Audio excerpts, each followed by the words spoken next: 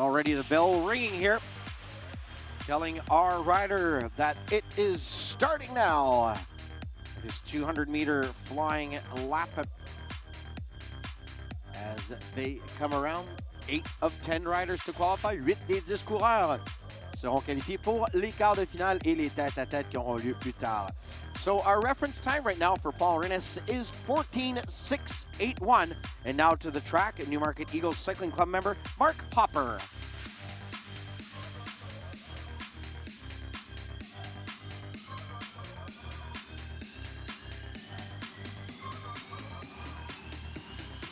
The Newmarket Eagles, one of the larger clubs in the Greater Toronto area, based out of Aurora and Newmarket, just north of the main part of the city of Toronto. New sounds from the talent pool, Fernando Lopez Pina with the conveniently.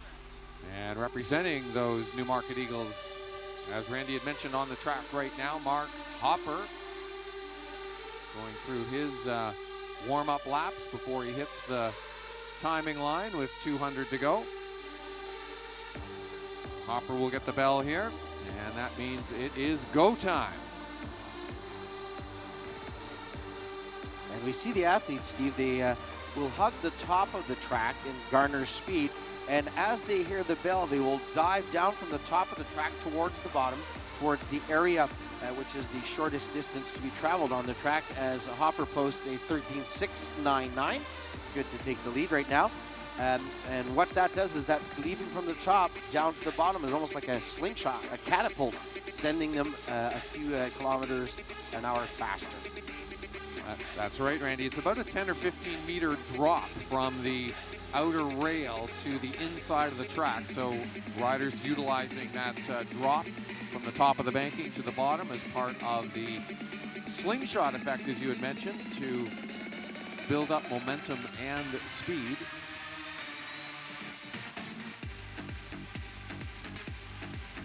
These are the nuances of track cycling and track racing that you learn from experience from racing on the track. And the Milton Velodrome, the Mattamy Milton Velodrome here in Milton has been a huge success. Large number of riders taking the Learn to Race program and getting a racing license and joining the action here on the track. David Hicken, visiting us from the United States, is into his time section now. 200 meters to go for Hicken.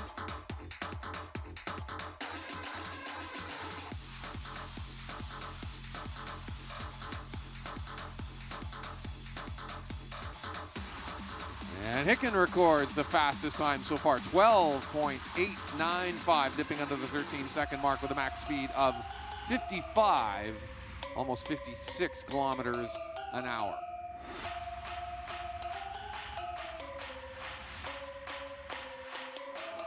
Next rider, we will see another one of the Kurzawinski group on the track. This is Christian Schneider. Picking up a medal yesterday, Steve, in the points race, I believe it was. Exactly. Yeah, that's right. Masters men points race. Some very exciting racing in the various categories for Masters men yesterday in the points race, yesterday evening. Yes, and we'll have more of that coming up, but this time it will be in our elite men's and women's Omnium events. Once again, a very long day. We're going to be going this afternoon until about, I would say 4-ish. And then we have a short break. And then we have another evening session to get into. As right now, Schneider really picking up here. Good form, good position on the bicycle. Nice and powerful into the tuck. And he sets the new best time of 12:06.8. Nearly 60 kilometers an hour. Wow, that was fast. For his top speed that he achieved there. And next into the warm-up laps, Neil Armstrong. Also with the Kurzawinski coaching group. From Welland, Ontario. A neck of the woods known maybe more for paddling or rowing. The Welland Canal? That's right, the Welland International Flat Water Center. I was just there the weekend ago at the Barrelman Triathlon. It starts there and finishes up in Niagara Falls with a swim, a nice 2-kilometer swim in the Welland Canal at the International Flat Water Center. Another great legacy of the Pan Am Games, Randy. Yep, I was there a couple of years ago, more than a couple of years ago now, about 4 years ago, for the Canadian Flatwater or Sprint Canoe Kayak Championships. It was a part of the qualifying process for London Olympic Games. And let's see Armstrong here, his intermediate time showing up. He is third at the intermediate point, but still going for the line. Will he be able to better that third place? Nope, it is 13.130, and he presently sits in third.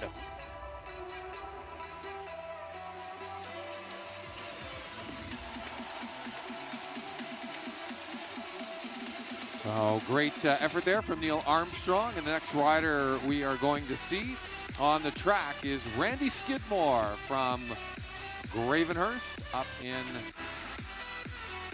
the beautiful Muskoka area of Ontario, cottage country as many refer to it.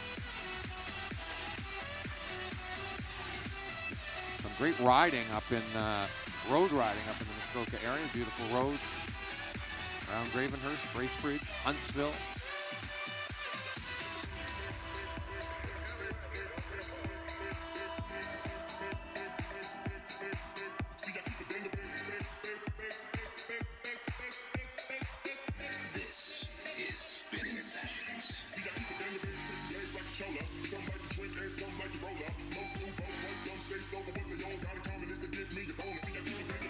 And Skidmore is sitting fourth at the intermediary time. What can he do over the final bit of qualification here? And he stays in fourth. 13.654. 1.5 seconds back of our lead time that is still being held by Christian Schneider at 12.068.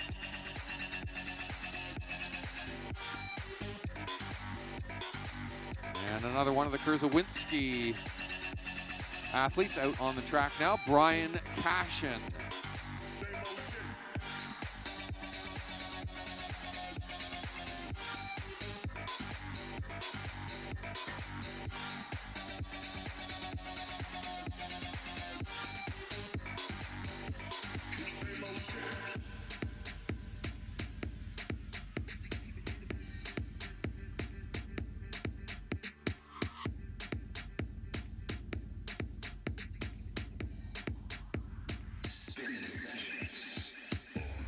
Cashin winding things up now as he heads towards the start line. Hits it just below the sprint line, the red line.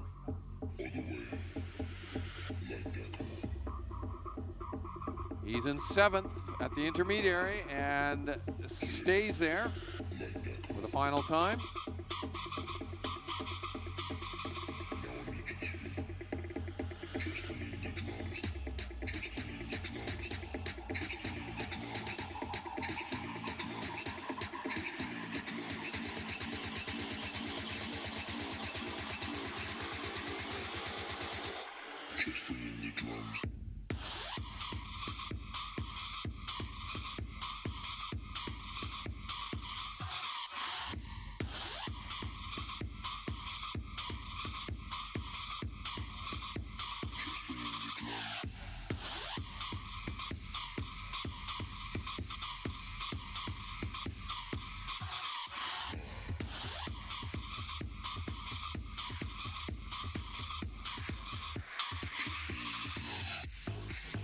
James Brooks now. Big, powerful move as he comes across the finish line. 1 lap to go, out of the saddle, kicking it hard down the back straights.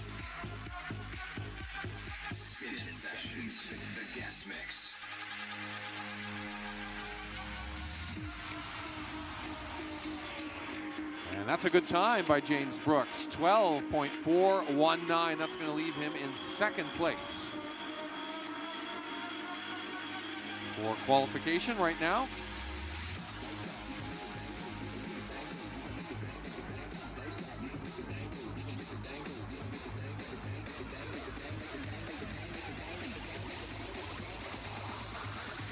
Master B riders, you should be getting ready to head up onto the track for your qualification, please. Charles Cormier now into qualifying for the sprint here.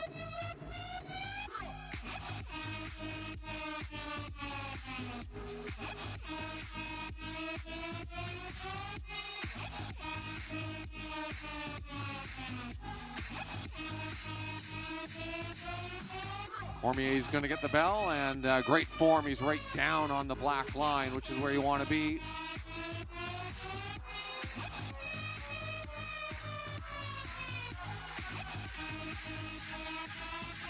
Cormier's got a good one going. He's sitting in third at intermediary and ends up in third at the finish, 12.826, and that should put him safely through to the quarterfinals.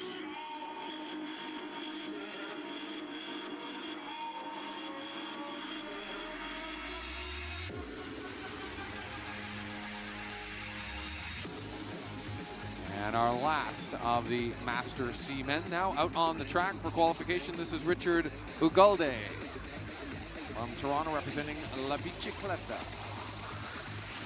Don't stop, we gonna make the thing go.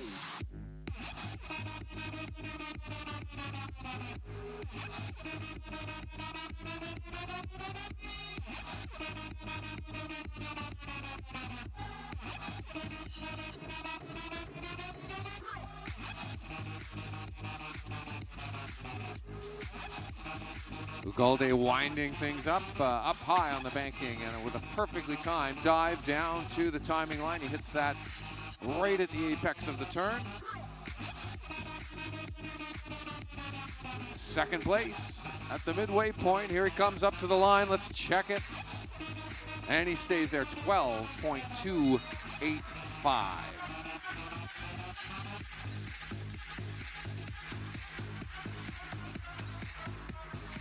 So advancing through to the quarterfinals, Christian Schneider, Richard Ugalde, James Brooks, Charles Cormier, David Hicken, Neil Armstrong, Randy Skidmore, and Mark Hopper on to the quarterfinal elimination round for the Master C Men in the sprint later on this afternoon. Hey, this is Zach, and you're listening to my new song on Spinnin' Sessions. Spinning sessions.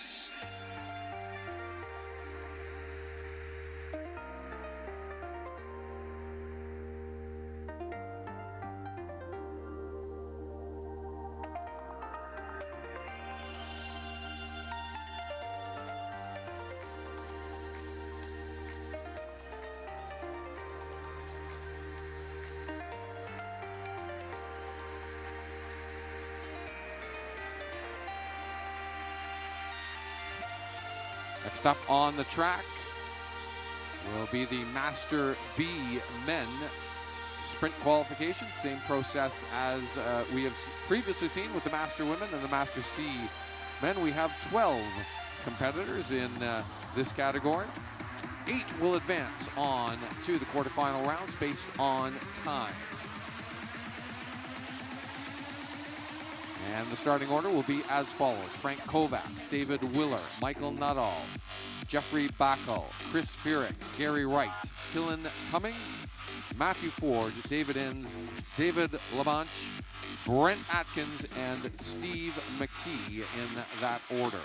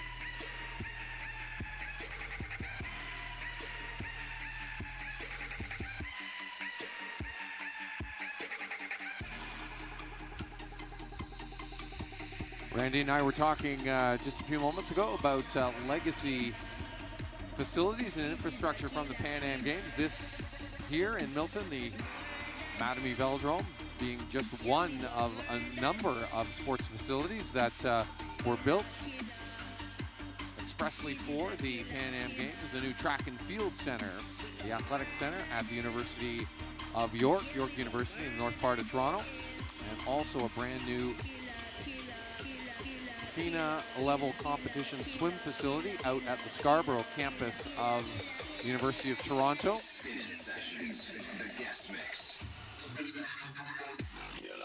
As well as a new pool complex and training complex that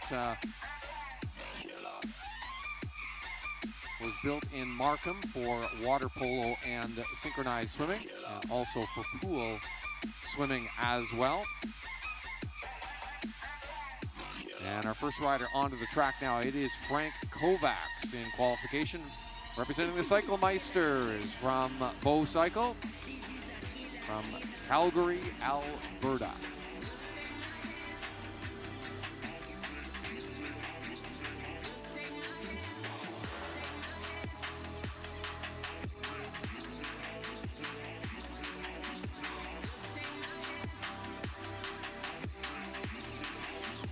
Kovacs dives down to the timing line, hitting that perfectly at the apex of the turn, right at the black line, which is what you want to do. And he will get the privilege of setting the reference time, and that's going to be 12.581 with a max speed of 57.2 kilometers an hour.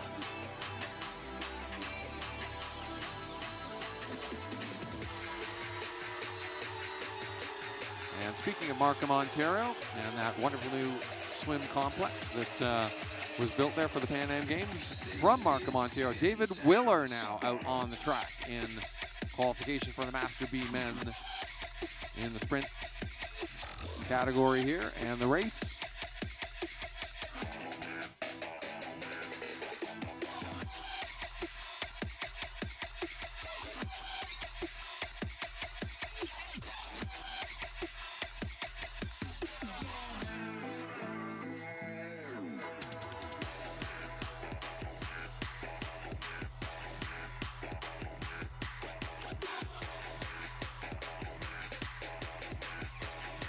And Willer's going to get the bell here with 1 lap to go.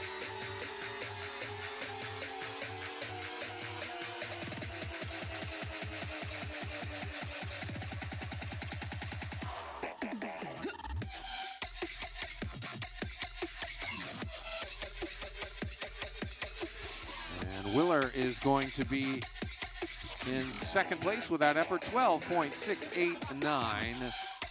Just a shade under 57 kilometers an hour for him. Next up in qualification from the Cycles London racing team and London, Ontario, Michael Nuttall.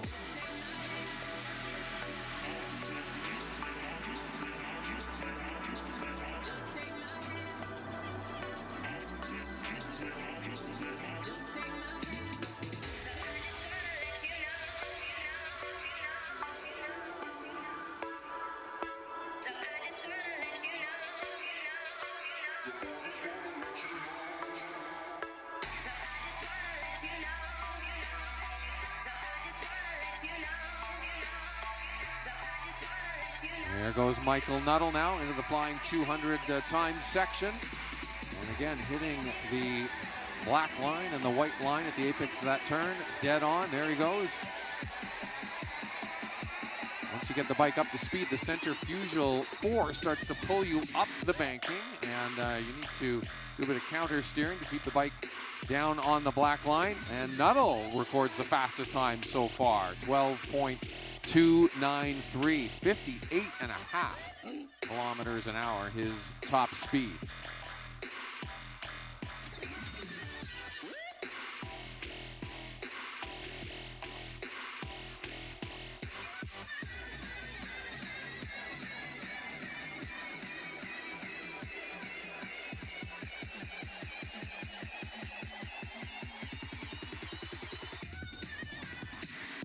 Next into qualification from the Juventus Cycling Club out of Edmonton, Alberta is going to be Jeffrey Buckle.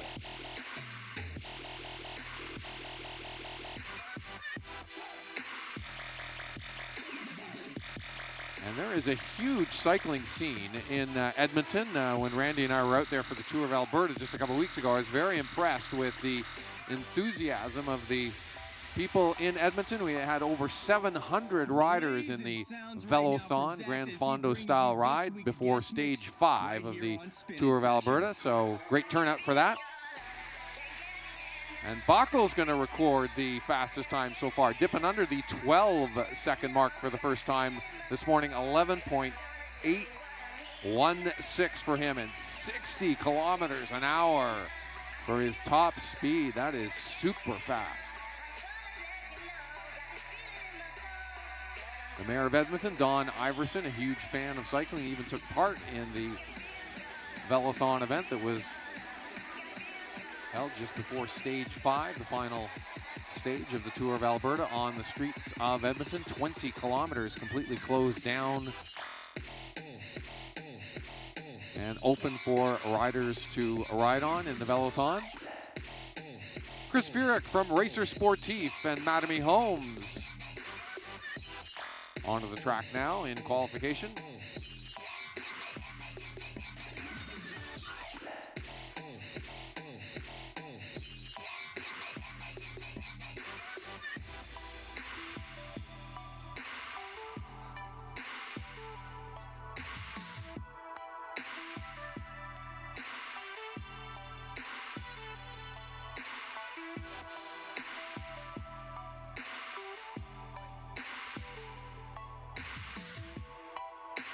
Furyk looking good. And he's going to get the fastest time, 11.438. Oh my goodness, 62, almost 63 kilometers an hour. And you can see just by his build, Steve, he's a perfect build for a sprinter. And it showed in his time there. So now in the lead is Chris Furyk.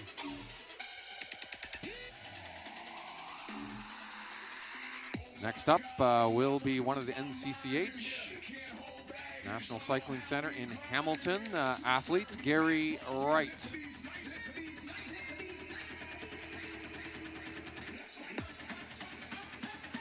So we are going to invite also, Steve, very soon the ladies taking part in our women's race, number 1 of the Omnium, the scratch race, to start going to bike check, as that will be our next event. So once again, we invite the ladies taking part in the Omnium Scratch Race to start making their way to bike check, please.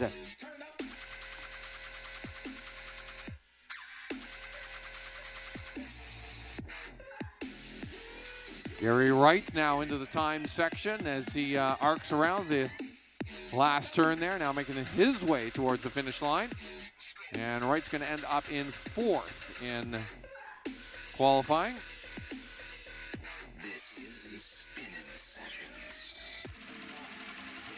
And once again, only 8 of these 11 riders will be making their way to the quarterfinals, where it'll be what we call a match sprint. It'll be head-to-head sprinting. And that will be happening later in competition.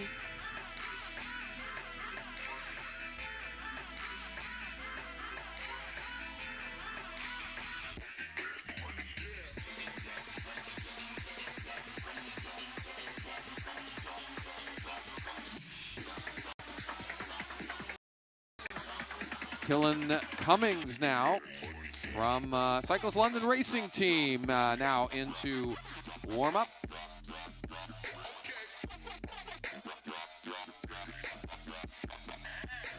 And the bell rings, telling Cummings that it is time to, as he will drop down and hit that white tape. And boom, that's where timing starts here. And we'll get his intermediate time halfway into this 200-meter. He is presently in 6th place. Can he muster up a bit of speed here to finish higher than 6th? Well, 5th, 12-14-1-6, 12-4-1-6, I should say, 12-4-1-6 And now on the track will be La Bicicleta's rider, Matthew Ford. And while Ford is going through his warm-up laps, Randy, it's a good idea to remind the Master A men that you'll be next up on the track for your qualification. Please start to assemble over at the entrance ramp to the backstretch. Once we finish up with the Master B men, you'll be next on the track for your qualification round in the sprint race here today.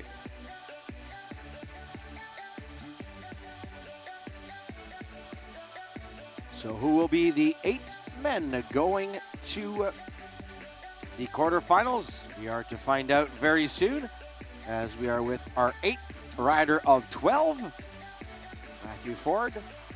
On the track, we'll hear the bell ring and dive down to the sprinter's line and try to be part of those 8 selected men for our quarterfinals. Good speed on the onset here for the rider from La Bicicleta, and over the line it is a 12, 1-2-1, good for third right now, so that's very, very strong riding and a good chance of qualifying for the quarterfinals. We're now going to go to Psychopath Oakville race team member out of Hamilton, Ontario. This is David Enns. And David Willer, Randy, in 8th place, is on the bubble and will be clock watching for the remainder of qualification, I am sure, as well as 7th place rider Frank Kovacs.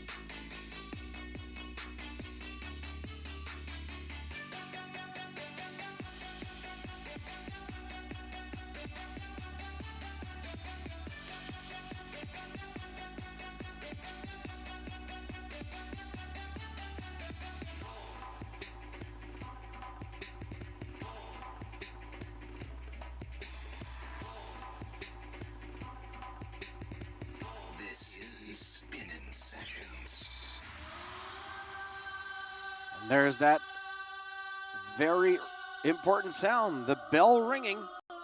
And here goes his intermediate time, 5th at the 100-meter mark as he comes in now. What will it be? Almost 59 kilometers an hour, 12.274. Good for 4th place right now for Enns. Enns was one of the few riders, Randy, to actually make up time over the second half of the 200. So he sped up and passed one rider on time in that final 100 meters. Impressive. He was using a super high RPM. Each of the riders choose their own gearing for this, and some opt for slightly bigger gear, some opt for slightly smaller gear, depending on their strengths and power output.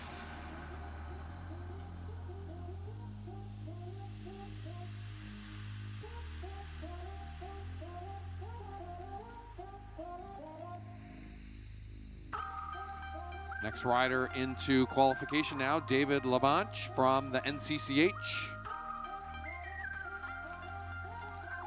Group National Cycling Center in Hamilton. Rick Lee and the team doing a great job with, in particular, the youth and junior program there out of the NCCH, but they also have riders in all age categories representing the NCCH. And David Labanche now into timing. 100 to go. He is sitting in 6th. Oh, and again, Labanche jumping up 2 spaces over the final 100 meters. That's been unusual in terms of what we have been seeing here this morning. 12.152 is going to leave him in 4th place.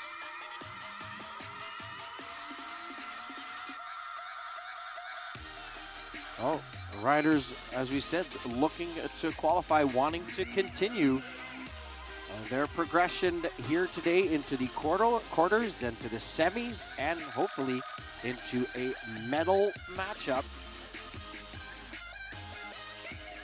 Now one of the riders from the west of Quebec Wheelers. And we are with Brent Atkins, who also picked up a medal yesterday, Steve, during the first day of competition.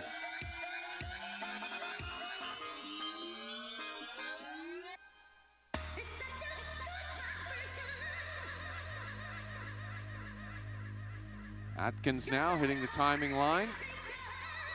And he looks fast, just visually. Third place at the 100-meter mark. And he stays in third, 11.868 and 60.6 km/h maximum speed. And now out onto the track, our final qualifier. And he's been a winner here already. Twice on the podium. Won the points race and was third, I believe, in the time trial, the 750-meter time trial for Master B Men. Busy weekend for Steve McKee, now out on the track representing La Bicicletta. He put on a clinic in the points race last night, Randy. Oh, yes, he did. And picking up what was almost 60 points. And we'll see what he has in the tank here today. Strong fellow. Will he be able to make it another gold medal performance, this time in the sprints? There goes the bell, and let's pay attention to McKee's time as he dives down here along the sprinter zone. And let's look at his intermediate time at the 100-meter mark. Well, he's right up there first, but oh, look at that. It's right on to the thousandths of the second, tied for first. And he's going to be in second place, 11.491. So that should put, well, obviously put Steve McKee safely through. And there we have our top 8. Randy, so through to the quarterfinals, it will be Chris Furyk qualifying first, Steve McKee second, Jeff Bockel, Brent Atkins, Matthew Ford, David LaBonche, David Enns, and Michael Nuttall all on to the quarterfinals in the Master B men's sprint race here at the 2016 Canadian Track Championships presented by Lexus. We're now into our Master A age group category. Same process. 8 of these 11 riders will be moving on to the quarterfinals, and we're starting with Richmond Hills Midweek Cycling Club member Enoch C.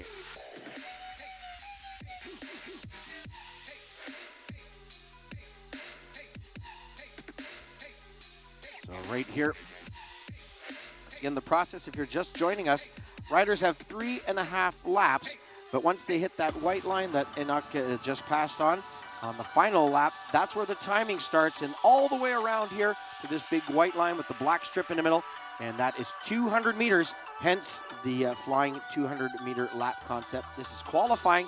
We're not in medal rounds yet.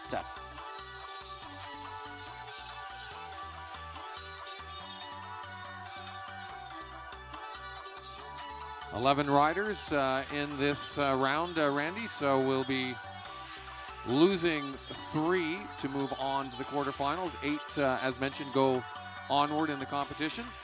C's going to hit the line, setting the reference time because he is first, 13.888, 51.8 kilometers an hour for his top speed.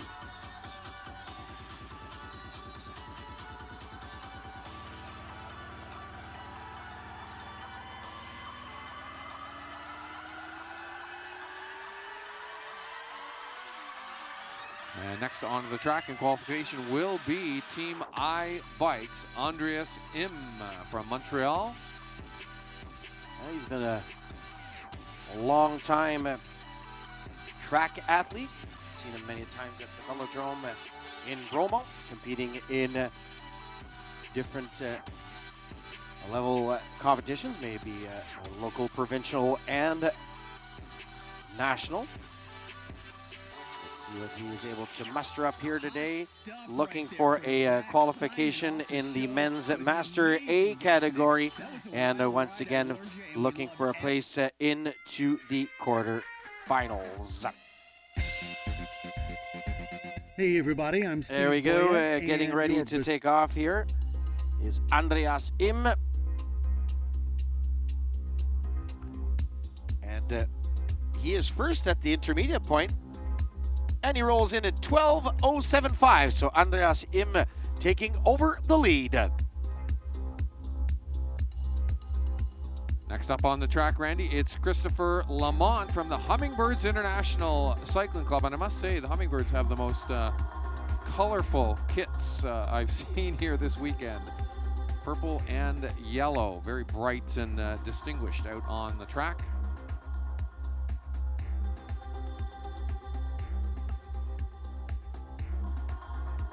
Yeah, and Lamont unfortunately crashing out of one of the events yesterday, but got right back up and is back competing here today on this day number 2 of the Canadian Cycling Track Championships. That's right. Once again, presented by our friends at Lexus in partnership with our friends also at the town of Milton, at the Ontario Cycling Association, the governments of Ontario and of Canada. And that's right, Randy. Lamont took a little bit of a tumble in the points race. It was more a bit of a slide that he took. The bike was damaged. He was okay, so that's a good thing. That's a good thing. That's what matters. The rider is okay. Fixed his bike overnight, and he's back in action here at the sprint qualification. He's going to have the second fastest time, 12.110. Yeah, the bikes, as you were mentioning, Steve, a lot easier to fix than the bodies. Now, we're going to go to a man who picked up a medal in that points race, this time from Langlois Brown Racing out of the North Van, British Columbia. Vincent Marcotte is on track.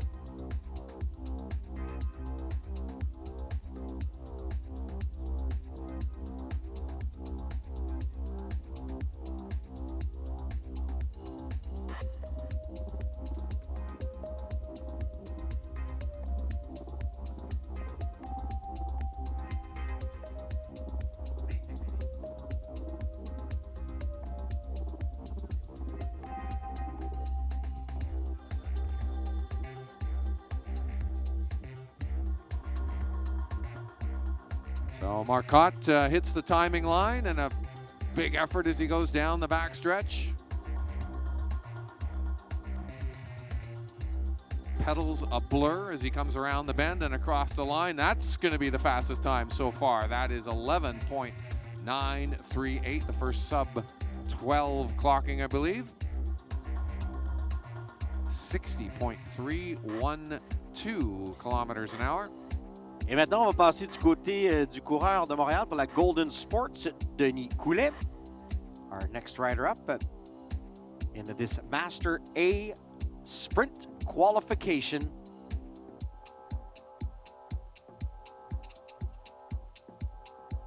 And now just a reminder, we mentioned it earlier on, we're going to ask once again our women taking part in the Omnium Scratch Race to go to bike check very soon, please. Alors pour les dames prenant part à la course au Scratch, pour l'Omnium, bien vouloir vous présenter à la vérification des vélos, s'il vous plaît. Merci, thank you.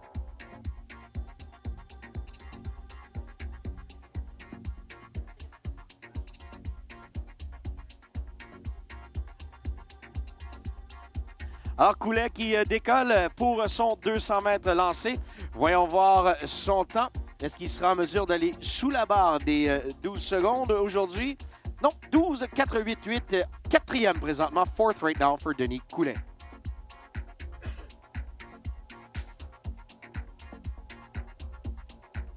And next up on the track from the home cycling club here in Milton, the Milton Bicycle Club, it is Daryl Gaburi.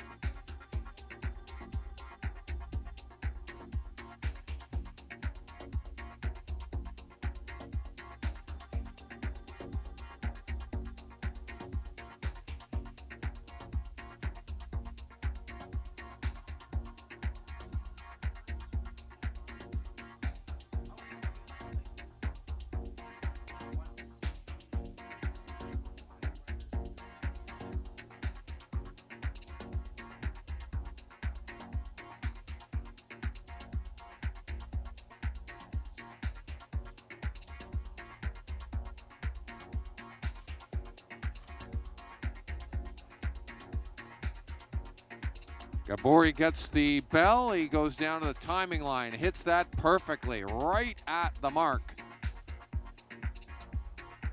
Big effort down the backstretch. The pedals are just a blur as he comes down the home stretch now, working hard to get to the line. He's got a good one going. That's going to be good enough for 5th place for Daryl Gaburi.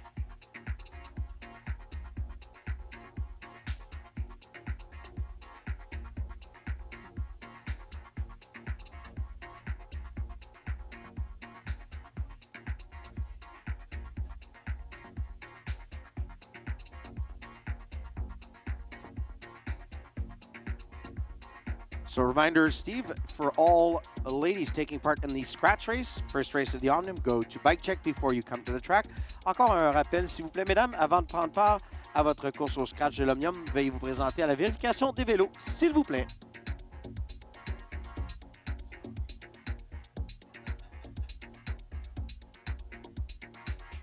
Next into qualification now, it is Kaneo Suahara from the Synergy Cycling Club in Calgary, Alberta.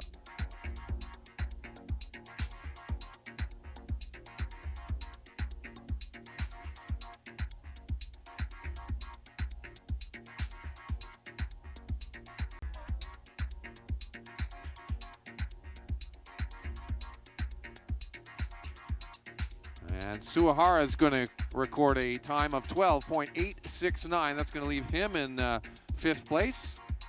And hopefully good enough to get on through. Riders down in 5th, 6th, and 7th.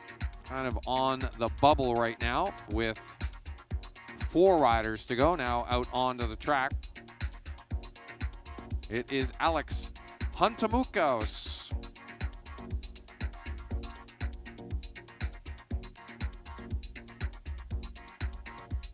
Out of Toronto. And then we'll be 3 more riders after him, Steve, and then we're going to start our Omnium events, and we'll tell you a bit more about that before we go into those races.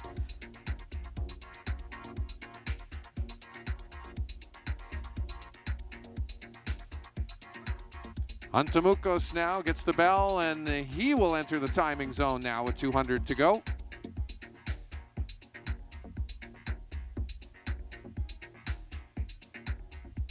That's some good speed that he has. He's in 2nd place, so it is holding up. Oh, he lost a few spots over the final 100 meters. That's going to leave him in 4th with a time of 12.240. But with now just 3 riders to go, that should be good enough to put Alex Huntamukos through to the next round, the quarterfinal elimination round. And now out onto the track, it is Matt DeLuco.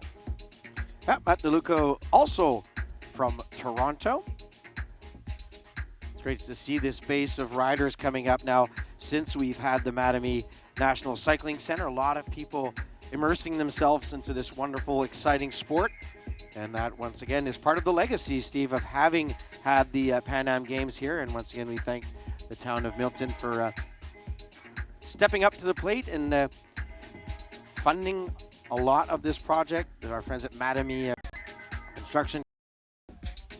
So it's a fantastic endeavor, and it's paying its dividends, as right here we have Matt DeLuco driving hard, perfect position down along the sprinter lane.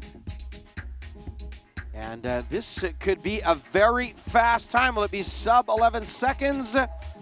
Yeah, no, 11.749, and we may have a Canadian record here. That is to be confirmed. But right now, DeLuco looking to possibly have established a new Canadian record. Wow. For Masters, yes.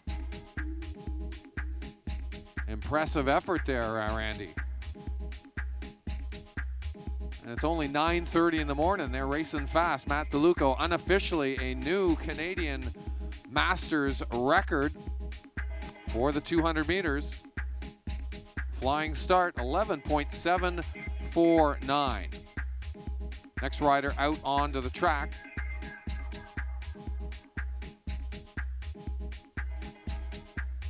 Is James McLean.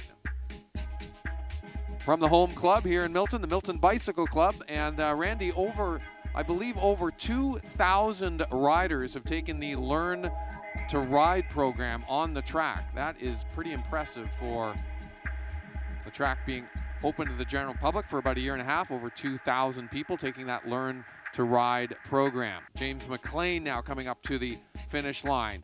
4th place, 12.094. And that should put McLean safely through to the quarterfinals, with one rider left now to take to the track.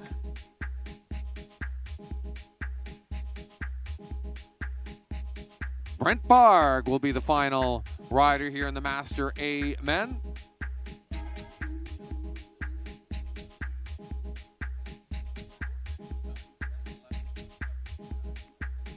Yeah, well, unofficially, it's just been confirmed there that Matt DeLuca has set a new Canadian record. The former mark was 11.780, set by James McLean on October the 8th, 2015.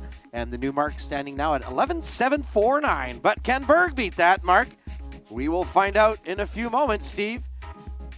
And Barg hits the final 200 meters to go. Down the backstretch he goes. The pedals are just a blur as he heads into the final turn.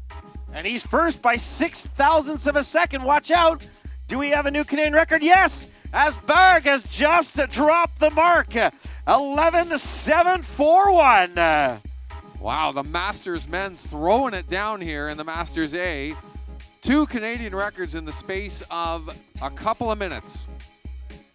Fantastic. So onwards to the next round will be Brent Barg, Matt DeLuca, Vincent Marcotte, Andreas Im, James McLean, Chris Lamont, Alex Huntamokos, and Denny Coulet onwards to the quarterfinals. And that was that's about as exciting as it gets for qualification, with 2 Canadian records set in the matter of minutes by Matt DeLuca and then Brent Barg. Congratulations to both of those riders. Over to you, Randy. Well, Steve, we are going to change from sprinting now to what we call a scratch race and the Omnium. The Omnium is a 6-race event where riders will garner points. And to tell you a bit, to learn, I should say, a bit more about it, we invite you to look at our big screen and watch this video, which explains what is the Omnium racing.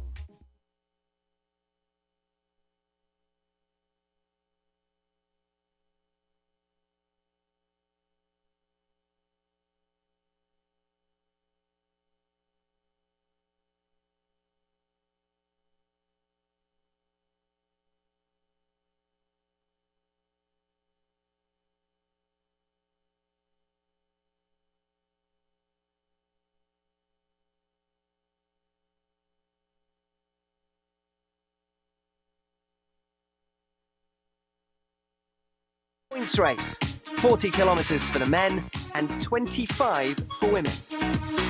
The final standings are established by adding up the finishing places in each of the first 5 events and converting them using a point scale into points. Going into the final event, the points race, each point won during this event is then added to the previous total of points. The rider with the most points at the end of the points race is the winner.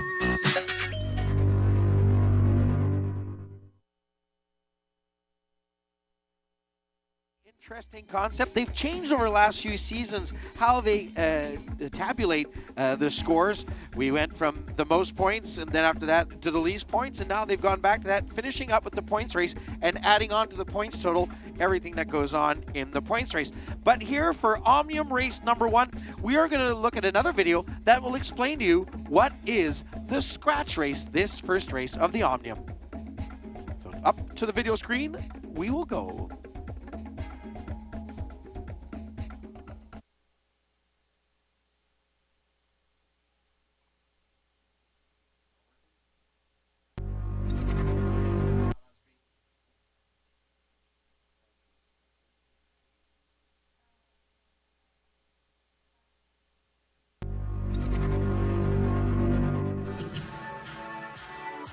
The scratch race is a classic first across the line mass start race.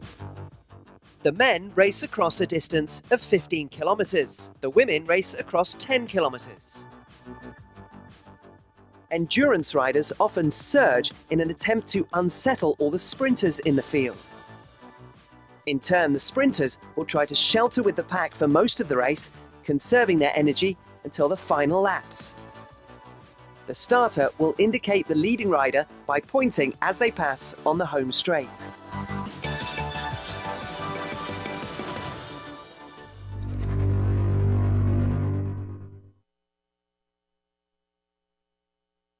For you there, and that's what this first race of the Omnium is going to be all about.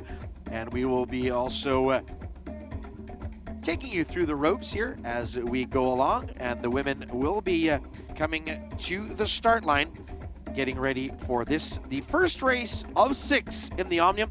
And they're not going to race 6 back-to-back, that's for sure, Steve. There is some downtime allotted for the riders, but this will be the first run. And as the video stated, first rider over the line is your winner. No, Randy. It's not a triathlon. They get a bit of a break. It's more like the heptathlon for women in athletics, or the decathlon for men. And they have the individual competitions.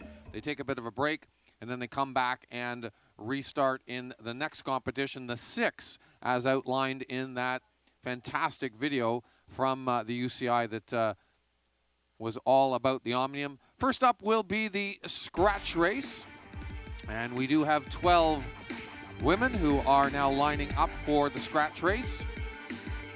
And it will be an interesting mixture of track specialists and other riders coming over from the road to take part in this particular event. And also, as the UCI video had indicated, you see a mixture of different forms and styles of riders. You'll see sprinters here, pursuit riders, and road riders all mixing it up in this competition. And let's meet our riders here in the women's scratch race, event number 1 for the Omnium. As mentioned in the video, they'll be racing 10 kilometers or 40 laps. Starting on the blue line, down on the inside, it will be representing Trek Red Truck. It's Kinley Gibson. From Équipe de Québec, Marie-Soleil Blais. From Cycling British Columbia, it is Brenna Pauley. Representing the Cyclery Opus, it is Emily Flynn. From Kurzawinski Coaching Group, it is Sarah Giovanetti. From Wheels of Bloor, it is Valina Sintel. Starting on the railing on the outside. From Cycling British Columbia, it is Steph Ruda. From Visit Dallas DNA Pro Cycling, Jamie Gilgan. From Équipe de Québec, it is Ariane Bonhomme. From the SAS team, it is Sarah Ann Rasmussen. Representing the Beaches Cycling Club, it's Aubrey De Silva. And the last rider on the outside, on the rail, Callisto Club member Jenna Nestman. Those are the 12 women who will be contesting event number 1 for the Omnium, the scratch race. Alors les voilà, elles sont installées pour cette course de scratch, 40 tours, 10 km. On vous rappelle, mesdames, vous devez rester ensemble pour le premier tour. Just a reminder, ladies, you must stay together on the first lap. Once you hear the pistol fire, it will be a sign that this race is starting. Or we may be using the whistle today. I don't see a pistol in the commissaire's hand. So the riders having to stay together.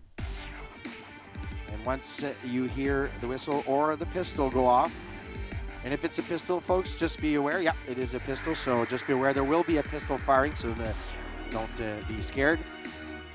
We will start then the countdown of 40 laps, 10 kilometers.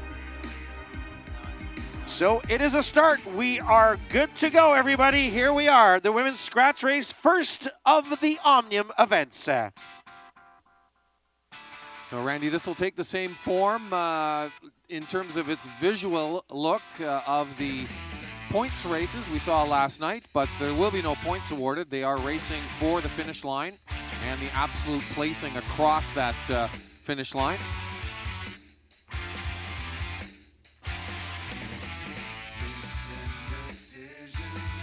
And you do have athletes that are specialists in these events, especially the mass events or the group events. Other riders excel in the individual events, like the time trial. And that is where they will try to garner as many points as possible. But with this new change in the scoring system, you've got to be a very tactic and strategic savvy rider in the points race, because you could really be surprised. You could have a very, very important lead in the overall standings, but when you get to the points race, you could be surprised, caught off or lapped by the field, and that could be the end of your quest for gold. So we started here, and the ladies with Sarah Rasmussen at the front right now. A very strong field here in this event for the Omnium at these Canadian Track Championships presented by Lexus. And as you had mentioned, Randy, a real mixture of talents and experience here. This is a race that you would think would be set up for a criterium specialist like Jamie Gilligan on the road. And Sarah Rasmussen races on the road as well, but has had some success on the track in the past. And Steph Ruda, really one of the pursuit team, national pursuit team members, so some fitness and power represented by those three riders from completely different backgrounds. She's a very strong Omnium racer too, Steph Ruda. So you should expect some good results from her. And that's a good point, Randy. It really doesn't matter how you do exactly in this particular race, because it's 6 events here. So don't forget, if they don't score maximum points in this particular event, they still have 5 more to pick them up over the course of the next 2 days. Exactly. And it's Jamie Gilligan who gets things going first with a bit of a move off of the front.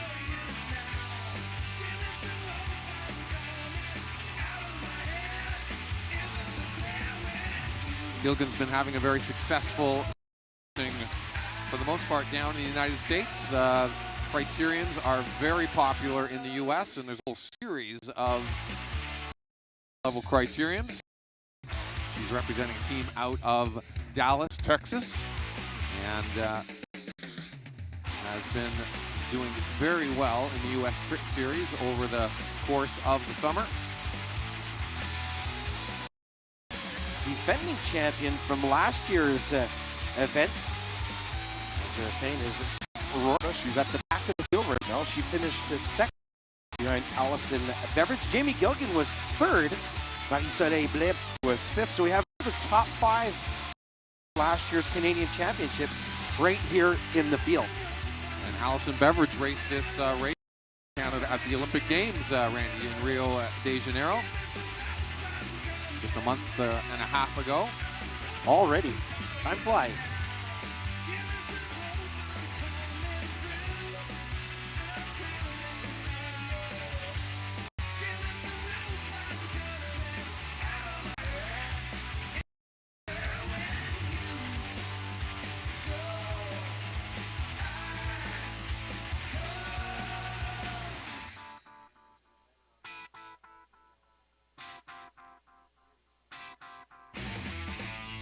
After that bit of animation there from Jamie Gilligan, they've decided to group up again. Now Sarah Rasmussen up high on the banking, just casually at the front. No one yet really wanting to take initiative here.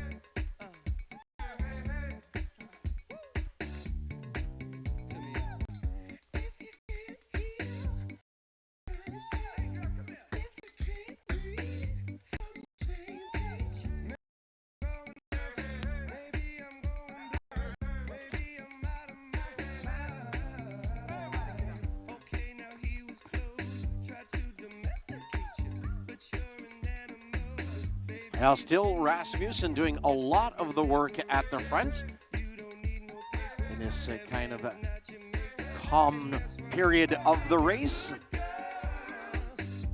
as we are showing 28 laps to go on the lap counter.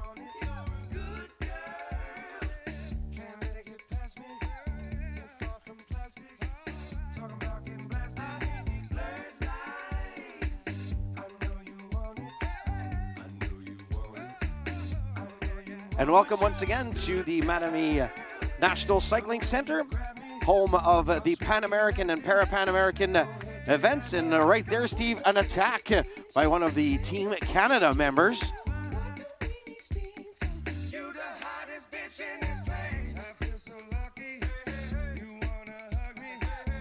The red truck, I should say. That's Kinley Gibson. I thought she was wearing the national outfit. She is on one of the look bikes. So Gibson kicking in, a new member of that red truck outfit this year. Denise Ramsden also riding for them. And now chasing is Brenna Pauley, talented rider out of Victoria, British Columbia, riding for the province of BC, for Cycling BC. And now kicking in, one of the members from the Quebec outfit, Ariane Bonhomme, if I'm not mistaken. Yep. Another young lady who's had international experience. And right on her wheel, Emily Flynn. 23 laps to go, 23 tours à compléter. There goes silver medalist of the Omnium last year, Steph Rhoda, in the Cycling BC with the red helmet. That's a huge burst of speed from Rhoda. She's going to close down that gap completely on Kinley Gibson and probably just go right by her. Gibson has a bit of a look and jumps right on Rhoda's wheel. And now here come the girls from Quebec. Alors voilà maintenant Bonhomme et Blais avec Jamie Gilgan qui vont colmater la brèche. So closing the gap are the two riders from Team Quebec. And back together we are.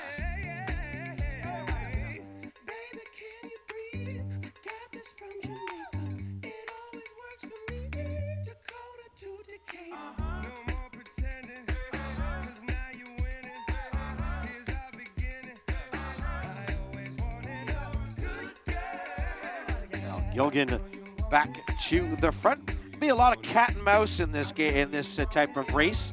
It is part of the strategy, as the video explaining at the onset. The sprinters will try to outsmart the endurance riders.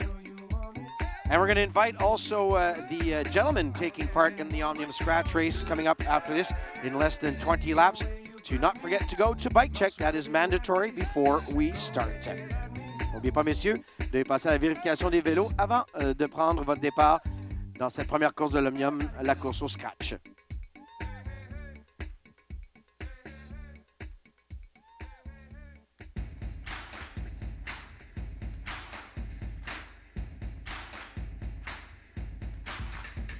It's 3 a.m. I'm calling in to tell you that without you here, I'm losing sleep. I'm losing sleep. There's a sign around this corner. Bit of a lull in the action now, but one rider's been able to sneak back off of the front there. Not really an attack, just rolling on through. Jenna Nessman from the Callisto Club now with about a quarter lap lead, but not really much of an attack from her. The field just looking at one another. Again, Sarah Rasmussen on the front with Jamie Gilgan glued right to her wheel as they enter the home straight. The peloton, the pack now, keeping a sharp eye on Nestman, who's extending that lead now. It is probably half a lap now for Nestman. Yeah, and don't forget, she becomes the head of the race, even if she's nestled inside of the group.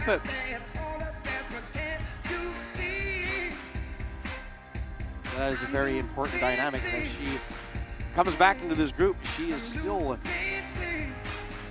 the rider that would win the race if the pack finishes together. But Steph Rhoda says, I want nothing to do with that. And off she goes. And just poor timing for Nessman, though, just as she was coming back. And that acceleration here by Rhoda has provoked the pack. And there we are off again with Kinley Gibson. And also right there, Brenna Pauley from Cycling BC, so I think that will be the end of Nessman's quest to join up into the main bunch. She got about 20, 30 meters, Randy, and then it just shut down completely with a burst of speed from the main group from Steph Ruda off to the front. Now back a half a lap down is Nessman. Ruda in full flight chase to close down that group with the field strung out behind her now.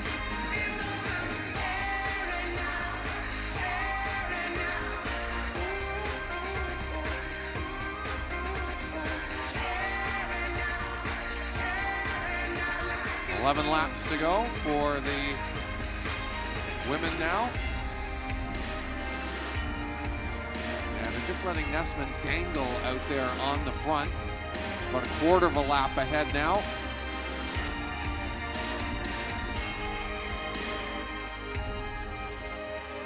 Running from the dark, but I just can't hide. Dreading sundown, yeah, I'm dreading the night.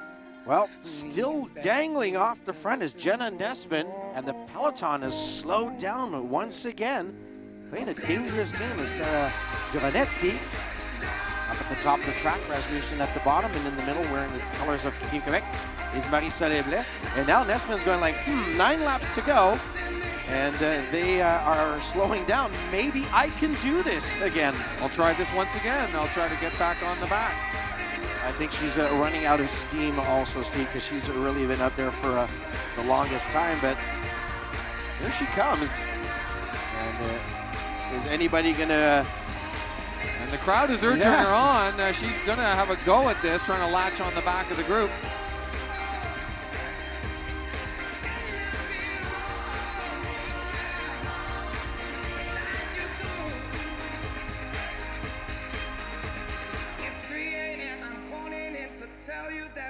That's it, urge her on. Here she goes.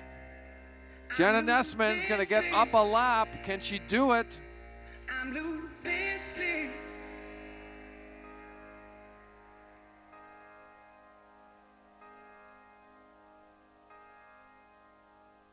Seven laps to go as the field comes through.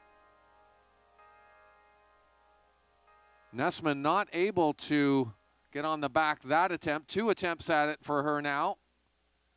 Another bit of a lull in the action at the front.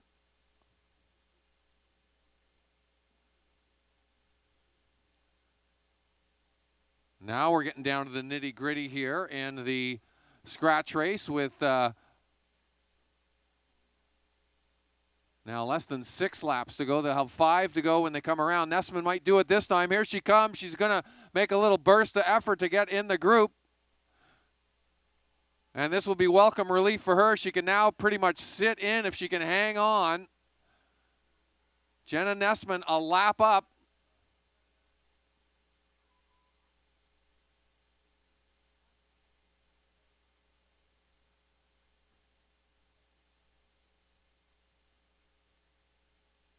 And we start to count the laps down. 3 to go now. So don't forget, if it stays this way at the finish, Jenna Nessman is going to win this race. She is a lap up on the field.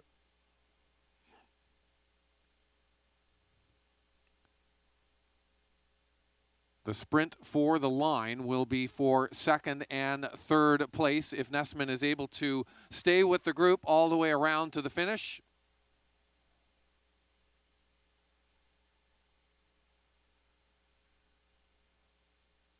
Winding it up now for the finish. Here we go. They're going to get the bell, leading them out at the lap. It's Kinley Gibson.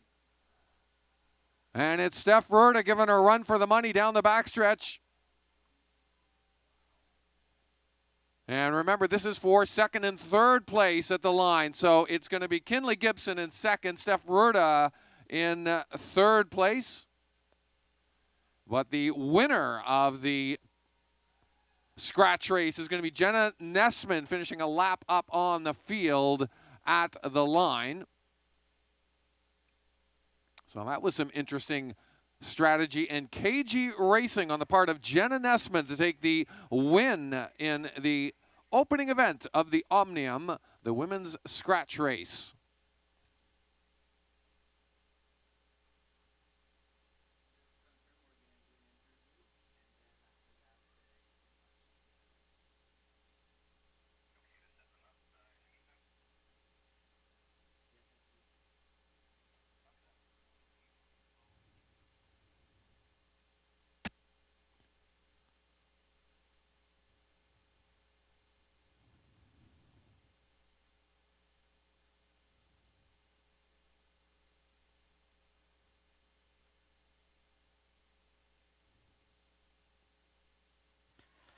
Well, Steve, we're going to be having a word with Jenna soon as she's going to cool down and make her way over here to see us.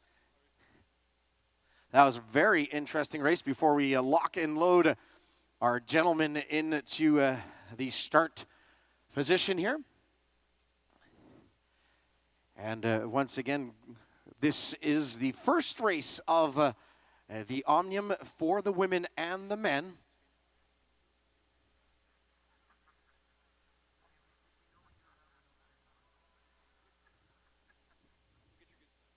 That's right, Randy. Coming up next, the men scratch race. First event for them in the Omnium. They'll be going 15 kilometers. That will be the next event on the track. The women are just going through their couple laps of warm down before they come off the track.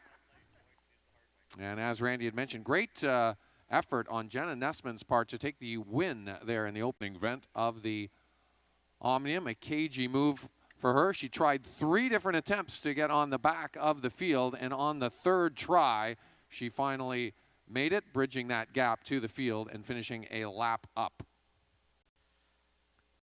Well, Jenna's making her way over to see us here. We're going to set the men up for their race, and they are going here for the scratch race. Same format, a bit longer for the gentlemen. As you see, 60 laps on the counter, and that will complete their first race of 6, and then we'll start to see, depending on their rankings in the scratch race, or for the subsequent, I should say, events, they will be positioned based on their finishing order.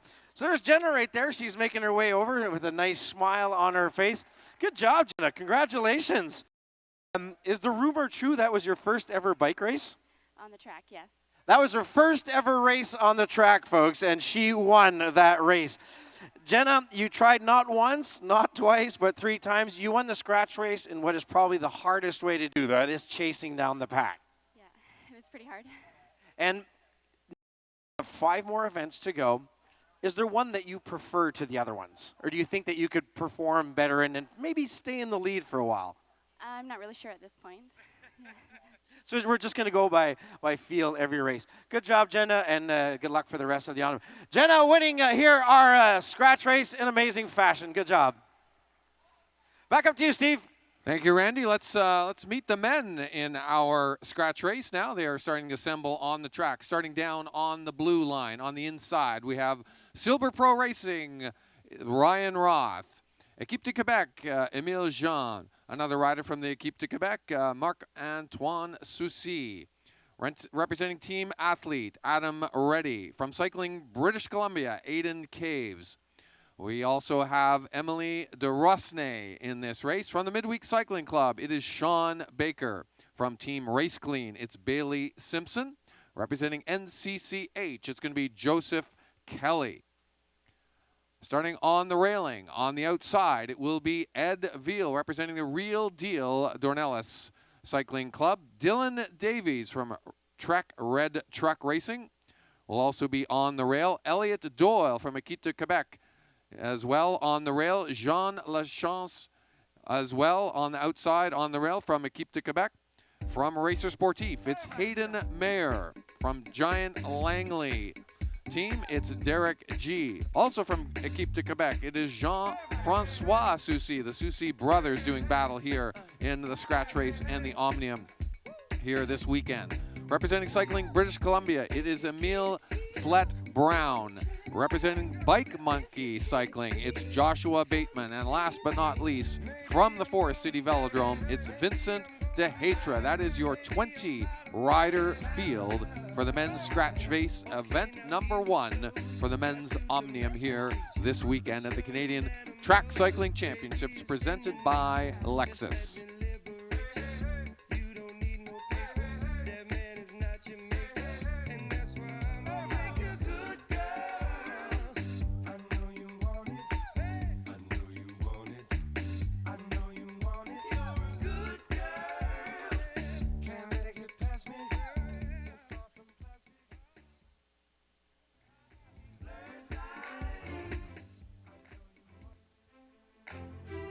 Riders just getting the last instructions from the commissaires.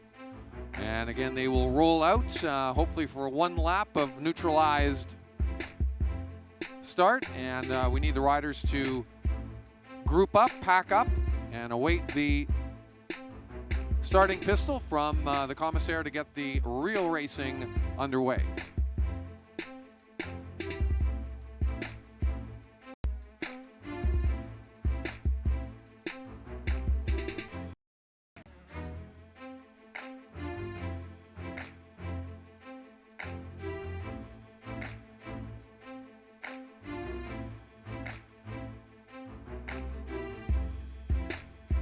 And there'll be a pistol firing. And there we go. Race is on, folks, for this event. And the gentlemen have 60 laps to complete. 60 tours.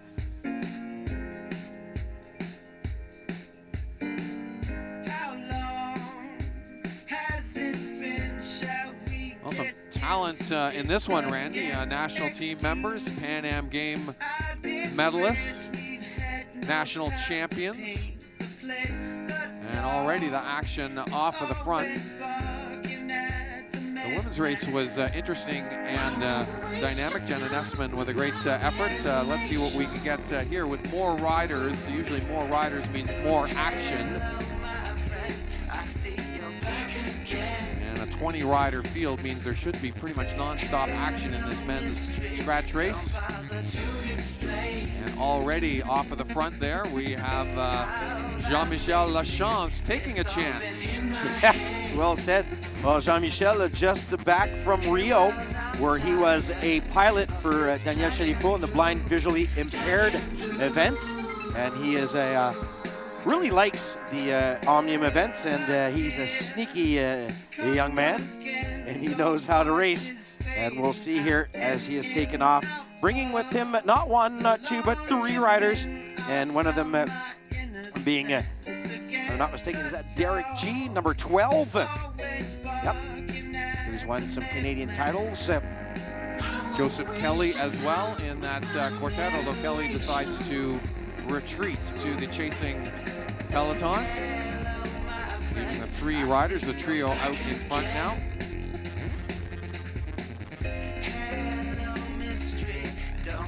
And giving chase from the pack now, Emily de Rosnay from Victoria. Emile Rosnay.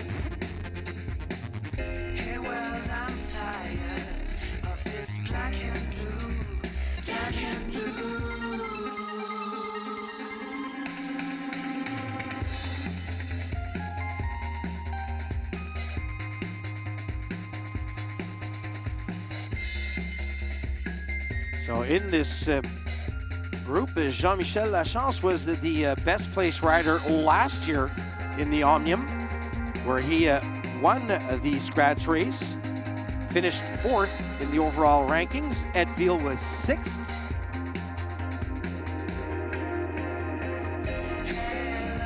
Veal lurking back in the pack. Ed Veal's had a successful season on the road, racing many criteriums over the course of the summer. Yeah, with his team, a real deal. Picking up a win for, well, his team picking up a win at the Preston Street Crit Day. Anton Paralai picking up the win there. So once again, Lachance leading that small group off the front.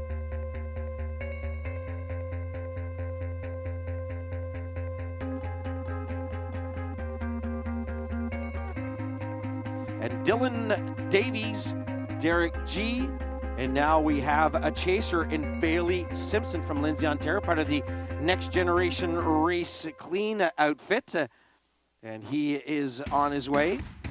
And speaking of the real deal, Ed Veal, a big burst of speed from him and pulls Bailey back very quickly.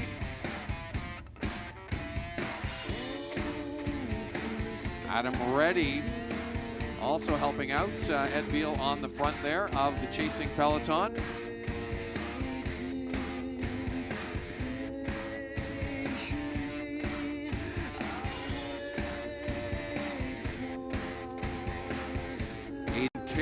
from British Columbia, contributing to the front of the group now. I forgot Aiden in the rankings a minute ago. He was 5th behind Lachance in the overall. So Lachance, Caves, and Veal are back. And hopefully one of those gentlemen will be our Canadian champ at the end of these 6 events. As the top 3 from last year are not present. Rémi Pelletier retiring.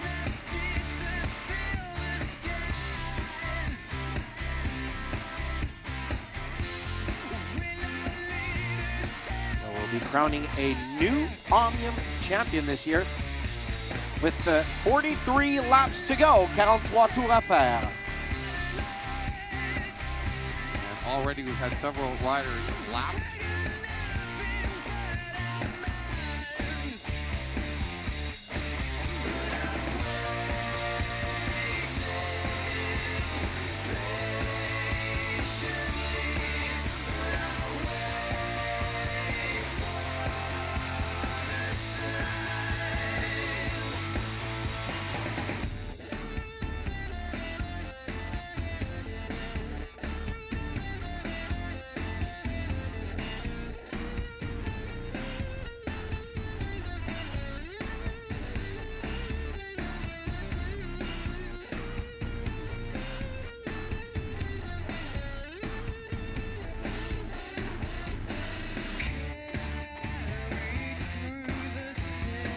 All right, the chasing trio has lapped the field, so this is an important juncture of the race, Randy. They are now a lap up on the field, so that is significant, and they're going to drive right through. And Ed Veal launches an attack off of the front. This is a wild and woolly event, hard to keep track of exactly what is going on. We'll do our best to keep you up to date of what is happening.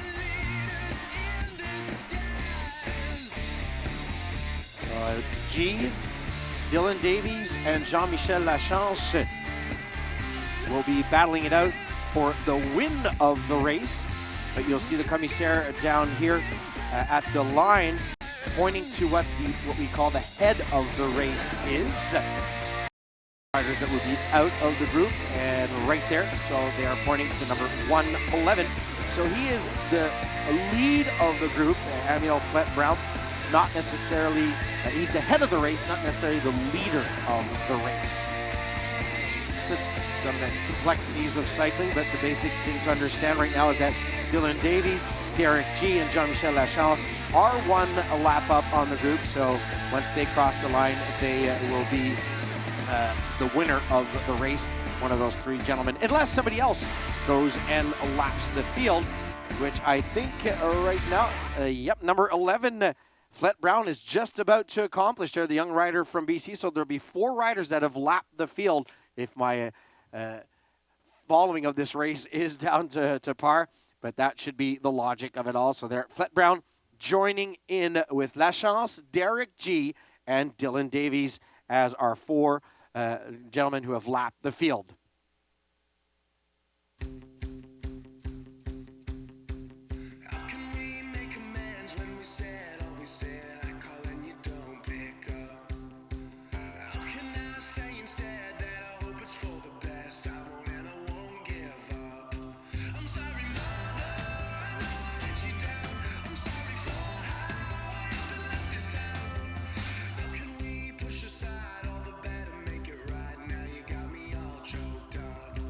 A bit of a lull in the racing action now. Things have settled down. We have 4 riders, as Randy had said, who have lapped the field and are 1 lap up. So that's sort of the racing reality, but that doesn't mean that other riders want to make a go of it and try and get that lap back from the quartet that has lapped the field. And Bailey Simpson's going to be the first to take a flyer off the front, see if he can lap the field. 2 other riders join Simpson, but the pack is chasing hard like a pack of wolves, trying to track him down, and I don't know if this is going to survive.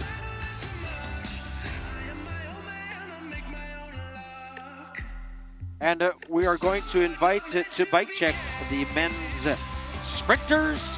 So men's sprint participants to the bike check. Alors pour les messieurs prenant part au sprint, les messieurs bien vouloir vous présenter à la vérification des vélos. And now G's taking another run at the front there as he's seen Dylan Davies take off. Lachance still sitting at the back of the pack.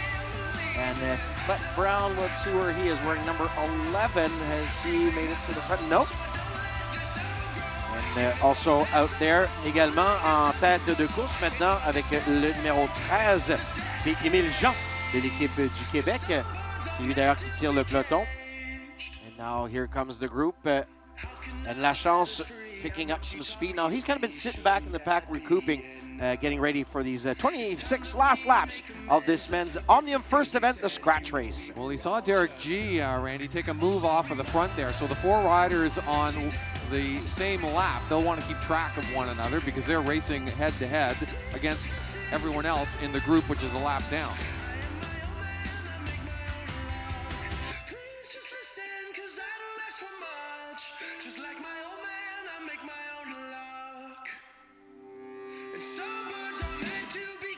Emile Jean now up and on the front. He, of course, has the distinctive Silver Pro orange cycling helmet on and the Argyle Seiko 7 socks. But today racing for Equipe de Quebec, and it is one of his teammates now with a dig off of the front. Another one of the Quebec riders. Here's Marc-Antoine Soucy, the Soucy brothers battling it out here together in the Omnium, and giving chase there, number 9, that is Emile de Rosnay from Victoria, British Columbia. Jean-Michel Lachance back at the front of the group with Dylan Davies, also Ed Veal. And right there with number 10 on their heels is Elliot Doyle. And as I just said, the riders who are on the same lap, the 3 or 4 of them, they are eyeballing one another, making sure that wherever one rider of the 4 goes, the other 3 will go, because that's where the real race is, at the front.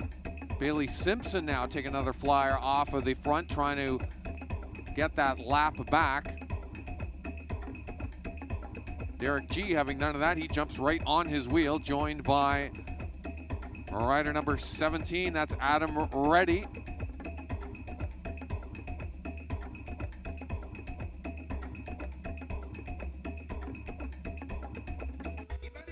Less than 20 laps to go now.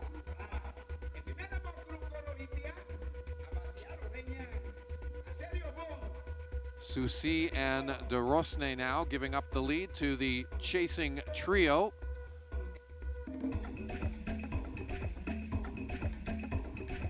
Joining them there is now number 17, Adam Reddy.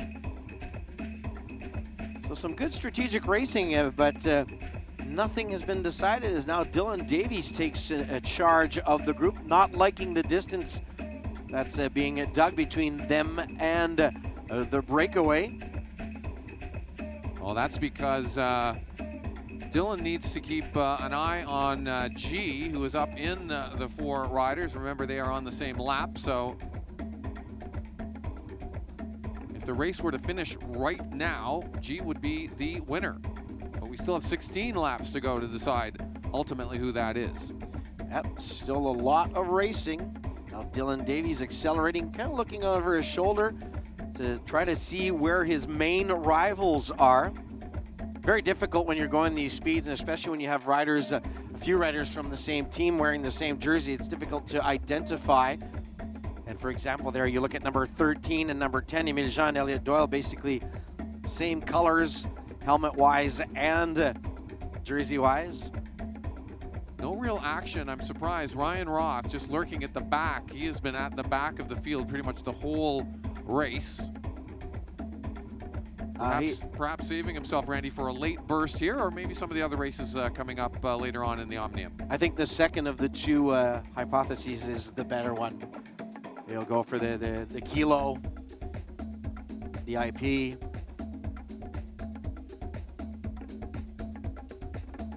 Let the sprinters deke this one out.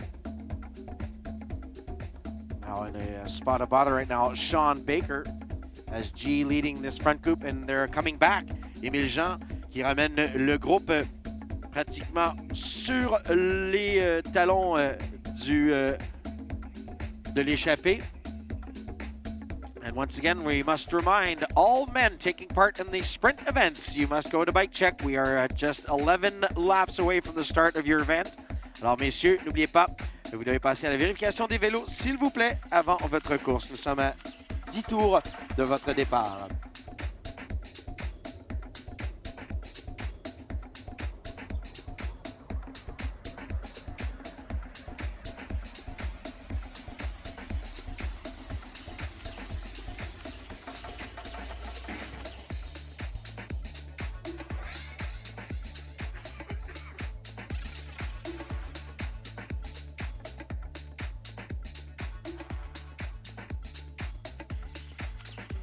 Well, things heating up here. As now Marc-Antoine Soucy de retour au devant ici. De Rosnay has it moved out of the peloton, and he may join that group of 4 that has already lapped the field if this peloton does not motor.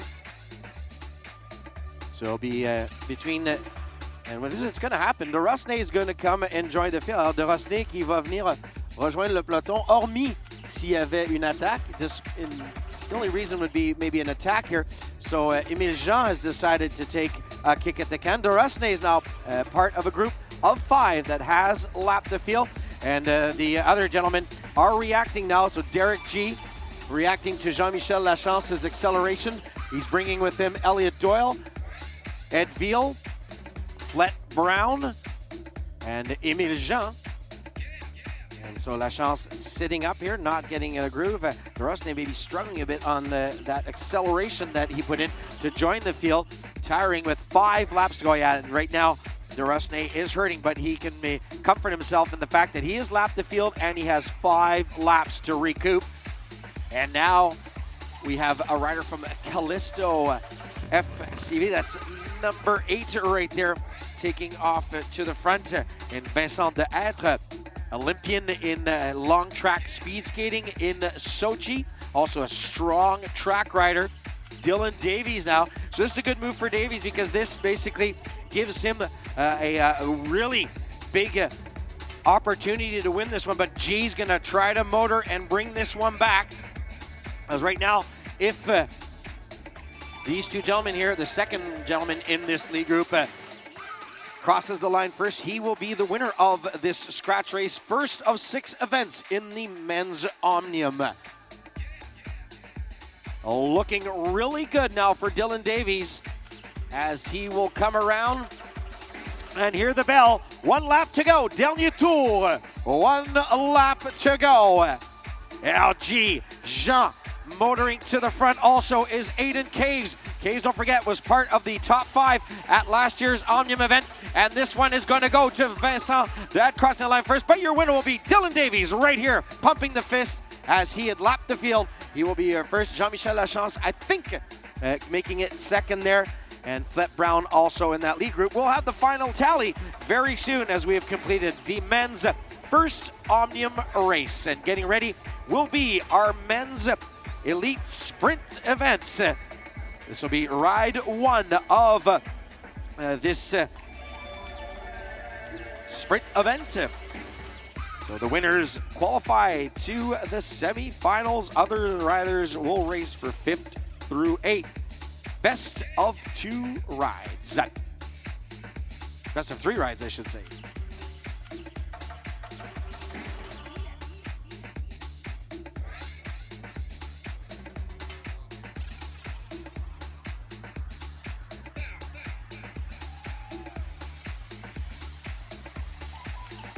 Dylan Davies picking up the win here, and we'll see the standings after we sort things out here, as there was a lot of movement. Once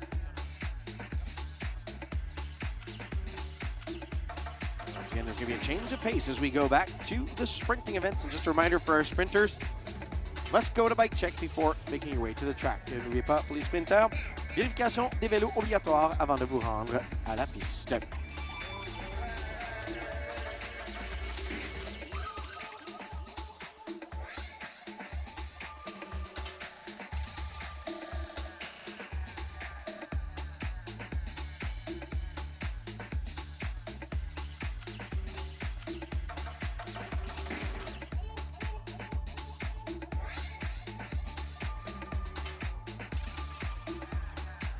All right, Randy, we will try and get a interview with our scratch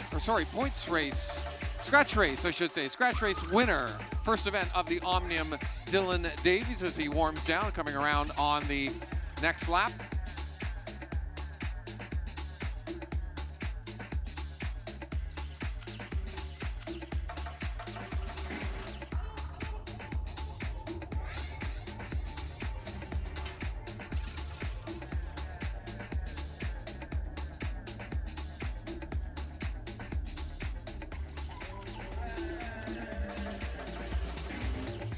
And Randy, I am with your scratch race winner on the infield here, Dylan Davies. What was the strategy there, Dylan? You got the lap up, and then take us in from there. So I bailed on my strategy just as soon as those two went. I know Derek's pretty good time trialing, and they're both going really well. So I went with him, and we got the lap, which was great because it automatically put me ahead of Ed Veal and Aiden Caves. And then when they brought back that last move, I knew that they were my two mates for the break, and if I got back up with one other, it was distancing Aiden and Ed again, so it kind of worked out awesome in my favor for the Omnium. So how does that set you up for the rest of the 5 events now with the points you have leading? Well, I need to get a buffer because those guys do a lot of work on timed events, so I've been working on it a lot myself, but I'm anticipating not being able to win the IP as much as I'd like to, but I'm trying to buffer my timed events to keep up with those guys. All right, thank you very much, Dylan. Best of luck in the rest of the events in the Omnium. There is your scratch race winner in the Omnium, ladies and gentlemen, Dylan Davies from Red Truck. Back to you, Randy, in the booth. Yeah, thanks, Steve. And Dylan Davies was top 10 last year in the Omnium at the Canadian Championship, so he's off to a bang of a start. And we're going to now set up, talking about bang, we're going to set up our titans of the track, our sprinters. And this will be, once again, a best of 3 rides. The first rider to pick up 2 wins will take the win and also move to the semifinals. We have some really good, strong matchups here. Alors, on va voir un 2-3 ici, encore une fois, dans ces sprints et confrontations. Hence the name Match Sprint.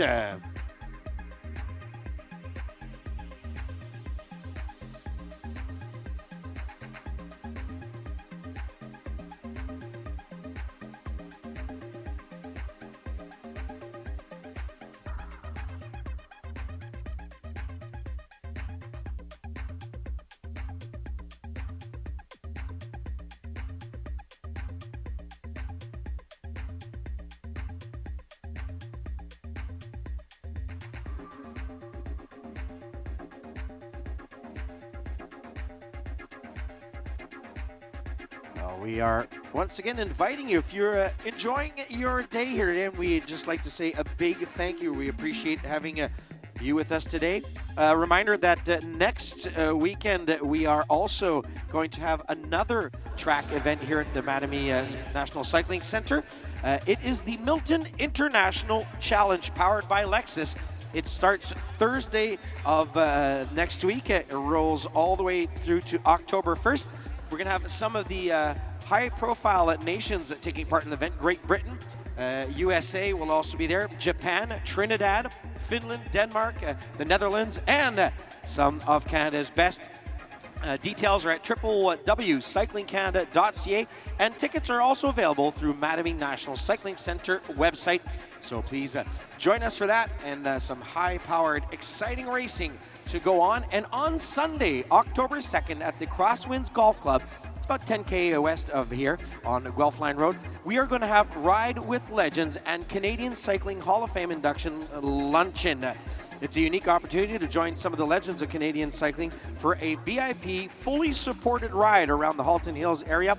And some of the confirmed riders are members of the Hall of Fame, and to be inducted members, so there will be Steve Bauer, Kurt Harnett, Gord Singleton, Alex Stata, Gord Fraser, and Brian Walton will be part of that day, and also some of our Canadian national team members. So once again, www.cycling.ca. So here we have it, our first matchup, first ride of the men's sprinting event. We have Joël Archambault de l'équipe du Québec and Robert Gooch from the Burnaby Velodrome Club getting ready to face off.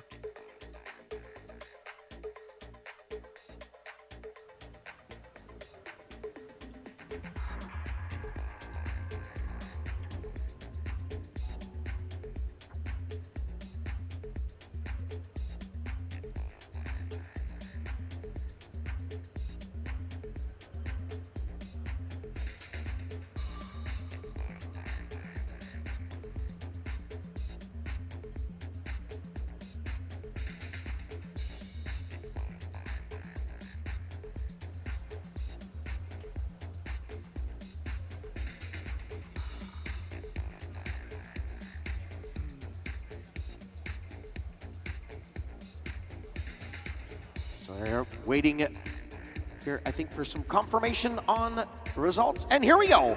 This is the best of three. No? We're just warming them up. Okay, thank you, gentlemen.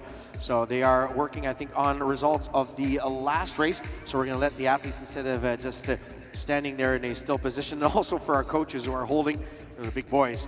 So we're going to let them just ride around a bit. And we'll get ready for sprinting.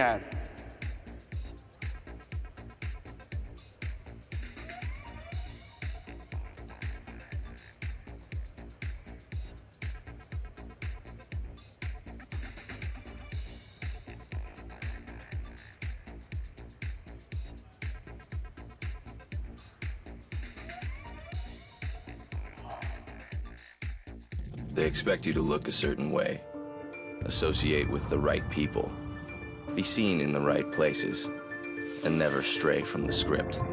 But you're okay with being an exception to the rule. Because the rules weren't made for the exceptional. They were written by them.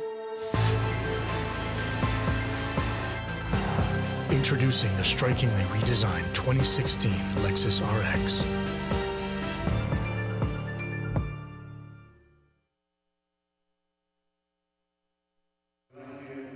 Our friends at Lexus partnering not only with our national championship events, but also the official partner of Cycling Canada and official vehicles of the National Federation and our national team. And they are also partners with the Tour of Alberta this year. So Lexus doing their part to encourage this wonderful sport that is cycling, not only in the track format, but also on a road and cyclocross and different events. So we are just waiting to finalize our scratch race results, and then we'll be going into our sprinting here. And once again, this is a best of three, so the riders will go head to head. First rider to win 2 rides goes to the semi-finals. And if you do not make it to the semis, well, there's going to be a write-off for places 5 through 8.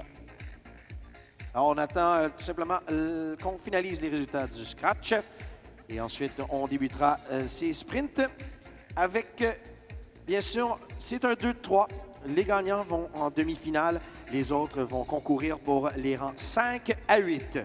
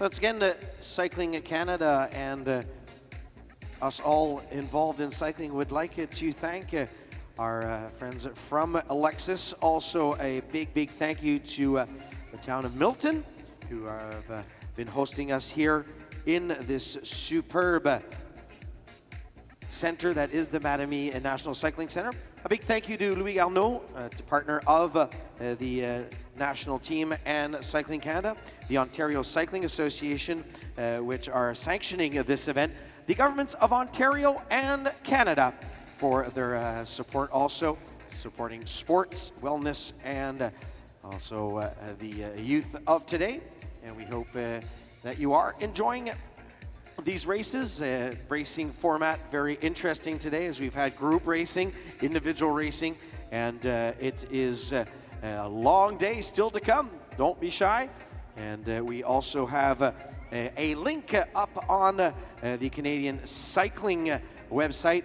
If you have friends that can't be with us here today, they can watch and listen live on the web. Live streaming happening right now, live here today. Well, we have a bit of a break on the track, Randy. Let's just go back in time to the women's scratch race, event number 1 for the Omnium, and just review the situation there. So Jenna Nessman, as we saw, won that race, so she gets 40 points for first. Kinley Gibson was second, so she'll get 38 points for that effort. Steph Ruda was third with 36 points. Jamie Gilgan fourth with 34 points, and Marie-Soleil Blais 32 points for fifth place. So those are the top 5 women in the Omnium after the conclusion of event number 1. Nessman, Gibson, Ruda, Gilgan, and Blais.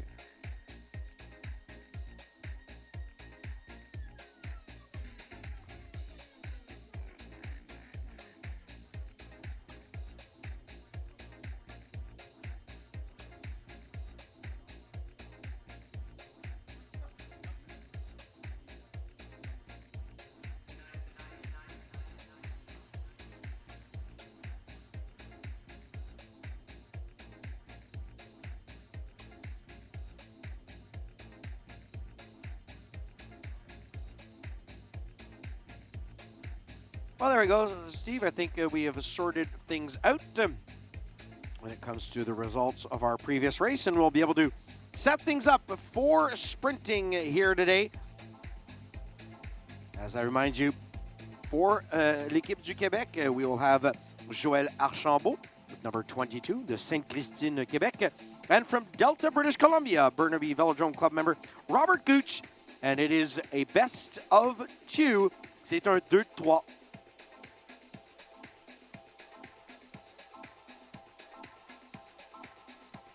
It's a 3-lap race. Riders can attack at any moment. And here we go. Sprinting has started in the elite men's category. So different strategies here can be seen. Used or deployed, I should say. And Randy, they've drawn for the start positions. They do that just prior to going out on the track. The riders draw for who goes on the inside or the outside. And that dictates who gets to lead out here. Now, generally speaking, in the sport of cycling, the prime position is sitting second wheel. So that is where you always want to be or try to be. And you certainly see this in the match sprinting racing on the track. They often sometimes come to a complete standstill, called a track stand, to draw a rider around them if they are in the lead. But these two riders are proceeding along at a moderate pace now. And you'll see riders toying with each other.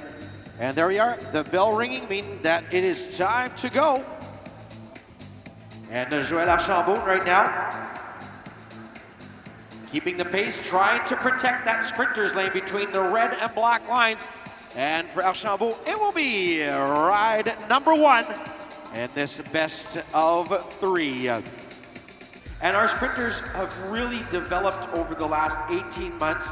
A good part of the success there was, yes, having this track, but also the hiring of Eric Hartwell, the national sprint coach, a 2-time Olympic medalist. and he's brought a lot to the sprinting program, helping the Monique Sullivans, the Hugo Barrettes, the Kate O'Briens, the Joels and company, and really bringing up our sprinters game. We hadn't had so much success in the sprinting since probably the days of Lorianne Munster, and then back to Kurt Arnett in the day.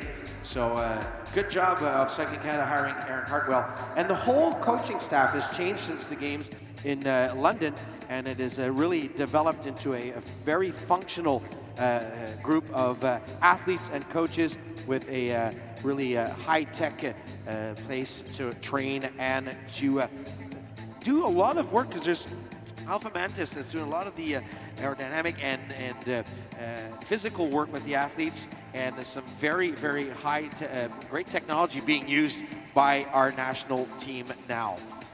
And great to see Kurt Arnett being the chef de mission, Randy, at the recently completed Olympic Games for Canada. And Kurt, he rides regularly here at the track. He has a bike in one of the lockers, the reserve lockers downstairs. Great to see the great Kurt Arnett involved in the sport. And I remember interviewing Kate O'Brien and Monique Sullivan at the send-off event that I hosted here in conjunction with Cycling Canada earlier in the year. And both Monique and Kate O'Brien very grateful and thankful that Kurt Arnett was involved in the Olympic team with his track cycling background, and that Kurt had their back when they were down in Rio de Janeiro racing in the team sprint competition, Sullivan and O'Brien. Yeah, and he was also the chef de mission here in Toronto during the Pan Am Games. So back to racing, we have from l'équipe du Québec, de Windsor au Québec, c'est Patrice Saint-Louis-Pivant. And from Tinhorn Creek, North Vans, Keith Bruno once again, best of three, encore une fois, 2-3. And the winner making it to the semifinals.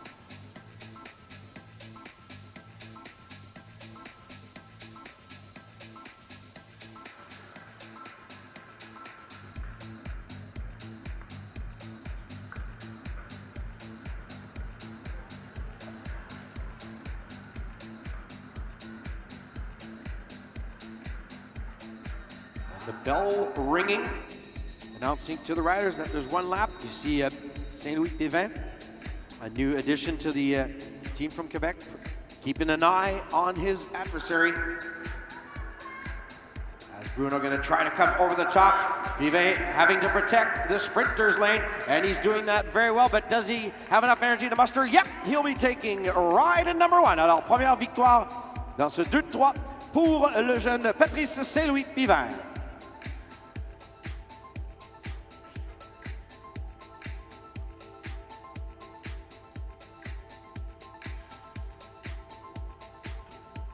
So as Randy was mentioning, the sprinter's lane, that is the part of the track demarcated by the red line down to the black line. When they are on that final push to the line and a rider is in that zone, another rider cannot come in from the left. So you want to own that lane, and you do own that lane if you have a lead and you are in the sprinter's lane.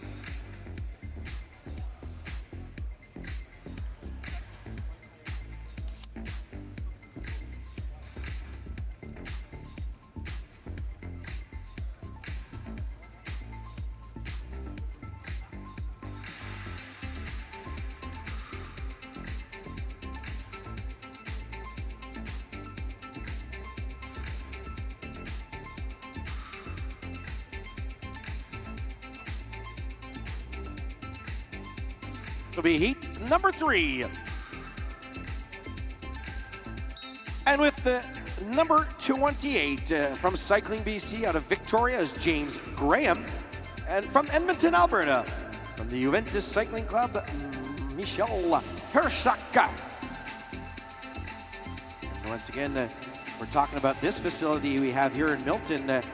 Edmonton on the verge of acquiring the rights to build a very, very impressive facility also.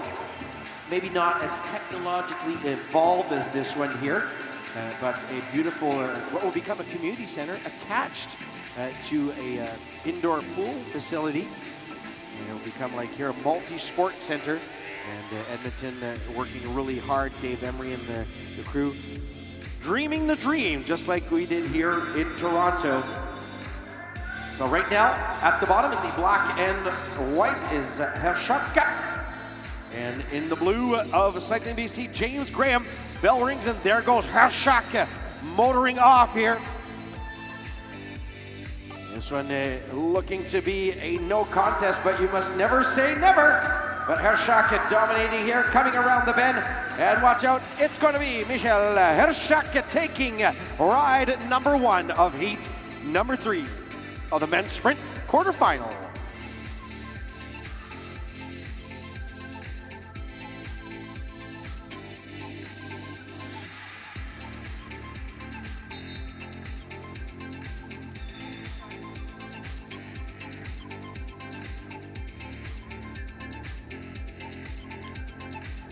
That's right, Randy. We got to have a close look at the plans for that new Edmonton Velodrome when you and I were out at the Tour of Alberta. They had a special promotional display in the VIP area for each of the stages that comprise the Tour of Alberta. And as you mentioned, it's a multi-sport, multi-purpose facility, cooperation from Cycling Alberta, Triathlon Alberta, and the provincial government, as well as the local government in Edmonton. Mayor Don Iverson of Edmonton, a huge fan and supporter of the sport of cycling, so that's great to see.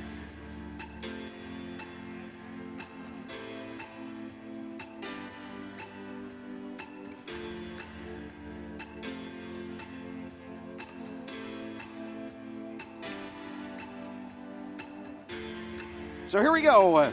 Our next and final matchup in our men's quarterfinal first ride from Martin Swiss Cycles out of Montreal with number 21, Jason Abbott, and from NCCH, powered by Deck Express, Toronto's Fabien Lamaze. And off we go. There we go. We haven't seen a lot of that, Steve. The slow start. And as we mentioned earlier on, we saw in the intro video, they can come to a standstill on the track. It's always very ultimately exciting to see them toy with each other. And then all of a sudden, boom, somebody will explode and try to sprint their way into glory and the win. Right now, we have that going on, that game of cat and mouse. As right now, Abbott at the front.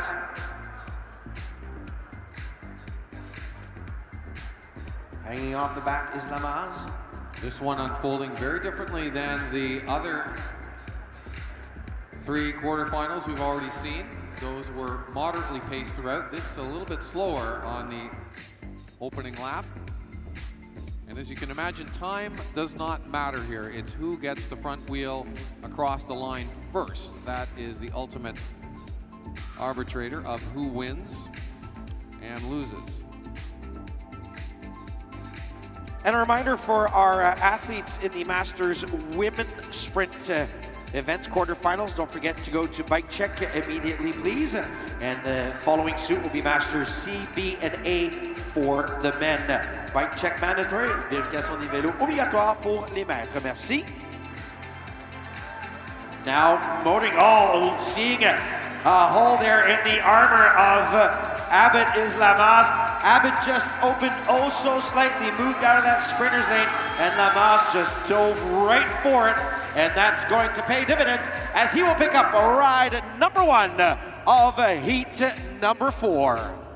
That's right, Randy. Just a momentary lapse there in focus and concentration on Jason Abbott's part allowed Fabien Lamaze to just dip down on the inside and take the lane and just drove that all the way around the final 200 meters to the finish. Well, it's time to move now to our women's Masters quarterfinal sprinting. Once again, we will have the winner of each heat qualify for the semifinals. Won't be a best of 3, and the other riders will go for places 5th through 8th. So winner takes the ticket to the semifinals here in our Master Women's category.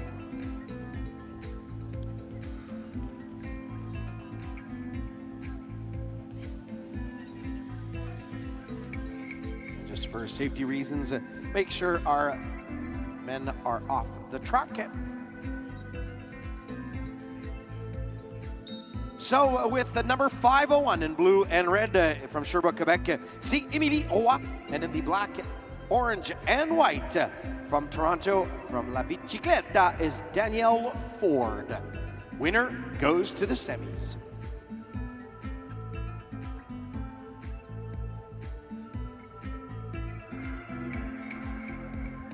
And just a reminder, and we ask for your cooperation for everybody's safety, riders. There is no riding down the ramps. You must get off your bicycle and walk down. Thank you.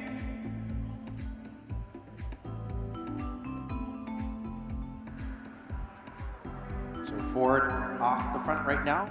Roy hanging off. Once again, forcing Ford to pay attention, look over her shoulder.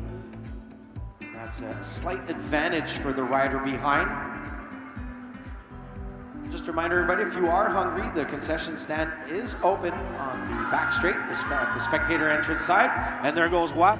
She saw something happening there and said, well, I'm not going to sit back and enjoy the show. I'm going to take this one to the line. Alors, pour Émilie Roy, c'est une attaque bien placée.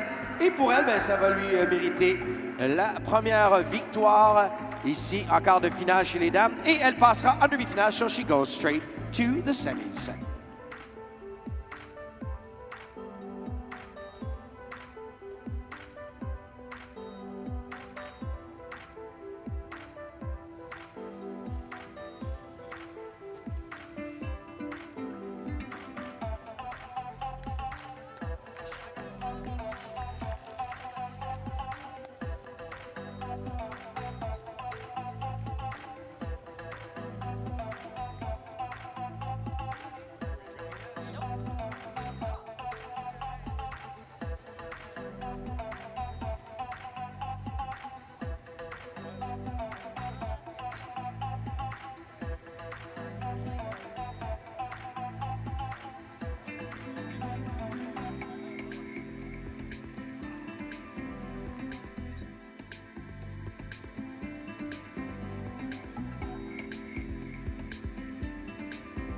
All right, coming up in heat number 2 here, it's the battle of the midweek cycling club.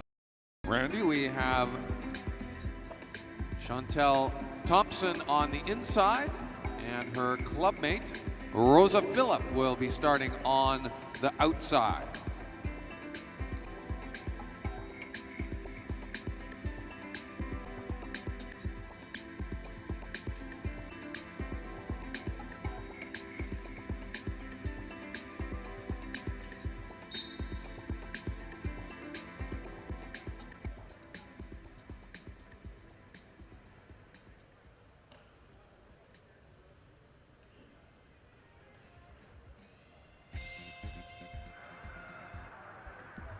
And Chantel Thompson started off with a somewhat aggressive pace here on lap number 1.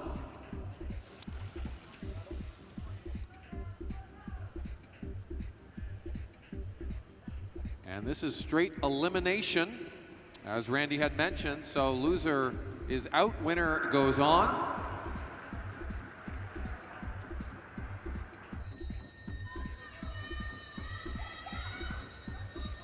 Rosa Phillip coming over the top. And can she keep it up? Seems to be going strong. Chantel Thompson fading slightly. So it looks like Rosa Phillip will be making her way into the Masters Women's semifinal sprint event.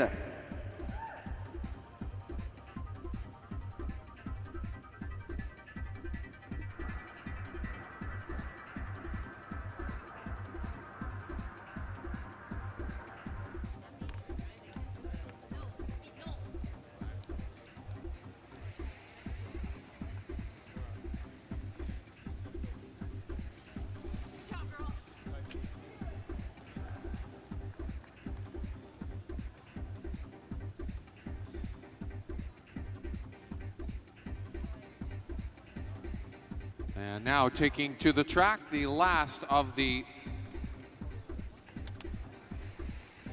the third of the 4 quarterfinal races here. Vlada Dakina from the Kurzawinski Coaching Group, and Ivana Gotsiva from the Beaches Cycling Club, the BCC.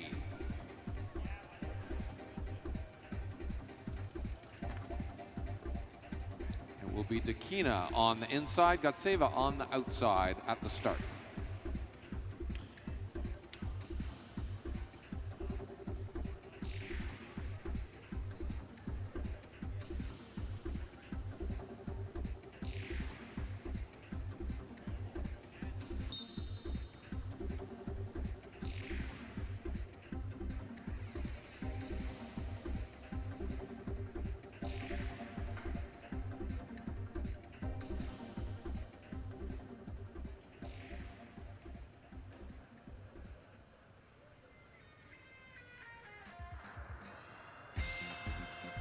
Slower start to this round. They're creeping down the back stretch there.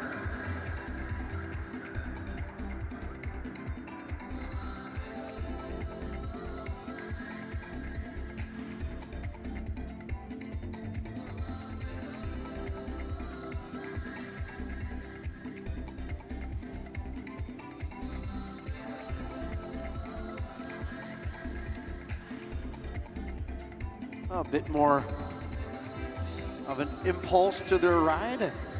As you said, starting off very slow. But this should be a very interesting ride.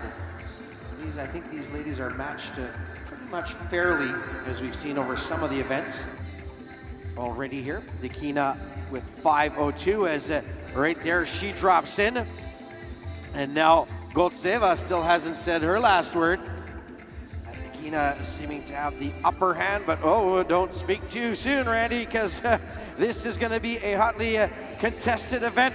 But the priority and also the best lane to be in is that one right there that Dakina owned the sprinters lane, and she takes the ticket to the semifinals.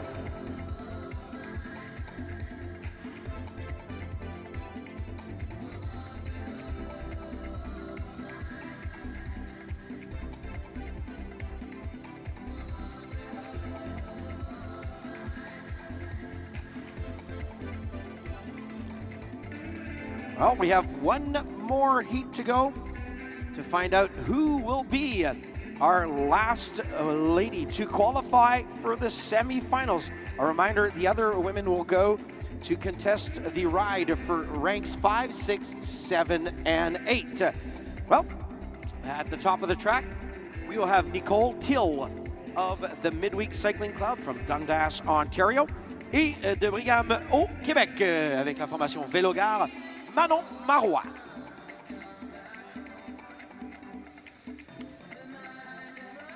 La gagnante se retrouvera en demi-finale.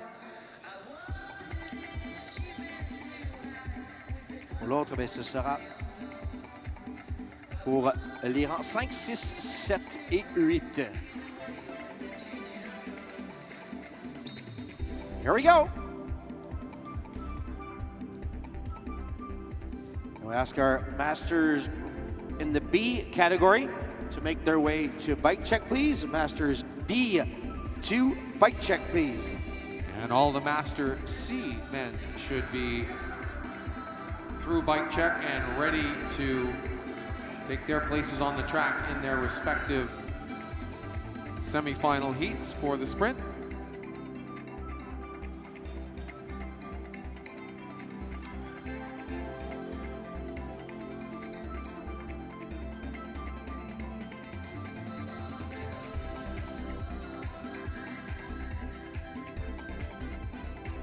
Let's get Masters B category to bike check, please. And the bell ringing, and still with a slight lead is Midweek Cycling Club's Nicole Till. Can Manon Marois muster up enough power to catch her? It's going to be a very difficult task, as Till has motored all the way from the 250 meters out, and yes, she will be gaining that precious ticket to the semifinals. Great move there, Randy, by Nicole Till with about 300 meters to go at the head of the stretch. Coming into the bell, she dropped right down onto the black line and just drilled it all the way around to take the win there.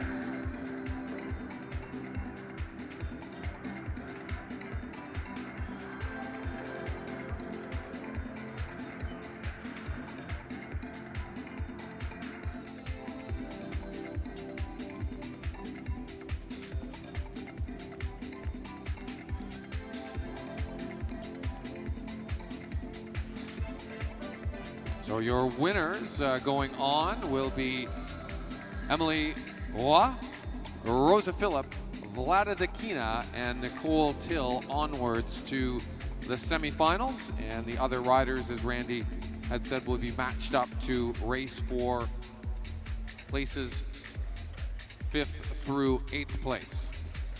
Yeah, now we're going to go to our Masters C event.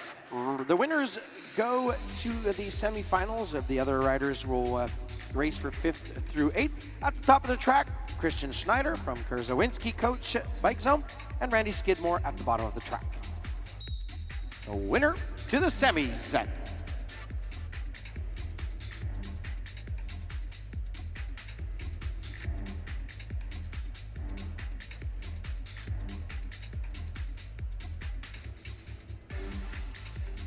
And right away, a great move here by Schneider as he dove down to the track. Once again, trying to take advantage of that momentum that he gains from that slingshot move, going from the top of the bank right into the sprinter's lane. And Skidmore is still not saying no, sticking to the wheel of Schneider. And 1 lap to go. Can Schneider keep this up? Fighting, battling right to the end is Randy Skidmore on the back. Schneider really having to put in an extra push here in the final 125 meters. Can Schneider do it as he comes through around the line? And yes, it will be a semifinal trip for Christian Schneider of Kurzawinski Coach Bike Zone.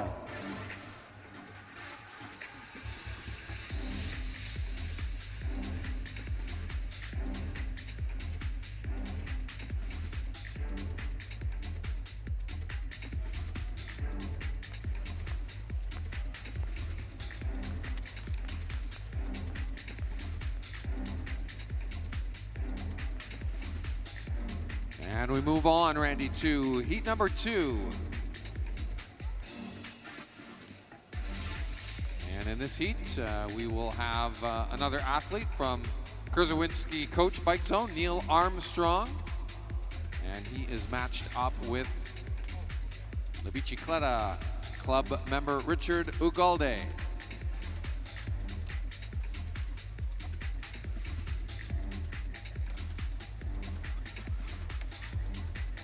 Two veterans here of the track racing scene in Southern Ontario, Armstrong and Ugalde. Ugalde on the outside with the start, Armstrong on the inside.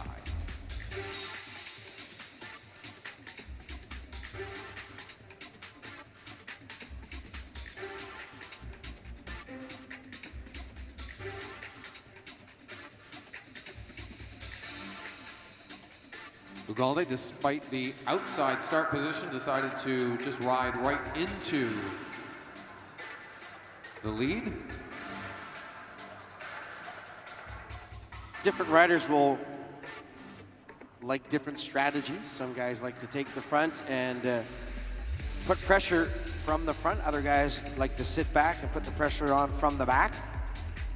And to each his own. The important thing is to cross the line in first place, and that's what right now Armstrong is trying to do. They went out a lap and a half from the finale, so Ugalde's going to just kind of sit here and profit from the draft and hopefully have enough of a kick to come up and around, which he is trying to do right now. But also out of the saddle now is Neil Armstrong, but I think Ugalde is going to be too strong on this finale as he looks back, and yep. So for Richard Ugalde from La Bicicletta, it's going to be a semi-final trip for him.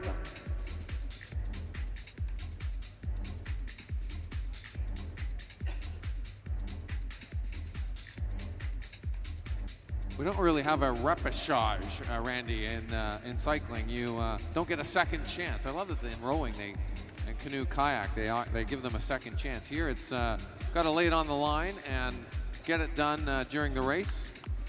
They do in the Kieran. The Kieran, that's right. Kieran, there is the repechage. And you have the rides, the best of 3 in the elite categories, which they don't do at this point in time in the master categories.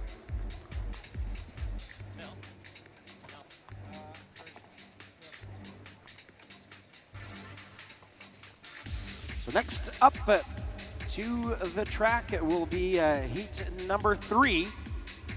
And we'll have here with the black outfit and a white helmet from the west of Quebec Wheelers out of Chelsea, Quebec. That's another stronghold for cycling. Chelsea, Quebec is James Brooks, right on the border with Ontario, Ottawa. And from Barrie, Ontario, another rider from the Kursavinsky Coach Bike Zone, Brian Cashin. Cashin will set up on the inside, Brooks on the outside for the start.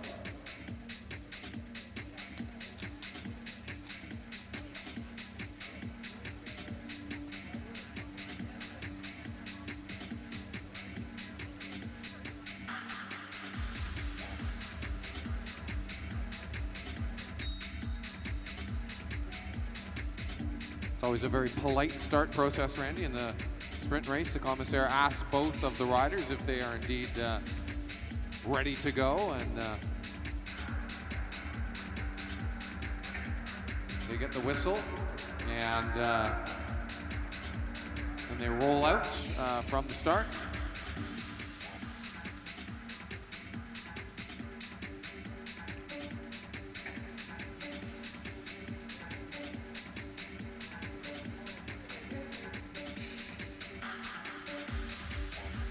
Lead right now is Cashin. Brooks sitting back. Haven't seen a lot of people go high up on the banks this early in the race.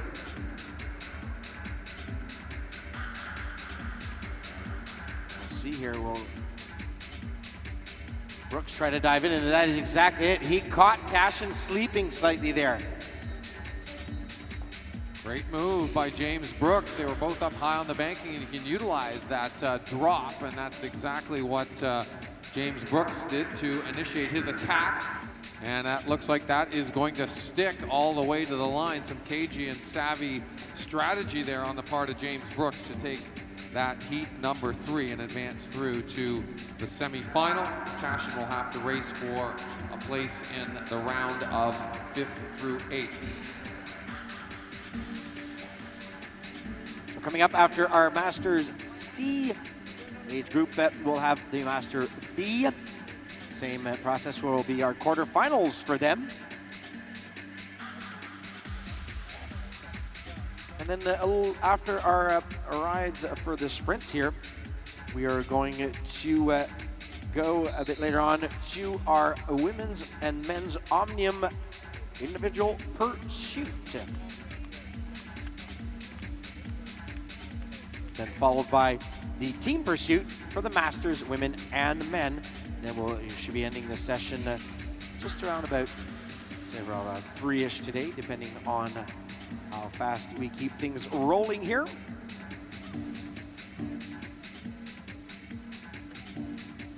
And our evening session also slated to start around 4 p.m. today. Just a reminder, we do have tickets available at the Mattamy National Cycling Center web for the MIC, the Milton International Challenge, coming up as of Thursday, riding right through to the 1st of October. Next matchup, we'll have Charles Cormier de Sept au Nouveau-Brunswick and David Hicken from Kedzut Bicycle Club Team O2 out of Rochester Hills, Minnesota.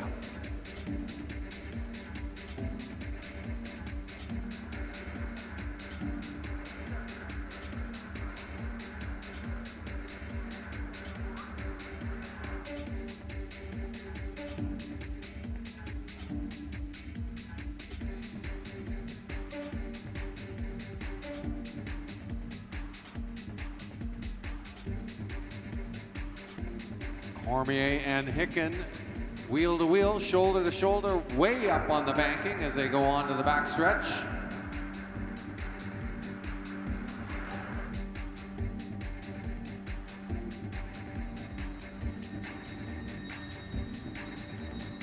And off it goes Cormier.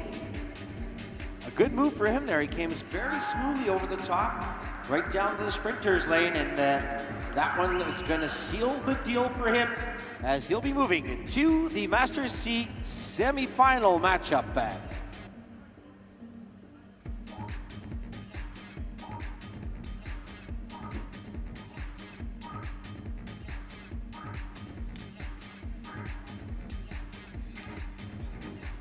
So the winners, Randy, and advancing on through, just review things quickly. Christian Schneider, Richard Ugolde, James Brooks, and as we just saw, Charles Cormier advancing through to the semifinals. The losers will race for 5th through 8th place in a separate race later on this afternoon.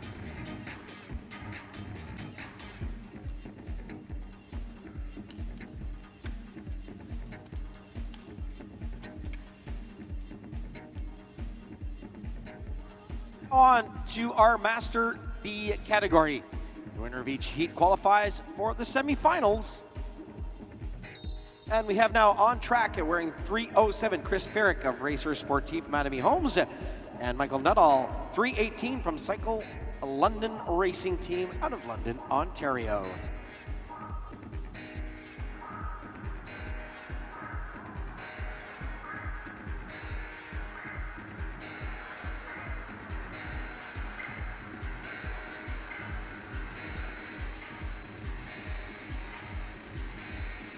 Now sitting in the lead, Michael Nuttall.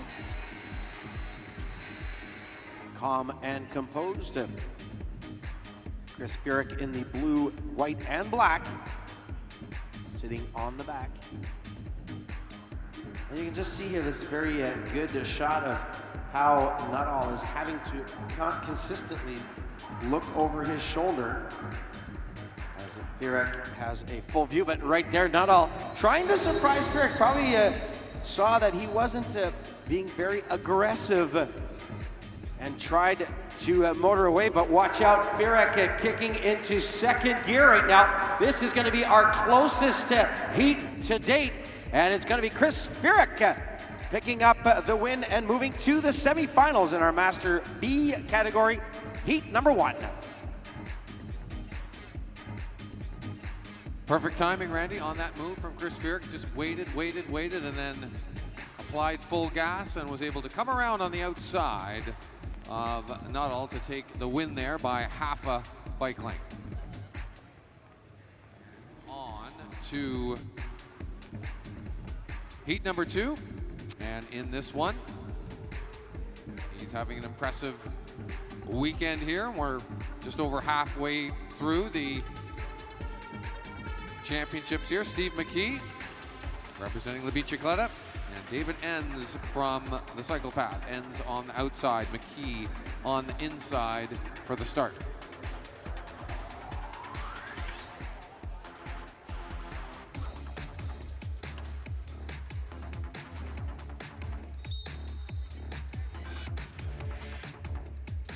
So who between McKee and Enns will be ending up in the men's Master B category semifinals? A long process to make it to a gold medal in sprinting, as you got to go through all the stages, the qualifying through the 200-meter flying lap, then the rides, quarterfinals, semifinals, and into the final.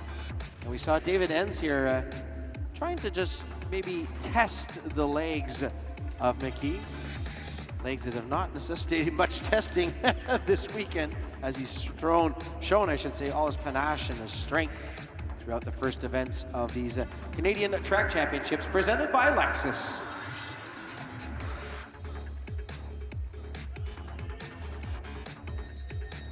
And the bell ringing now. Ends trying it to take off in the front. Can he fend off the oncoming McKee? It's going to be a hard one, Steve, here. It is. There goes McKee around the outside. Here they come into the final few meters. Ends making a good goal, but McKee has a bit more power as they come to the line and takes that one by about a bike length. It looked like it was going to be closer than it actually was. Shake of the hands there between the two competitors. Always nice to see. Steve McKee winning and advancing on to the semifinals.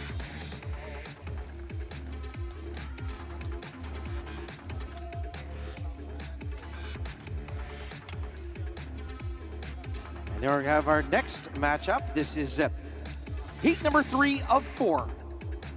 And setting up at the top of the track, representing NCCH, powered by Deck Express out of Waterdown, Ontario, is David Labanks. And Juventus' Edmonton's Jeffrey Bacall in the black and white. Encore une fois, le gagnant directement en demi-finale. Pour les autres coureurs, mais c'est pour les rangs 5 à 8 lors d'une finale de consolation. Here we go!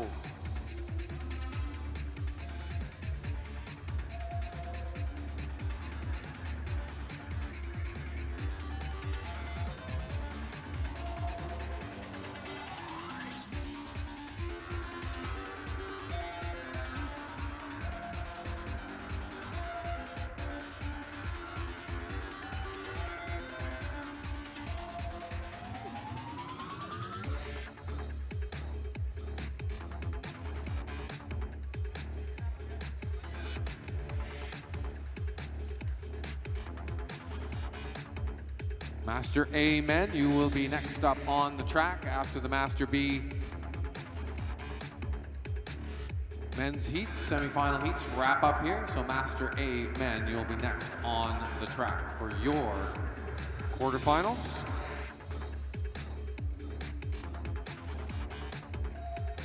And already the bell resounding here. This is going to be a very close race. It didn't look that way from the onset, but now, watch out, Labanks putting up a fight here. Bacall really having to defend his zone, and it's going to be Bacall finally, and almost slipping up there as he came around the 4th turn.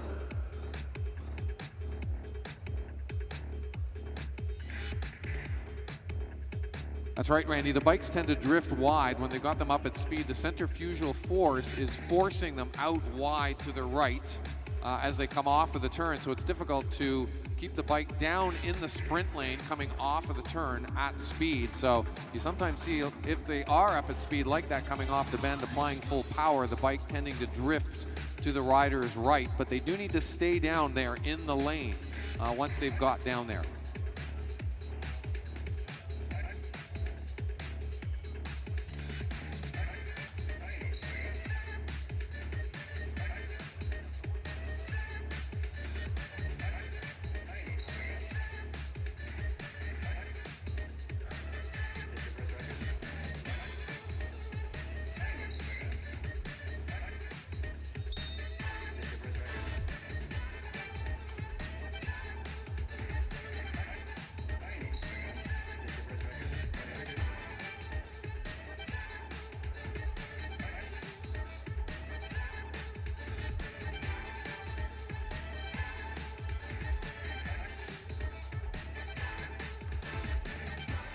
So as we have our last matchup with Brent Atkins at the back of the group here, West Quebec Wheelers, and Matthew Ford of La Bicicleta in the stands almost at the front.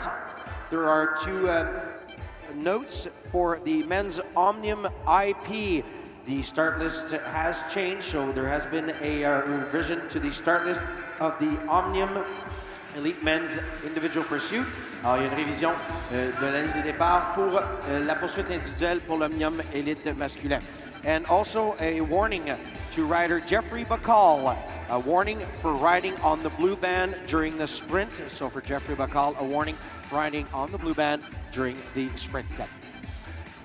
And back to current sprint action, Randy. On the track now, we have heat number 1 for the Master A Men. Brent Barg versus Denny Coulet.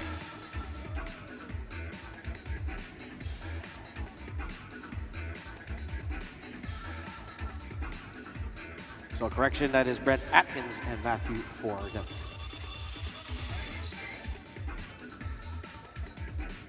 final heat of the Master B.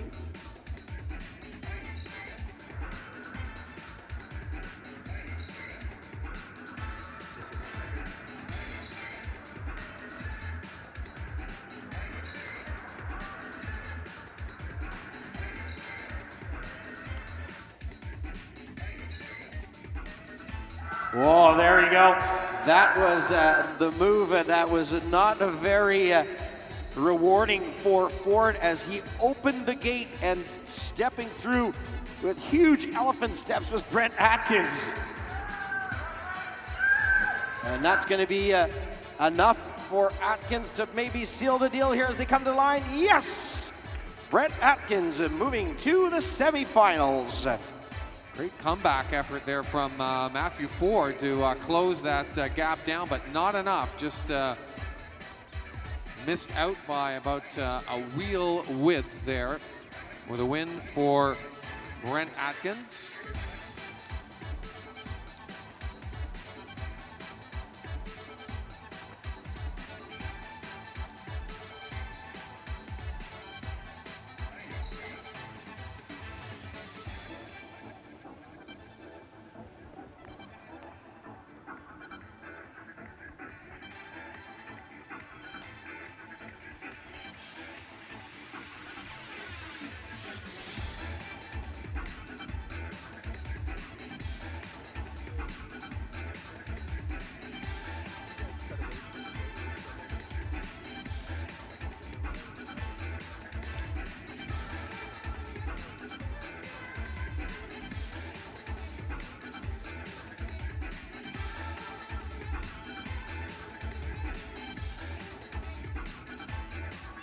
So I got a bit ahead of myself, Randy, the last time. This is Brent Barg and Denis Coulet.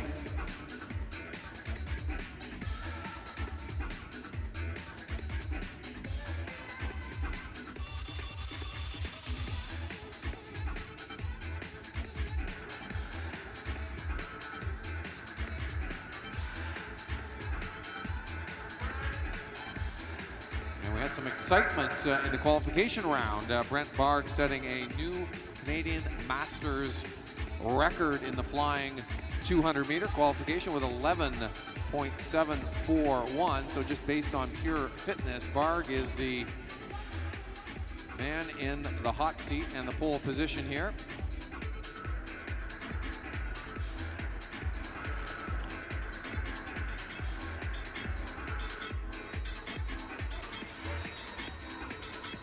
And Berg trying to hold on to the front of the race right now. Denis Coulet qui tente une deuxième accélération pour le rattraper, trying a second kick.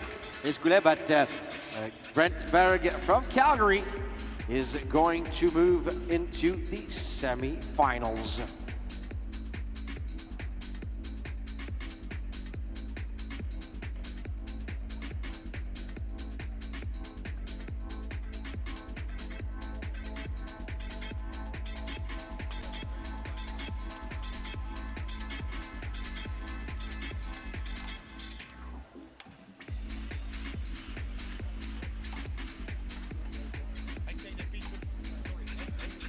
So next up on the track in heat number 2 here in the Master A men's sprint quarter final round, it's going to be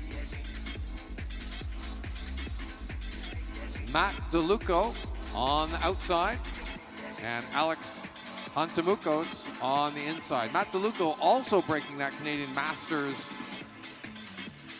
men's flying 200-meter record in qualification, and he only held it for maybe about 2 minutes before Brent Barg came along and broke it once more.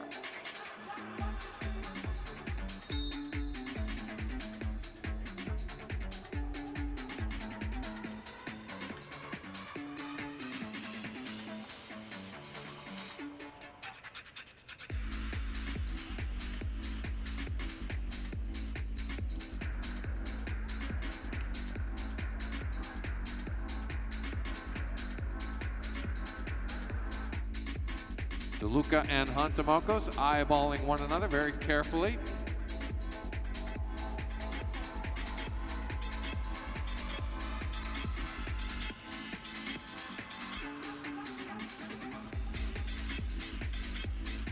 Speed picking up here as they work their way around to the bell and 1 lap to go. Oh, that's what happens, Steve. When you open the door and you leave that sprinter's lane open, your opponent will jump in there. Matt DeLuca, who earlier on first set a new Canadian record, taking advantage of that, and he is really sticking there. You got to be careful. You can't block your opponent either. Commissaires will be looking for that. So Matt DeLuca is going to take the win. Let's see if there is going to be a caller, because DeLuca at one point kind of left the sprinter's lane. However, the sprint had not really officially been started, but that will leave that decision up to our officials. He was right on the red line for about 20 or 30 meters there, Randy, but hopefully it'll be okay with the commissaires. Matt DeLuca moving on. Alex Hantamacos on to the 5th through 8th final later on.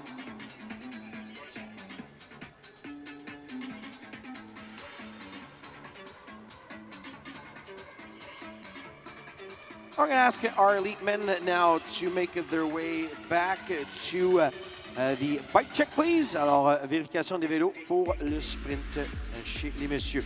So we're going to be going back to our Master A group. And Vincent Marcotte from Langlois Brown Racing in the black outfit.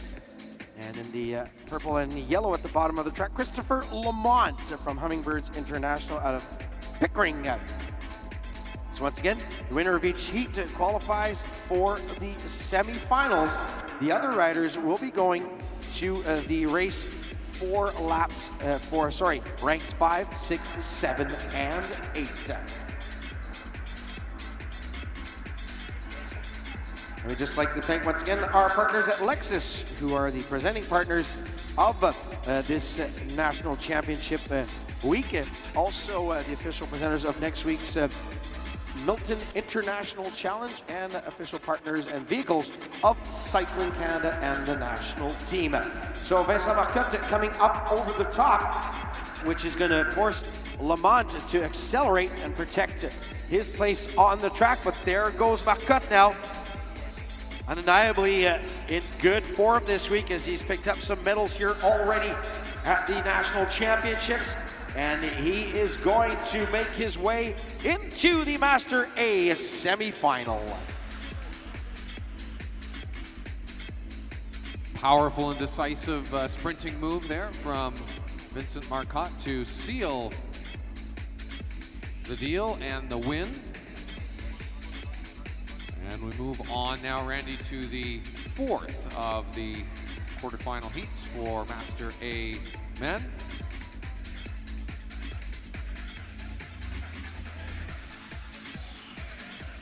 And momentarily taking to the track will be Andreas Eim from Team iBike and James McLean from the Home Milton Cycle Club right here in marvelous Milton, Ontario.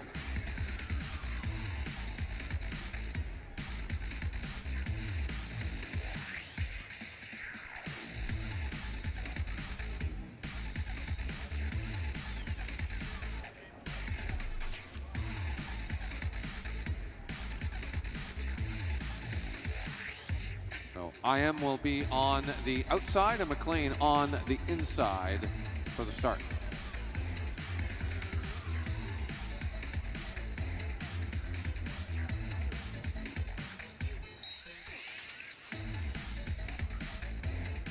Off we go, Steve. In this, as you said, the last ride to see, or last heat and ride to see who will be going to the semis in the Master A category. So in the black and white, James McLean, and in the all black and white helmet, Andreas Eim.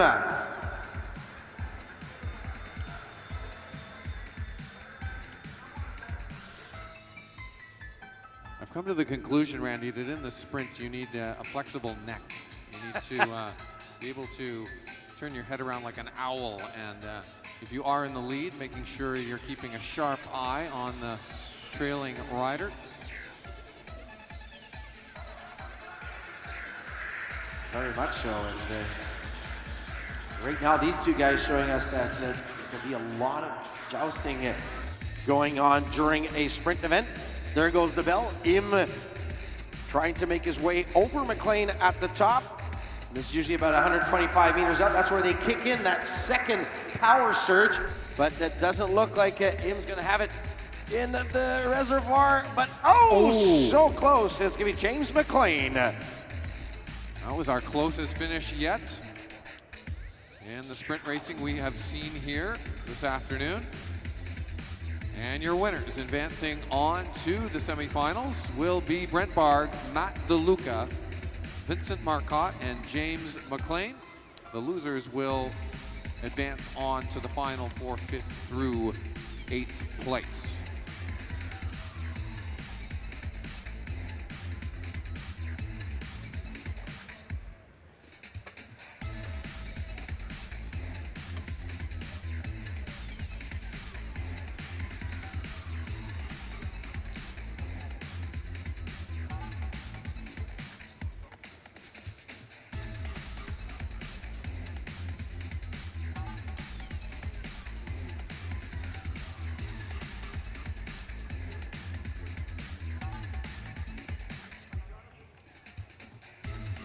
So here we go. This will be ride number 2 in the best of 3. Archambault and Robert Gooch. Archambault in blue de l'équipe du Québec and Gooch in the black. Joël Archambault picked up the first win on ride number 1. So pretty straight up mathematics here, Randy. Robert Gooch needs a win to keep this thing alive. So his task is pretty clear. Joël Archambault in the driver's seat with the win from the first round. They race best of 3.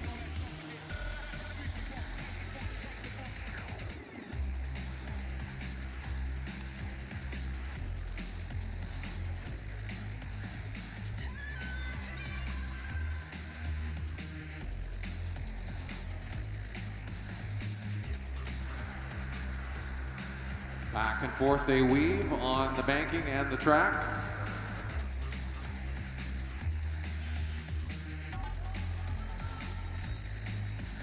And this is going to be the final lap as Archambault takes place and tries to keep ownership of that real estate, but Gooch putting up a real good fight on this second ride. Archambault taking up advantage of that shorter distance, and it will be ride number 2 and a trip to the semis pour Joël Archambault qui gagne la deuxième manche et mérite donc une place en demi-finale.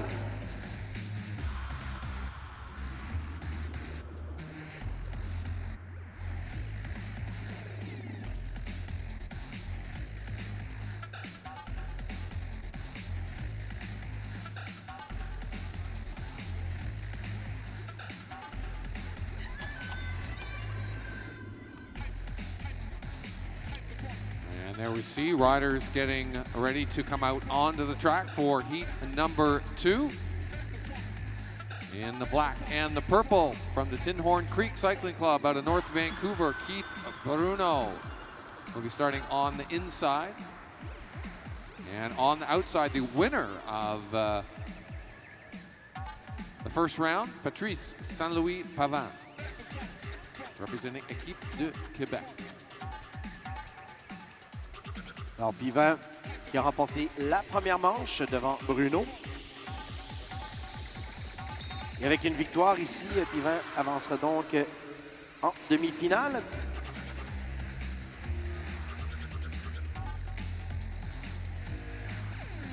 As we say, Steve, it's do or die for Bruno. Absolutely. Bruno needs a win here to keep this alive. Saint-Louis Pavin looking for a win to advance on to the semifinals.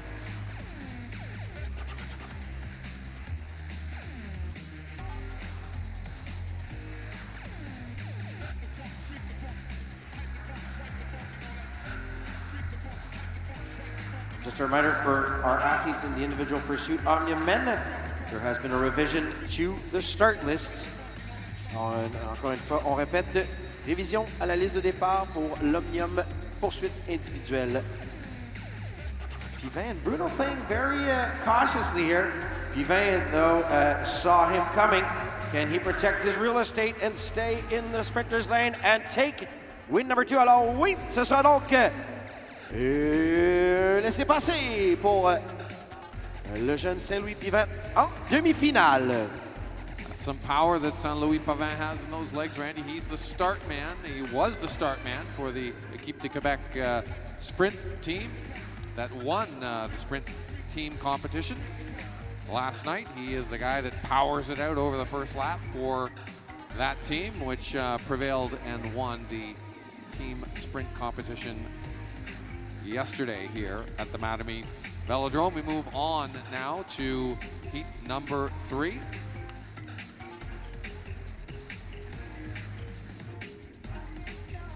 Riders just getting set. They want to make sure to adjust the tension on the pedals. In addition to the clip-in pedals, some riders opt for extra straps over the toes just to hold the whole thing in and tight. Michel Herschak from the Juventus Cycling Club will be going on the inside. He was the winner of the first round. And James Graham from Cycling British Columbia out of Victoria, BC, starts on the outside. I'm going to remind our masters that will be riding for ranks 5 through 8 to start making your way to bike check and to the start line. Alors on rappelle aux athlètes qui vont disputer les finales pour les rangs 5 à 8 de passer bientôt à la vérification des braquets, mais également se diriger vers la ligne de départ, s'il vous plaît.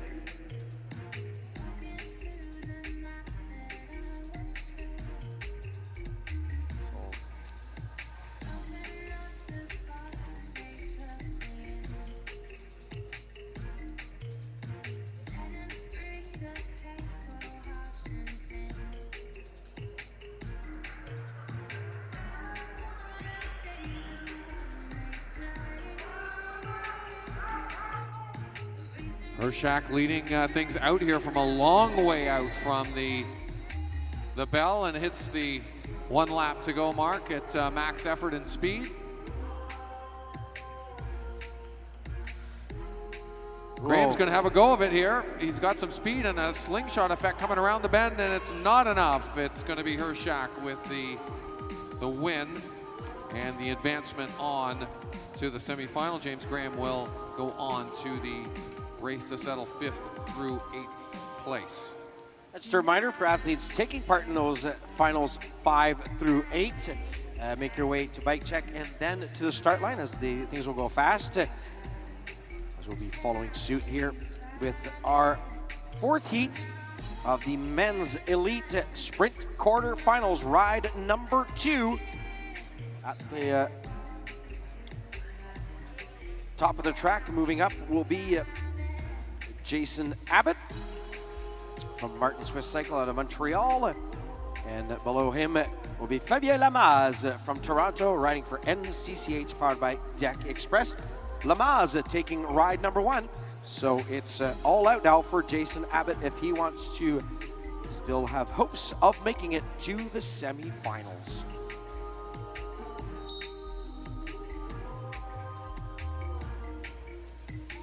Aggressive push away from the line there for Fabien Lamaze, and some early speed by him. Jason Abbott closes that down, keeps a sharp eye on Lamaze in front. They are right up on the edge of the banking, right along the rail as they make their way past the finish line with 2 laps to go now.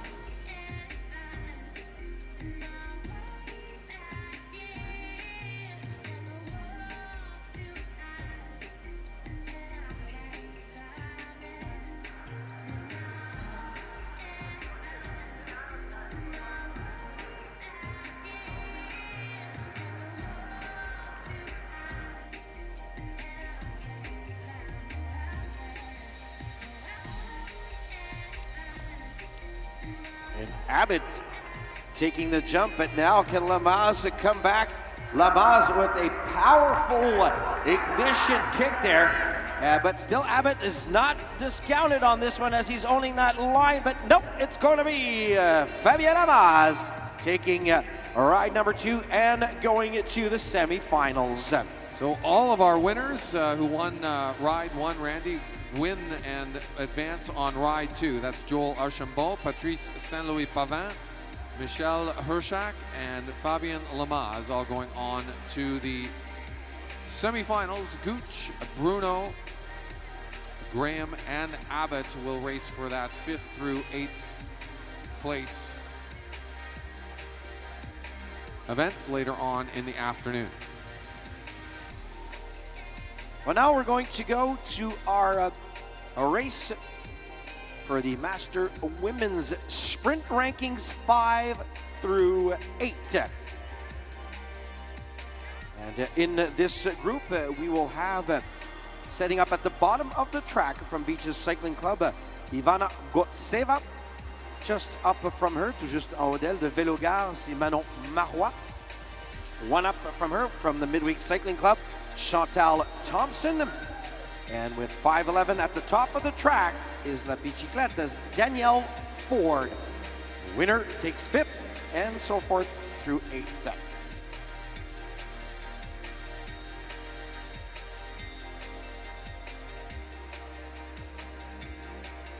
This is somewhat unusual with 4 riders now in the 3-lap sprint. Very different dynamic. Adding more riders adds different elements and dynamics to the racing and the strategy that they will employ. Very different than the 2-up sprint. In numbers, resembles much more a Kieran race, not in format though. One big thing here is that if you're sitting 3rd or 4th wheel, the drafting effect more substantial, so. Definitely, yes. But also if you're sitting 3rd or 4th, you're toying with disaster, because especially if you have the fastest rider setting up at the front, it's such a short race. And right there, the race is on as we are on the final lap. Having the upper hand right now is Ivana Gotseva. Right behind her is Marois. Then we have Thompson and Ford bringing up the rear. And this is going to go to Ivana Gotseva, followed by Marois, and then Thompson and Ford. So there's 5th through 8th places in that exact order, Randy, as they came across the finish line.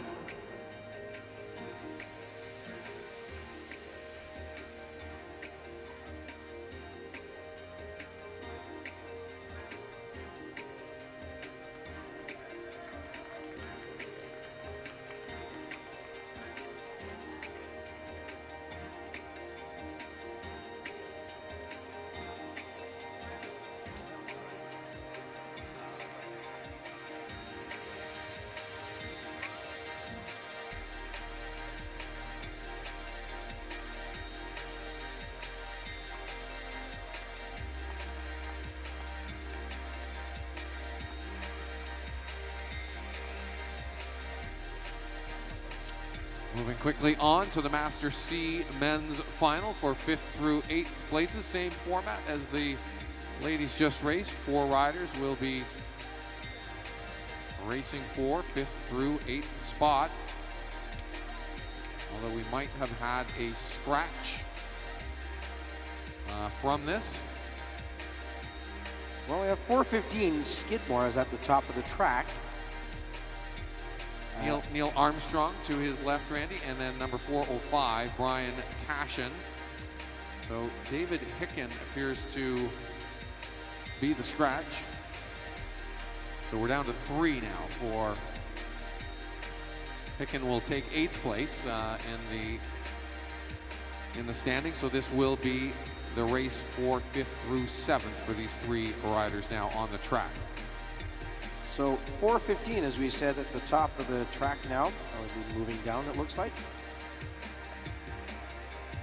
On the Fuji bike. At the bottom of the track, we have 405. Once again, with the Argon black and red bike is Brian Cashin. Then one up, as we said, 4:15 On the black bike is Randy Skidmore, and at the top of the track with 4:02 in the white helmet is Neil Armstrong.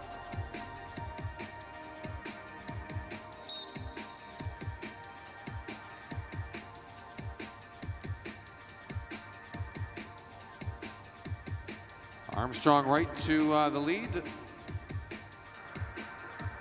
Not hiding what he wants to do. He wants to take this from the front.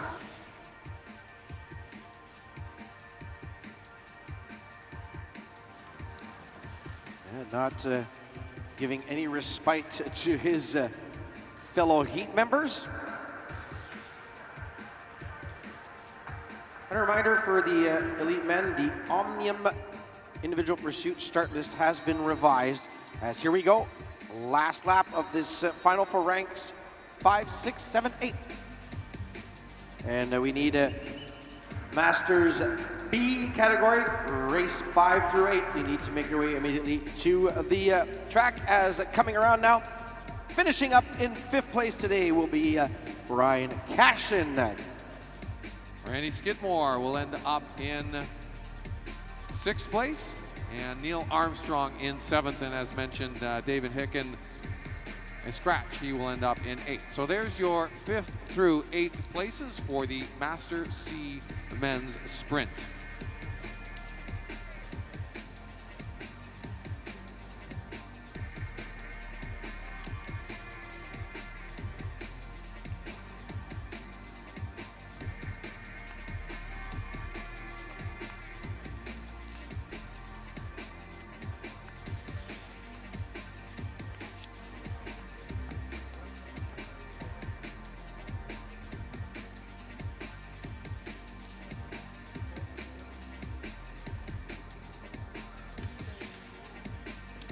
And we move on now to the Master B Men's Final for 5th through 8th place. And it appears we have the full complement of 4 riders who will be taking to the track.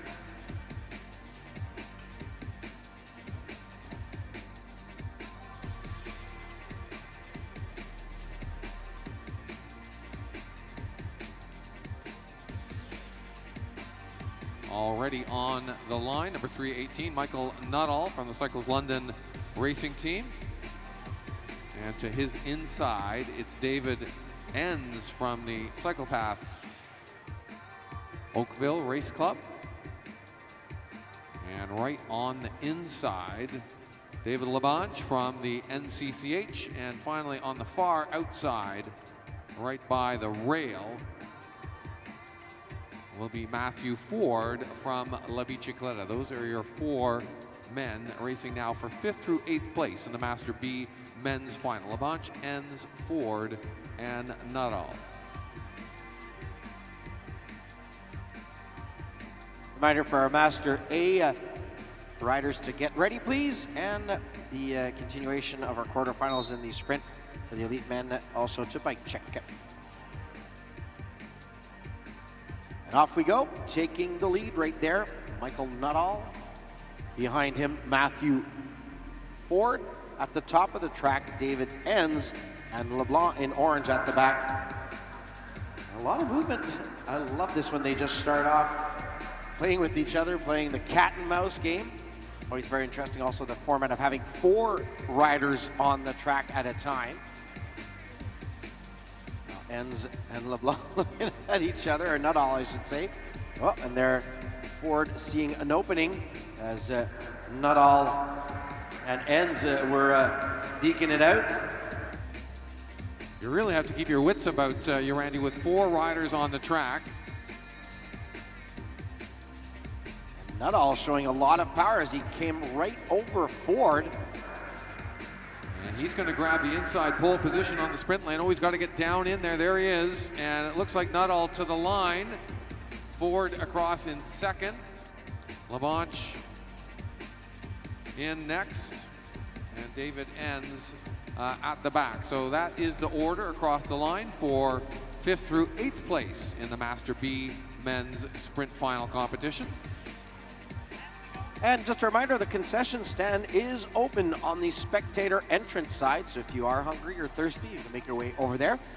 And also, just a reminder, if you would like to purchase tickets for next week's Milton International Challenge that will present to you some of the top riders in the world, well, you just have to go to the Mattamy National Cycling website, and there is a link there to purchase those tickets at a ridiculous price, I must add, Steve. It's a pretty good deal for the type of show that we're going to have once again here on the track in Milton, happening next week. And if you are listening live and watching live on the web, welcome, and great to have you with us. And don't forget, if you're in this neck of the woods next weekend, it is the Milton International Challenge, and you are more than invited and welcome to be with us during that event. So here we go, Steve. This is our Masters A final for ranks 5 through 8. At the bottom of the track, we have Andreas Im of Montreal with the white and helmet and black outfit. Right above him is 208 Alex Hantumakos. Then with the yellow stripe on his back with number 202 is Denis Coulet de Montréal, and the colorful purple and yellow with the green bike is Christopher Lamont from Hummingbirds International Cycling Club. Master A Men final ranks 5 through 8.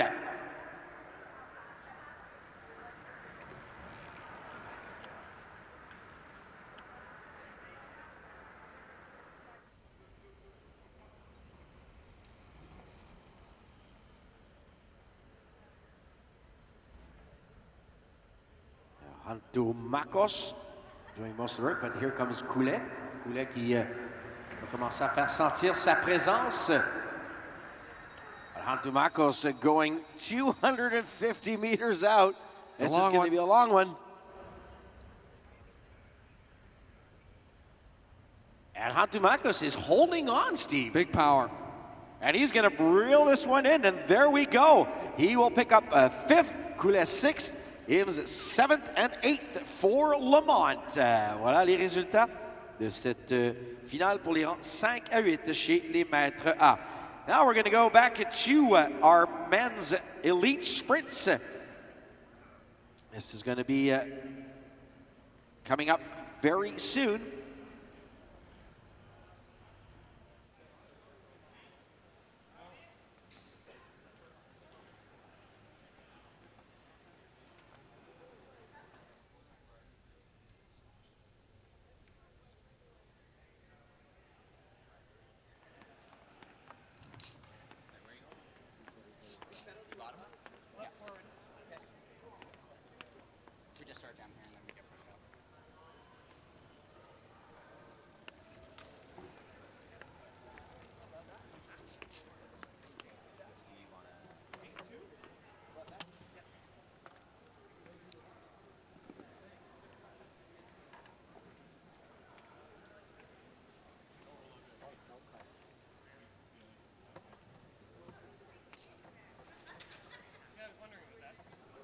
So this will be our race for ranks 5 through 8 for our elite men after the quarterfinal process.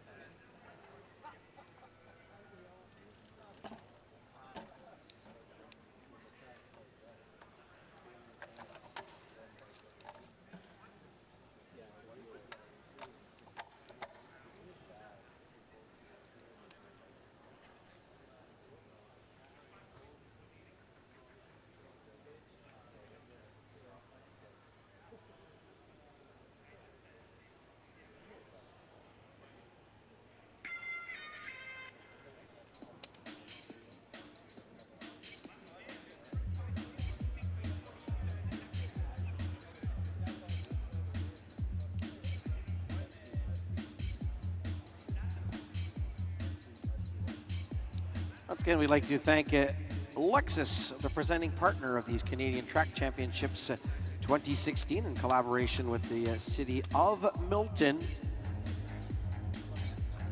An event that is sanctioned by the Ontario Cycling Association with the support of the Government of Ontario and the Government of Canada.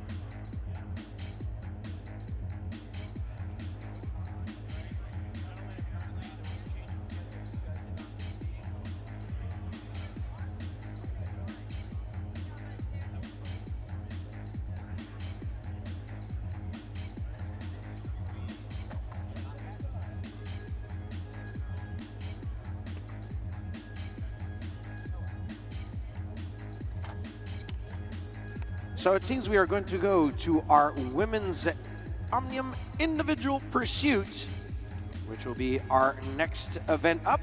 And this is following suit. It is our second race of that 6-event Omnium.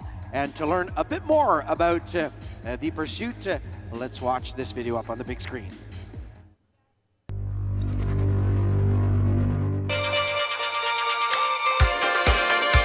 In the individual pursuit, men race over a distance of 4 kilometers or 16 laps, while women race over a distance of 3 kilometers, which is 12 laps. Riders with the 2 best times ride off in the final for gold and silver. The next 2 fastest riders ride off in the final for bronze and 4th place. 1 rider starts on each side of the track, and they race each other and the clock. The winner is determined by either catching the other rider or by recording the fastest time.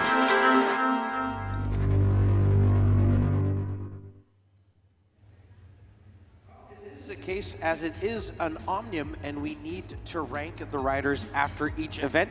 Riders will continue even if they are caught.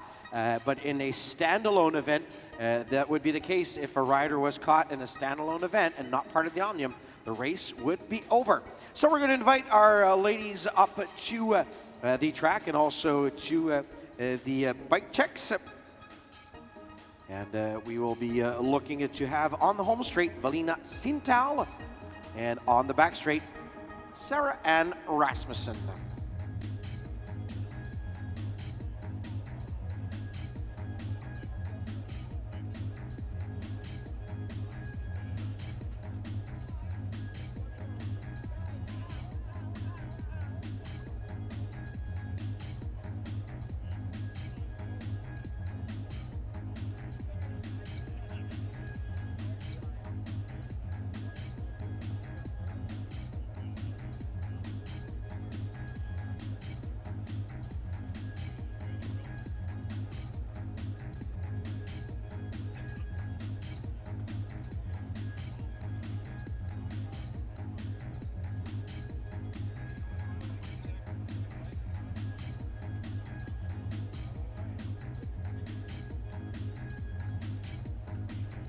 So going to the program, we are going to be having our second Omnium race, the individual pursuit, in a few minutes.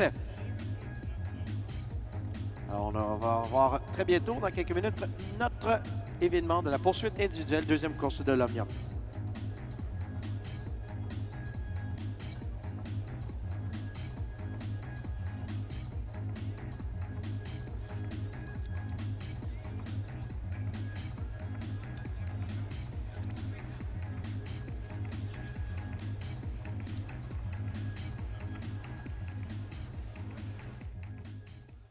They expect you to look a certain way, associate with the right people, be seen in the right places, and never stray from the script. But you're okay with being an exception to the rule. Because the rules weren't made for the exceptional. They were written by them. Introducing the strikingly redesigned 2016 Lexus RX.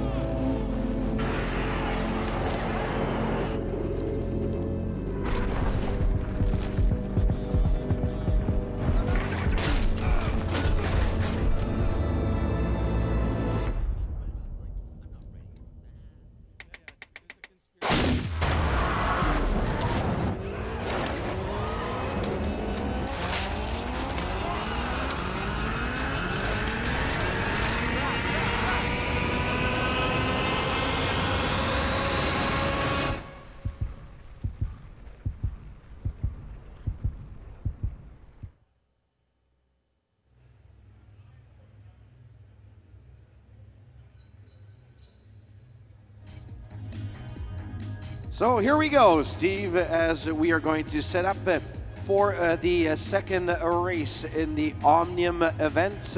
This will be a 12-lap, 3-kilometer individual pursuit. And it looks like we're going to be setting up only one athlete at this point.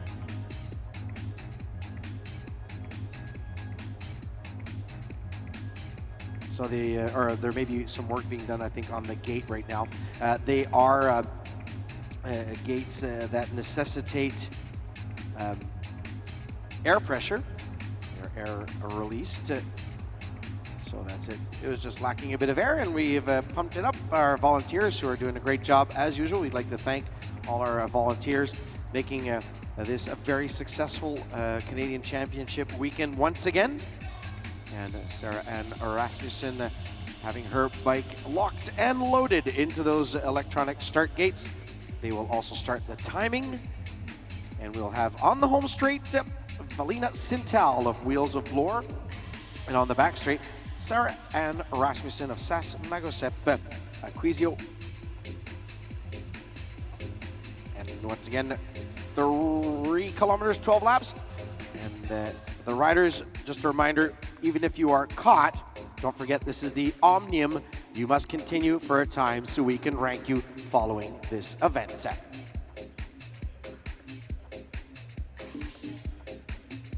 This will be your first heat of 7.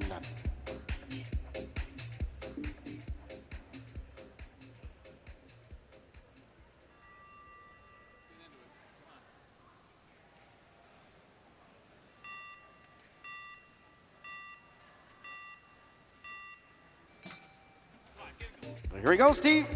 This is the ladies' pursuit, individual pursuit, kind of the same fashion as the team pursuit, but this time, as the name states, individually. Clean start from both of the ladies, aggressively moving away from the start blocks, both opting for aero bars, pursuit bars on the front end of their bikes, and they get down into that lower position on the front. Sarah Rasmussen's brother, Johnny Rasmussen, one of the top U23 triathletes in Canada. The Rasmussen family, very fit and athletic. Sarah Ann here racing in the Omnium and making up some big ground on her competitor, Valina Sintal.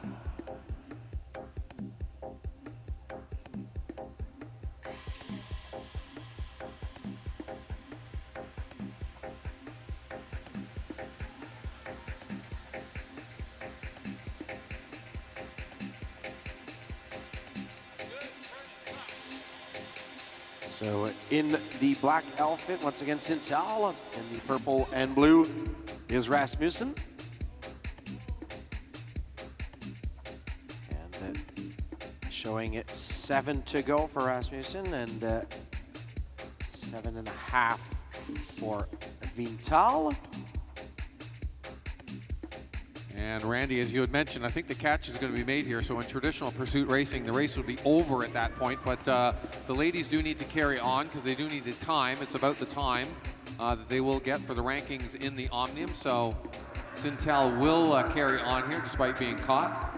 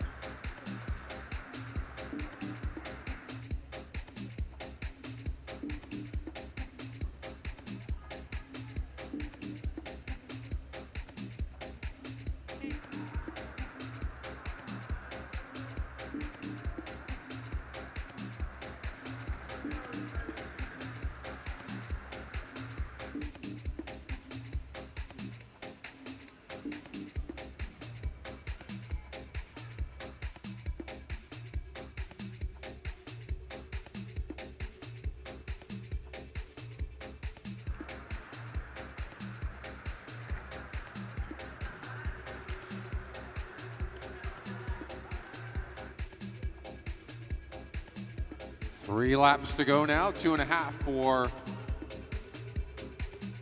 Rasmussen. She will finish on the backstretch. Sintel on the home straightaway. At the pursuit line, is the midpoint of the back and the home stretch. That's where the timing is, as opposed to the traditional finish line.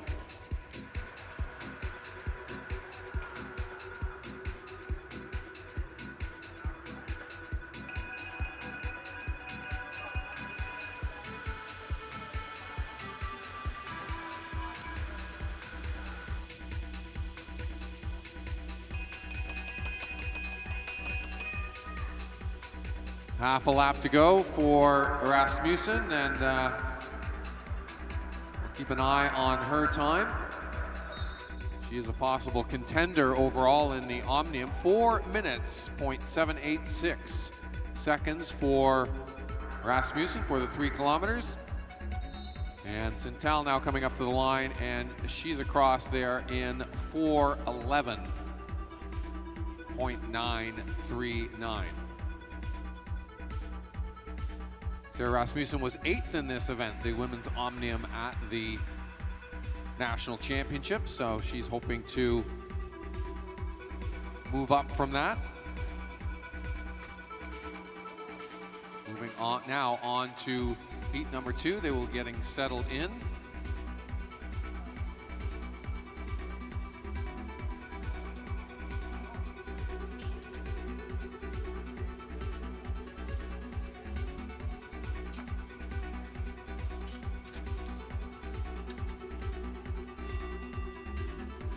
On the home straightaway, representing the Beaches Cycling Club, it will be Aubrey De Silva, and on the backstretch, representing Cycling British Columbia, it is Brenna Pauley.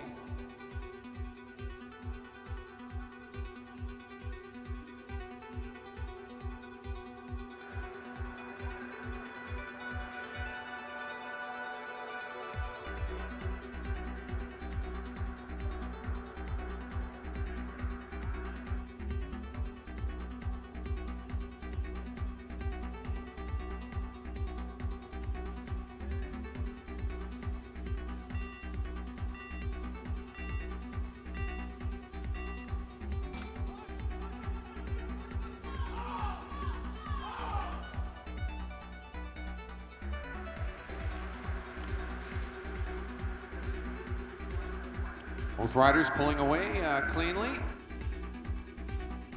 and both opting for, at this level, typically we'll see pretty much all of the riders using the pursuit or aero bars on the front of their bikes to optimize aerodynamics.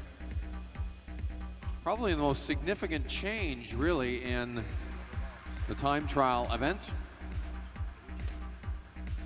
First invented by triathletes back in the late 1980s. Greg LeMond, the first professional cyclist to popularize them in road cycling with a dramatic win. I believe that was the 1989 Tour de France, winning the final time trial by 7 seconds over the late Laurent Fignon, and it was the bars that was the difference in that win for LeMond, that dramatic Tour de France win. I think we've never had a time trial since then on the final stage. I think they should bring that back. A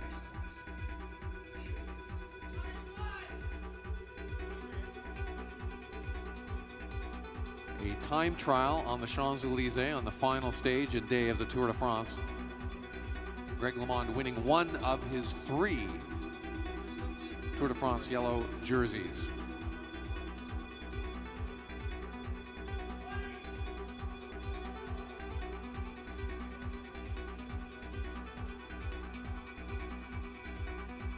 And speaking of the yellow jersey, we do have in the house the great Steve Bauer with us here today, coaching several athletes who are taking part in the competition over the weekend. And Steve Bauer wore that yellow jersey in the Tour de France for 14 days in total. Great to have Steve here. He will be taking part in the Ride with the Legends next weekend, next Sunday, a week from today.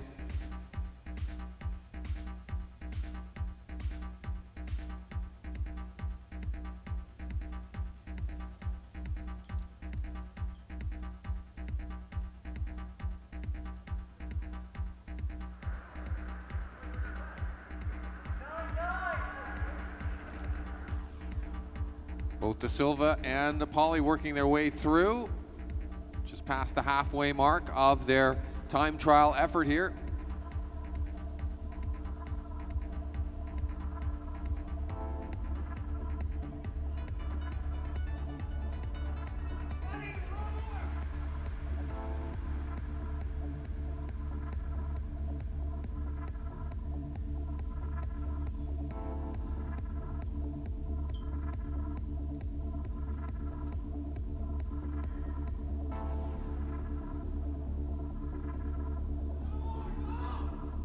Pauly has a bit of a lead here, about 2 seconds up now on De Silva, head-to-head in this particular heat. They, of course, are racing overall, so how they do against one another, not completely irrelevant, but it's more the overall performance that will matter here for each of these women. And then the points that they will score in the overall Omnium points category. This event number 2 of 6 in the women's Omnium.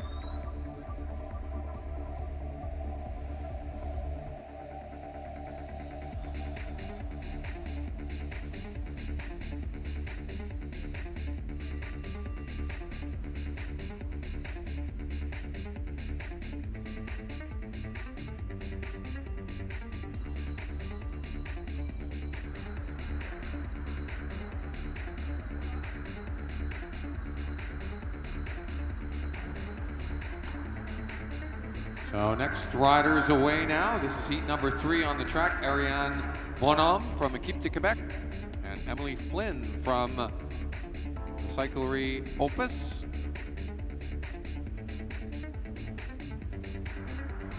Cyclery Opus club and team had a great performance at the National Road Championships.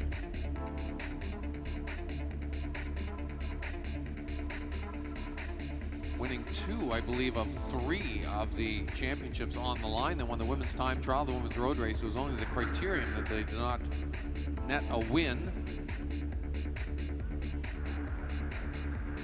Tara Whitten winning the time trial. Annie Foreman-Mackey winning the women's road race in dramatic fashion with a 30-kilometer solo effort to completely surprise the field.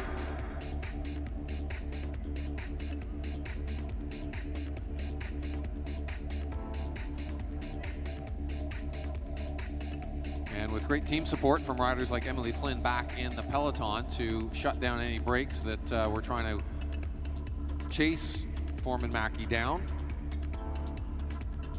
After all, it is a team sport.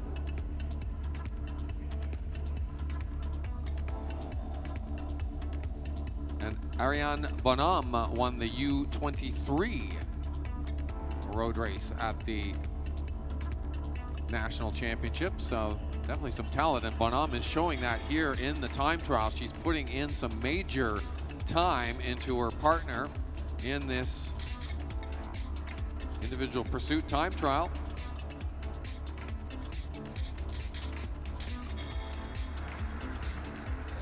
Yep, the team, these two ladies are usually teammates on the Cyclery Opus. Team managed by Jenny True, former cyclist herself, and we'd like to congratulate them, Chris and Jenny, on the birth of their second child just recently, so congratulations. And I should have looked at the socks, Randy. They both have the Opus. They're wearing different kits. Bonhomme wearing her Quebec team kit, and Flynn wearing her Opus team kit, but they're both wearing the Opus team, Cyclery Opus team socks, the pink socks. So that should have been the indicator that these are teammates for their trade team. Ouais, alors, Bonhomme qui continue son petit bonhomme de chemin, comme on peut dire, qui est présentement en tête. Évidemment, c'est la troisième vague de Sept, the third wave of 7.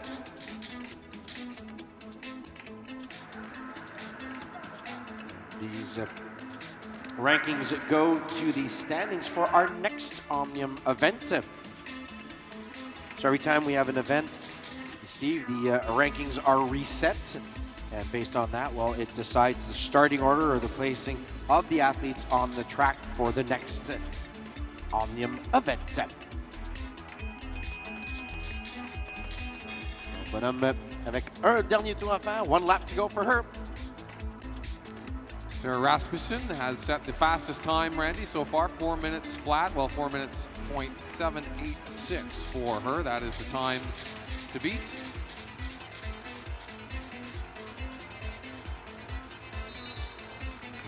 So for Bonhomme, c'est un temps de 3:48, 3:25, le nouveau temps de référence, the new reference time, 3:48, 3:25. And we've been going all out to complete here. And for her, 4:00,539, good for second right now. So that'll push Rasmussen back into third, both Flynn and Bonhomme usurping the lead time, the reference time that Rasmussen had laid down from heat number 1.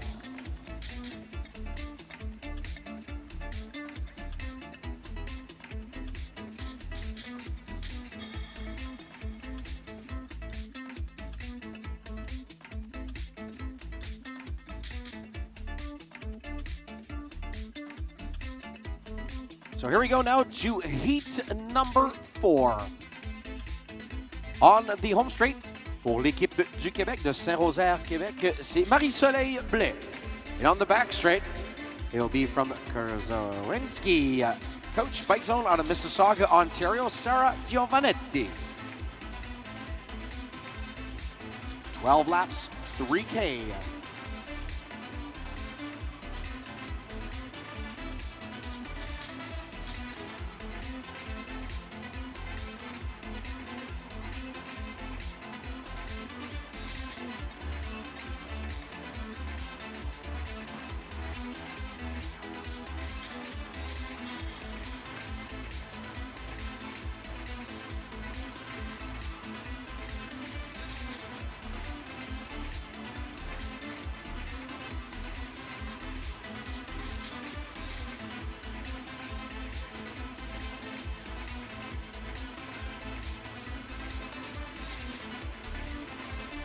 C'est parti. Here we go. Our ladies Omnium second event with the Blais in the blue and white outfit of l'équipe du Québec and Giovanetti in the black and white of the Korzavinski coach team.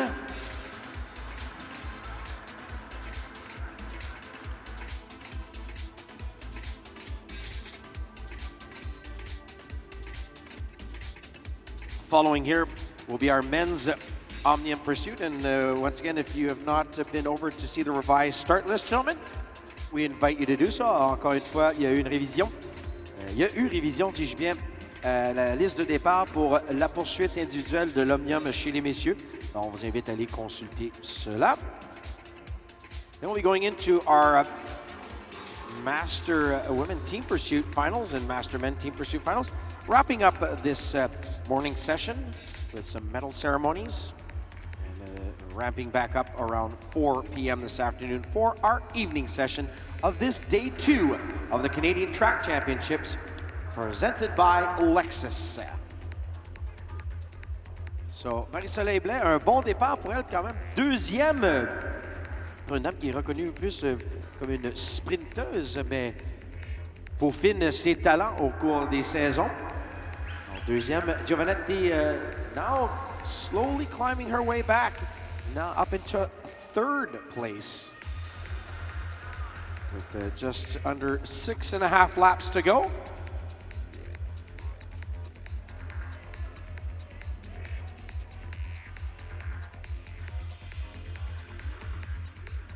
Speeds onwards of 47 kilometers an hour for Blais and 46 for Giovanetti.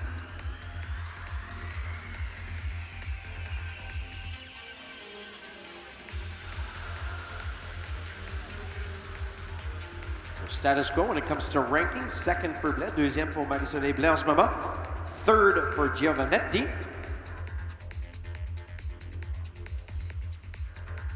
The best time still belonging to Ariane Bonhomme with a 2:48.325. Emily Flynn at 4 flat. So is Sarah Rasmussen, but 4:766 compared to the 4:538 of Emily Flynn. So the only rider under 4 minutes, Ariane Bonhomme up till now. Seule coureuse sous la marque des 4 minutes.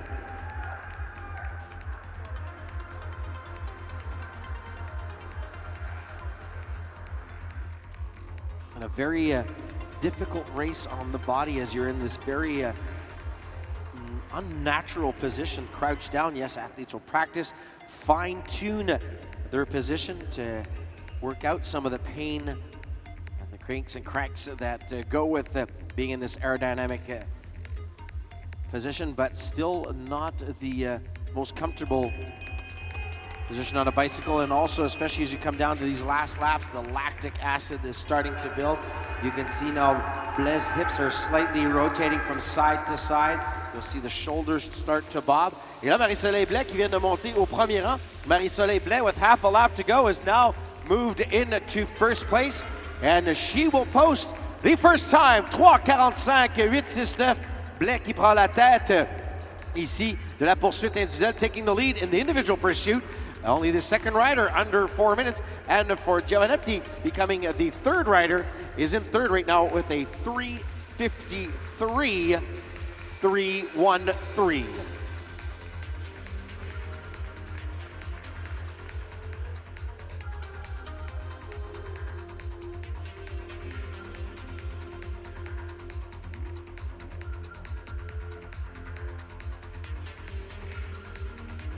Now on to heat number 5. We will have on the home straight, Cycling BC's Stephanie Rorda.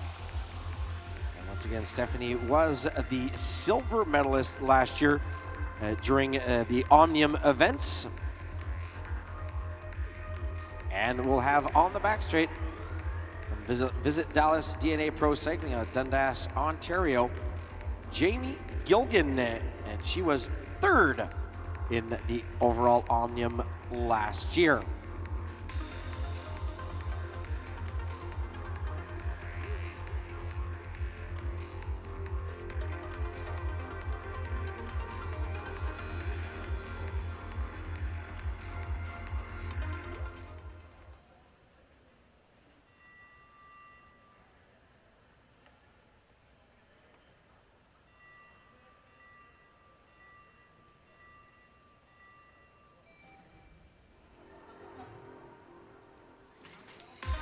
Well, let's take off for these 2 ladies.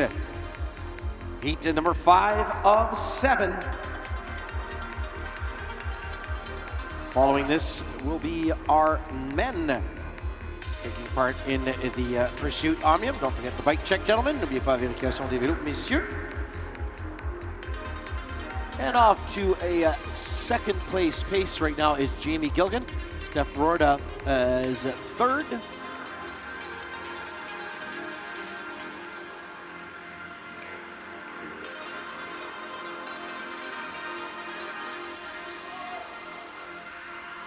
This should be a great matchup, this particular pairing. Randy Gilgan and Rorda, both veterans of the national development team on the endurance side for the pursuit team.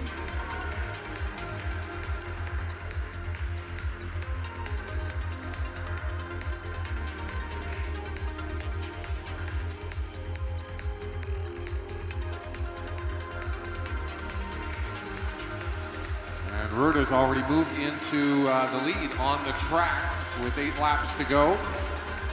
And Gilgan in second place, so they are having a bit of a battle back and forth here, these two fine athletes and cyclists. I must say, Steph Rorda has an amazing position on the bike. Very low, hands up in front of the face, very aerodynamic. Oh, she's been a national team member and also has excelled in the team pursuit, picking up Pan American glory in the past. So she's worked with our national team coaches and technicians to fine-tune that positioning.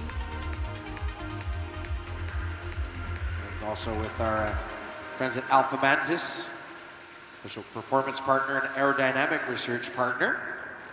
Actually, I had the privilege, Randy, earlier this year when the triathlete Lionel Sanders was doing some testing via the Alpha Mantis protocol and procedure with Louis Garneau, the company Louis Garneau. They had the testing facility set up right here on the track, and they were refining Lionel's positioning on the bike and going through the whole exercise that the Alpha Mantis process and protocol goes through to optimize athletes' position on the track. It's actually, in some respects, it's better than the wind tunnel because this is real world racing under real conditions, not somewhat simulated in a wind tunnel.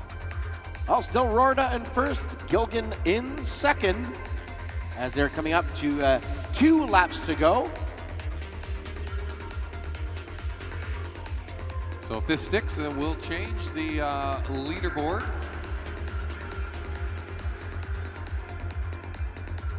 And this will be the bell lap for Rorda and Gilgan. And we're going to have new leaders here in spots 1 and 2. Upwards of 48 kilometers for most of the laps here for both riders. And here comes Rorda. Her time, the new timer reference will be 3:49.57. And for Jamie Gilgan, 3:42.140. They are now 1 and 2 in this second race of the Omnium for Elite Women.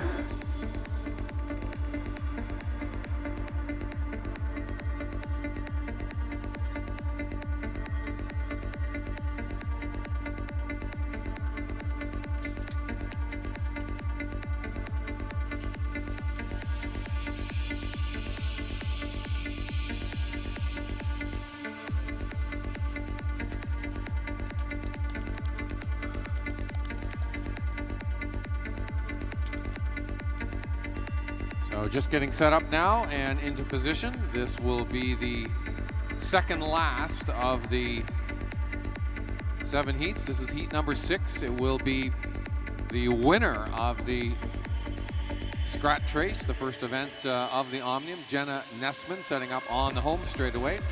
And on the back straightaway, it will be Kinley Gibson. Nessman from Callisto. Gibson from Trek Red Truck.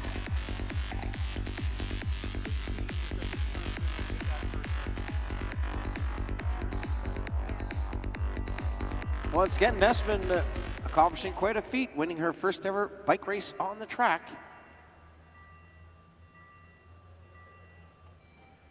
In the Scratch Race, let's see how she fares here. And off she goes for the Forest City Velodrome team Callisto FCV, powered by Toyo Tires.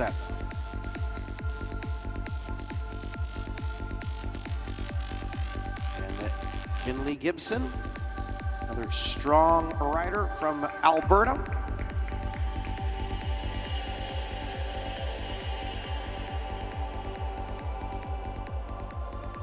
And fast starts for Nessman and Gibson. Gibson in second, Nessman in third right now.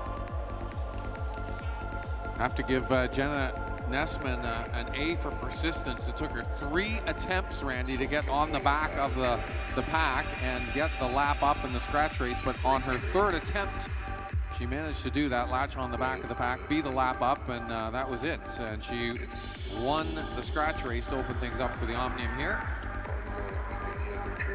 And as she had said, I think in her interview, she mentioned she did want to, not known for her time trial expertise, so to get some points early in the scratch race was to her advantage.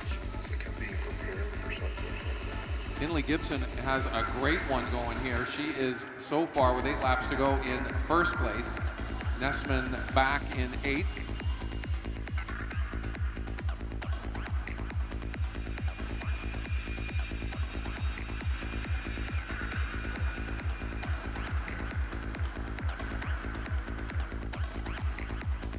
Kinley Gibson taking over the lead right now. She will pass Nessman, whose main goal here in these types of events is going to learn to pace herself. And what's very hard to do is pace yourself throughout the 6 events. It's part of the learning process. So it's still our leader, Kinley Gibson. 48k an hour at this point. We'll have one more starter in Heat 7. There'll be Annie Foreman-Mackey starting solo. And they're all chasing the time laid down by Steph Ruda just a couple of minutes ago. 3:40.947 was Ruda's time, sitting on top of the leaderboard right now in the pursuit component of the Omnium race. Kinley Gibson having a good run at that. She's currently 0.2 of a second up on Aruda's time with 3 laps to go now. She will finish on the back stretch. Nessman will finish on the front straightaway, the home straightaway.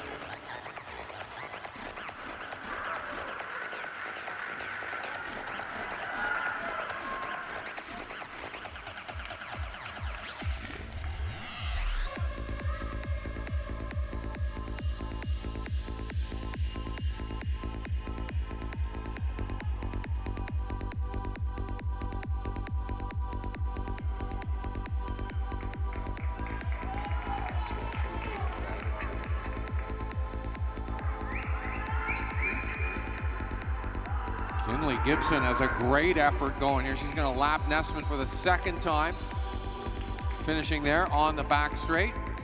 And she goes into first place. Wow, what an impressive time.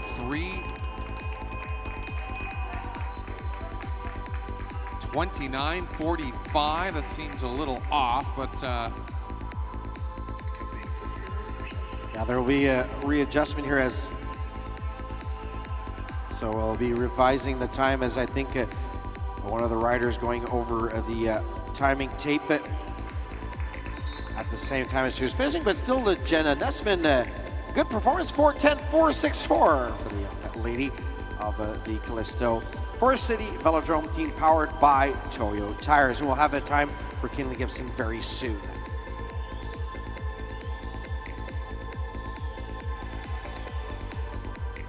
So Kinley Gibson, yes, that's right, Randy. They revised that time, 3:54.273 for Gibson. That'll leave her in 6th place. So top 3 in the pursuit portion of the women's Omnium competition goes, the win goes to Steph Ruda, Jamie Gilgan in 2nd, Marie Soleil Blais.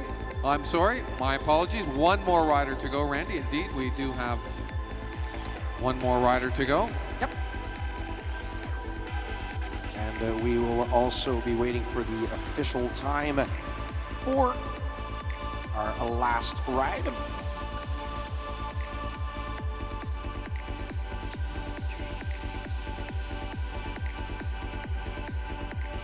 have Annie Foreman-Mackey setting up very soon as she settles in to the start gate. Canadian road cycling champion. And she will also be going to Doha, Qatar this year for the Road World Championships, fine-tuning her form right here on the track this week.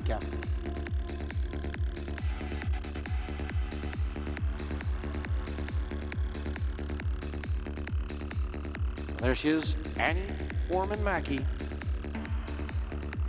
So we're showing a 3:38.479 for Kinley Gibson. Still the leader.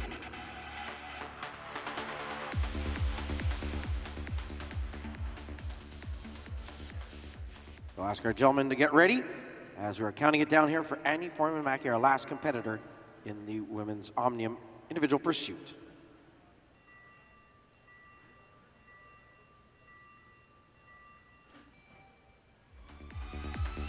And it's a clean start for Foreman-Mackey. So just to reset things, Kinley Gibson did indeed record, as Randy had mentioned, the fastest time, 3:38.479. That pushed Steph Rurda back to second. Jamie Gilgan now in third place. Those are your top three, but they have a formidable foe on the track now in the form of, as Randy just mentioned, the Canadian National Road Race Champion for this year, Annie Foreman-Mackey.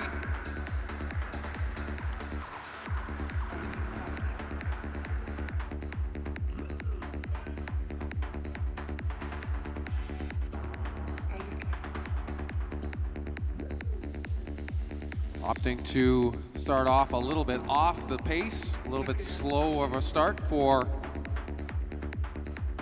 Foreman-Mackey, but she's working her way up. She's up to second place now on time, 9 laps to go.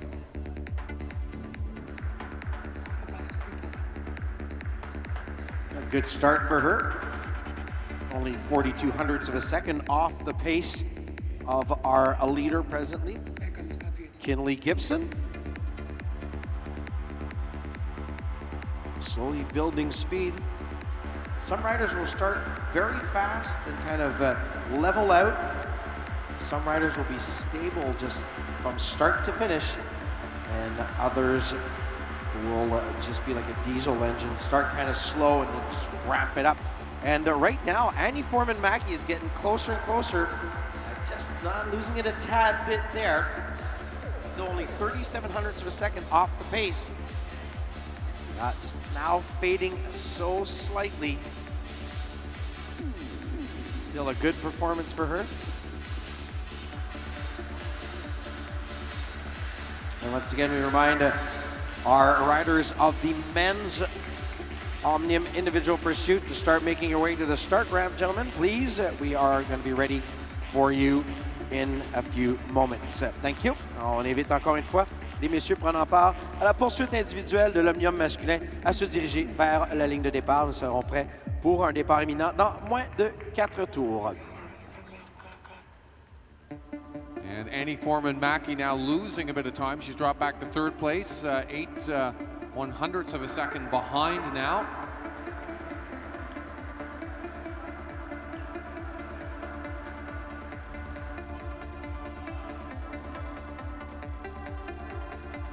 Three laps to go for Annie Foreman-Mackey.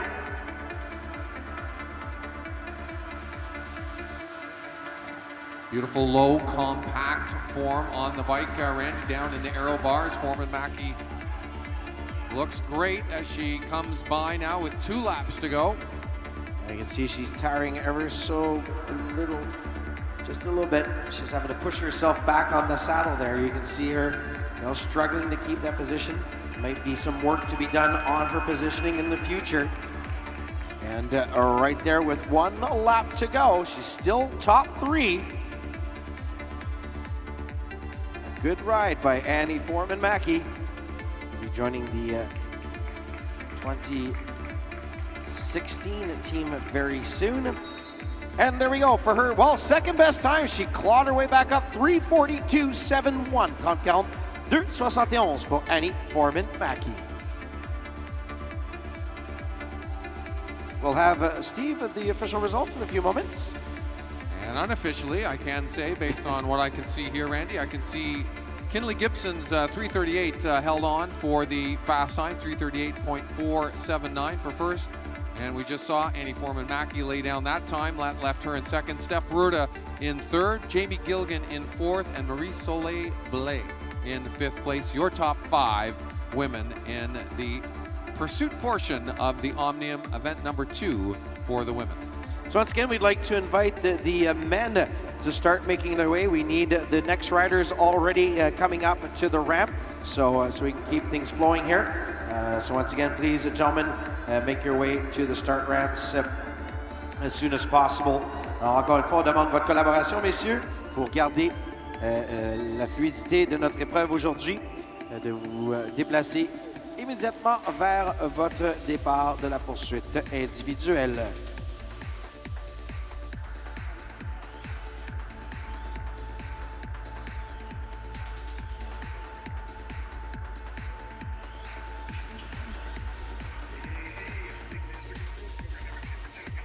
So we will have right now on the home straight, Bike Monkey Cycling's Brookfield, Nova Scotia resident Joshua Bateman, and on the back straight from Stony Creek, Ontario, NCCH's Joseph Kelly, our 2 first riders of this, the individual pursuit of the men's Omnium.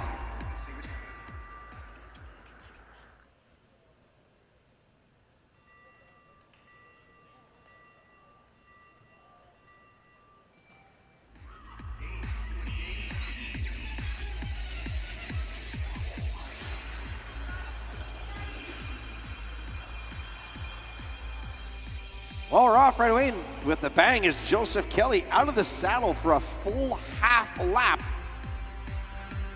He is our fastest starter. And a reminder, we are now into 4 kilometers of racing, 16 laps for the men, contrary to the women that were doing 3 kilometers, 12 laps.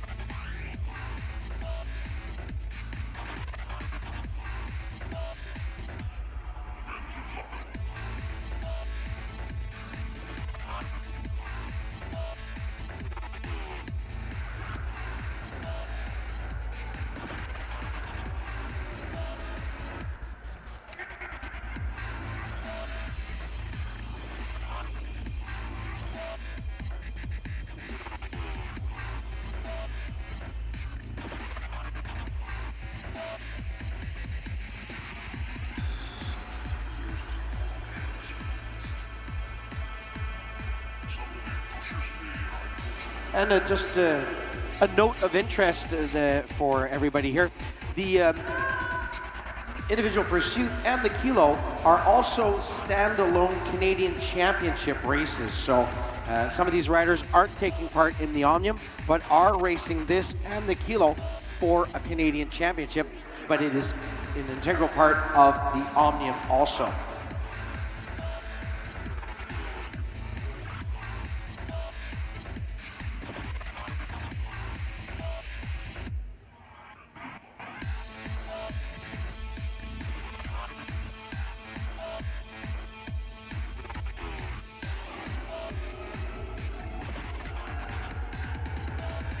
So as just an example, Kinley Gibson, who's part of the Omnium, wins the event. She also becomes the Canadian individual pursuit champion. Annie Foreman-Mackey, who's not part of the Omnium, becomes silver medalist, and Steph Ruda, who will win the bronze, and that is for the once again the individual pursuit and the kilos that are part of the Omnium.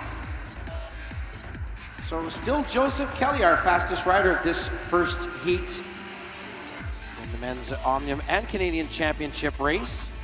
There are 12 heats for our gentlemen here today. And thank you to our volunteers, everybody that's been out already for the 2 days of competition and will be with us for tomorrow, our final day. Yes, we are racing tomorrow, Monday.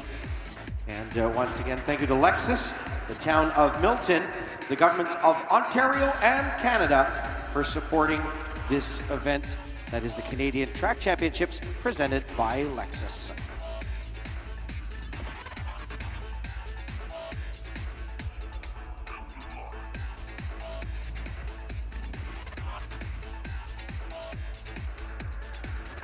So as Randy was saying, Joe Kelly from the NCCH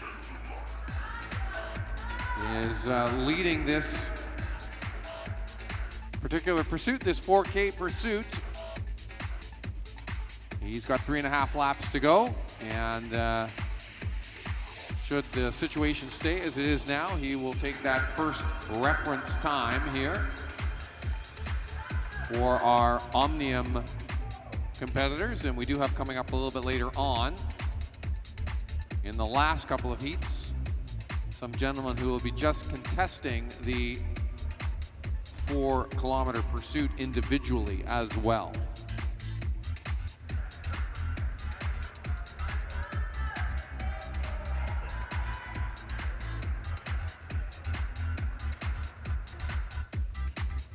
And it will be 1 lap to go for Joe Kelly when he gets on the backstretch and passes by the pursuit line over there. One last time, 1 lap to go for him.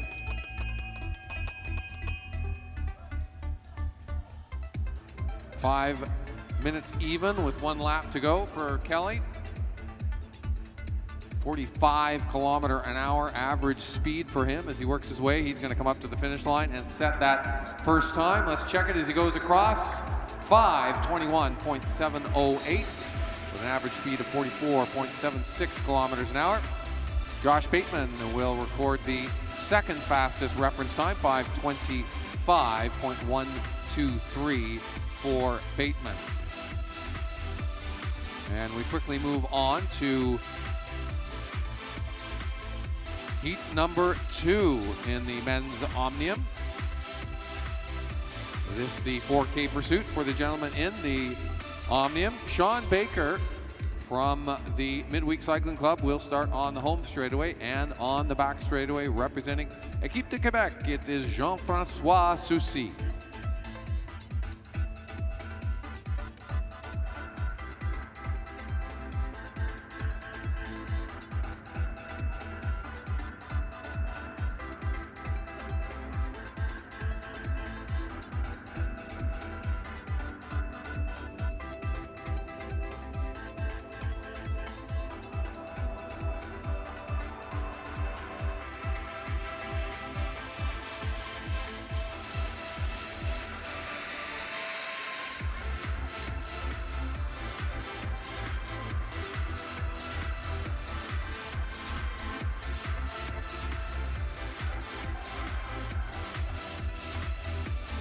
And both riders away from the start with clean starts. Baker and Soucy now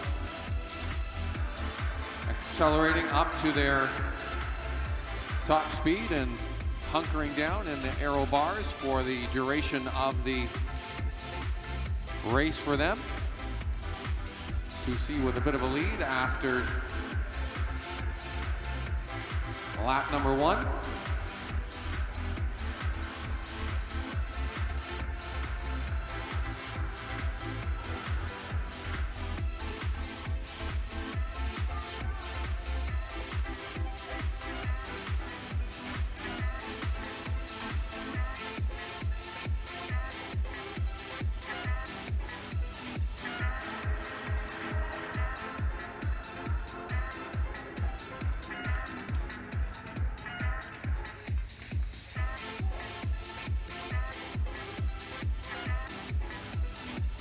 And already Jean-François Soucy has moved into the lead on the track with 12 laps to go for him. He is already up to 50 kilometers an hour.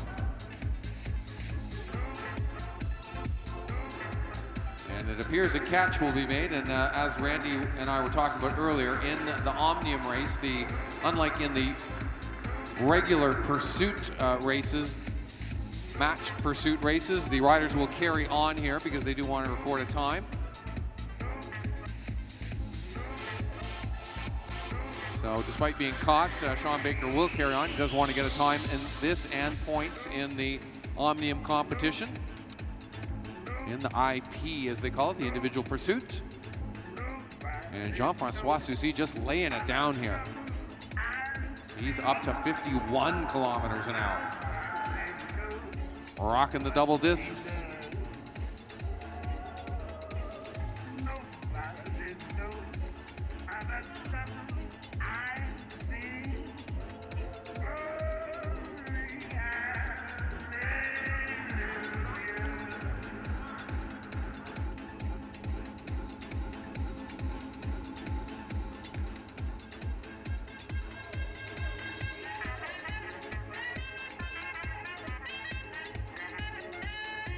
Seven laps to go now for Soucy, still in first place.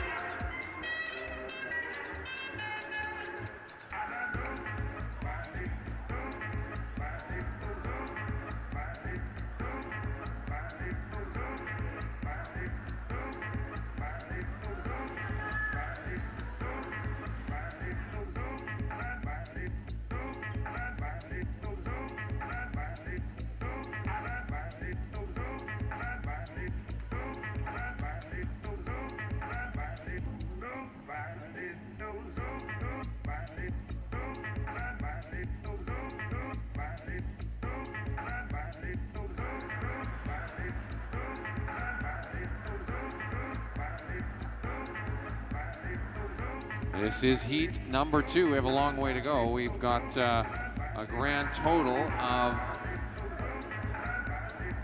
12 heats here, with the addition of several athletes who are contesting just the 4K pursuit.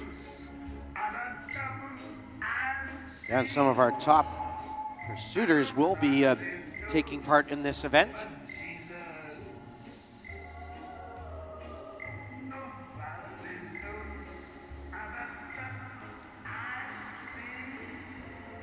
And our elite men's Canadian record was set back in 2014 by the recently retired Rémi Petit-Roy.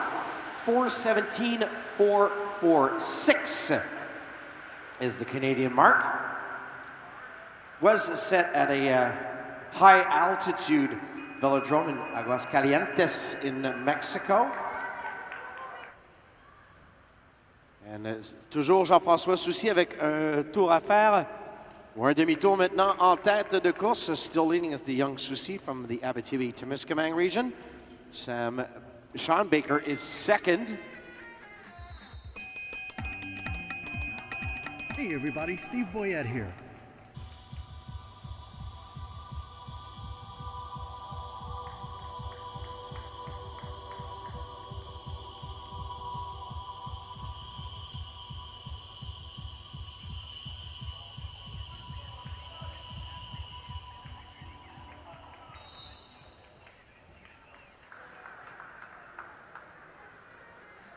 So those efforts, respectively, by Soucy and Baker move them into first and second place on the leaderboard here in the individual pursuit portion of the Omnium.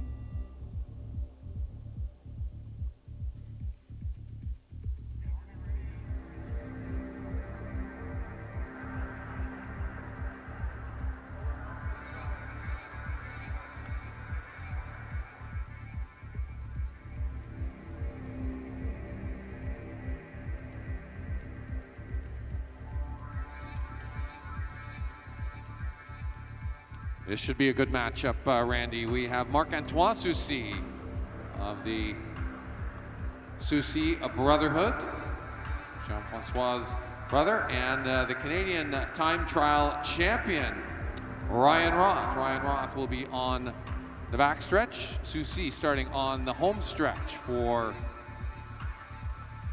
this 4K effort, and this should be a good matchup from the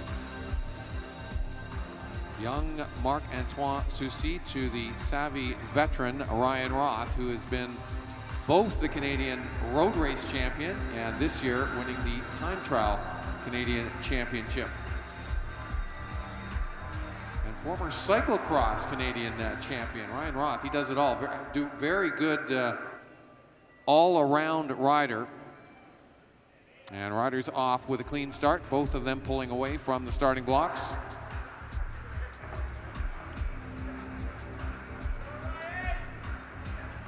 Had the pleasure of watching Ryan Roth and his teammates from the Silver Pro cycling team racing at the Tour of Edmonton a few weeks ago, or Tour of Alberta.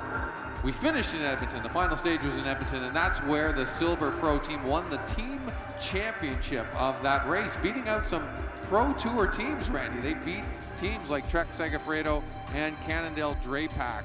Great performance all around from the Silver Pro cycling team at the Tour of Alberta. So here we have Marc-Antoine Soucy, quatrième présentement, Ryan Roth in third, but Ryan is one of those diesel engines, will start at a very moderate pace and just build, and as you can see, already into second place.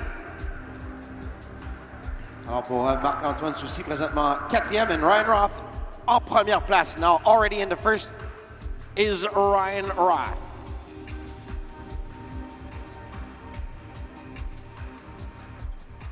Roth has that classic time trial position on the bike, very compact positioning with the frame of his body draped over the bike, the hands close together out in front of his face to break the air, making him more aerodynamic. The young Soucy set up a little bit higher on his machine.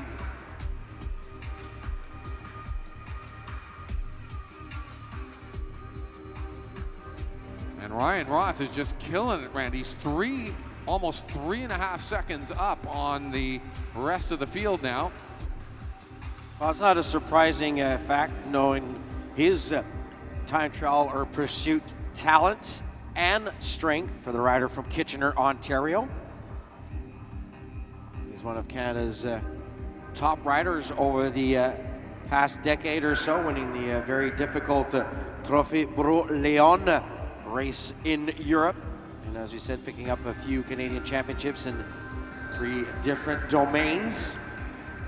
He's the captain of the young Silver Pro cycling development team, which will be, unfortunately for them, in a certain way, losing 3 of their top riders. Alex Cataford, Benjamin Perry will be moving on, and Matteo Del Sin. But that's what they are. They are a development team, and for riders like Ryan Roth, at winding down slowly his career, if I may say, in a certain way, acting as a very strong and experienced captain for those young riders. And he's still in the lead, 54.4 kilometers an hour. Wow. That is moving, folks. That's pushing a lot of air. And Roth is really ripping it up here with a great effort now. 5 laps to go for him. He's now 12 seconds up on the fastest time set so far by Jean-François Soucy, Soucy's brother Marc-Antoine Soucy. Even though he's substantially behind Roth, he's still got a good one going. He is sitting in 3rd place.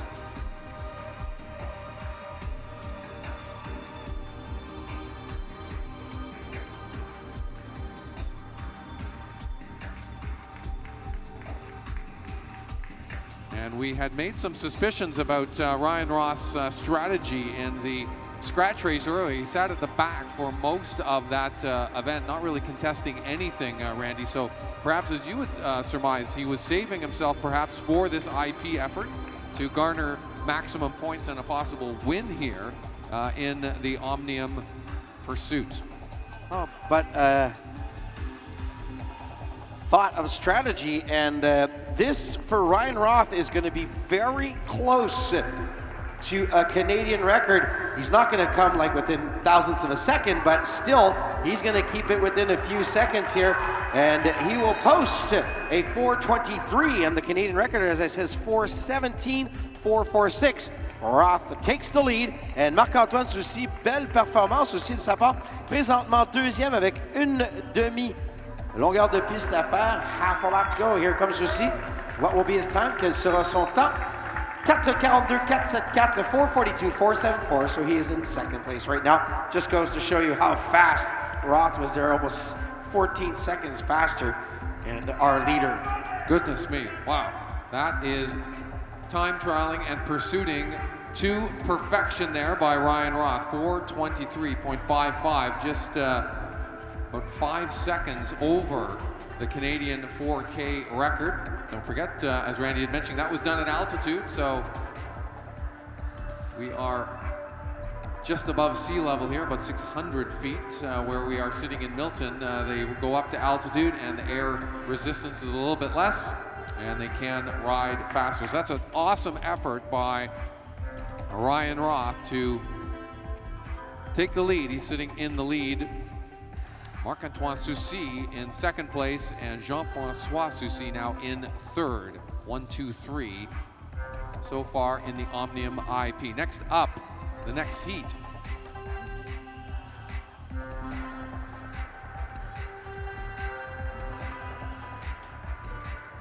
On the track now, it will be Elliott Doyle from Équipe de Québec and Doral Pop from La Bicicleta.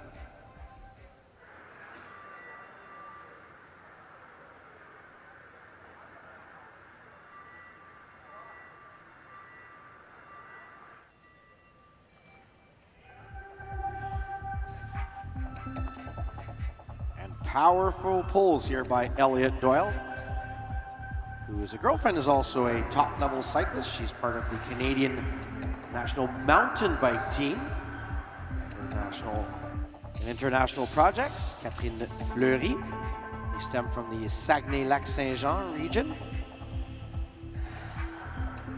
Good sprinter also. Riding for Silver Pro Cycling. And all right, here, their starts at 5th for Doyle, 5e pour Doyle au niveau de son départ, and for Pop, 8th.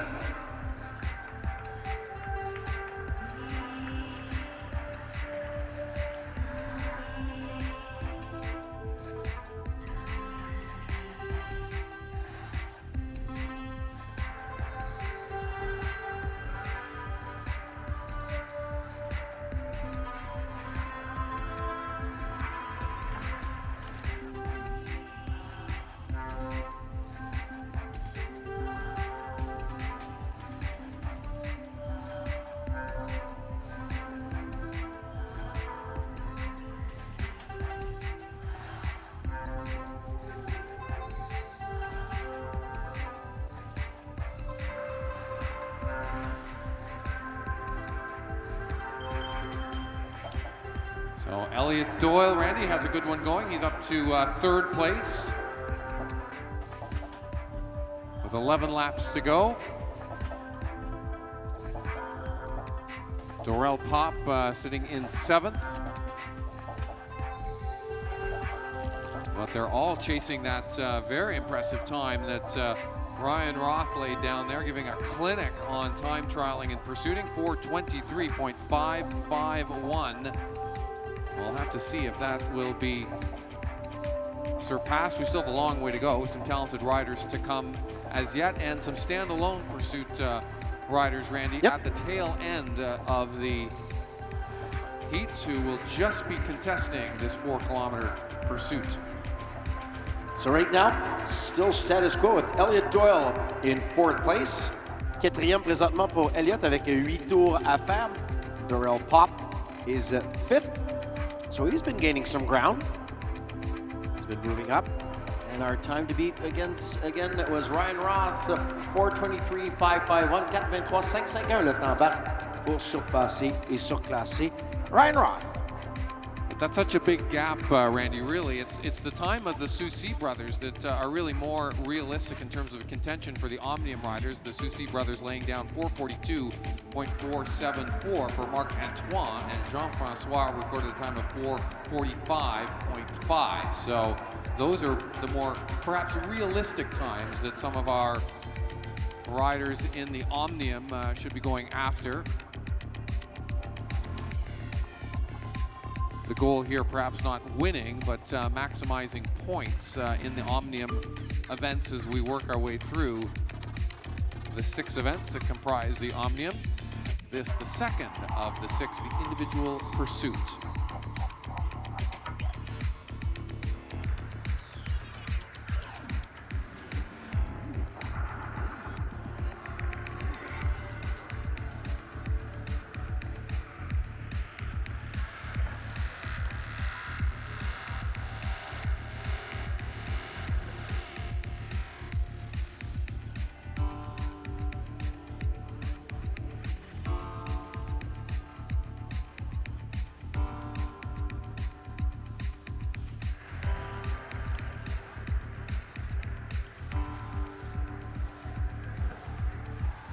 Doyle still right there, status quo in 4th place, 4e toujours pour Elliot Doyle, 5th for Pop, as we're coming down to the 2 final laps, les 2 derniers tours. We'll be moving then to heat number 5, 12 heats total once again, and we'll be hearing the bell for Elliot Doyle. Alors on va entendre sonner la cloche pour Doyle, alors qu'il entreprend son dernier tour, toujours au 4e rang.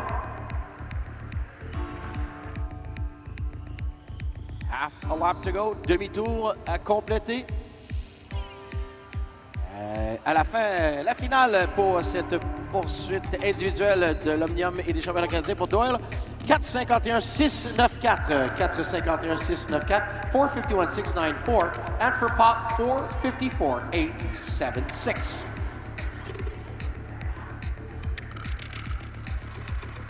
And Randy, we do want to welcome our viewers and listeners on the live stream.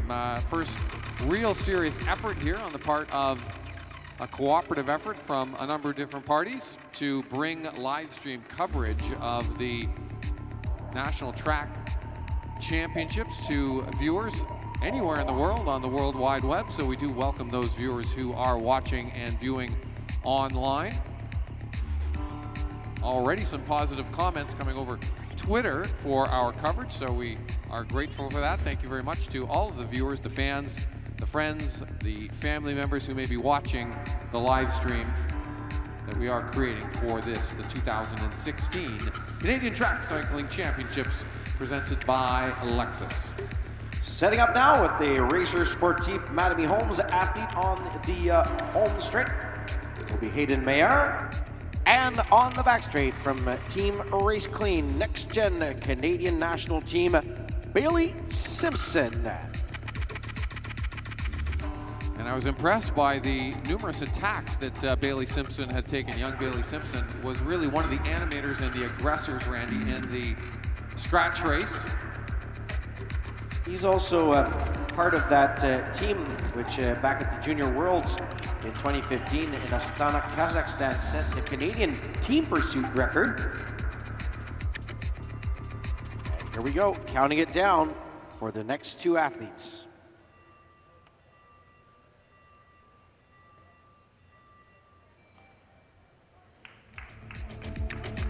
Strong pulls out of the gate. You want to get that bike moving as fast as you can, as soon as possible, and get into that aerodynamic position, hopefully before the 125 mark. That is meters. Just about in that neck of the woods that they're gonna get down there, go aerodynamic.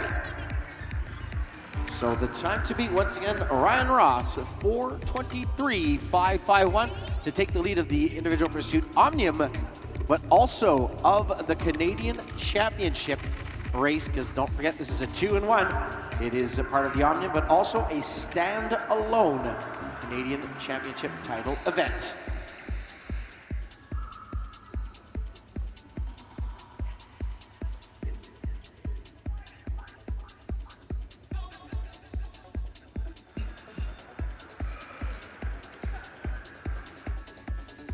And for those viewers online, or even those in the building, the hashtag we are using for social media coverage of the 2016 Canadian Track Cycling Championships is CanTrackChamps. That's C-A-N Track Champs with an S on the end, hashtag in front of that. If you are sending out tweets, pictures, posting up on Instagram. We would be grateful if you would use that hashtag CanTrackChamps.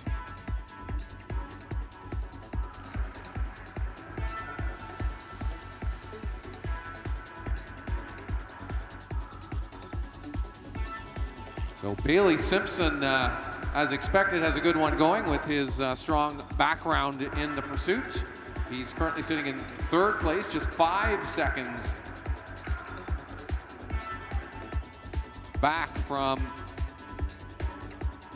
Ryan Roth's time. Still a long way to go though, 9.5 laps to go for Simpson.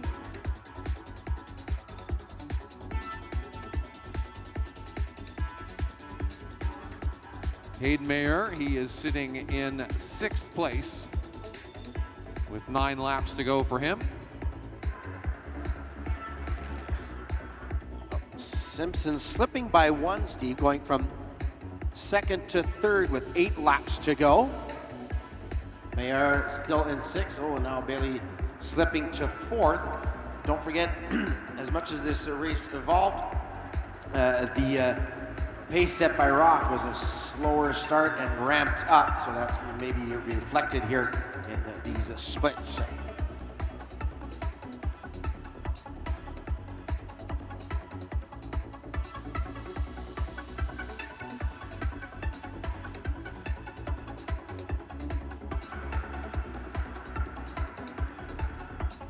So Simpson out, gaining some time now, back up into 3rd.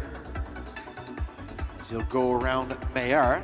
Well, he got a momentary little draft effect there behind Mayer, but he will pull around and move into the lead of this particular race. And that little slingshot move got him up to 2nd place.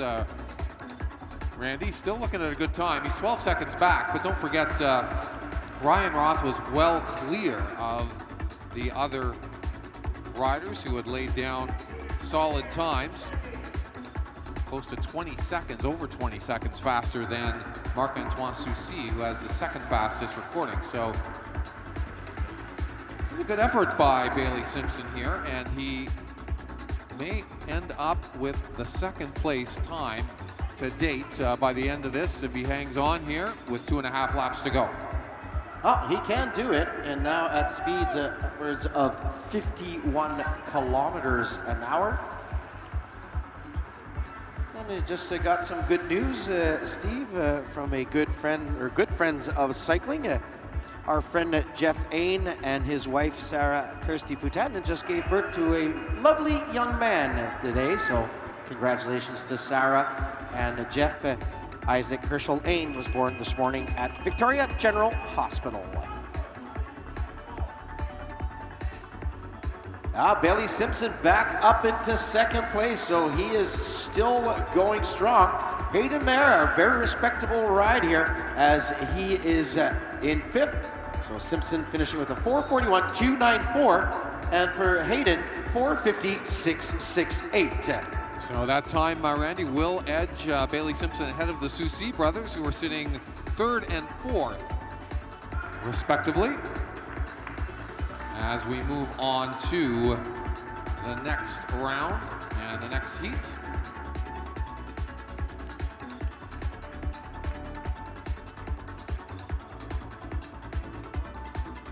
And heat number 6 now, setting up on the track. On the front straightaway, from Equipe de Quebec, it will be Emile Jean. And on the back straight, from Team Elite, from Fort Langley, British Columbia, Adam Reddy.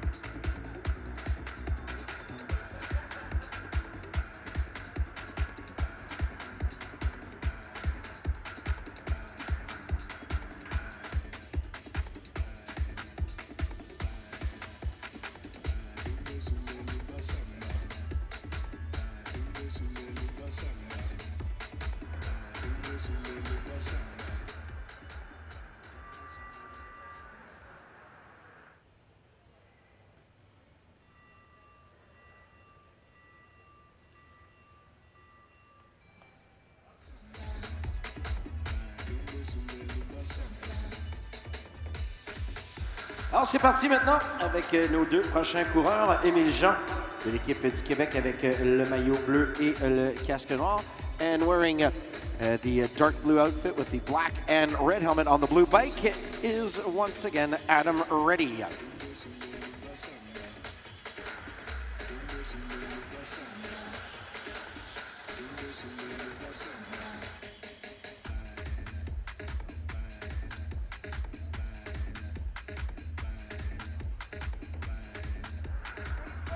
Right there, Adam Reddy, probably training on the track out in Burnaby. Stems out of Fort Langley, British Columbia. Starting fourth right now is Émile Jean. Quatrième pour Émile Jean en ce moment. And for Adam Reddy in seventh, septième.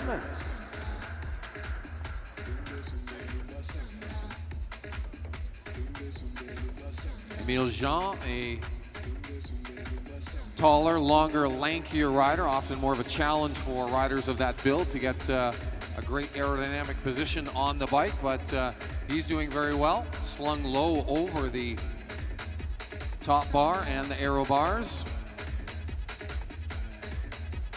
Adam Reddy, the more compact form on the bike, lower down to the bike frame and the ground.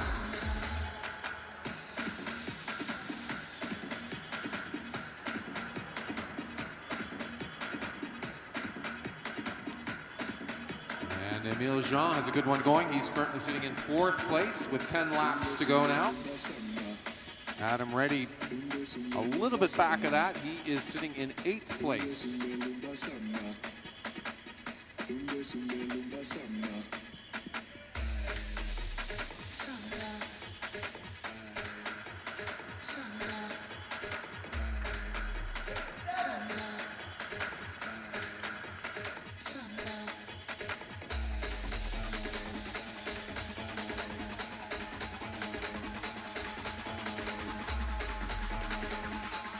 Alors toujours cinquième maintenant pour Émile Jean alors qu'il s'approche de Adam Reddy.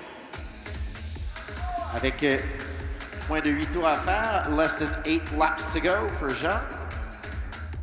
As Reddy comes right up to that mark.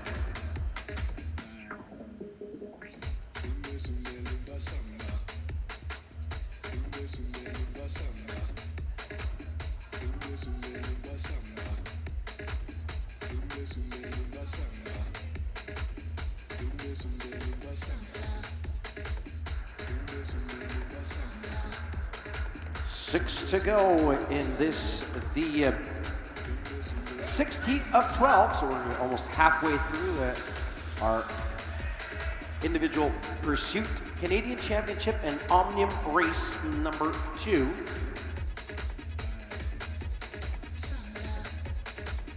And coming up following our individual pursuits will be our Masters Women and Men team pursuits.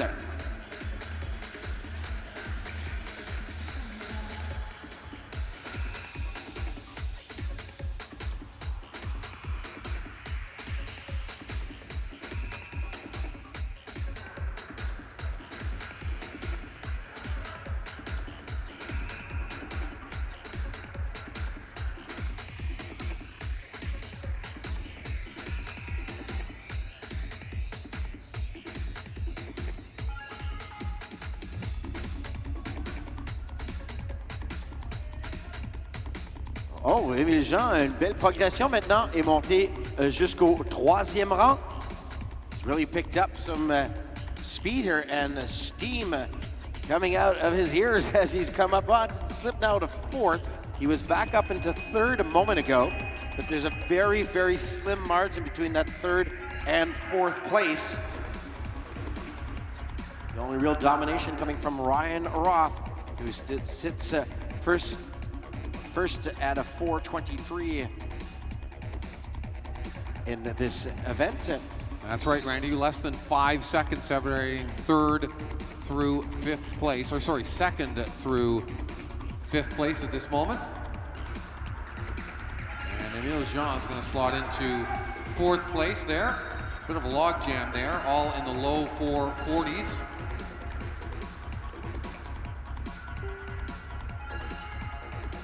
He's slots in just behind the Marc-Antoine Soucy.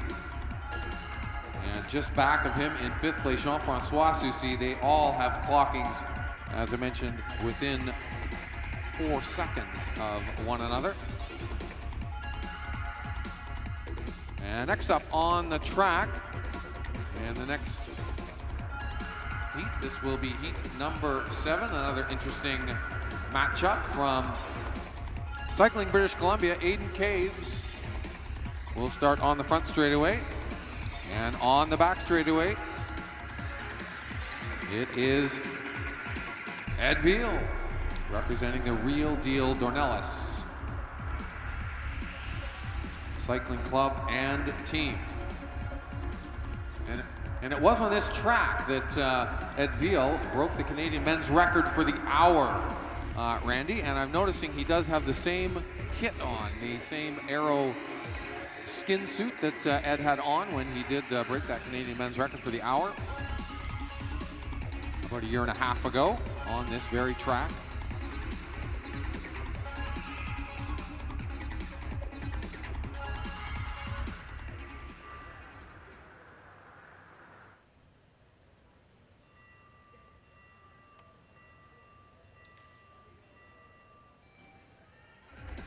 Yep, and Ed also having a lot of success on this track, may it be at national championships in the team pursuit or during the Pan Am Games. Almost home for him. Athlete that excels not only on the track, but also on the road. Pan Am Games bronze medal right on this track, Randy, for Ed Veal and the rest of the Canadian men's pursuit team that was assembled at that time for the Pan Am Games.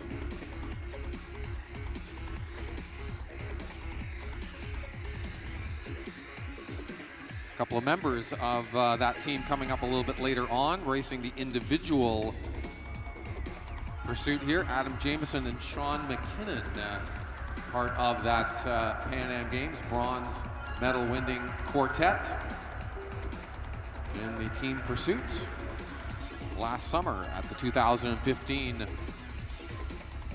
Pan Am Games.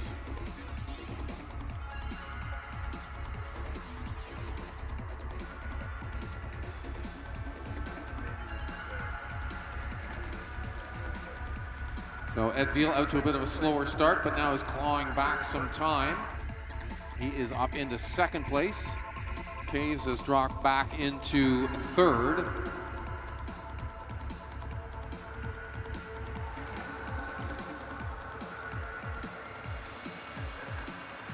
Veal turning what looks to be lower gear, a little bit higher RPM from Ed Veal than Aiden Caves when you look at the foot speed of each of the riders. Also very powerful man. Ed Veal is also strong physique. 2nd place for him right now, 3.3 seconds off the pace. He's the closest rider to Roth we have had up till now. Aiden Caves being the 3rd, but really in striking distance, if I may say. Caves is coming back. Caves is gaining time now on Roth, or sorry, excuse me, Ed Veal. These two gentlemen have been twice on the same team pursuit Canadian Championship outfit. So these guys are pure pursuiters.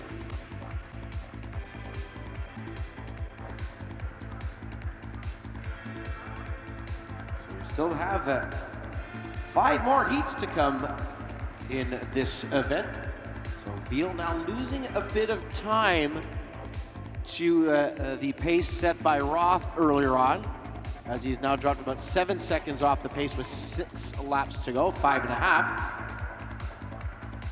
Now, if I recall back to the scratch race, Ed Veal did a lot of work. He was one of the big animators, but didn't come away with many points in the scratch race in the overall Omnium competition. So he's looking to get some points here in the individual pursuit portion with a top 5 finish.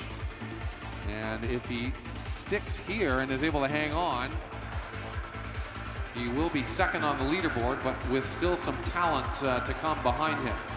And we will be showing on the big screen following this individual pursuit the most up-to-date standings for the Omnium for men and women. So our timing crew will be showing that on the big screen once this event here is completed.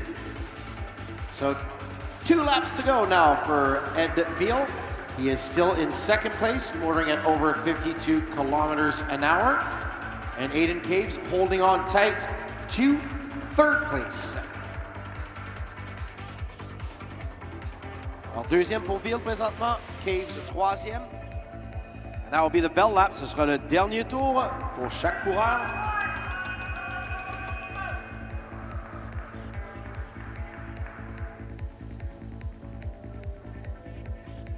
And here we go. It's going to be Veal first to the line on the backstretch there for his finish. 4:33. That's good enough for second. And we await the time of Aiden Caves on the home straightaway. And that's going to be good for third. So impressive efforts there from Ed Veal and Aiden Caves to disrupt the top 3. Pushing Bailey Simpson, the Soucy brothers, and Emile Jean back a space or 2 in the standings.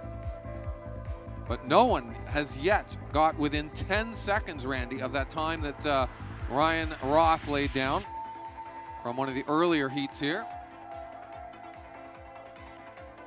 And once again, thank you for everybody watching out in Webland, and thank you all for being here today in the Mattamy National Cycling Center, witnessing the exploits of our athletes in this, the second day of the Canadian Track Championships, presented by Lexus in collaboration with the town of Milton and the governments of Ontario and Canada.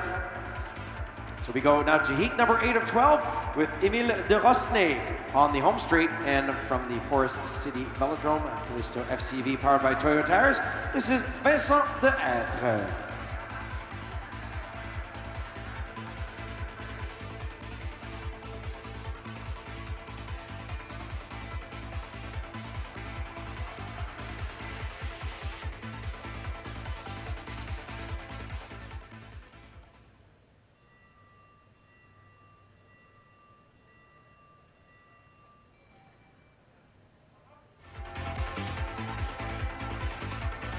And we're away with clean starts with both of our riders on the front straightaway and the back straightaway, de Rosnay and de Hetre.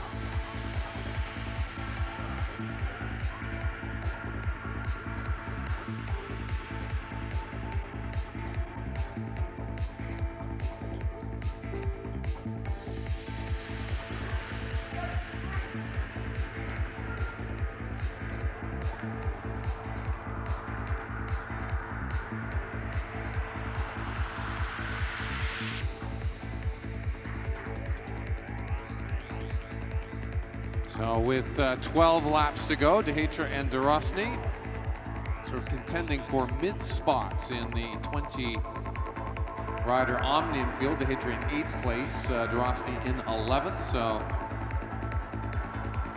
possibly not contending for top 5, but again, they did well. They're sort of going in reverse order of points awarded and places in the scratch race. So both of them did well in the scratch race. Got some good points there. So really, if they're not good time trialists, the goal here is to just preserve what they have and put in a solid effort and get the points that they can get.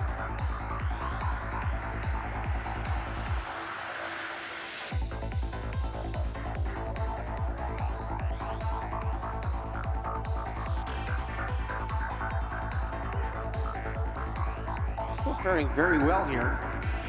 That's not that. Again, he is a very good long track speed skater. team in Sochi in 2014.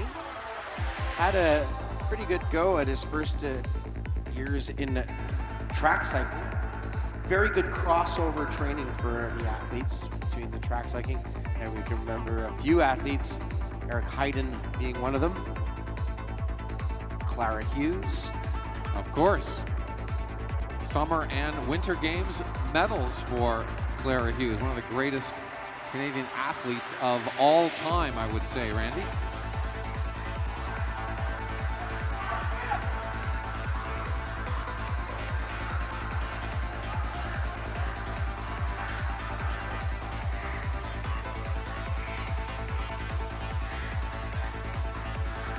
So Dehetra slipping back now to 8th place. Dorozny in 9th, so they're kind of even, these two.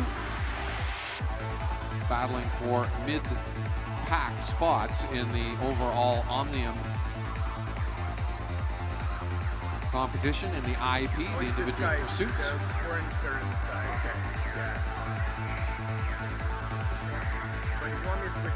And as Randy was mentioning, there is great crossover from cycling to speed skating. You'll see the speed skaters often riding in the summer for their training, putting in some miles on the bike.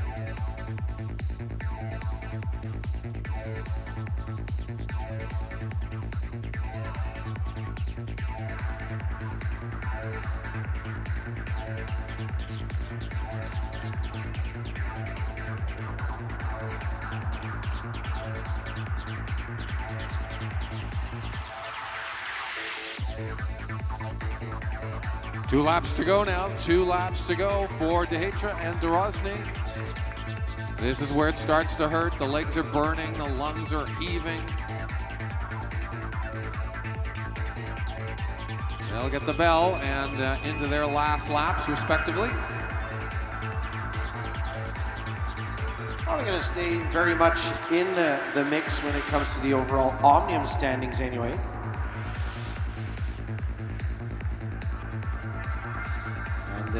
The times will be for Vincent Dehetra 4:47.393, and for Dorozny 4:50.307, good for 8th and 9th.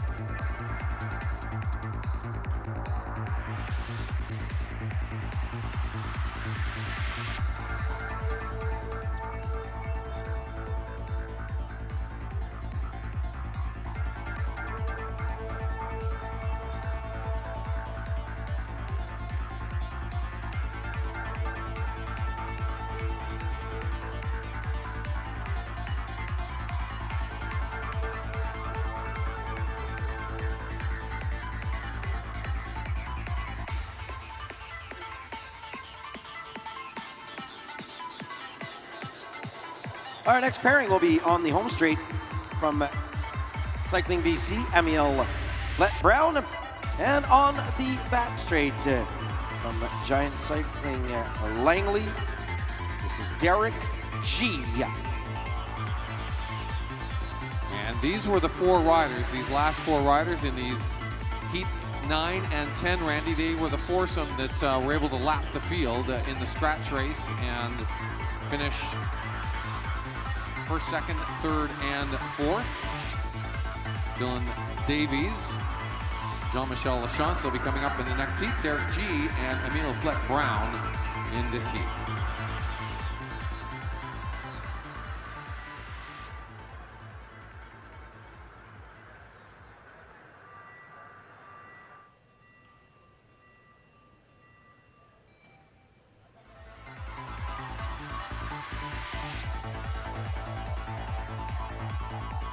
And we know well of Derek G's pursuit talents, Randy. He was part of the winning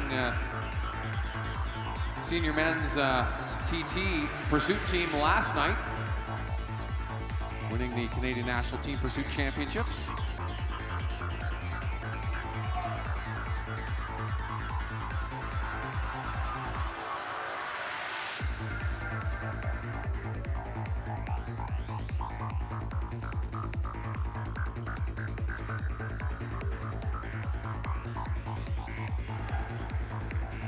So, a relatively slow start for Emil Flet Brown, maybe not his cup of tea either, the individual pursuit. Derek G, he, as he does in time trialing, will very slowly garner some speed and start motoring, but he is a specialist of these types of event, maybe on road, where he's already won some junior titles in the individual time trial. Let's see, already up into second place for Derek G.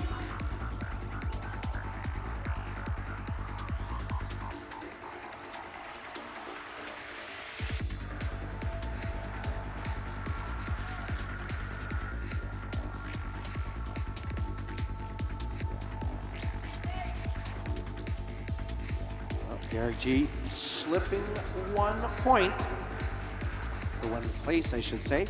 Amiel Flet Brown, he's progressing as he's now up into 7th place. So G with still 10 laps to go.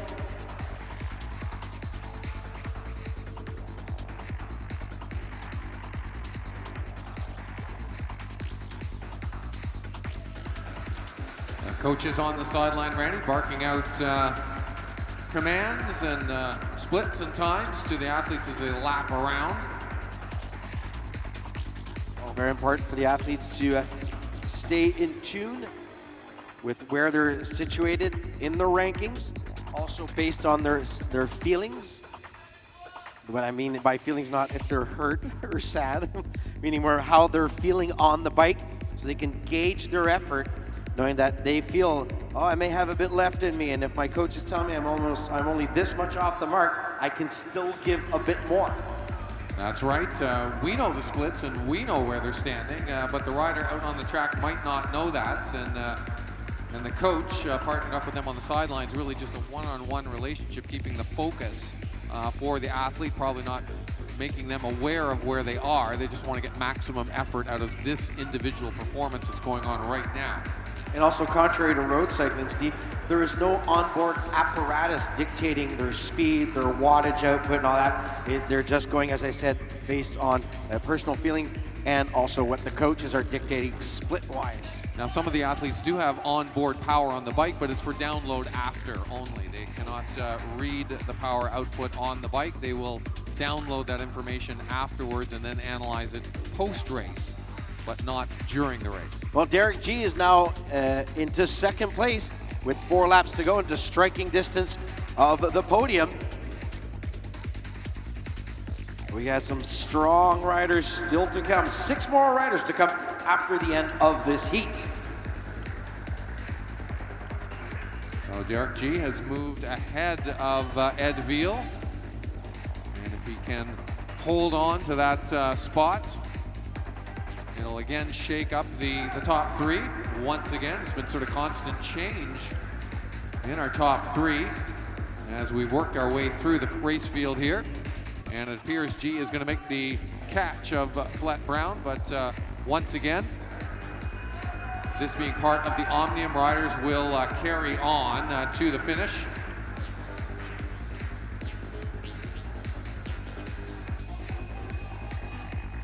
There is the bell resounding for Flet Brown, and G will be coming up to the line.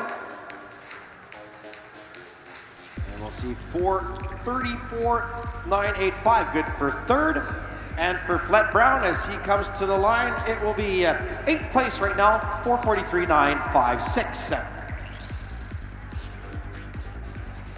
So the top 3 with several heats remaining, as Randy had mentioned. Ryan Ross still sitting in first place. Ed Veal in second. Derek G, based on that great effort he just laid down, is now sitting in third place here in the individual pursuit.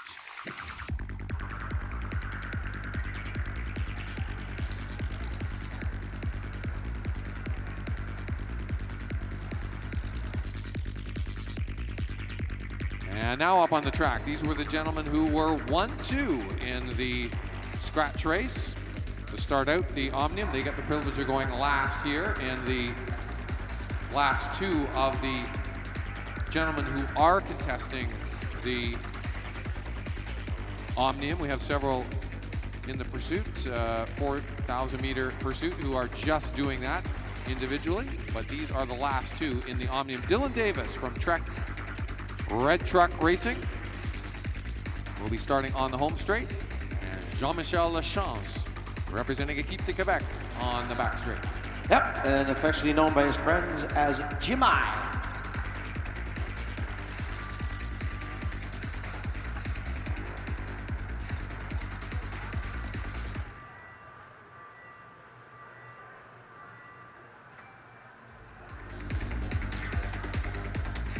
Yes, and Lachance, who has been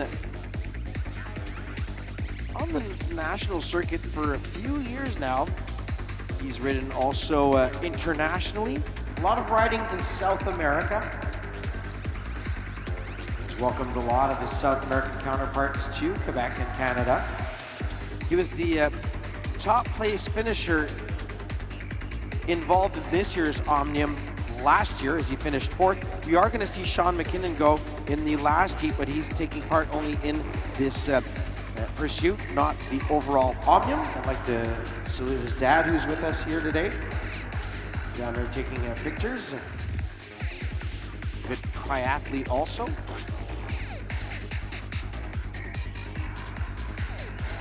Kevin McKinnon in the house here this beautiful Sunday afternoon, watching the action. We'll see his son compete later on. And for Jean-Michel, starting off 8e rang, présentement 8th place right now. And Dylan Davies, a very respectable 6th place. He was mentioning that this was maybe not, the endurance races, maybe not his forte, but still faring very well. And just a reminder, he did finish top 10 last year in the Omnium, 10 right on the dot. That's right, Randy. In my post-race interview with Dylan Davies, he mentioned the fact that one of his goals was to maximize points in the scratch race and the other races that are similar to that, as opposed to the timed efforts against the clock. That's not his specialty. But he's got a good one going here. Despite what he said, Randy, he's sitting in 2nd place. We still have a while to go, 10 laps to go, but he is sitting overall in 2nd place at this point in the time trial and pursuit effort that he has going.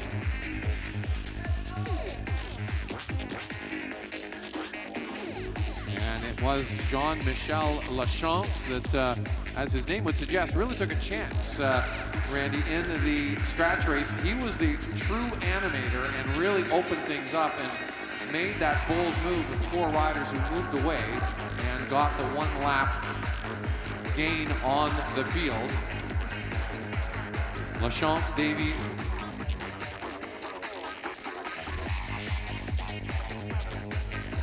benefiting from that lap gain on the field. Davies really nailing it here as he is only 4 seconds off the pace of Ryan Roth with 6.5 laps to go. He is up into 4th place. This guy's riding his heart out, limiting the damage, as he mentioned to you in his interview. There's a little sandbagging going on in the post-race commentary, Randy.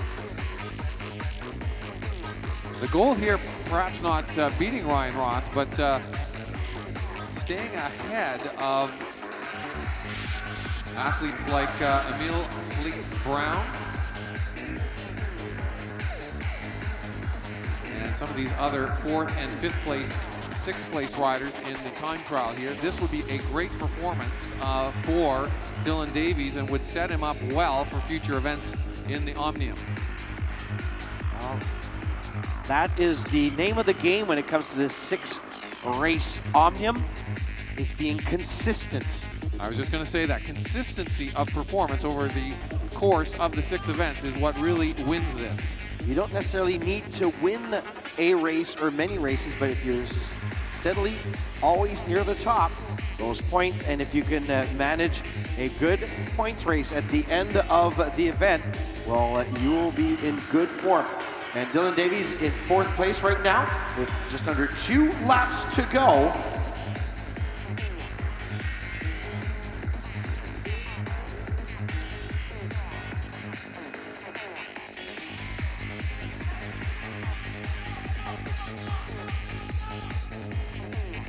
Third place again for Dylan Davies as he comes to the bell lap. Et dernier tour également pour Jean-Michel Lachance, 8e provisoirement. And oh, these guys are hurting. You just read the pain on the face of Lachance as Davies clocks the 4th time, 4:35, 5:35. And don't forget, for him, that is going to stand as a 4th place in the Omnium because the next 4 riders are not part of that Omnium, if I'm not mistaken, Steve.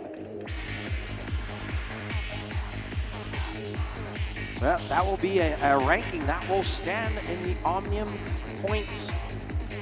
So that's right, Randy. The next 4 riders are just racing this 4,000-meter pursuit individually. So let's quickly review the overall standings for the riders in the Omnium before we move on to these next rounds. Ryan Roth, 1st place. Ed Veal, 2nd. Derek G, 2nd. Dylan Davies on the credit of that great performance that he just laid down in 4th place. Aiden Caves in 5th. Those are your top 5 contestants in the IP portion of the Omnium. We'll let the timekeeper crunch the points, and we will give you an update on the overall in the Omnium when we get it up here.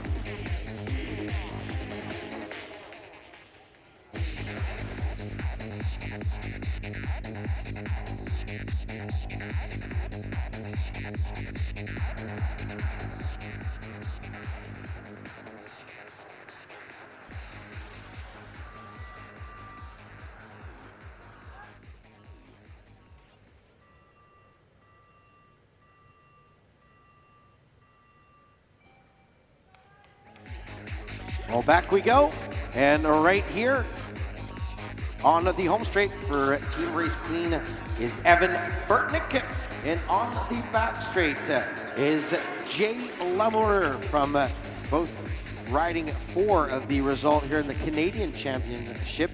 And once again, Lamour riding out of the Cycling BC crew. And Evan Burtnick is part of a team at the junior level who hold the Canadian team pursuit record, 4:13.710. They set it back in Kazakhstan in August of 2015.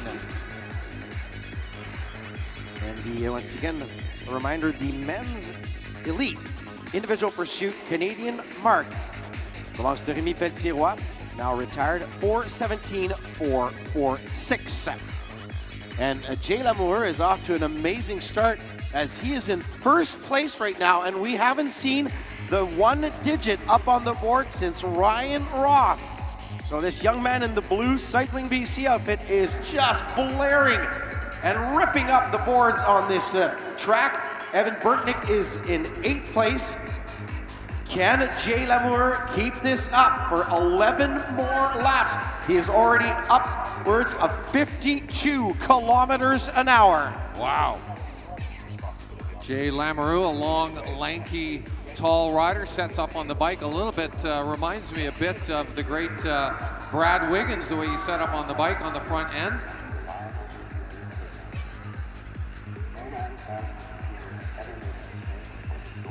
And this is a great time he has going, 9.5 laps to go. The speed is what is impressive, over 53 kilometers an hour. Imagine that.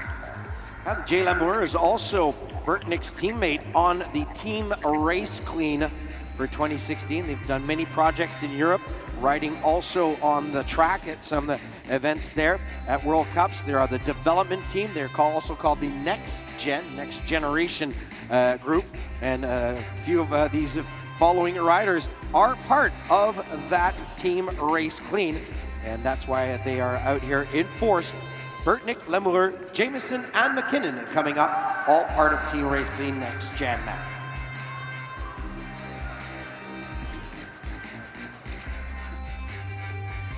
And I was mentioning previously about power meters, both these riders, the little thing you see sticking out behind the bottom of their saddle is the power meter, but they can't read on board. That's for download afterwards. Their coaches will review the power file after the race for updates of information in terms of how the effort went.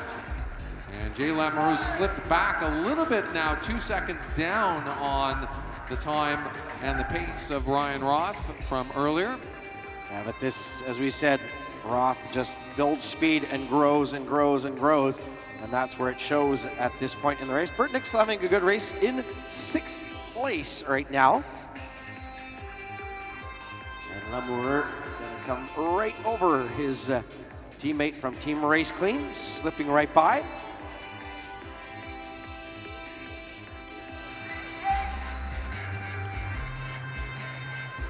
And it just shows you, as you had hinted at, Randy, the effort that Ryan Roth put in, that crescendo of effort and power application over the final kilometer, and that was really what was the difference here.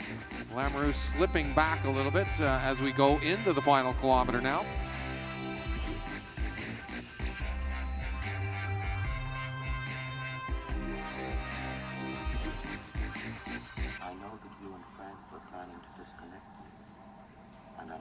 Second place, you can see it right up there on the board. 3.1 seconds off the pace for Jay Lamoureux. And there we go. It will be a 4:27.244, good for second place. And here comes Evan Burtnick to the line. For him, it'll be 4:35.950, sixth place.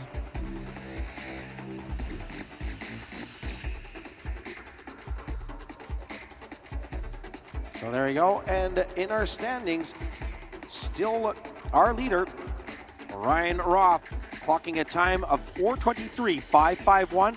Jay Lamoureux just right now, clocking the second time at 3:21.28. Ed Ville still holding on to third place with 3:26.363. But watch out, now we have two of Canada's top pursuiters in the starting blocks. Now we will have on the home straight, just finishing up the Tour of Alberta. He is one of the Team Race Clean riders out of Barrie, Ontario. And he has been showing his gusto. Also, one must remember that he was also part of those teams that did very well at the Pan Am Games here on the track with Ed Ville, Rémi Pelletier, Sean McKinnon, and company. And on the back straight, well, he's been a multiple Canadian champion in the team pursuit, picking up a couple of medals, a few medals, I should say, at the Pan Am Games. Sean McKinnon.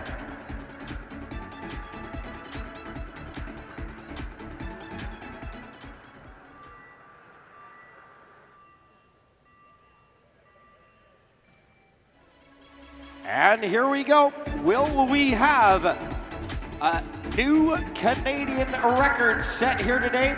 We will see. As these guys are off, Jamieson was 10th last year in this event, but with 1 year less of experience. McKinnon won bronze last year. Also ended up in third place in the Omnium, which he's not taking part in this year. So we're off to a 14th place start for Jamieson and 5th for McKinnon. Both riders opting for a slightly slower effort over the first kilometer. Randy. Sean McKinnon, also part of the Canadian Team Pursuit record holder team, which posted at the Pan Am Championships in Santiago in 2015, a 4:04.029. But we are in the individual pursuit here today, and look at that, already up to 4th place for Jamieson, and McKinnon is in 3rd, only 0.8 of a second off the pace of Ryan Roth. So we're gonna follow this here. He is about status quo, McKinnon. A second off the pace of Roth. Can he keep it up? Winning medals on the track at the Pan Am Games, picking up a bronze in the individual time trial. And now it is Jamieson who has moved up into 3rd. These guys are riding mirror to mirror image right now. Oh, very close. They are almost dead even, Randy, as they work their way through. 10 laps to go for both riders. Currently sitting, Jamieson's edged up into 3rd place, McKinnon in 4th. It just goes to show you how strong of a ride Lamoureux had also.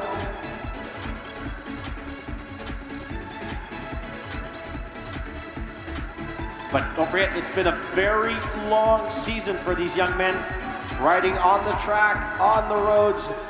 A lot of traveling to Europe also.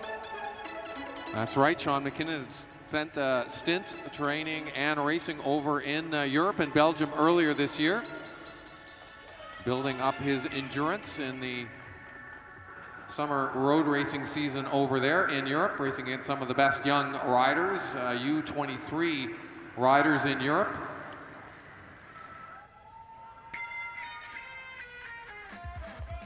And Jamieson holding in a third place still in this event, and really just putting the paint on to keep this in medal contention. Can they make their way up into second place? I think first place is going to be a given here today, Steve. And it just shows you the quality of the effort that Ryan Roth put in earlier in the heats here. These two gentlemen might be able to slip in if they keep on the gas to second and third, but Jamison's going to be very close to second place right now. Yeah, he is just not even a second off a silver medal pace, but still 3.5 laps to go. This is where it starts to hurt. You can urge them on, folks. Cheer, yell, jump up and down. It's starting to hurt. It's starting to burn. The legs are filling up with lactic acid as they work their way around. Just 2.5 laps to go now. It is so close for these two guys, especially Jamieson. He is just off by a few tenths of a second from silver, but staring down at a bronze medal right now. As a lap and a half to go, the bell lap to be heard very soon for Adam and for Sean. Oh, it's going to be so close for second place and even third. Here we go. They're into the last half lap for both riders. Let's watch it at the line, Randy. For the times, here they come. They're not going to beat Roth, that's for sure. But for Jamieson, it's going to be a 4:29, 8:70, good for third place. And for Sean McKinnon, fourth place with a 4:29, 8:70. Sorry, 8:95. Yes.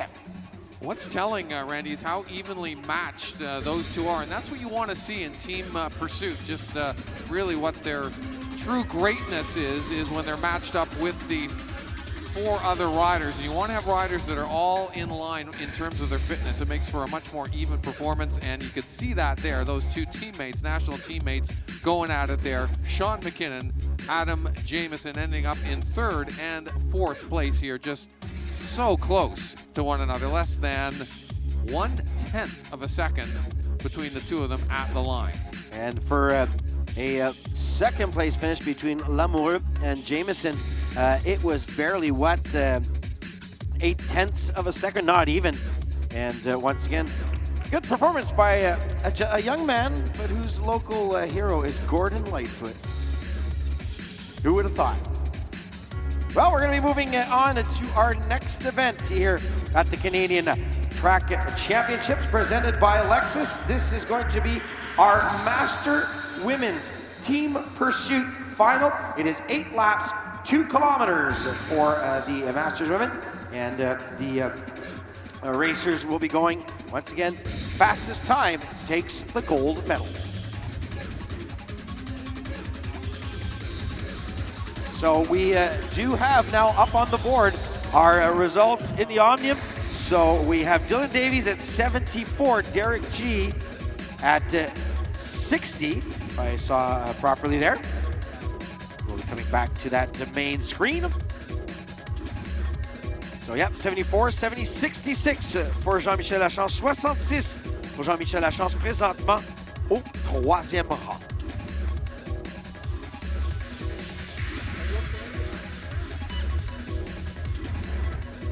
Here we go with our ride for gold in the Women's Masters Team Pursuit. Midweek A team, Rosa Phillip, Heather Kelly and Nicole Till, with Rosa Phillip at the top. And at the bottom, Heather Kelly. In the middle, Nicole Till.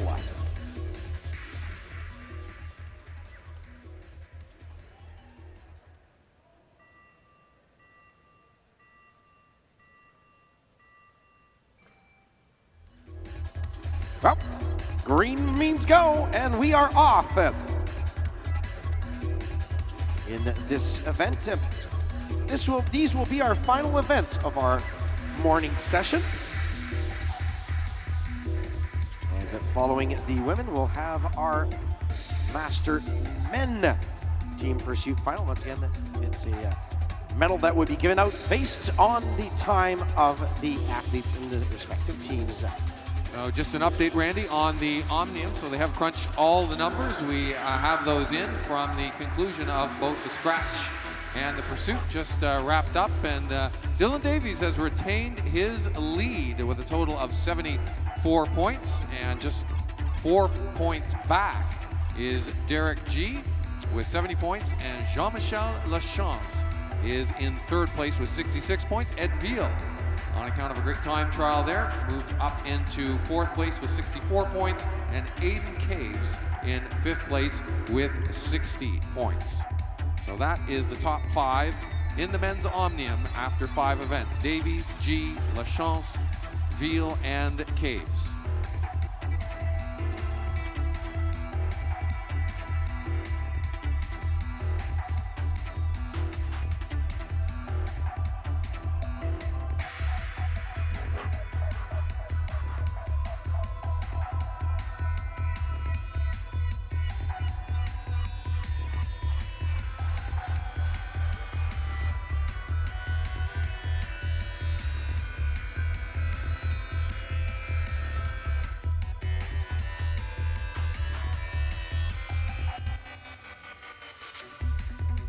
Well, the riders coming through here, and we will be showing 3 to go on the lap counter.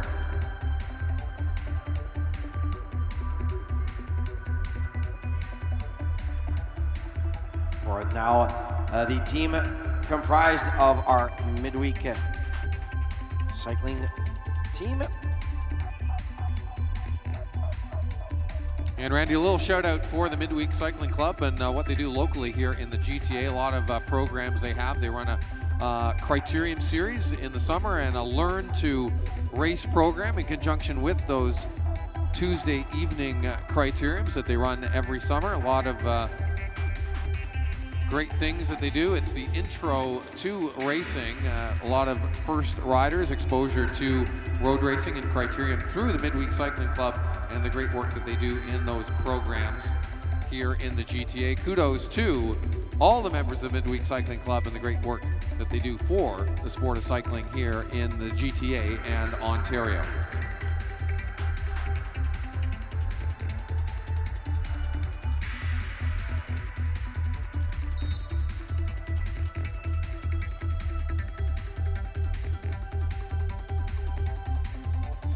We have completed here. We'll give you a time in a second for our midweek A team.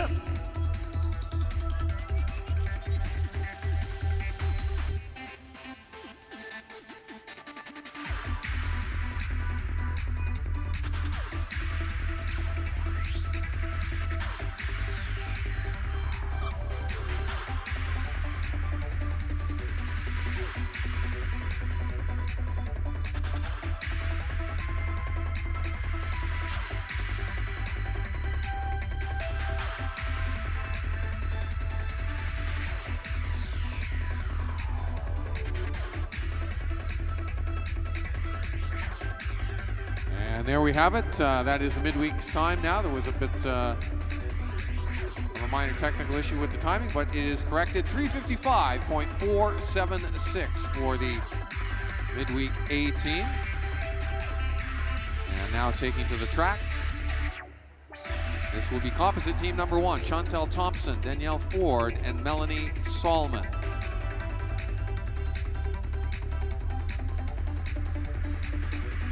Correction again on the time, 2:53.84. 5-6 for the midweek cycling team.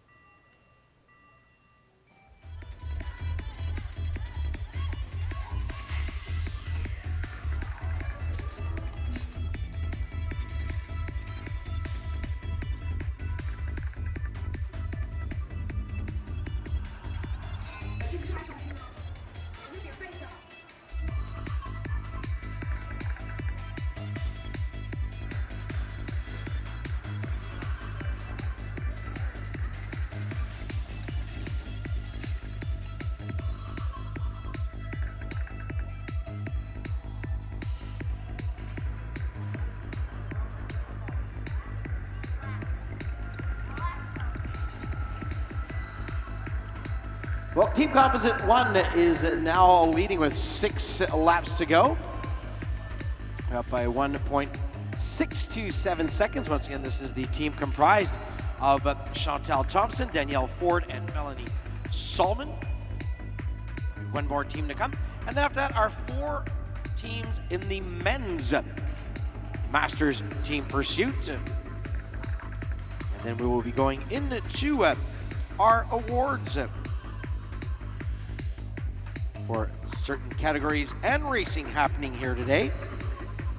And we'll take a short break before we get back to business around 4 p.m. today for our evening session of this day number 2 of the Canadian Track Championships presented by Lexus.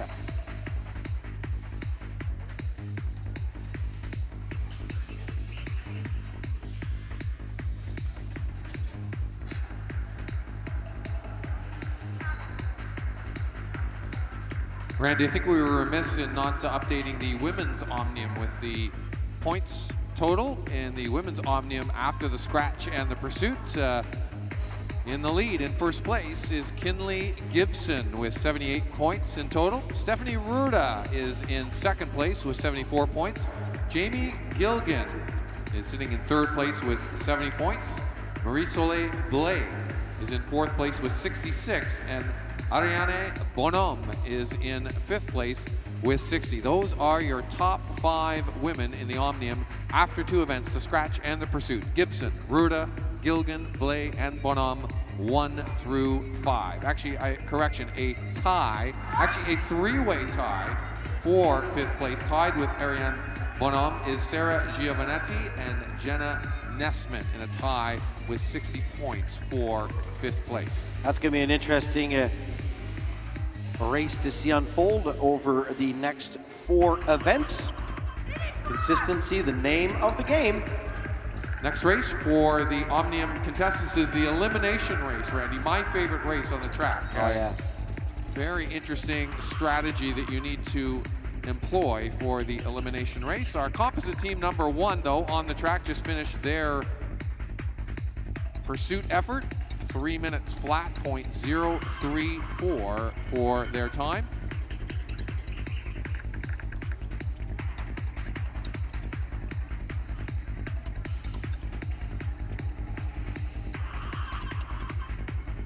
And we'll be setting up now with our final team in the Women's Master Team Pursuit. And the time to beat, 2:53.856.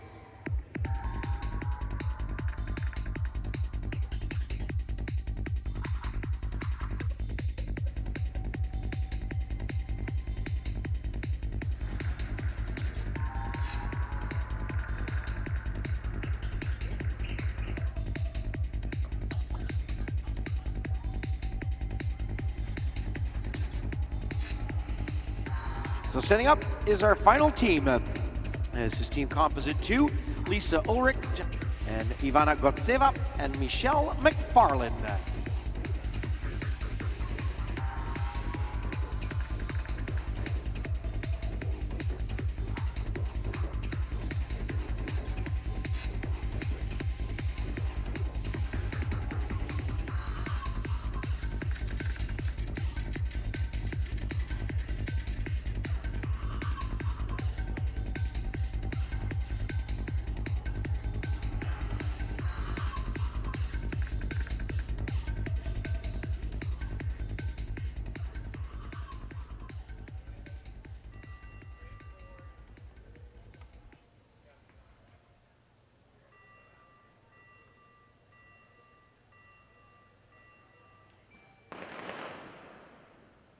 Yep, was a false start there. The rider at the top of the group, slightly preempting the start. So they will reposition themselves at the start here and be very careful not to false start once again, because that would not be good. For the results, disqualification could ensue, and you don't want that, especially when you're going for a national championship title. They're a little bit more forgiving with track cycling than they are with athletics, Randy. One false start in the sprint events in athletics, the 100, the 200, the 400 meters. One false start, and it is indeed, it is bye-bye. You are out of the competition.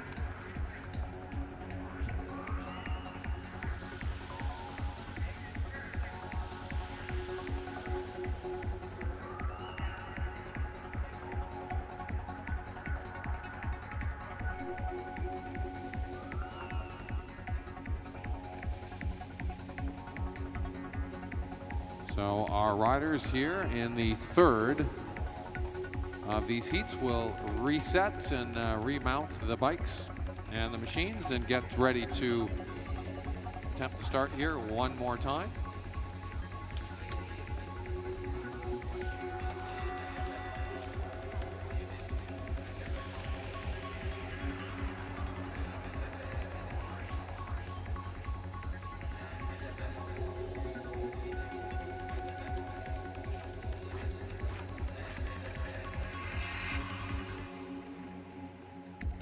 Last team to go in this Masters Women team pursuit. And maybe a gold medal in the making here. Gentlemen, get ready for your Masters team pursuit, please.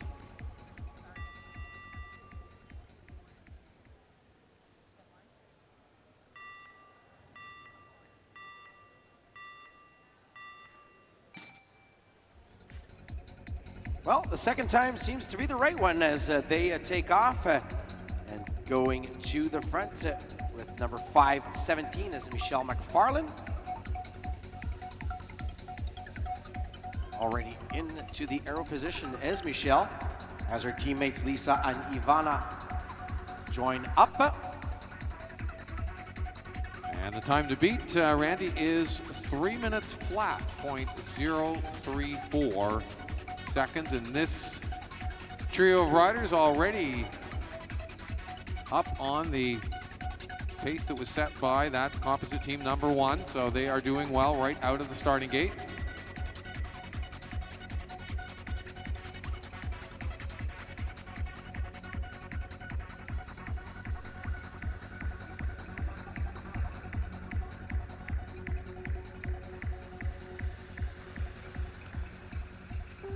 Yep, already 2 seconds, almost 3 now. Let's see as they go over with 5 laps to go. They're up to 4, so these girls are really motoring.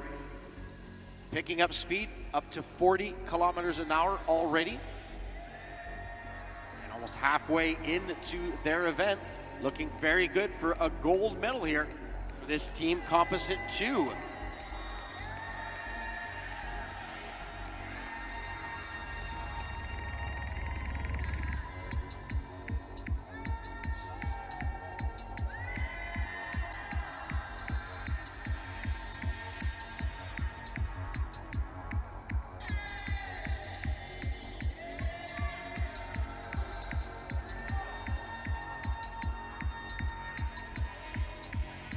Right now, these ladies are dominating with 7 seconds up on the fastest previous set time. And they're going to see 3 laps to go when they get to the pursuit lap mark at the midpoint of the straightaway.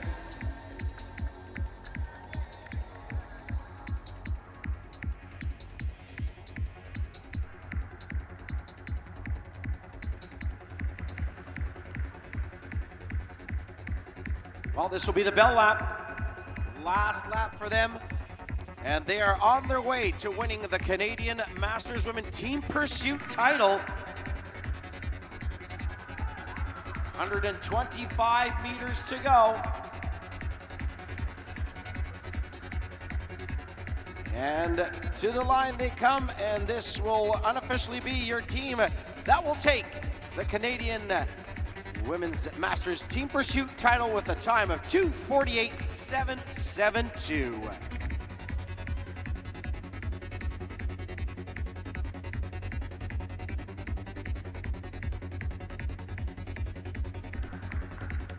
So congratulations to the winning team. Composite team number 2, Lisa Ulrich, Ivana Gotseva, and Michelle McFarlane. Taking the win here in the Women's Master Pursuit 2-kilometer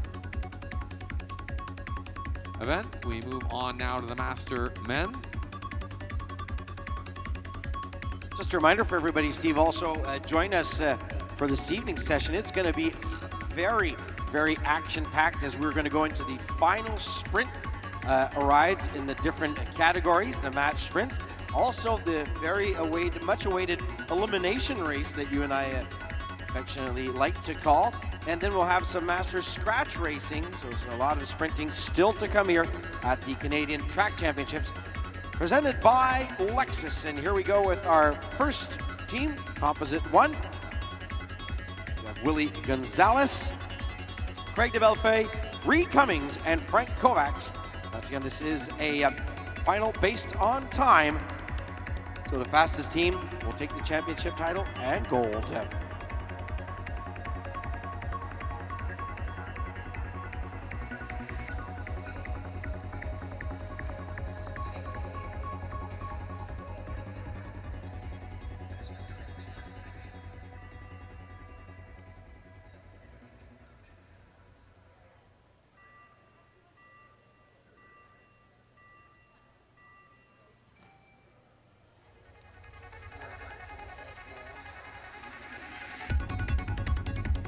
Two of the riders stemming from the Cyclemeisters Bow Cycling out of Calgary. Wearing that very recognizable, easily recognizable uniform there. So this is a 12-lap race, Steve, for 3 kilometers.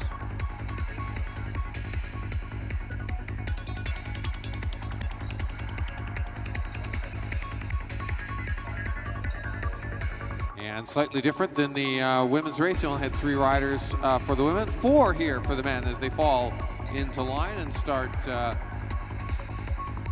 now recognizable pattern of on and off the front. The lead rider swinging high on the banking when they want to move to the back of the grouping.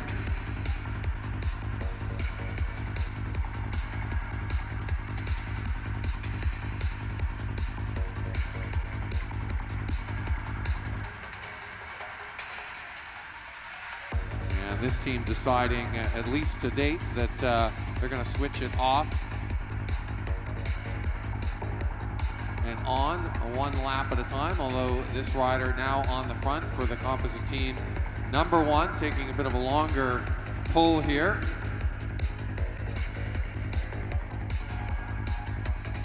And that's Willie Gonzalez. He took a 2-lap pull that time.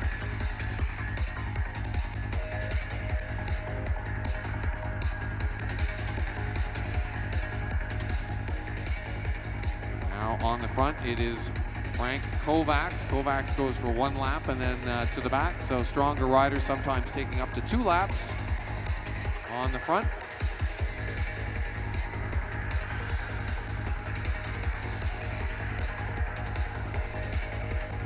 The challenge here with these composite teams also, Steve, is that riders aren't used to being together in a group, so very little practice has been attained, congealing it and making it work. As you know, the most important thing in a team pursuit is to have that chemistry, fast transitions, and we can see there already a split happening in the group. Yeah. And what counts is the front wheel of the third rider over the line, so you can lose one teammate. So indeed, that's what's happening. One is going to peel off, and they're going to try and get the group back together here, the trio that will forge on to the finish and the 3 kilometers.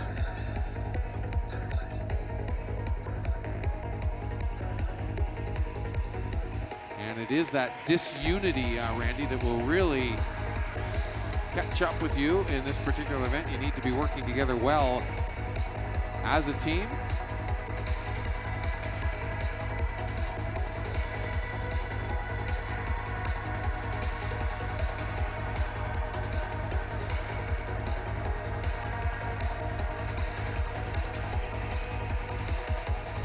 Bell, they're into the last lap. This is the first of 4 heats, so this team, composite team number 1, will set the time of reference for the remaining heats to come. They're going to line up shoulder to shoulder as they come across. It is, as Randy was just saying, it's the wheel of the third rider that stops the clock. And that will be 3:38.832, where the clock does stop for team composite number 1, average speed 49.36 kilometers an hour. Oh, 1 down, 3 to go. So 3:38.777 pour ensuite 3:77. I remind everybody that after these team pursuits, we will be having award ceremonies. So don't go away, stay with us and congratulate our athletes who've merited some hardware, as we say. And we'll be back around 4 o'clock for the start of our evening session. It's gonna be a fast, action-packed evening as we'll be going into the sprinting, elimination, and scratch races. So a lot of action to happen here tonight. Well, we're setting up here with team composite number 4, Killian Cummings, Scott Bushland, Mark Hopper, and William Trishuk. Time to beat, once again, that 3:38.777.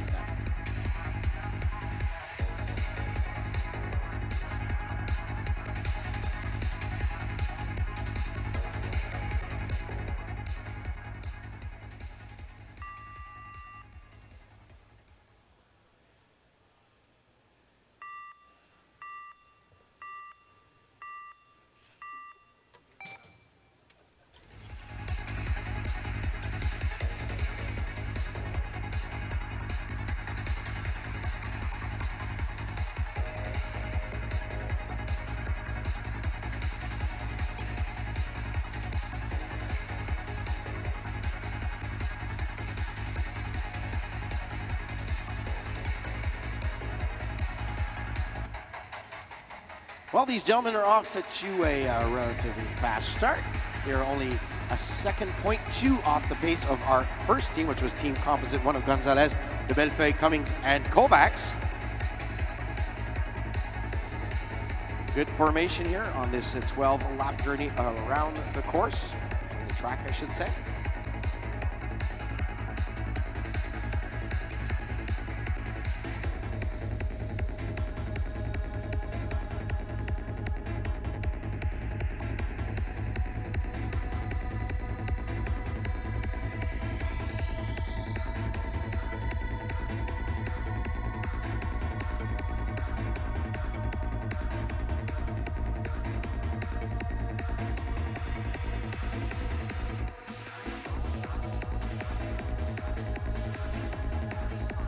Well, they've fallen back by 5 seconds into second place. And There's still 8 laps to go, 2/3 of the way.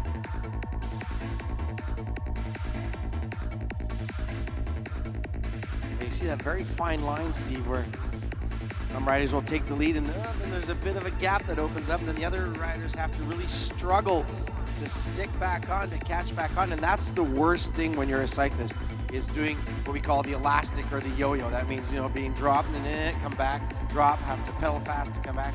And that becomes very taxing on the body. That's right, and that little gap that you saw opening up when they went down the backstretch the last time, with a gap between the first rider and then the next rider, not a good thing in a pursuit race. But this is the point where the previous team, the composite team, had started to break apart. So if this team can stick together for longer, they might have a better chance of gaining more time. 4 riders riding together and riding together well are always better than 3.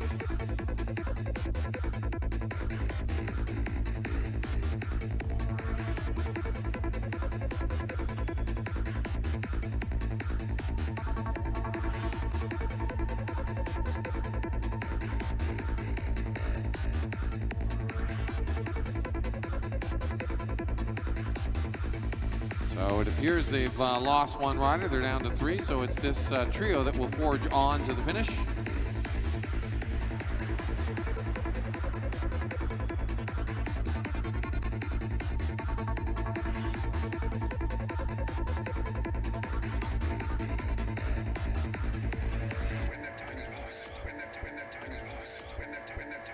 They're now into the last of the 3 laps.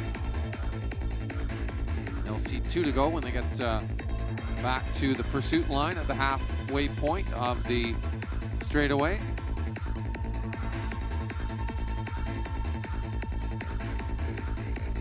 Correction, that was 1 to go. I do apologize. I was out by 1 lap.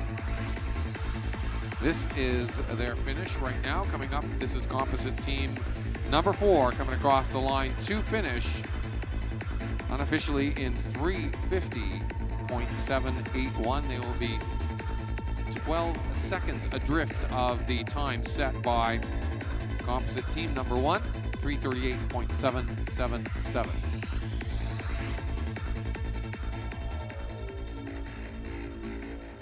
So we're going to be setting up team number 3 of 4. It'll be team composite 2. Our last 2 teams to show up here in these Masters Men team pursuits.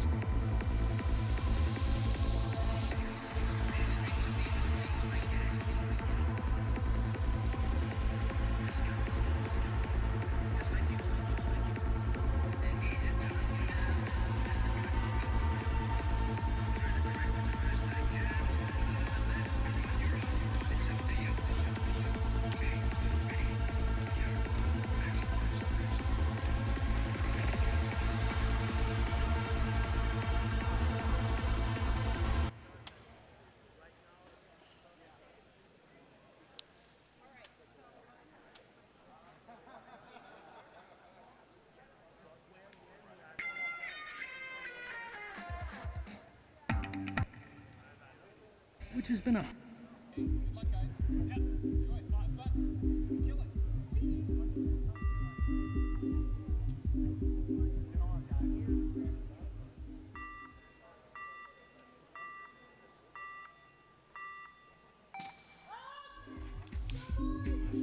And heat number 3 away with a clean start. This is composite team number 2. It is made up of Daniel Nelson, Kaneo Suahara, Jeffrey Backel, and Mark Barrell.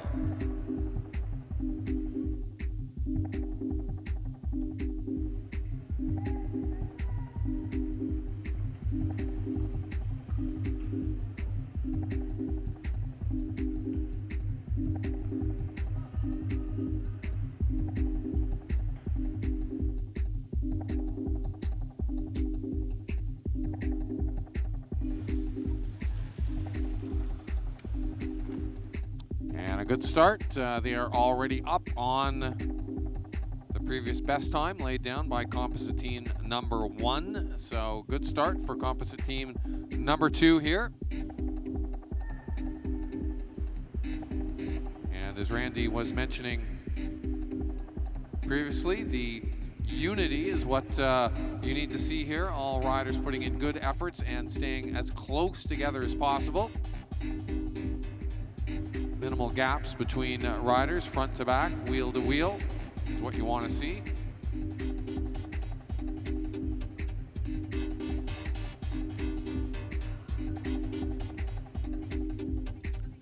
So they've slowed down slightly now. They're now just behind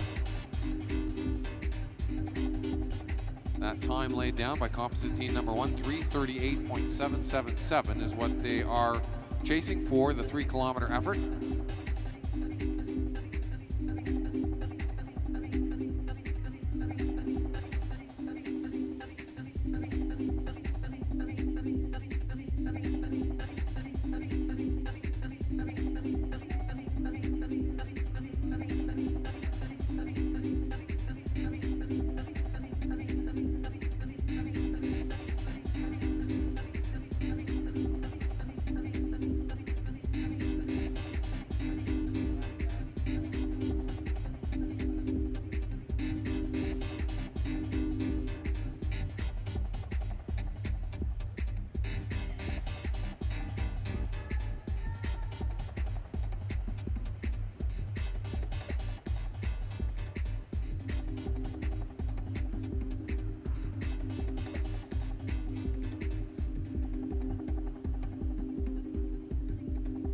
Composite team number 2 now slipping back a little bit. They're now almost 4 seconds down on the time set earlier in heat number 1. They've lost a rider down to 3, but with 3 laps to go, that's okay.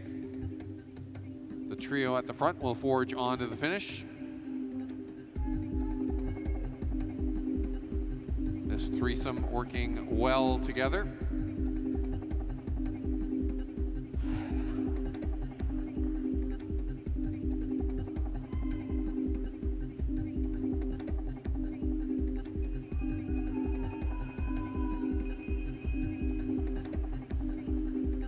Get the bell, they have 1 to go. Putting in maximum effort here to get to the finish line and record the absolute best time that they can. Here they come up to the line. It's the wheel of the 3rd rider that will stop the clock. 3:42.967 unofficially.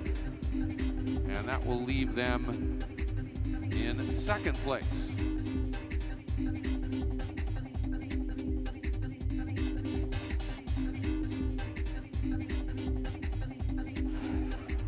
Well, one more team to go, and this will be, once again, for gold and a national title in the men's Masters Team Pursuit. 3:28.777 is the time, and it's more, we call these a challenge, a Canadian challenge more than a Canadian championship race, as it is not a championship recognized category. The term challenge is more appropriate.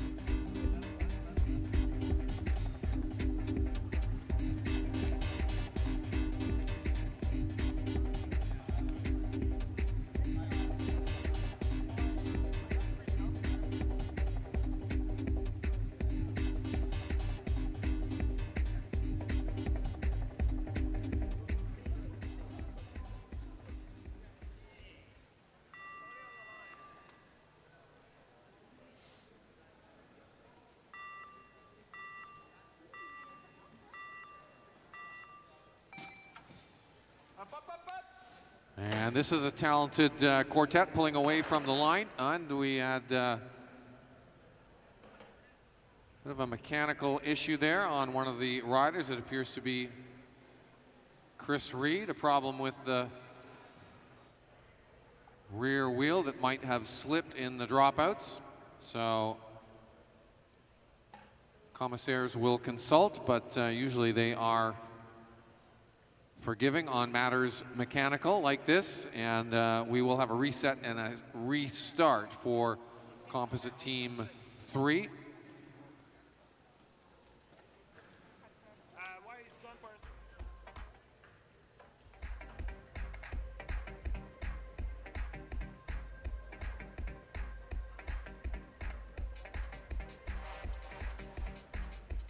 So we were remiss in not introducing our members of composite team number 3. Chris Reed, already mentioned his name. He's the one with the mechanical issue off of the start. That's being repaired down on the front straightaway. Enrico Trani is part of this team. David Enns and Richard Froner.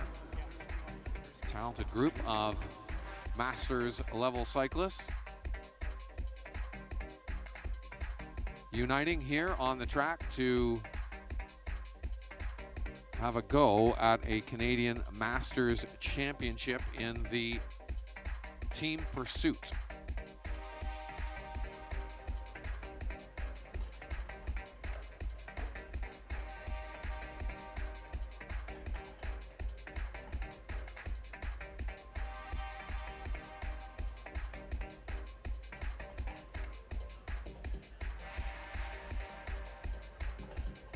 And Chris Reed's repair getting some close scrutiny there from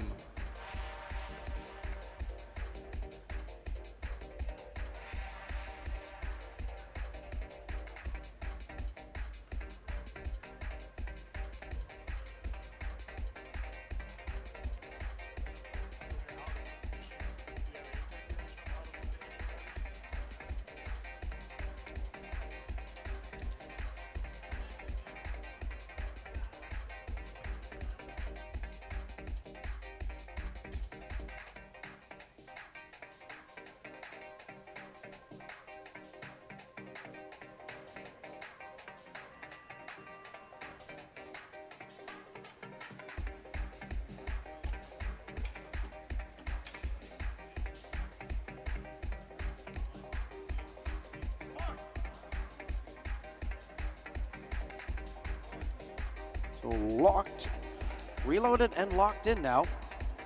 Once again for this last group of Reed, Tranny, Enns, and Froner. This group has a very strong chance of taking the title. We'll see how they perform here as an outfit.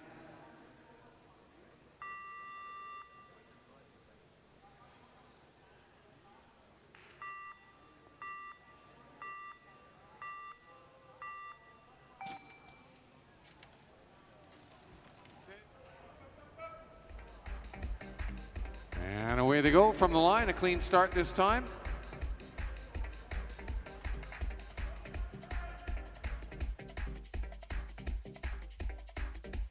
But coming up following this event, once again, we will have award ceremonies. And don't forget, around 4 today will be the start of our evening session with sprinting, elimination races, and also some scratch races. Going to be a very fast-paced evening. Make your way here. If you have to leave, come on back and see us later on tonight. Don't forget, if you are hungry and thirsty, our concession stand is open on the spectator entrance side. So that is there for you. And this team, as predicted, has opened up with a good opening deal in the opening laps. They are a quarter of a second up on the previous best time. With 9 laps to go, they are working very well as a team and a unit. Time to beat 3:38. 777.777. Not a plane, but a time. So moving back to the group there. The training on the front right now. For the Callisto FCV powered by Toyo Tires.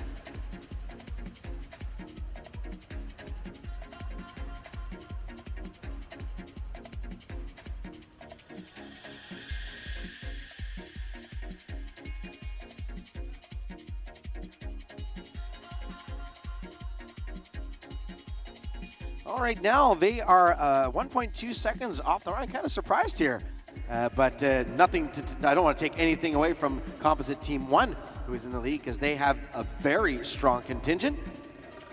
But that lead is coming down. It is melted now like snow in the sun to 0.09 of a second.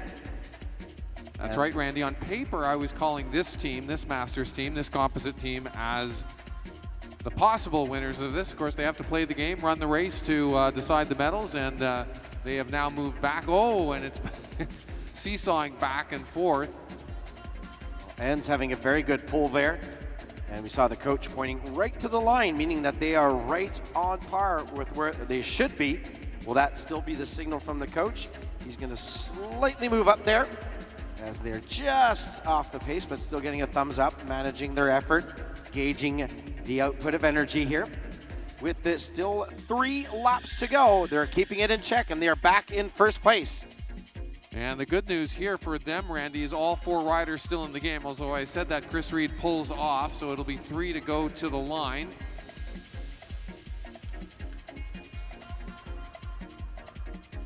But this was the deepest into the 3 kilometers that we had 4 riders go, so that should bode well for them. Coach urging them on. They're now again ahead and in first place. Only 0.5 of a second. This is going to be an intense final lap, but now they've pulled out with Tranny pulling him. A beautiful lead here with 1 second, 0.14 up. Will they do it? Will this be a victory here today? And yes, 3:37.266 Team Composite 3 winning this one in the Masters Men Team Pursuit. Congratulations to Chris Reed, Enrico Tranny, David Enns, and Richard Froner, your Canadian Masters Men's Pursuit Team Champions.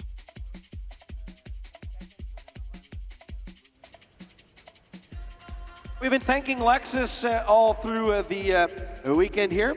And another great partner of Cycling Canada and the cycling community in Canada is Louis Garneau. And here's a little message from LG. We call it Fat Breakfast.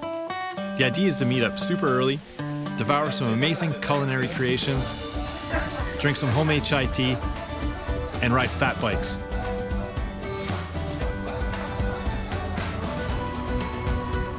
As a group of friends, before the day really starts and the stress of work and life set in, we call it Fat Breakfast. The idea is to meet up super early, devour some amazing culinary creations, drink some homemade chai tea, and ride fat bikes.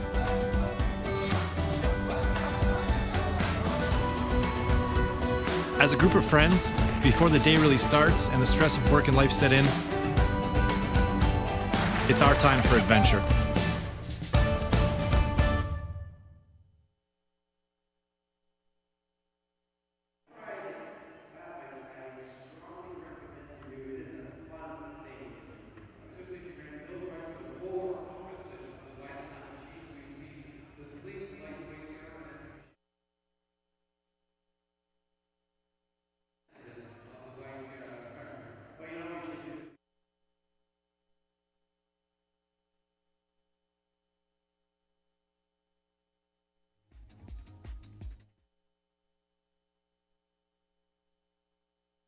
It really catapulted a lot of our riders to the games in Rio after national championships, Milton International Challenges, and the Pan American Games of 2015 and Para-Pan American Games.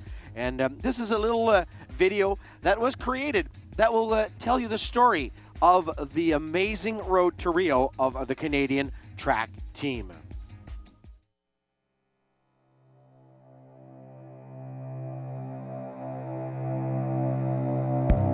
No one move, no one speak. Please don't say that it's just me. It's not just me. And even though I won't forget, just don't want this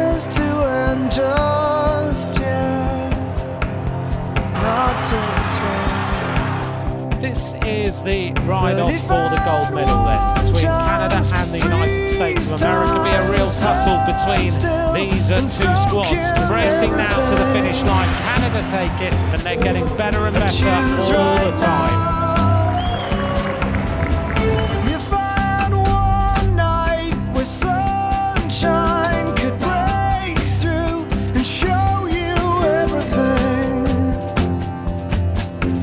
I choose right now. If this is it, all we have, I know I've done all I can. The Canadian coach was counting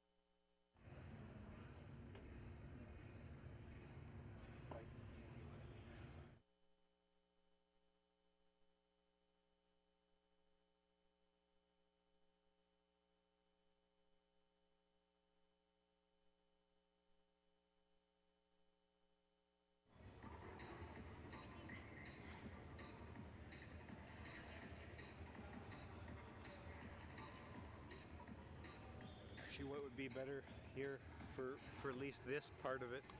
Would be So we would like it once again. put it on a tripod.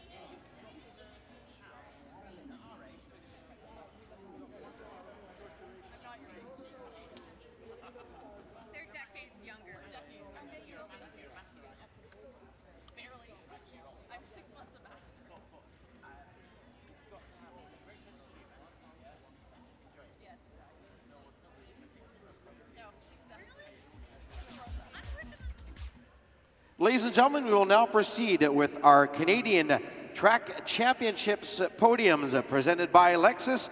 And also, we'd like to thank the jersey supplier Louis Garneau.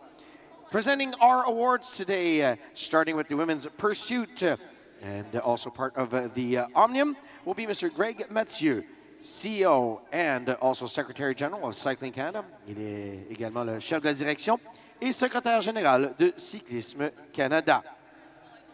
In first place, and Canadian champion au premier rang et championne canadienne from Trek Red Truck, powered by Mosaic, Kinley Gibson.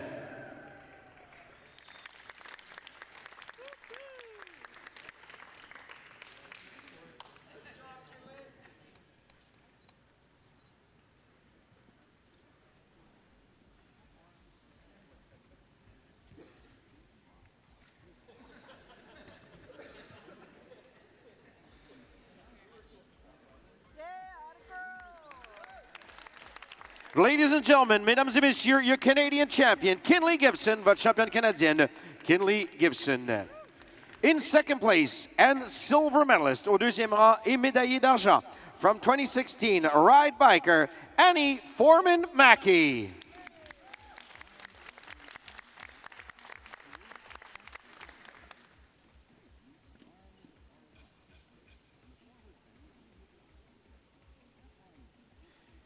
In the third place and bronze medalist au troisième rang et médaillé de bronze from Cycling BC, Steph Rorda.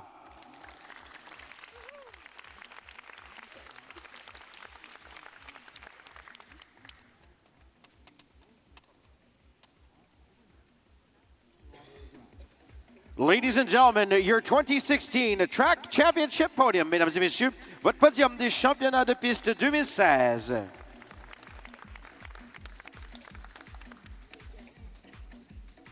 And now, for our men's pursuit podium. Et maintenant, pour la poursuite individuelle, podium chez les messieurs.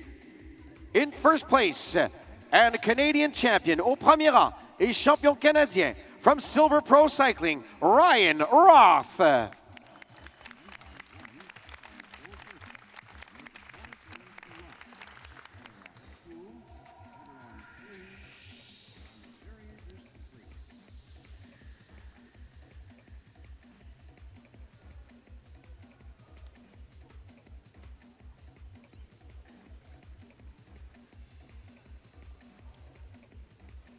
Ladies and gentlemen, your 2016 Canadian champion, mesdames et messieurs, votre champion canadien 2016, Ryan Roth. Au deuxième rang, médaillé d'argent, second place, and silver medalist for Cycling BC, Jay Lamoureux.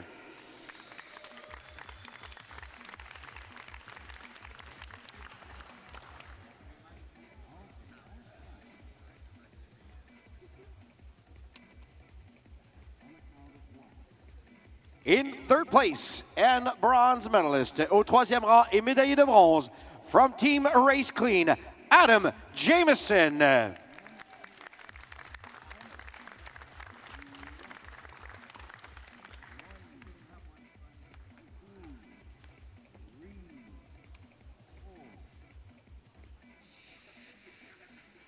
Ladies and gentlemen, your 2016 Track Championship podium, mesdames et messieurs, votre podium des championnats canadiens de piste 2016.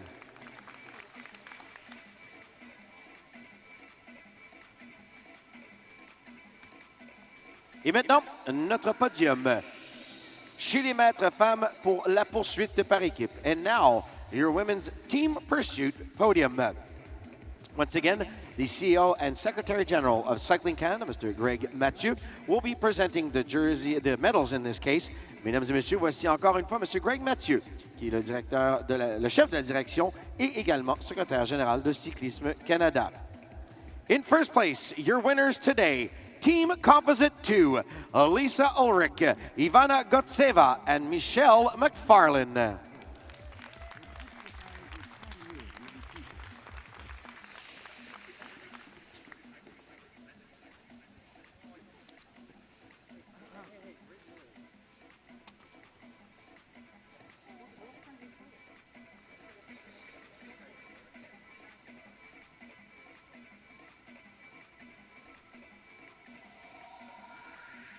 Your winners today, once again, Team Composite 2, Lisa Ulrich, Ivana Gotseva, and Michelle McFarlane.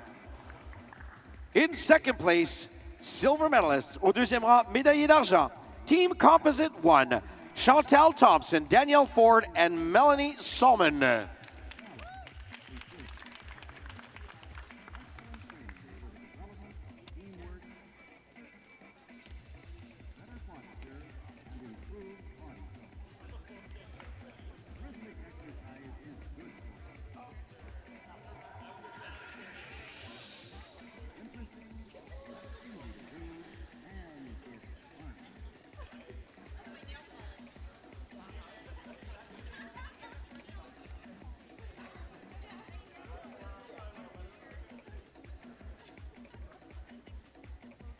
And in third place, bronze medalist au troisième rang, médaillé de bronze, midweek A-team, Rosa Phillip, Heather Kelly, and Nicole Till.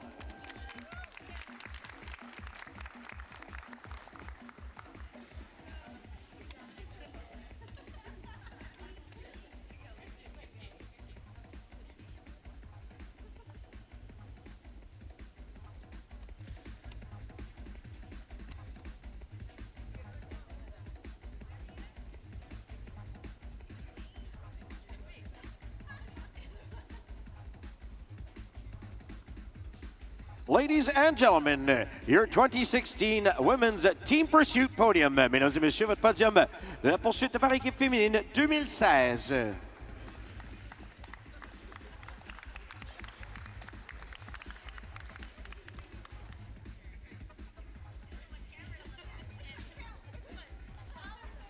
And now, your Masters Men Team Pursuit Podium. Voici maintenant le podium de la poursuite par équipe chez les maîtres messieurs.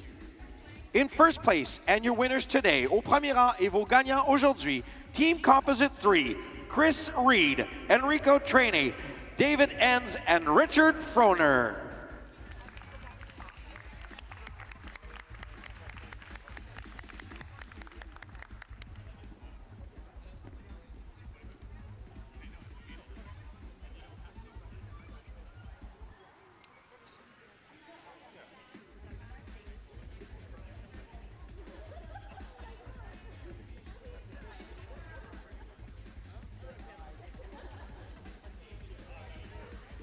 Ladies and gentlemen, your winning team today, once again, Team Composite 3, Chris Reed, Enrico Trainey, David Enns, and Richard Froner.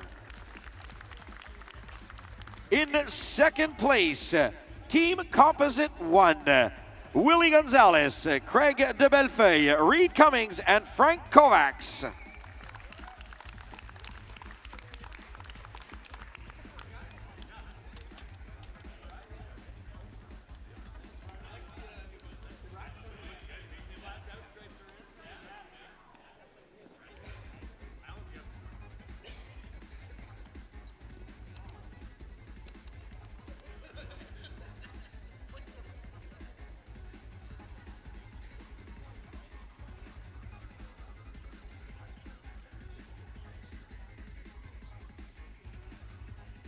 And in third place today, bronze medalist, Team Composite 2, Daniel Nelson, Kunio Tsukuyuhara, Jeffrey Bacall, and Marc Barry.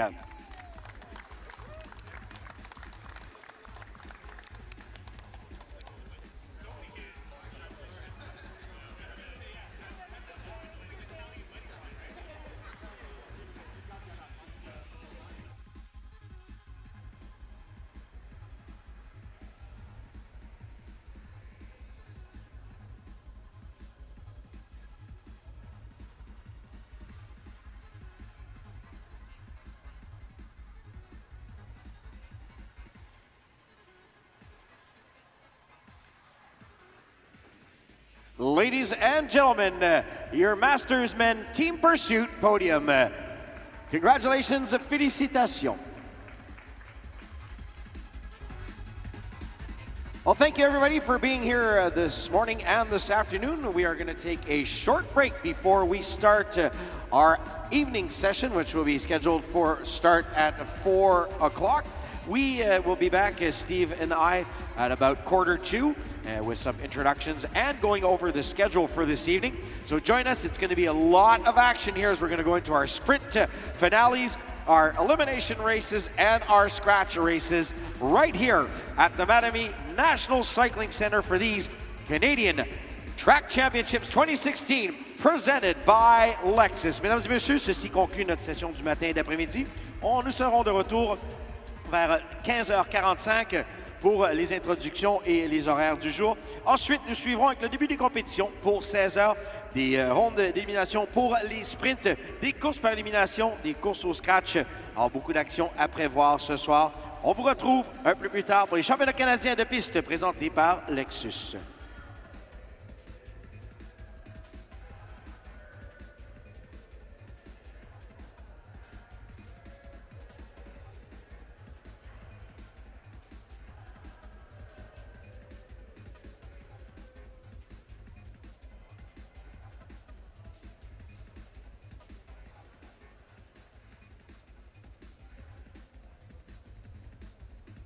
And information for riders, the track is open for training. La piste est ouverte pour l'entraînement.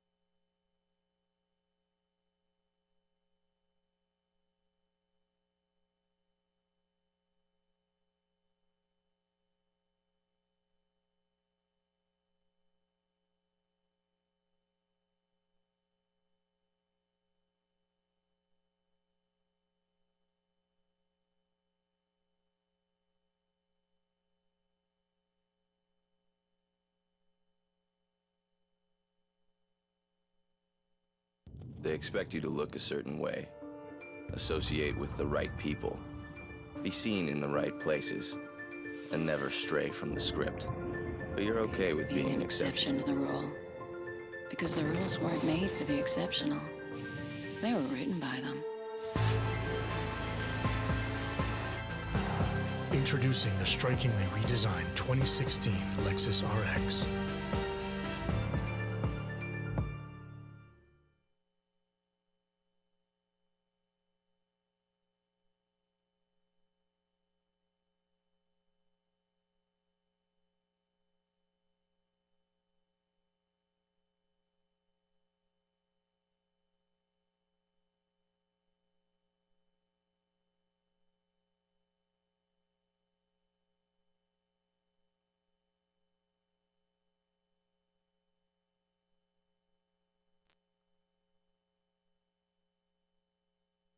States, from Japan, also from Suriname, coming into this event, and over 80 riders will be competing in this Milton International Challenge.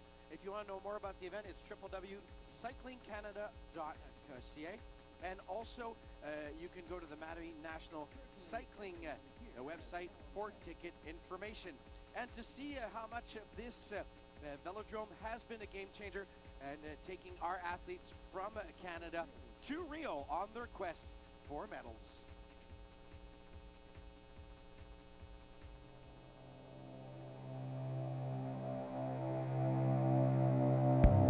No one move, no one speak. Please don't say that it's just me. It's not just me. And even though I won't forget, just don't want this to end just yet. Not just yet. This is the ride-off for the gold medal then, between Canada and the United States of America. Be a real tussle between these two squads. Racing now to the finish line. Canada take it, and they're getting better and better all the time. If I had one night where sunshine could break through and show you everything, I choose right now. If this is it, all we have, I know I've done all I can. The Canadian coach was counting them in. This is their lap times. And we can't stop and start again. We can fast forward to the end. This is it. But if I had one chance to freeze time and stand still and soak in everything, I choose right now. If I had one night where sunshine could break through and show you everything, I choose right now.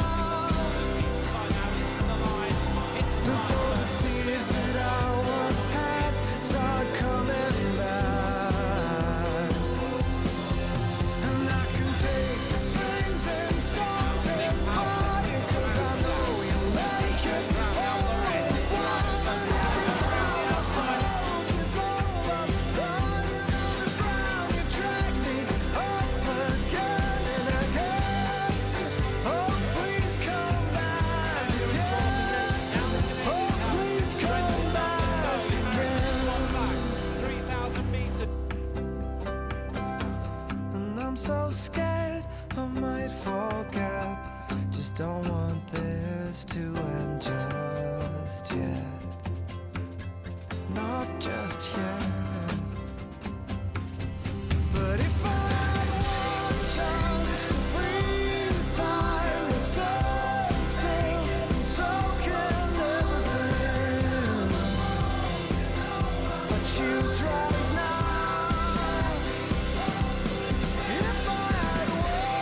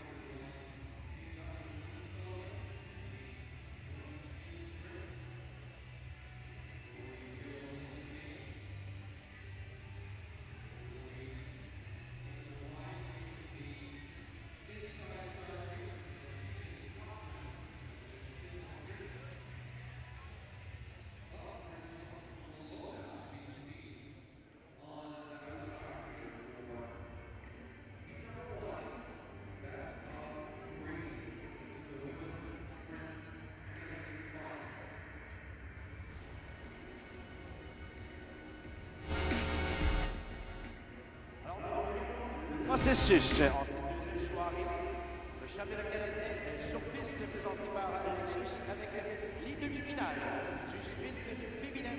On a Kate O'Brien en rose et noir, Tegan Cochran. C'est un 2-3. Les athlètes sont prêtes. Riders are ready.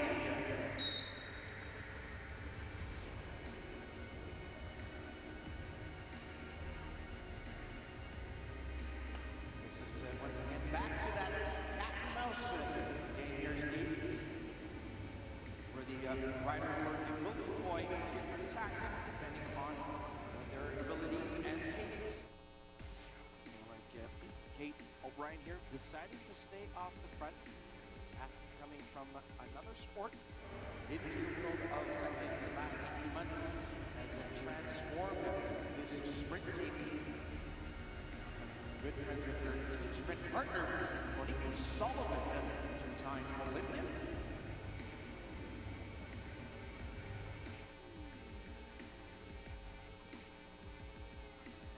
And it was interesting, Randy, while the break was on the track, I was watching Kate go through her warm-up routine. It's quite expensive and involved, as you might imagine. And here we go into the last lap. They need to be ready. They need to warm up over an hour.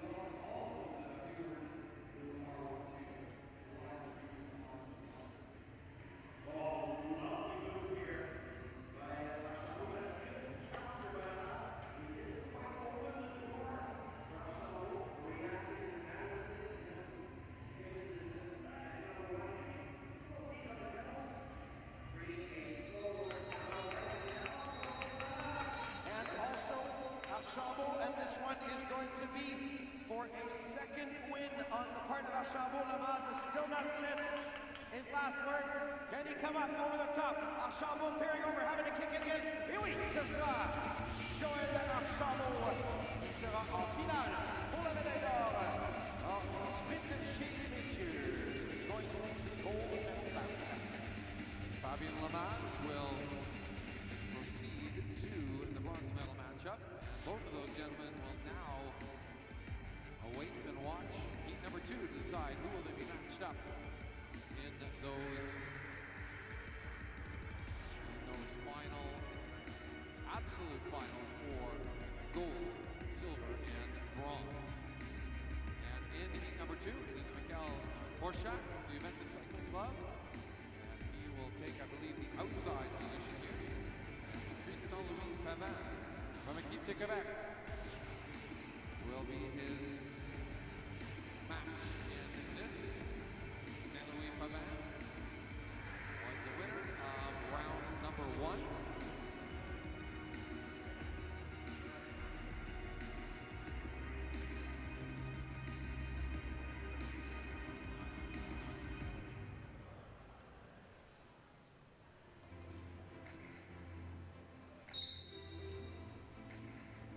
C'est parti maintenant avec Patrice Saint-Louis-Pivin qui va tenter de sceller l'issue à la quête de M.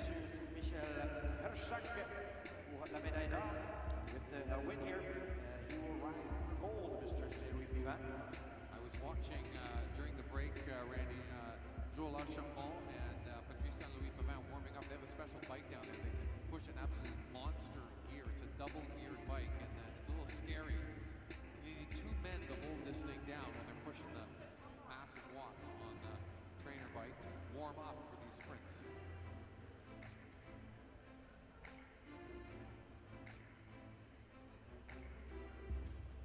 They are coming down to the final lap of this race. Let's see who will go first. It looks to be Herschak who's going. But the youngest Saint-Louis-Pivin not being intimidated by the overrider. Again, Saint-Louis-Pivin, we're going to have a speaker on. Unfortunately, Herschak going a bit high, and that's going to cost him dearly. So close here. And don't know, did anybody leave in their sprint lane? We will see very soon.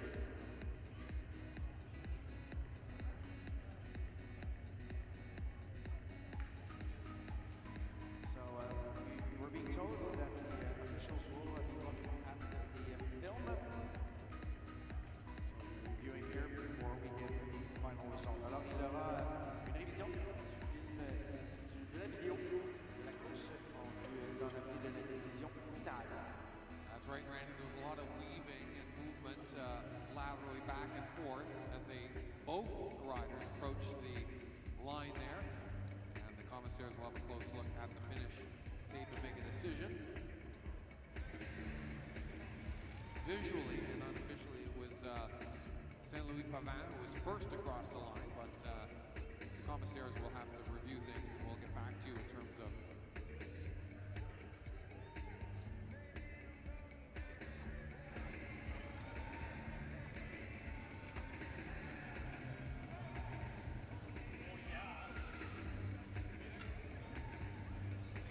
So now we're going to go to our race sim for our men's elite sprint. This is for ranks 5, 6, 7, and 8.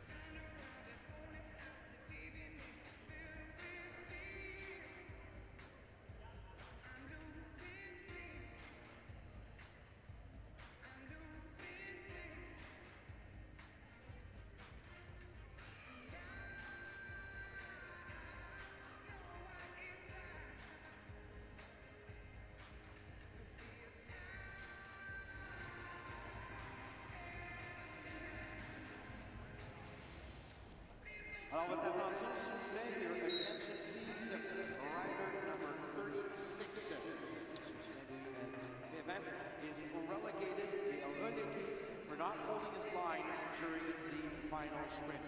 Alors, relégation, c'est Bébé ne pas avoir conservé sa ligne lors du sprint final. Thank you, Randy, for that update. We now move to the 5th through 8th place sprint final for senior and elite men. And in this race, Jason Abbott, Keith Bruno, Robert Gooch, and James Graham doing battle for those 5th through 8th spots. It is Gooch who has the lead right here with 1 lap to go. He's trying to drive it all the way from the start. And a lot of movement now. It's Jason Abbott coming over the top. This one is far from over. There's still a lot of room to maneuver. It's going to go right down to the line, and it's going to be a win by Keith Bruno, just in front of Abbott and also James Graham. So we're waiting for the official results, but that was so close. It goes to show you it's odd that you would think that when there's only 2 riders on the track, there's less margin of maneuver, there's more margin of maneuver, but as you can see, when there's 2 guys, they're just fighting for that sprinter's lane. Where you have a group, there's some movement happening behind. So there it is, Keith Bruno first, Jason Abbott second, James Graham third, and Robert Gooch fourth for 5th through 8th place for the senior and elite men in the sprint category here of the 2016 Canadian Track Cycling Championship presented by Lexus.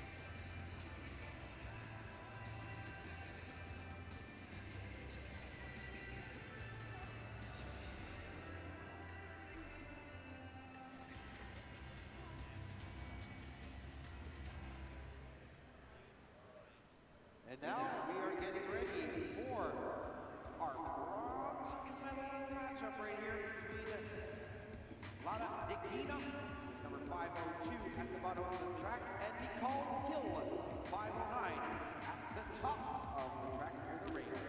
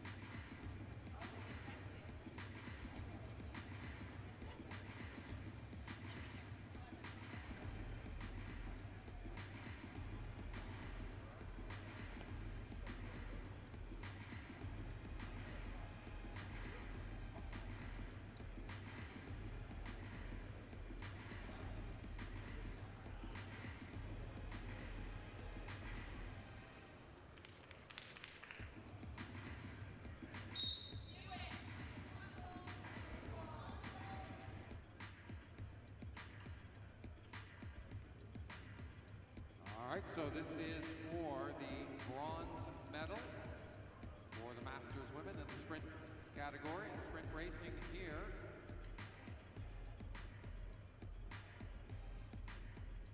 And this is best of 3, so this is their first of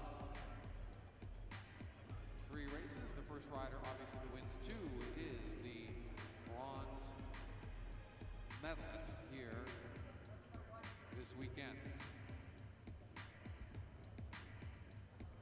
Slow start, but again, as Randy and I have been talking about, the speed and the time irrelevant here. It's who gets their wheel across the finish line first is what matters. Full Till back and Velodrome on the front.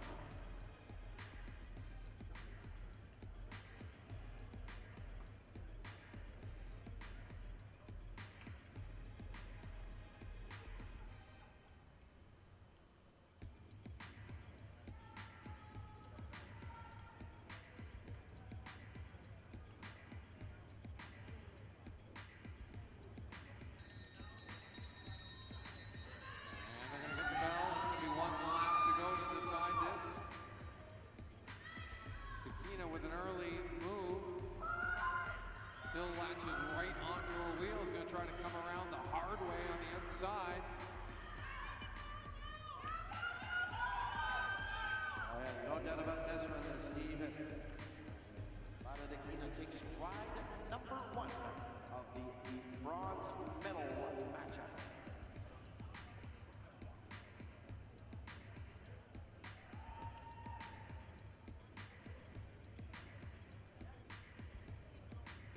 We're going to go to our first ride in our gold medal matchup. Alors, première manche qui est pour la médaille d'or chez les maîtres femmes.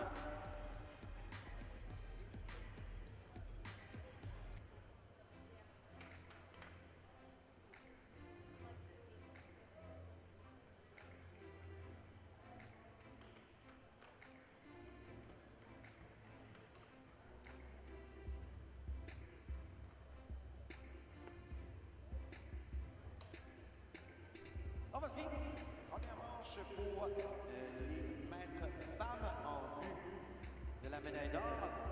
Émilie Roy, Sherbrooke, Québec, qui s'amène ici en haut de la piste. So right there, Émilie Roy will be the lady selling at the top of the track. She will soon be joined by her adversary in the gold medal face-to-face between Cycling Club's Rosa Phillip.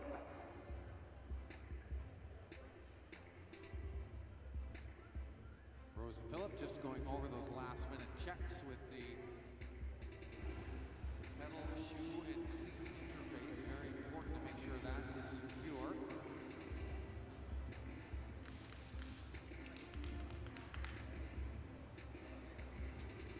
Both riders up on the line, comfortable where they're sitting. Commissaire will ask if they're both set and okay.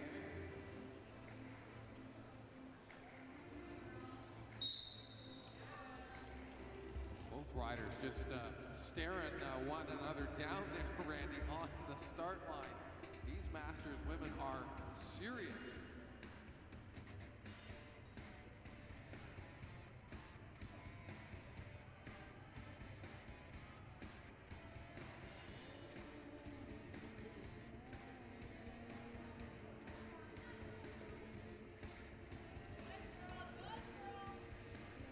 So we're going to ask the two riders for the decider in the elite men's round to please make their way to the track. Alors, on va demander aux deux messieurs pour la belle de vouloir se diriger ici chez les élites messieurs. Alors que Émilie Roy tient tête à Rosa Phillip. This is going to be a very interesting last lap, and Rosa Phillip mustering up enough energy to come back on a run.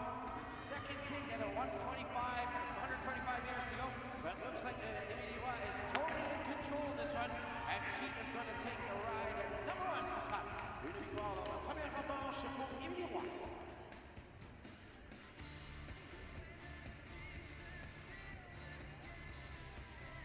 Well, the two riders for the decider, please make your way to the track. Is the full level at last.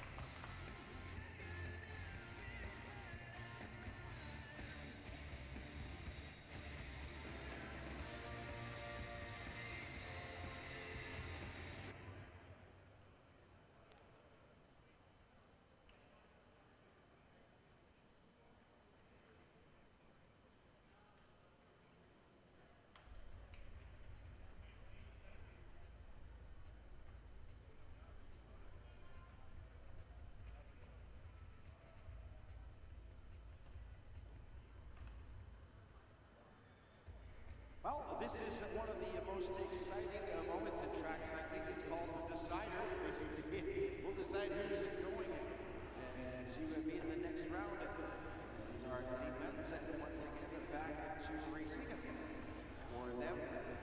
Since there was a relegation for a specific event on the last ride.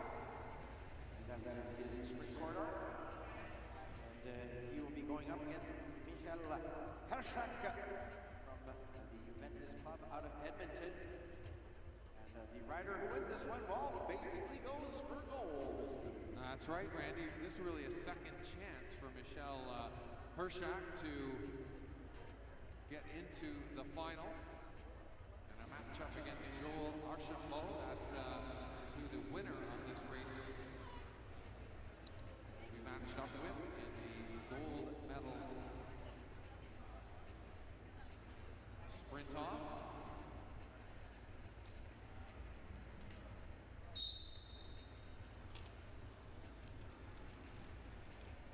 Best of 3, so this is the third match between these two. Patrice Saint-Louis Pavin winning the first one, and then on relegation. And the second matchup, it was Michel Hershak winning that particular battle, and now we're down to this third and deciding matchup.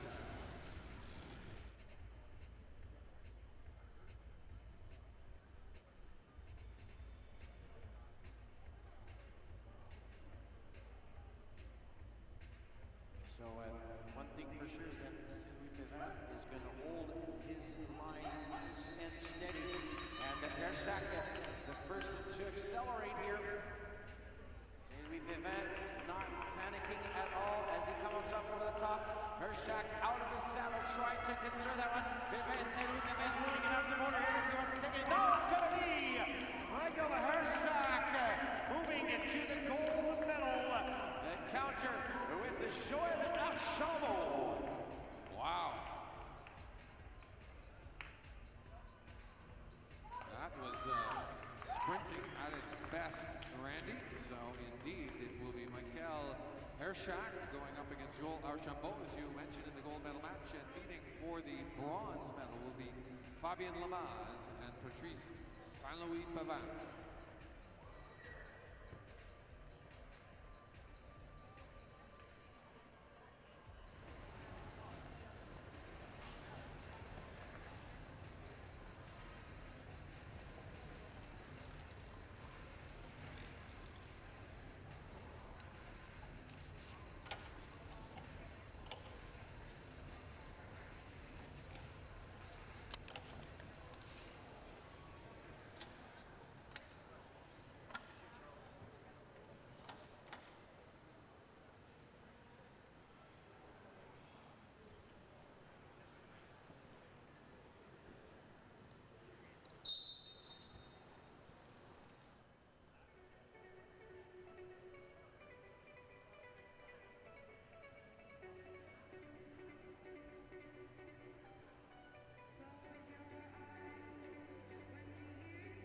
We are back again with our Masters.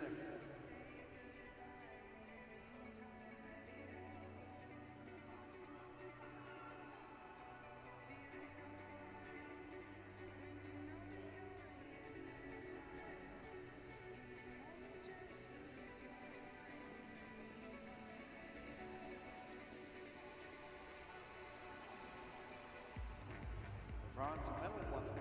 Encounter now for our athletes in the Masters C category. James Brooks, Quebec Wheelers, Charles Tommy, Mike's Bike Shop. This will be best of 3, Randy. Sorry to interrupt there. Best of 3.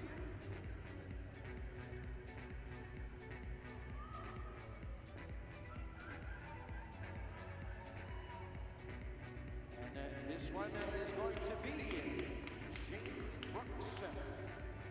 Ride number 1 goes to the rider from the west of Quebec Wheelers.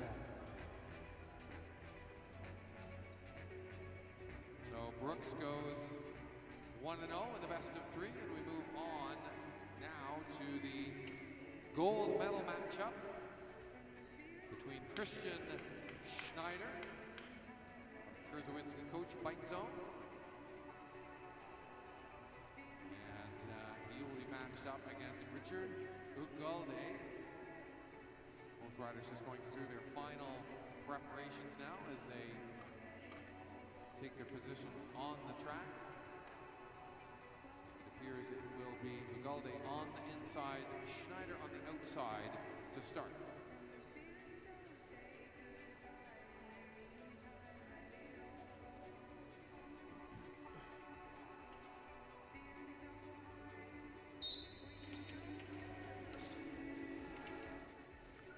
commissaire blows the whistle. That means racing is on, and both riders pull away. Relatively casual and pedestrian pace from the start and finish line. Galde down low. Schneider initially up high, but bobbing and weaving there.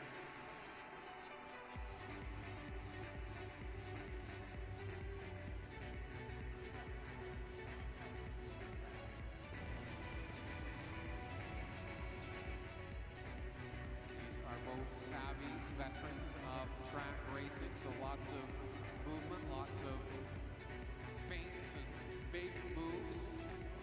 Throw the other rider off. And into the final lap is Christian Schneider on the front. Ugalde giving chase.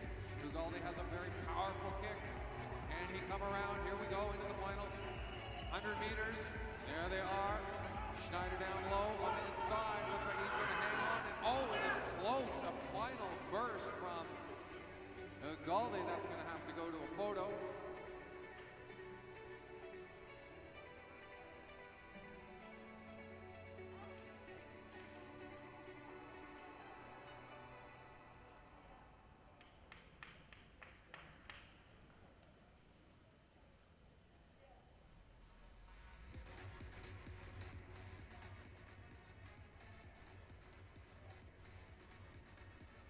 Commissaires are studying that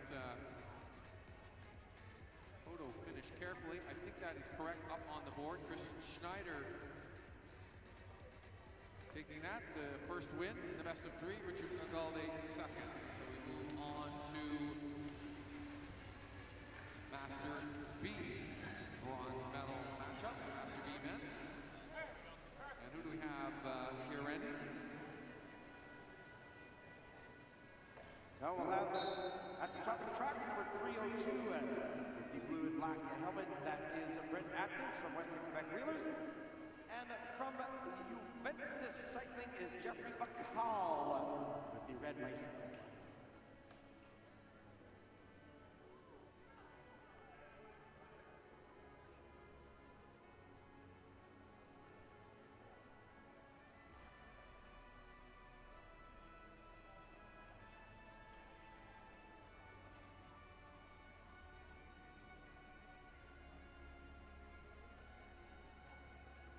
So right now, Bacall taking the earnest of leading this duo. Atkins is really toying with it right now. Moving from left to right. It's really annoying from the front. You see him, you don't. You see him, you don't. Which side?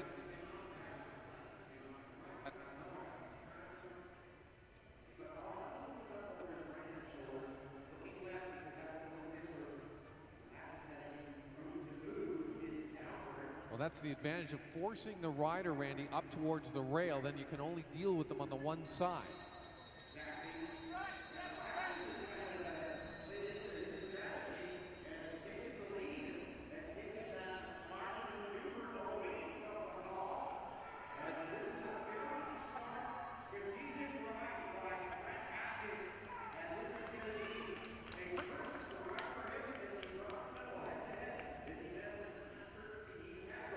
Easy win for Brett Atkins there, as it turns out. So put one check mark in the Brett Atkins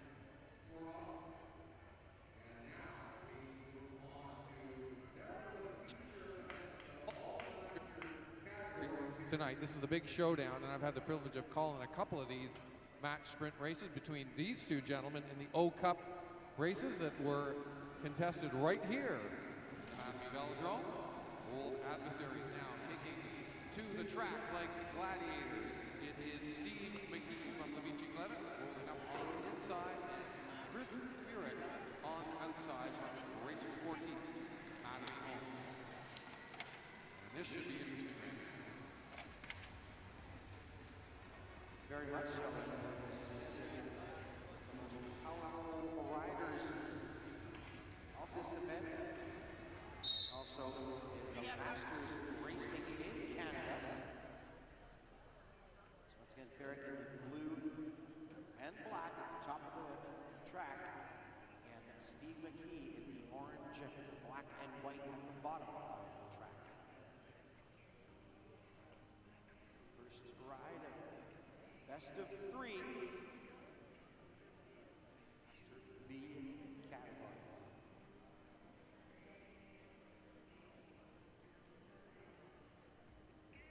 It's great to have you all out here tonight. Hope you are enjoying it. These sprint events, a lot more exciting races to come, as we will also have elimination races and scratch races.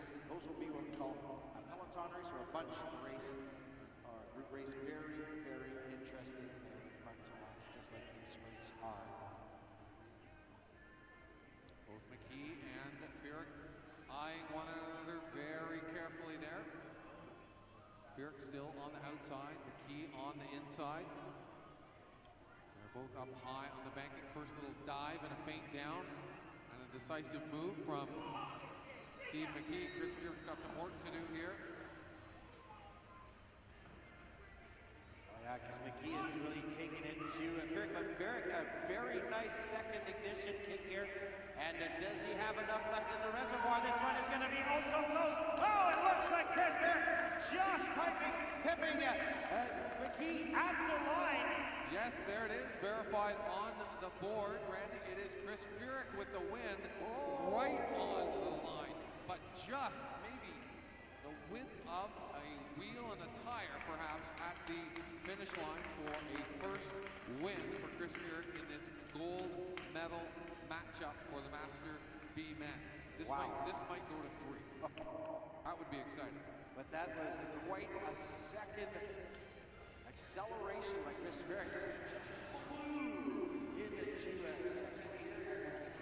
turns number 3 and then 4, having the disadvantage of being out of the sprinters lane. Now we're going to go to our Master A Men. First ride for the bronze medal.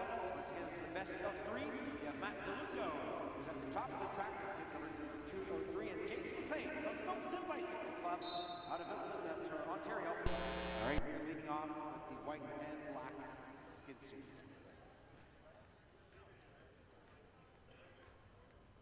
What a great thing to have this as your home track, Randy, right in your backyard here in Milton.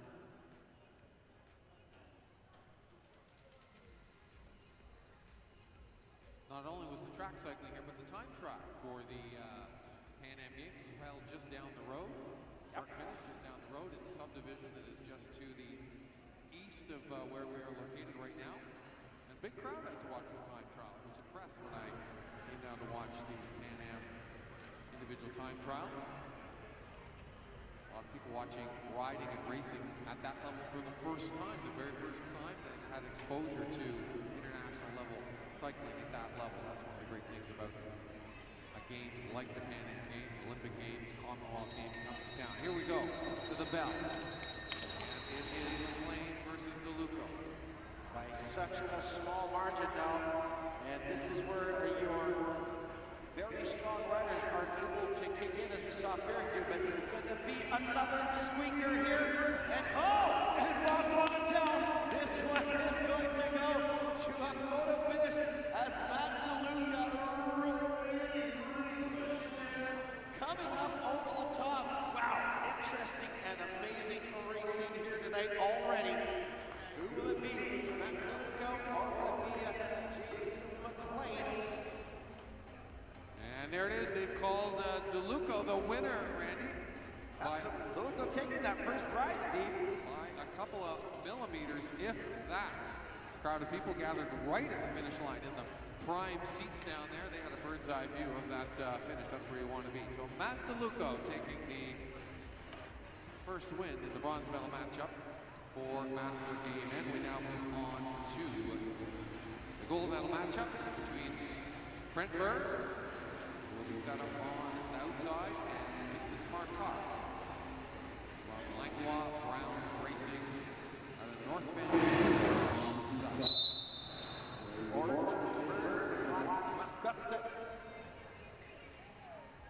Expect this one to be pretty interesting also.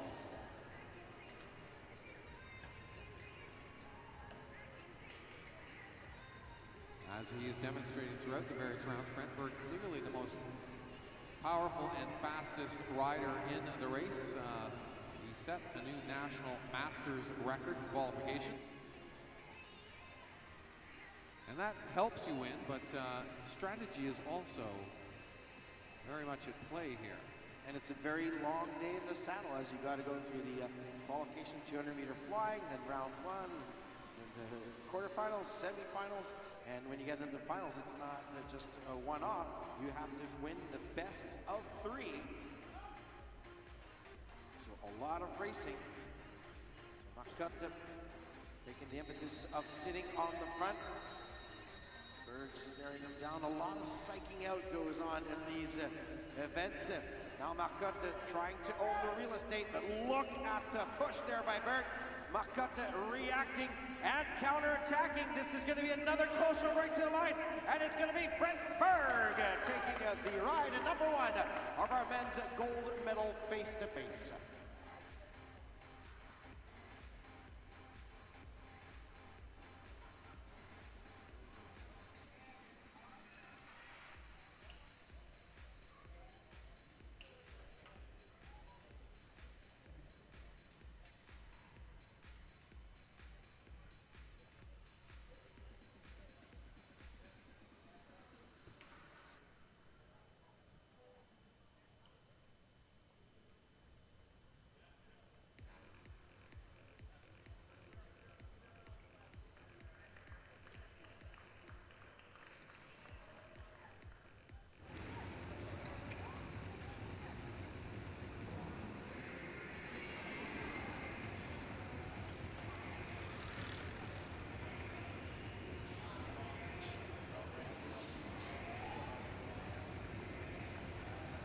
With our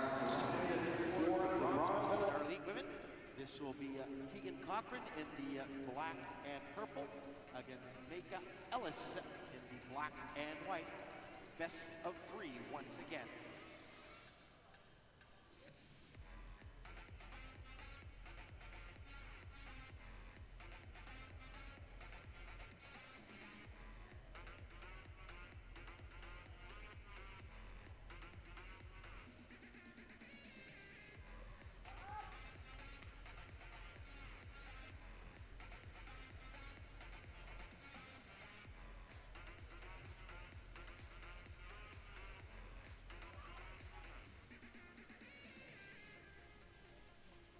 Mika Ellis on the front now.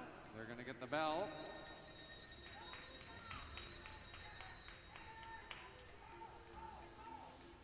Tegan Cochran going the long way around on the outside.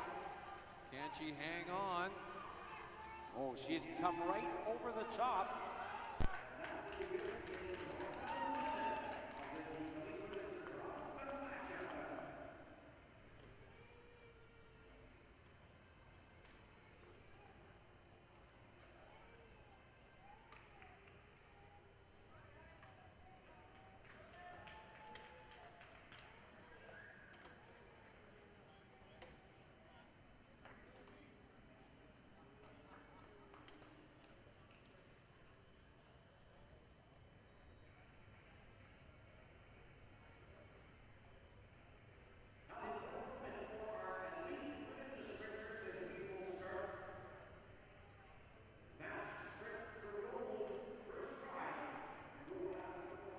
Track from Calgary, Alberta, Kate O'Brien.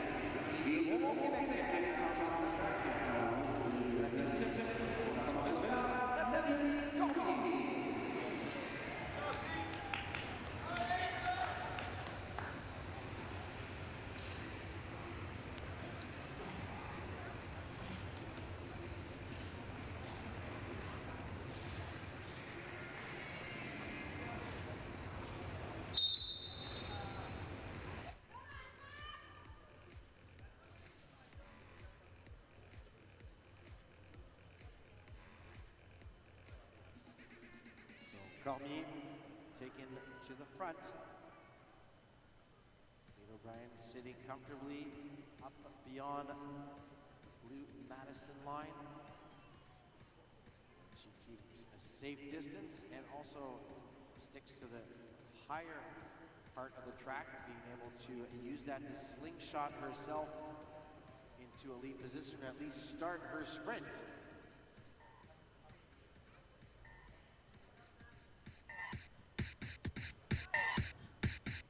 And now O'Brien kicking in already. Cormier trying to protect her lead. But she's gonna, oh yeah, opening the door to O'Brien like that for the sprint lane was just asking for trouble. 250 meters to go. Cormier going all out. Alors Cormier qui tente le tout pour le tout, mais elle a ouvert légèrement la porte et l'Olympienne O'Brien ne s'est pas fait prier pour mettre le pied dans la porte.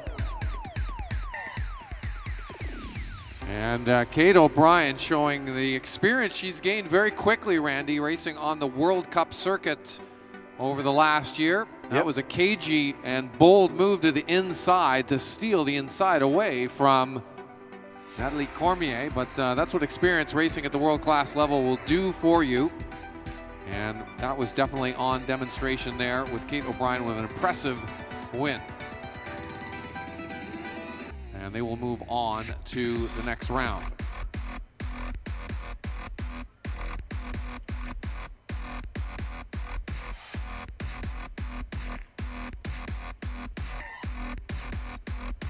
Don't slam the fucking door.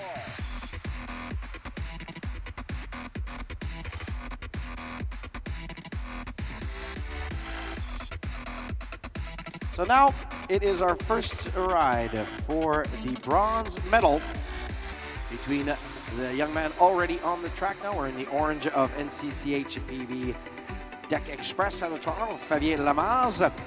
And from Windsor, Quebec, pour l'équipe du Québec, Patrice Saint-Louis Pévin.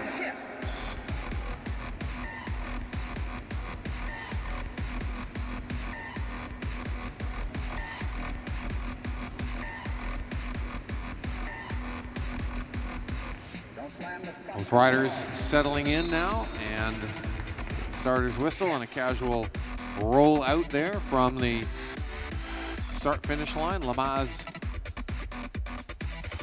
takes the lead. Saint-Louis Pivot letting him drift a little bit ahead. I don't want any more bullshit anytime during the day from anyone. That includes me. It's going to be very hot. Going to be very uncomfortable for everybody. But anybody yelling, we get anybody yelling around here any more today, and then the shit is going to hit the fan. Lamaze still on the front, Saint-Louis Pavin. Eyeing him carefully.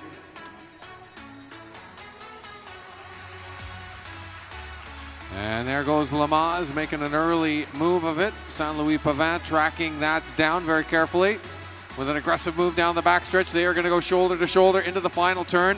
A little bit of movement there. Saint-Louis Pavin on the outside, and I think he just squeaked by Randy with a powerful little throw of the bike and a burst of speed at the end. Oh, we're going to be seeing what the result is.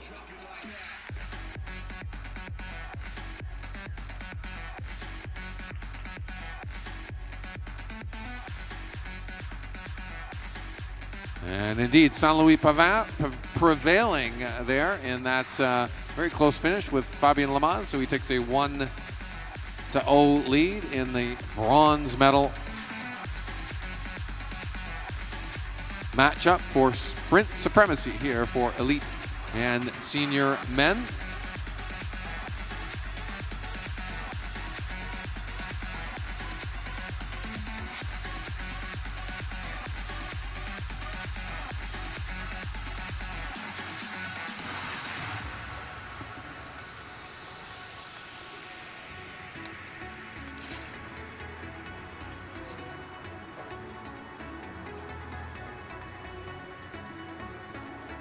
This is the gold medal head-to-head. Once again, in black, Michael Hersack winning a beautiful decider against Saint-Louis Pévin. Et pour le Québec, de l'équipe du Québec, Joël Archambault. Archambault, the number 2 rider in the team sprint for Équipe de Québec in their winning effort last night in the team sprint competition. Handing off, so to speak, to Hugo Barrett, to brought it home for the win for them.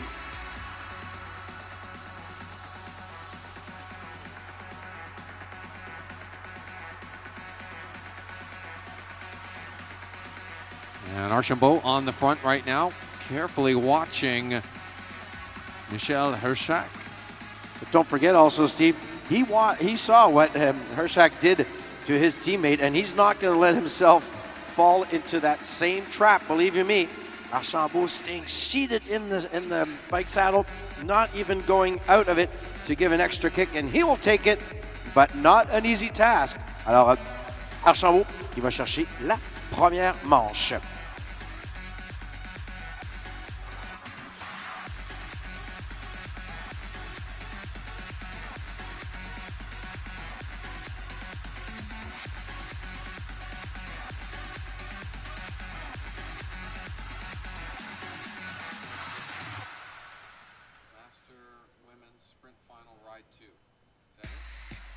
Ladies and gentlemen, let's get ready to rumble!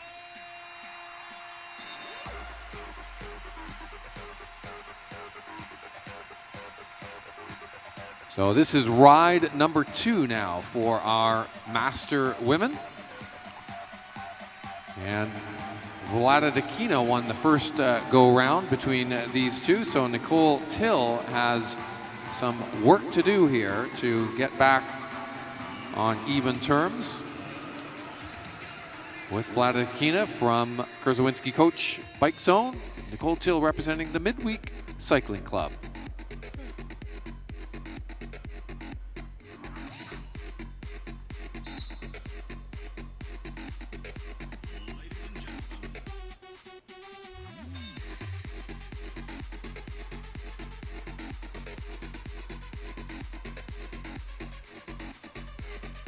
Always interesting, Steve, to watch this very slow progression or slow start to these events. Yes, they go from this to nearly 60 kilometers an hour by the time. In 3 laps by the time they get there. Exactly. Quite impressive, I should say. So with the win here, Vlada Dakina will take the bronze in our Master Women's event. And if Till wins, well, it's going to be a decider.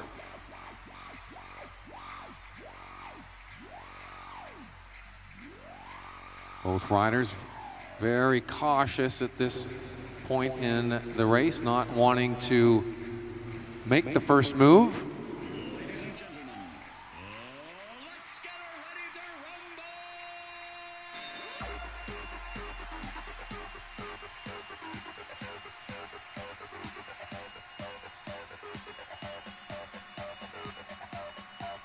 So who will be the first athlete to risk that acceleration? Dakina now trying to, whoa, that was so close for Till. She nearly lost contact with the track, going down a bit too fast. But that is really disturbed Dakina, as she was kind of surprised by that slip by Till. Can Till keep this up and cause and push this to go to a decider? Till still in the lead here, and we may have a decider in this category. Yes, for bronze, we're going to go to a decider, folks, tonight, as Nicole Till beats Vlada Dakina. I think that little slip of the front wheel, Randy, kind of threw Vlada Dakina off.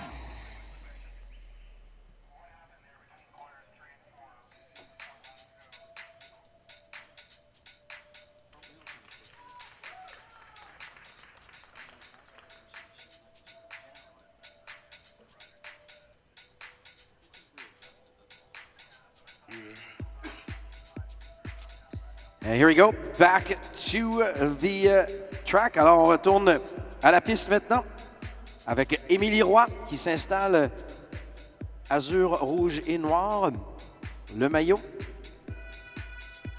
And she'll be going against Midweek's Cycling Club, Rosa Phillips, in the burgundy, white, and black.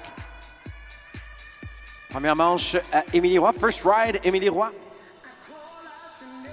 Can she make it 2 and gold tonight? Do you still feel the same?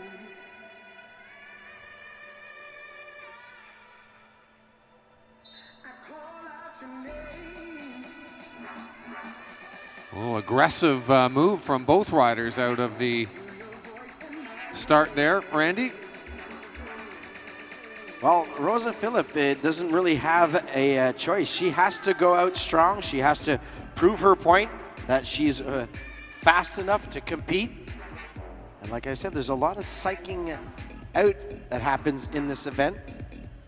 And by jumping like that, it maybe destabilizes and changes Emilie Roy's perspective on her capacity to perform here. Saying like, oh, she's a bit stronger than I thought. And now she's playing, Rosa Phillips really playing this one well. She's profiting from the draft of Emilie Roy, but now she has to be able to stay with her. This is turning into another great ride here. Does Rosa Phillip have that last final impulse, that last kick to come over the top? Ou est-ce que ce sera une victoire? Médaille d'or pour Emilie Roy. Oh, oh, oh! Oh, so close, so close. Let's see what the photo finish will say here. Voyons voir le résultat. That was too close to call. They're going to go to the It is photo. Rosa Phillips, so we're going to have a decider for the gold medal. Alors, il y aura une belle pour la médaille d'or, et quelle belle finale pour Rosa Phillips. She really showed all her talent right there, and just that slight little push over the line, Steve, made the difference. So we're going to have a decider for bronze and for gold in the elite master women's category. We don't get to see that very often, that there are deciders for both medals. That is great to see. That's great racing, great riding in our Masters women's sprint racing here at the National Championships. So now we go back to our bronze medal matchup. This is in the Master C category. James Brooks taking the first ride. Alors pour Charles Cormier, c'est maintenant ou jamais. Il doit remporter cette deuxième manche. He must win this second ride. Cormier at the bottom of the track with the red bike, and Brooks with the white and blue bike in the black and red outfit.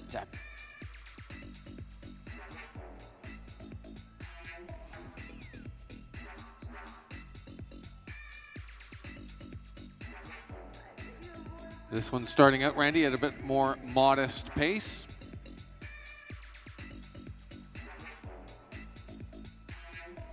We've seen some very exciting sprinting in our racing in these final races, bronze and gold medal matchups.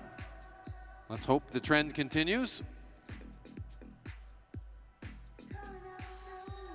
And we hit the bell, 4:03. That's James Brooks from the West Quebec Wheelers. Looks to have this well in hand, but don't count Cormier out. He's making a go of this. Cormier coming around, and he might just get there. No, it's not. It is going to be James Brooks taking the win there. Yep, and that it will be a bronze medal for the rider out of Chelsea, Quebec. Riding for the West of Quebec Wheelers, James Brooks, your Master C bronze medalist. And a good ride by Charles Cormier. Belle prestance tout de même par Charles Cormier.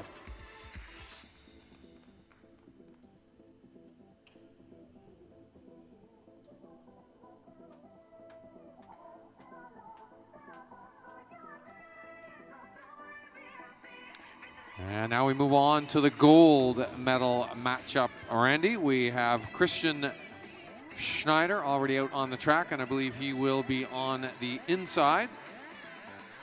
Yeah, with the black and white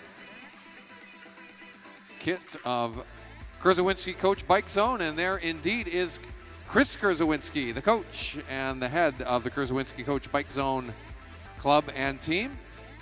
Chris Kurzawinski, a former Olympian racing for his home country of Poland. And at the top of the track, well, la bicyclette has Richard Ugalde. And as you mentioned earlier on, Schneider taking ride number one. If he wins this one, it is gold medal glory for him here tonight in the Masters C Sprint. And this one went to a photo finish, Randy. This was very close. Richard Ugalde almost getting it on the line. I think there was less than a tire width difference between the two of them at the line. Schneider just eking out the win from a hard charge at the line from Richard Ugalde. So let's look for close racing here once again.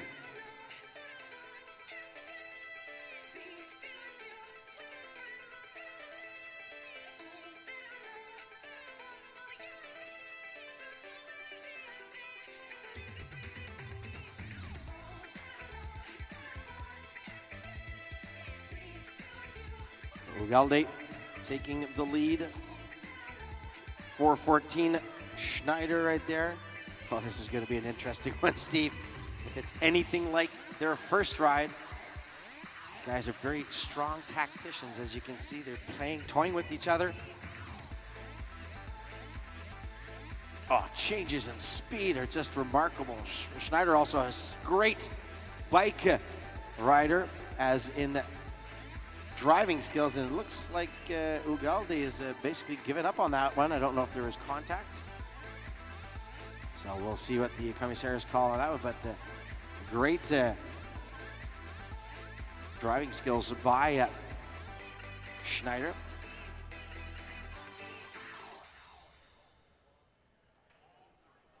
So there is a revision being made by our commissaires. Alors, il y a révision de la part des commissaires. So we'll be holding the results.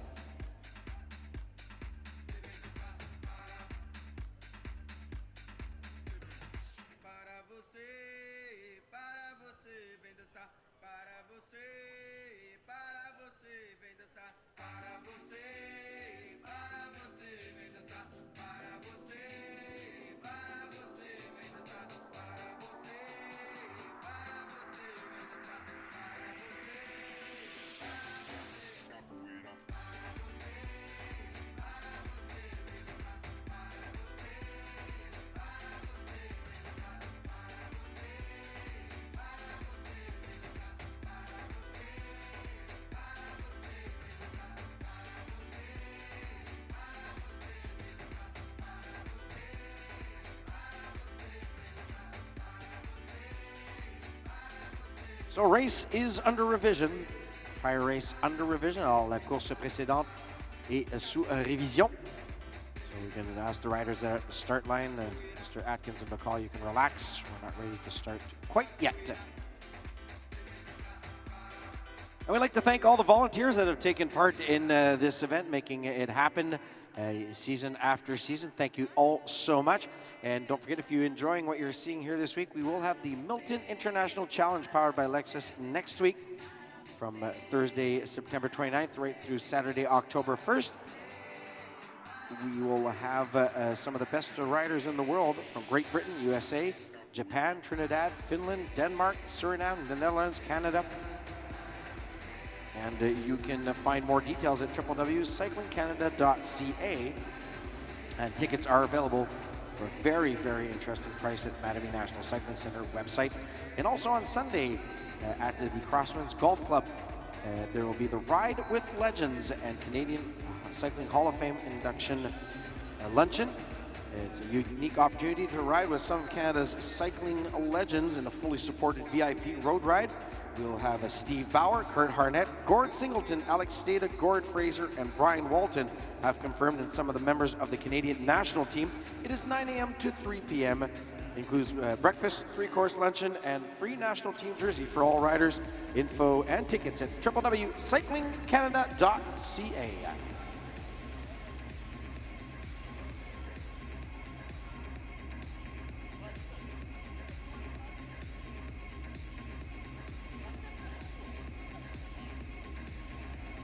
We're also thanking the governments of Ontario and Canada for supporting this event, our presenting partner Lexus, and the help out of the equipment side of Louis Garneau, the support of the town of Milton with our access here to the Velodrome, and sanctioning with the Cycling Canada, Ontario Cycling Association.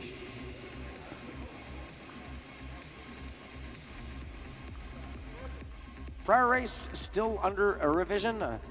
La course précédente sous révision.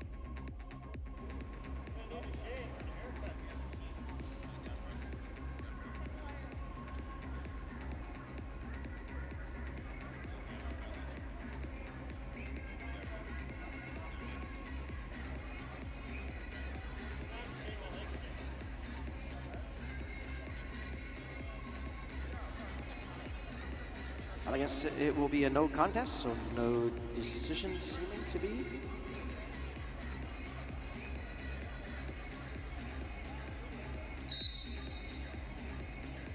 So off we go, back into action. We are now going to go to our Master B. This is our bronze medal matchup. Brett Atkins winning the first ride. And Jeffrey Bacall has to win this one. Jeffrey Bacall in the black and white.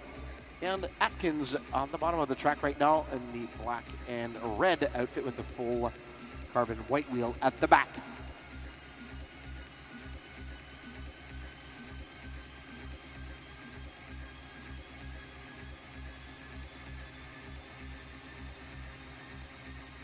All right, back to action on the track. Randy, as you mentioned, this is Brett Atkins versus Jeffrey Bacall, their second tussle here.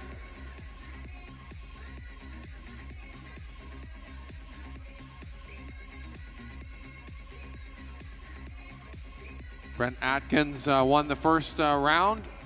He's in the prime location, just tracking the rear wheel of Jeffrey Bacall there. And Atkins is going to make a bold move on the backstretch down around his adversary. Can he hold it all the way around? Here we go, wheel to wheel, shoulder to shoulder as they come up to the line. It's a close one, but Brett Atkins gets it on the line, and that will be a bronze medal unofficially for Brett Atkins in the Master B men's sprint race here. So congratulations to him.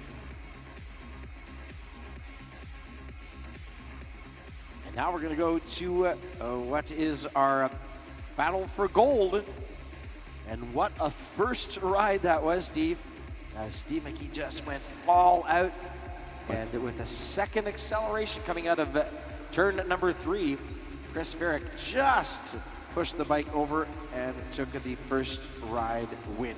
This really, with all due respect to the other Masters men's matchups here in the finals, Randy, this really is the feature matchup between these two old adversaries, Ferrick and McKee. Ferrick winning round 1, but just.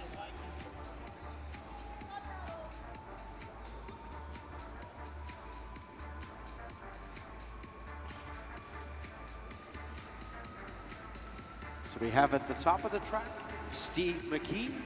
At the bottom of the track, Chris Ferrick. Here we go. Will we have a decider here in the Masters gold medal matchup in the B category? 49-year-olds.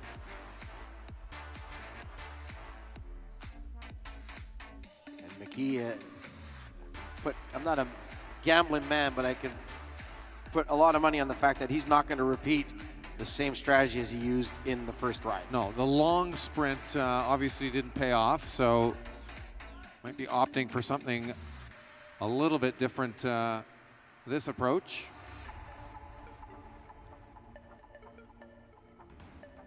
But Ferrick really playing this one smart, hanging on the back. And oh, he sees an opening there, but watch out, Steve McKee is reacting once again, sticking to his wheel. Chris Ferrick, a very strong impulse. They're both gonna have to kick in second gear here. Ferrick holding on to that sprinter's line. It looks like we may have a gold medal for Chris Ferrick in the Master B's men's match sprint. Yes, congratulations to Chris Ferrick, 2-0 against an on-form Steve McKee. Congratulations to Chris Ferrick to take the Master B men's gold medal. Steve McKee, the silver.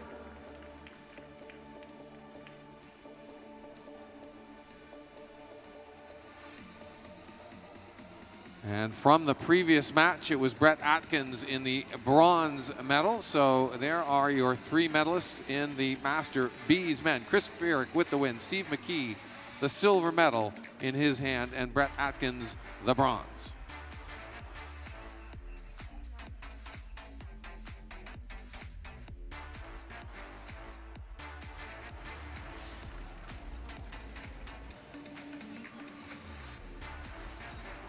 Now we're going to be going up to the track, get back to our Masters A second ride.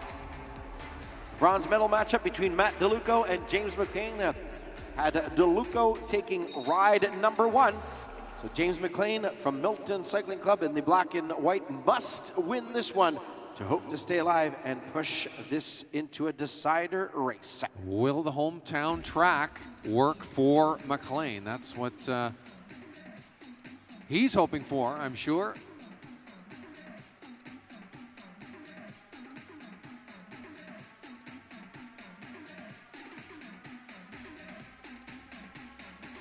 Now they're playing that cat and mouse game of almost coming to a standstill.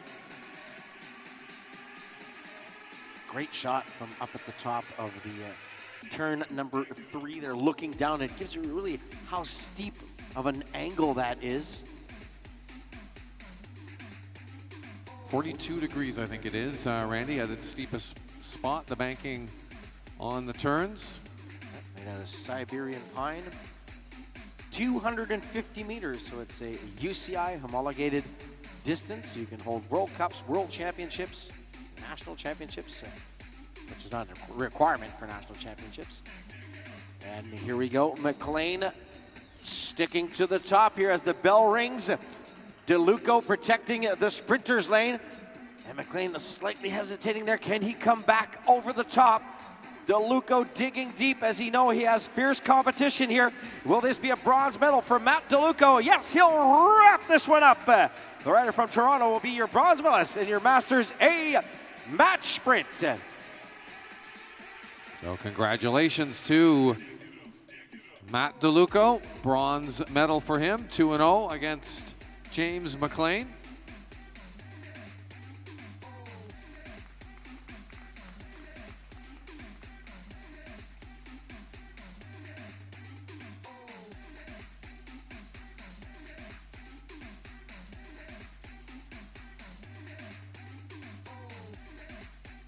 And now we move on to our gold medal matchup for supremacy in the Master A men's match sprint. Brent Berg from Calgary, Alberta versus Vincent Marcotte from the Langlois Brown Racing Team out of North Vancouver. Berg in the orange outfit. And Marcotte in the black and white at the top of the track. First win going to Brent Berg, but it was a very closely contested event. But with the win here, it's a Canadian championship for Brent Berg. But it's not over. 3 laps of a very difficult racing stand between him and the first step of the podium. Here tonight at the Mattamy National Cycling Center in Milton, Ontario.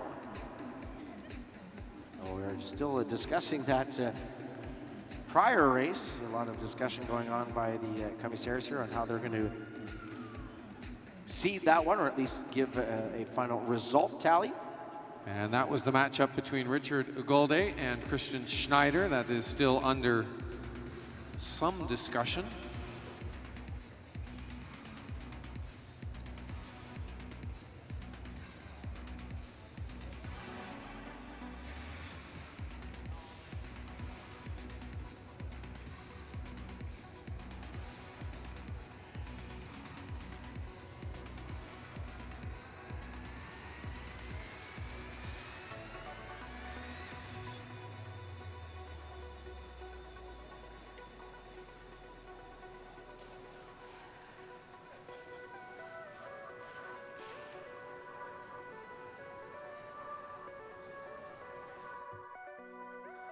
Just a reminder that we are racing here tonight, but tomorrow is our final day of racing at the Canadian Track Championships. We'll get underway at 8:30 a.m. with the Omnium race number 4, the time trial. With more Masters sprinting, team sprints. And here we go, gold medal, second ride for our Master A riders here tonight. Will Marcotte use another strategy here to try to outsmart and outwit Brent Berg? Very strong rider, not only physically, but also tactically.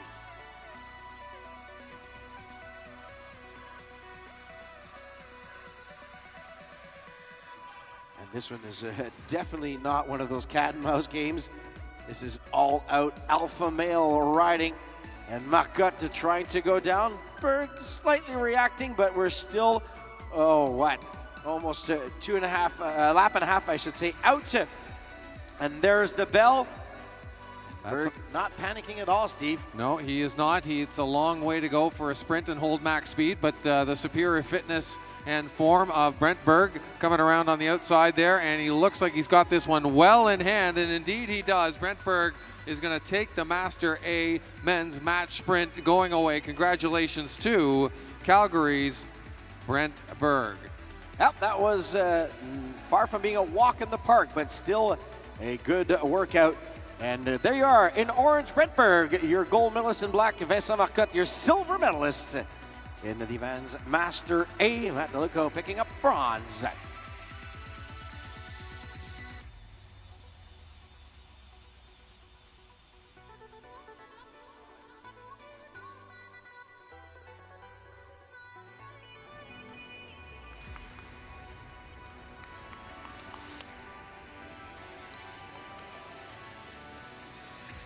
So this is the decider, Randy, between our bronze medal matchup for the elite and senior women for the match sprint. It is Mika Ellis from the Juventus Cycling Club on the outside, and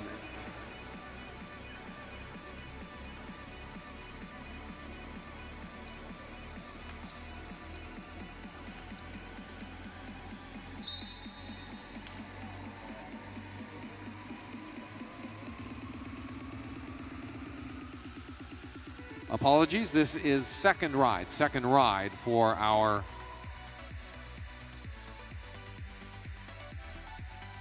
senior and elite women. This is the second ride. I do apologize, I was getting ahead of myself. So this is the bronze medal matchup, as I was mentioning, between Mika Ellis from the Juventus Cycling Club and Tegan Cochran from the Tinhorn Creek Club, and out of Kelowna, British Columbia. Winning the first race was Cochran, so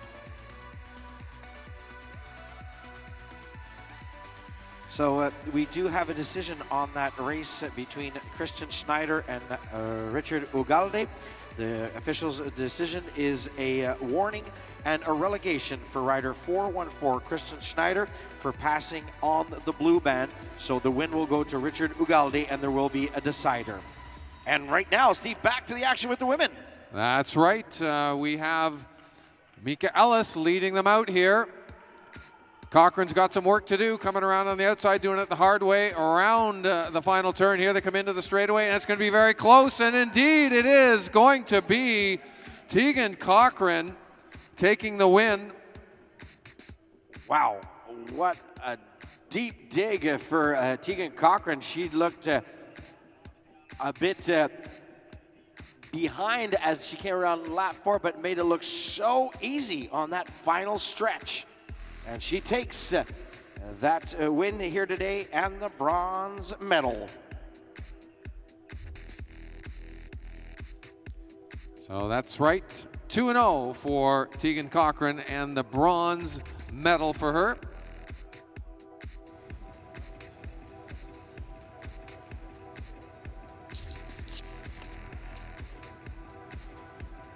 And now we shift focus to the gold medal matchup. Gold and silver being decided here between Kate O'Brien, who won the first round, and Natalie Cormier.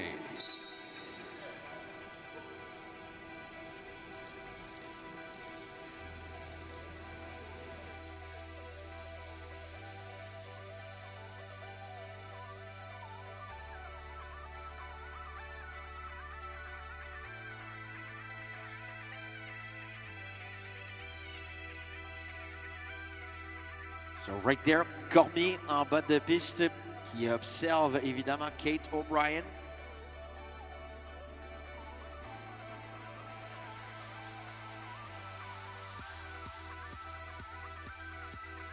Cormier keeping observation here, scouting every move or every acceleration by Kate O'Brien. O'Brien now putting on the power meters and turning those pistons around as she will try to get over the top. She has succeeded with less than 1 lap to go. Can Cormier keep it up? Oh, I think Cormier is going to explode here, but still a valiant effort from her to stay in this race. It's still going to be silver behind the Olympian Kate O'Brien, who'll be your Canadian Women's Sprint Champion, and a silver medal, médaille d'argent pour Nathalie Cormier de Bromont, Québec avec Velodrome.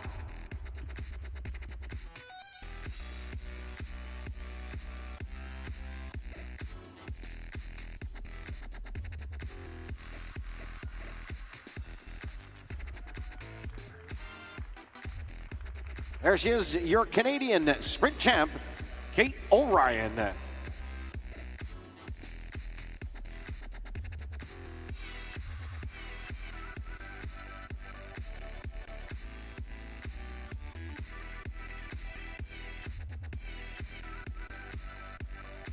So now taking to the track, Randy, this is the second ride for our senior and elite men. The battle for the bronze medal here between Fabien Lamaze from NCCH. And Lamaze will set up on the outside. And Patrice Saint-Louis Pavin will set up on the inside. Saint-Louis Pavin winning round number 1 here. And that means that Fabien Lamaze has his work cut out for him, needs a win to stay alive here, and vice versa. Saint-Louis Pavin needs a win to seal the deal and secure that bronze medal to take home. Here we go. Il prendra la tête dès le coup d'envoi. Patrice Saint-Louis Pavin, dis-je bien. Fabien Lamaze, quant à lui, c'est une situation où il doit absolument l'emporter s'il veut espérer une médaille ici ce soir, sinon ce serait un 4e rang pour lui.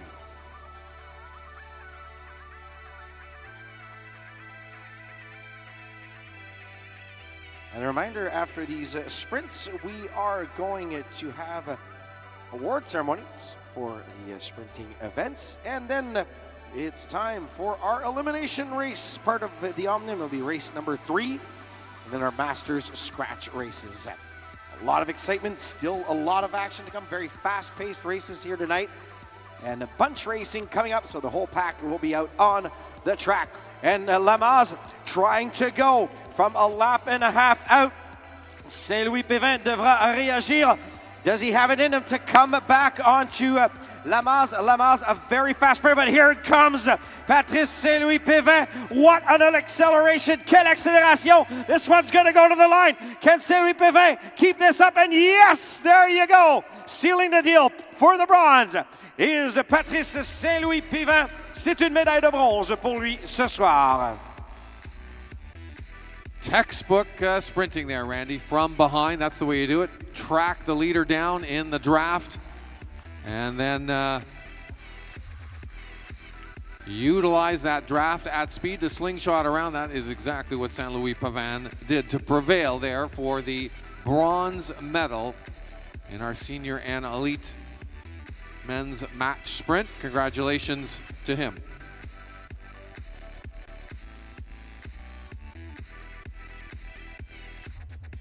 So yes, it is going to be a correction. It will be a silver medal for Pavin, as one of the riders here for the gold medal matchup is not a Canadian citizen. So that has just been corrected to us. So thank you very much to our timers, as Mr. Hershak is not a Canadian citizen for the win, but still he'll be able to go for a race medal. Alors, correction pour Patrice Saint-Louis Pavin, vu le fait que Michael Hershak, qui est dans cette course ici, n'est pas citoyen canadien. La médaille d'argent sera donc pour Saint-Louis Pavin et le bronze pour Lamaze. Voilà la correction, le correctif apporté sur cette technicalité de citoyenneté.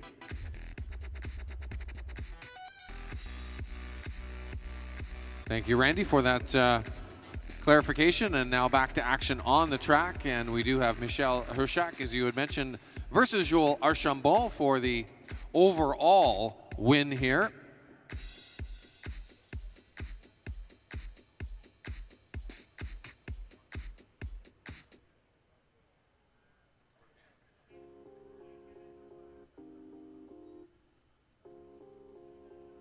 So winner of round one, Joel Archambault, and he sits behind the lead out of Michel Hershak, and there goes Archambault around with a strong move with 1 lap to go and the bell ringing in his ear, and it is full power and horsepower down the backstretch from Joel Archambault. Can Hershak get back on terms? I don't think so. He's going to make a big move at the end, but that initial move by Joel Archambault sealed the deal, and he will get the overall win in the senior and elite match sprint here and the Canadian Championship all in one. Yep. Hershak is the second place finisher in the race, in the event. But for the Canadian Championship, c'est Joel Archambault, votre champion canadien du sprint chez les messieurs élites.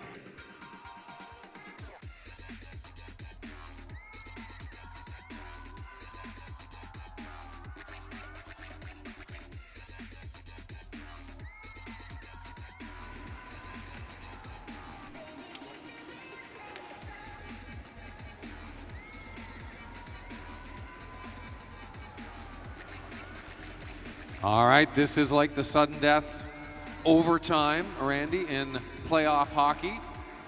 We are now moving on to double deciding races for our bronze medal matchup and our gold and silver medal matchup in the Master Women's match sprint. First up on the track, it is Nicole Till and Vlada Dakina going at one another, obviously with 1 win each, with an asterisk against each of their names up on the board, and away we go.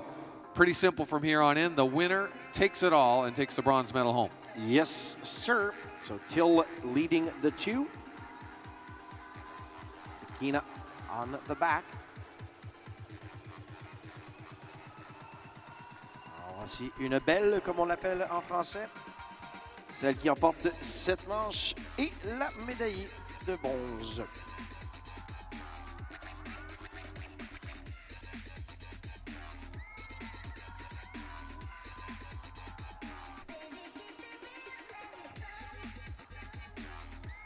Still keeping an eye on Dakina.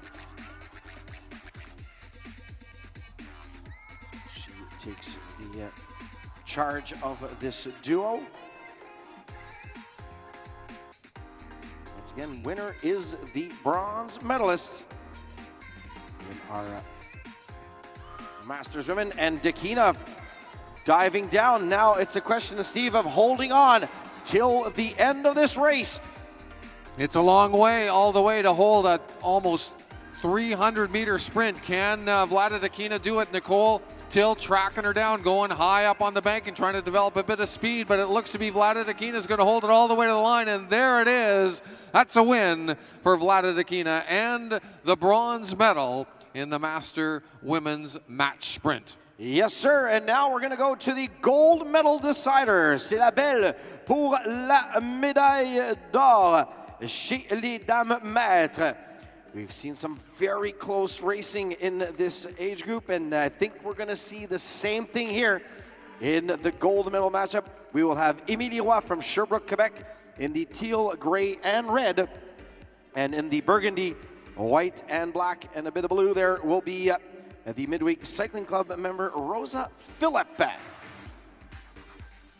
Both of the previous races, Randy, went to photo finishes.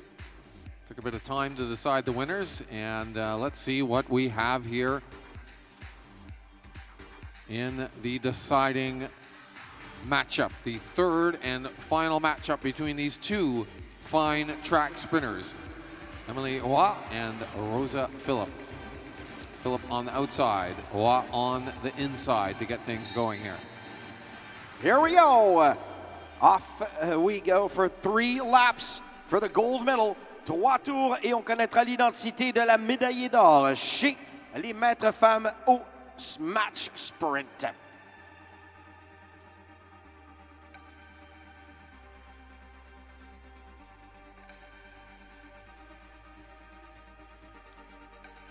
And they've decided to take a bit of more pedestrian and casual approach to the opening lap here.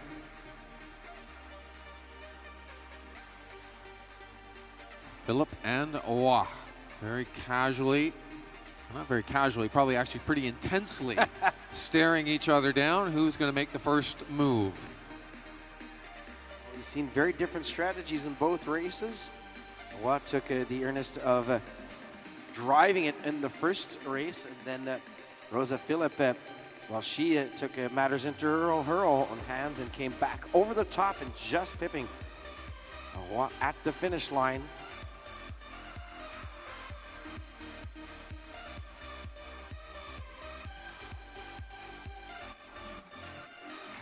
So imagine they're barely going 5 kilometers an hour now, but when they get to the finish line, they'll be going nearly 60 kilometers an hour. Oh, and now, Roy reacting now. Alors, c'est une première réaction, et c'est celle de Émilie Roy. Now, can Rosa Phillip do what she did on the previous ride? That is to come back on the top, but right now, Émilie Roy has not sat down for about 150 meters, and it's going to be good enough for gold medal tonight. La médaille d'or à Émilie Roy de Sherbrooke chez les maîtres femmes. And it will be the silver medal, and that's a hard-fought for silver medal for the Midweek Cycling Club's Rosa Phillip. Well, there she is, your Canadian top Masters women, Émilie Roy, gagnante du sprint chez les maîtres femmes.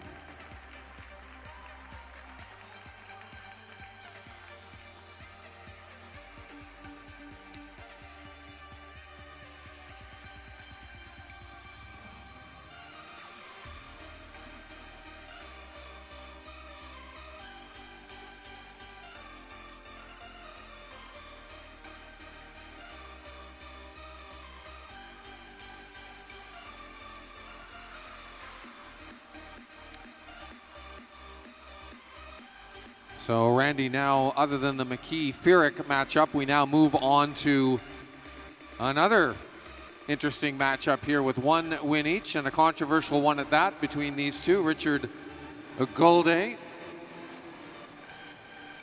Christian Schneider, settling in for what will be the deciding race between these two savvy veterans of the master sprinting scene.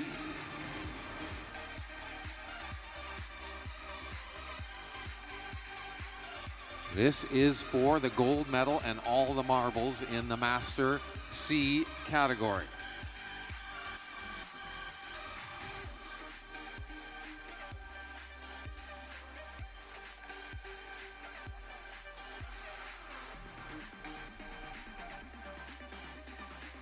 Two laps to go. They are both dead even and keeping a close watch on one another. These two veterans, as I mentioned. Schneider with a slight lead, pushing up high on the banking.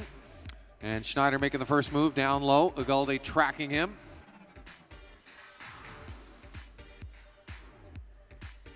And right now, Schneider taking the lead in this one. Oh, and he lets Ugalde go by. That is a very awkward strategy there. That may cost him. I don't think he thought Ugalde was that close, Steve. And that is going to cost Schneider dearly. And it's going to be Richard Ugalde who'll be taking the Master C gold medal.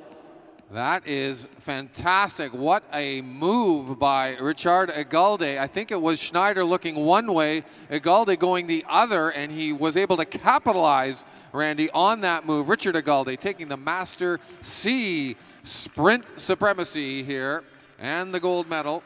Christian Schneider will take the silver medal. Well, that concludes our sprinting for now. Our evening is not over. Don't go away. We're just going to ask our athletes in the sprint categories to make their way to the podium. We will go ahead with an award ceremony, and then it will be back to racing with our Omnium race number 3, the elimination race. And then to finish off our evening, we'll be going into the scratch racing here tonight. And we also have in there a para individual pursuit coming up after the ceremonies. one of our great partners, and it has been that case for a few decades almost now. A former rider himself with a great endeavor to create some of the best clothing and cycling equipment in the world, and now bicycles. Here's a little video from our friends at Louis Garneau.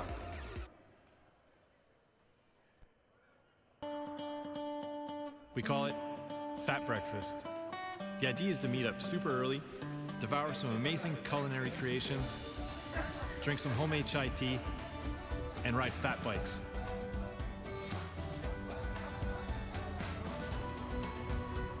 As a group of friends, before the day really starts and the stress of work and life set in, it's our time for adventure.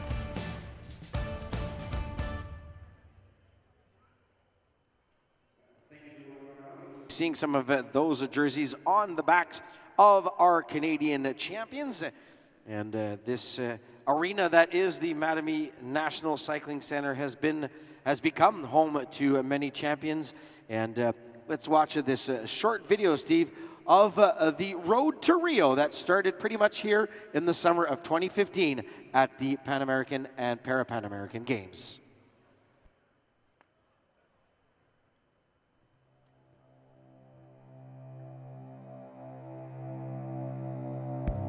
No one move, no one speak. Please don't say that it's just me. It's not just me. And even though I won't forget, just don't want this to end just yet. Not just yet. This is the ride-off for the gold medal then, between Canada and the United States of America. Be a real tussle between these two squads. Racing now to the finish line. Canada take it, and they're getting better and better all the time. If I had one night where sunshine could break through and show you everything, I choose right now. If this is it, all we have, I know I've done all I can. The Canadian coach was counting them in. This is their lap times. And we can't stop and start again. We can't fast forward to the end. This is it. But if I had one chance to freeze time and stand still and soak in everything, I choose right now. If I had one night where sunshine could break through and show you everything, I choose right now. Before the fears that I once had start coming back, and I can take the slings and storms and fire, 'cause I know you'll make it all worthwhile. And every time I fall, it's over. Lying on the ground, you drag me up again and again. Oh, please come back again. Oh, please come back again. 3,000 meters. And I'm so scared I might forget. Just don't want this to end just yet. Not just yet. But if I had one chance to freeze time and stand still and soak in everything, I choose right now. If I had one night where sunshine could break through and show you everything, I choose right now.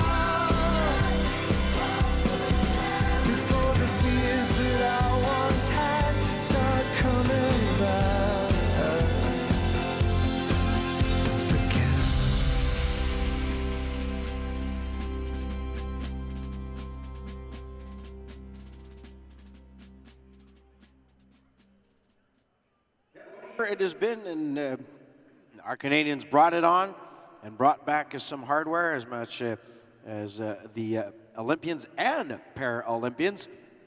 And we're just getting ready here for our award ceremonies for our sprinting events. So once again, we'll invite athletes to make their way to the podium. Once our athletes are there, we'll be able to start. Alors on invite les athlètes, bien sûr, au podium. Vous serez présents et présentes. On va pouvoir débuter, dis-je bien, les cérémonies protocolaires. And Canada is hopping on to this bandwagon, this beautiful sport that is cycling not only on the track, and we hope that you will too. And any memories you have, if you take pictures, videos, whatever, don't forget to hashtag HopOnCanada, ou en français, Embarquez Canada.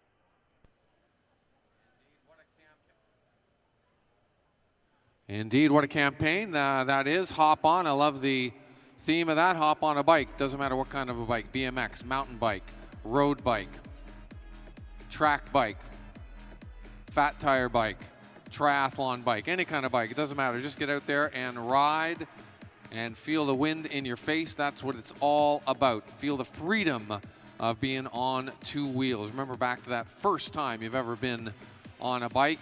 That's what it's like. And once again, we would like to call all of our top 3 athletes from the various sprint races that have just concluded to the podium area. We do have other races coming up, and we would like to get those podium presentations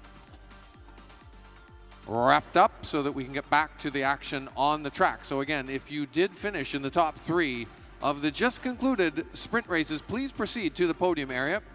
And Randy Ferguson will take over the microphone and start announcing those winners shortly.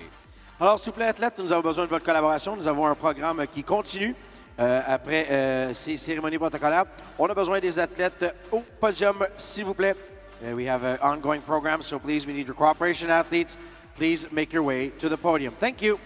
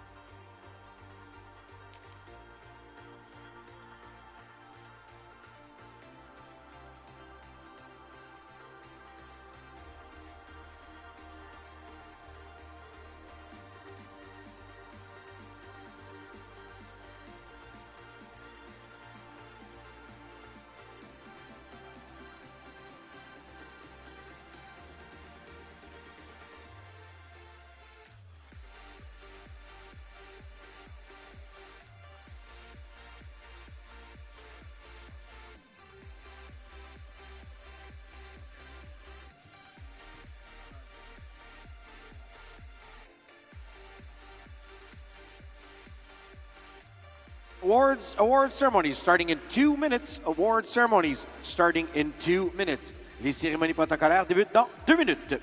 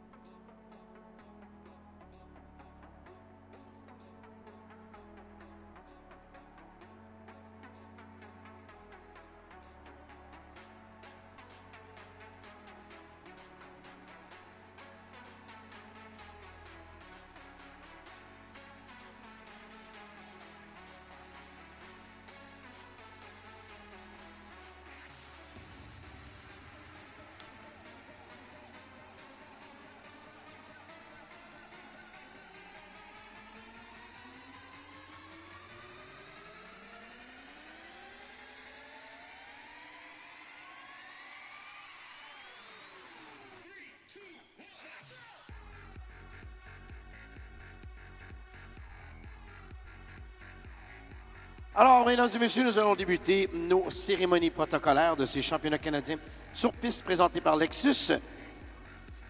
Ladies and gentlemen, we will be starting our award ceremonies for these Canadian Track Championships presented by Lexus. The official Canadian Champions jerseys are supplied by Garneau. In our first category, the Master Women's Sprint. Mesdames et messieurs, voici la cérémonie protocolaire du sprint chez les dames maîtres. Presenting the awards tonight will be Mr. Greg Metzier, CEO and Secretary General of Cycling Canada, le secrétaire général et chef de la direction de Cyclisme Canada. Au premier rang et championne canadienne, in first place and Canadian champion, Émilie Roy.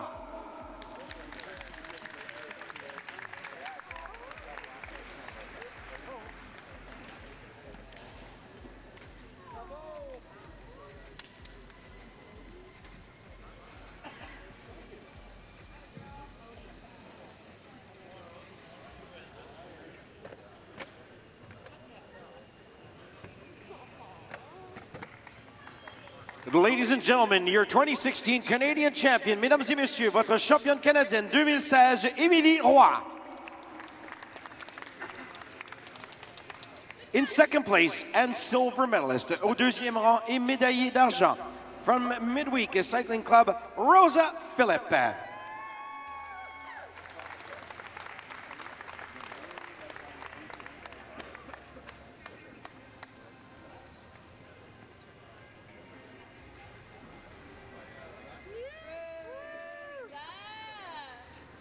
In third place, and bronze medalist au troisième rang et médaillé de bronze from Kurzwinski, coach bike team Vlada Dikina.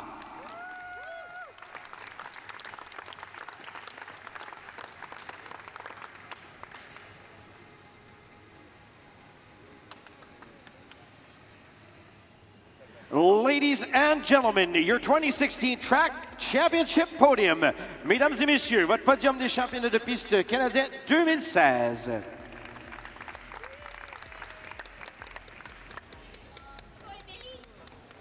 And now, your Master C Men's Podium. Voici maintenant votre podium chez les Maîtres C.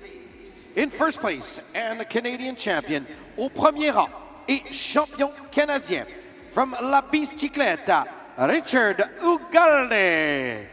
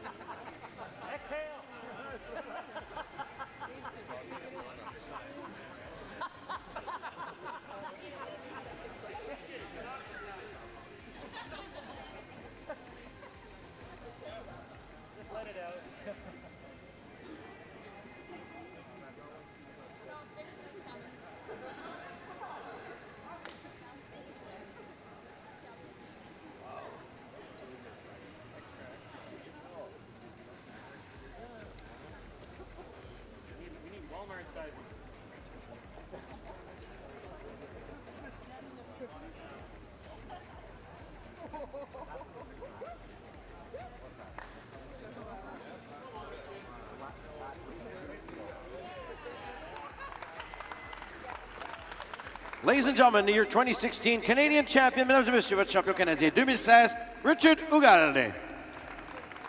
In second place, silver medalist au deuxième rang et médaillé d'argent, Christian Schneider.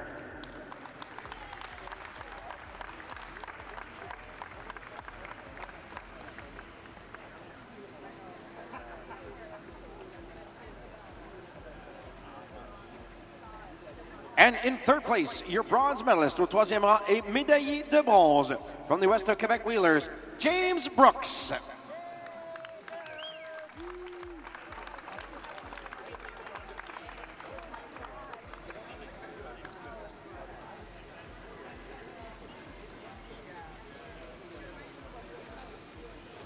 Ladies and gentlemen, your 2016 Track Championships Podium.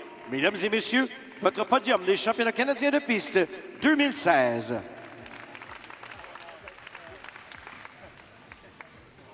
And now, our Masters B Men's Sprint Podium. Maintenant, le podium chez les maîtres B pour le match sprint.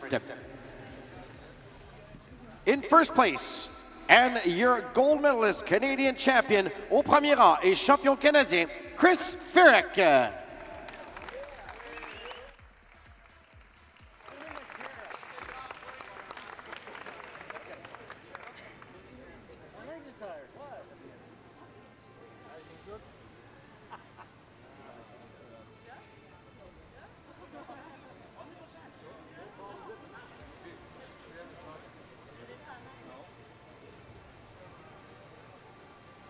Ladies and gentlemen, your 2016 Canadian champion, mesdames et messieurs, votre champion canadien 2016 from Racer Sportif Mattamy Homes, Chris Firek.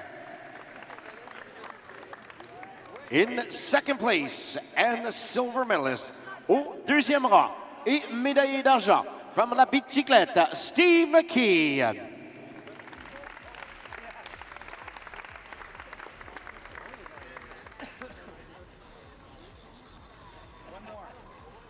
In third place, and bronze medalist au troisième rang et médaillé de bronze from the Western Quebec Wheelers, Brent Atkins.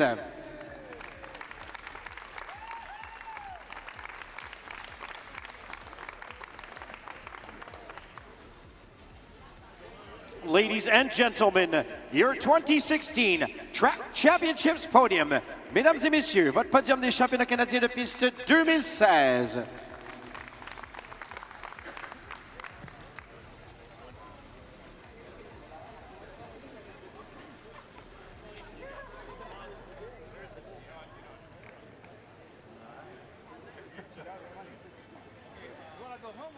And now, ladies and gentlemen, our Master A Sprint Podium. Maintenant, mesdames et messieurs, votre podium chez les maîtres A pour le sprint. In first place, Canadian champion au premier rang et champion canadien from Calgary, Brent Berg.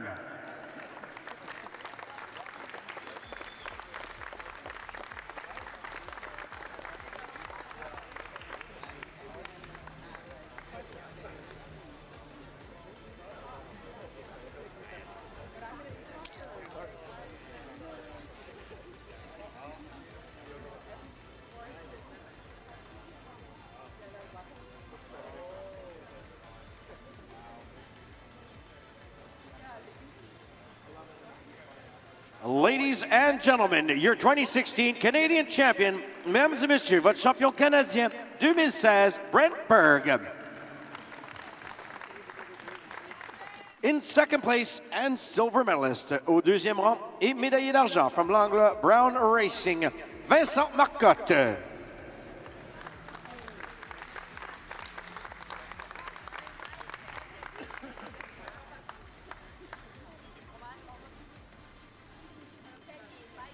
In third place and bronze medalist au troisième rang et médaillé de bronze, Matt DeLuco.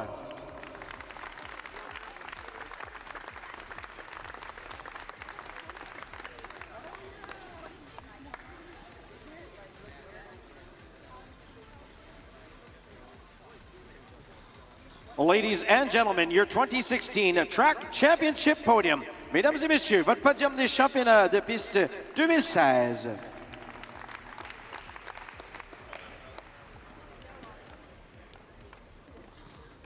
And now our women's sprint podium. Maintenant, le podium du sprint élite femmes.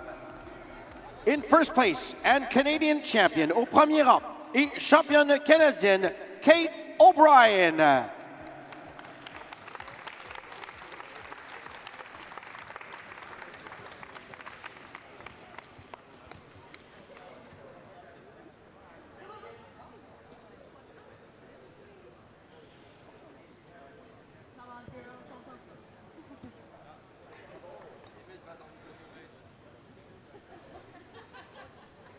Ladies and gentlemen, your 2016 Canadian champion, mesdames et messieurs, votre championne canadienne de 2016, Kate O'Brien.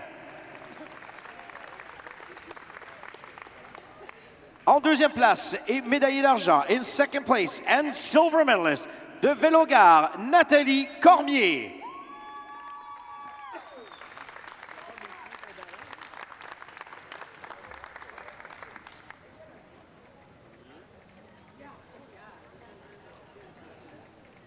In third place and bronze medalist au troisième rang et médaillé de bronze from Tinhorn Creek, Tegan Cochran.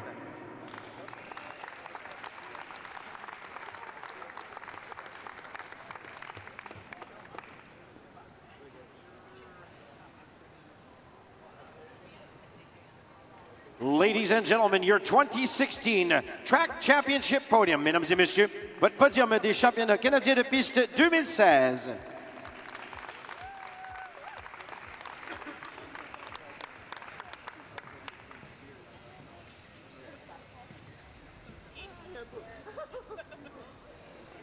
And now, ladies and gentlemen, for our next category, we will have two podiums, as we had one non-Canadian on the podium tonight. We will start with our race or our event podium for the men's elite sprint.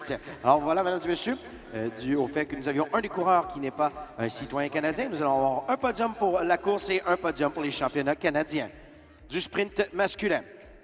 En première place, et gagnant de l'épreuve in first place and winner of the race de l'équipe du Québec, Joël Archambault.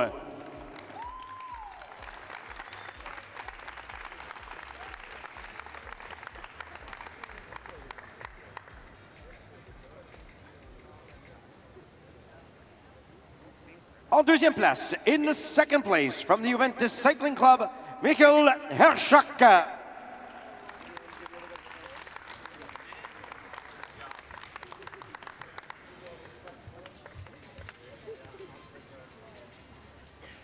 Et au troisième rang, in third place, représentant l'équipe du Québec, Patrice Saint-Louis Pivert.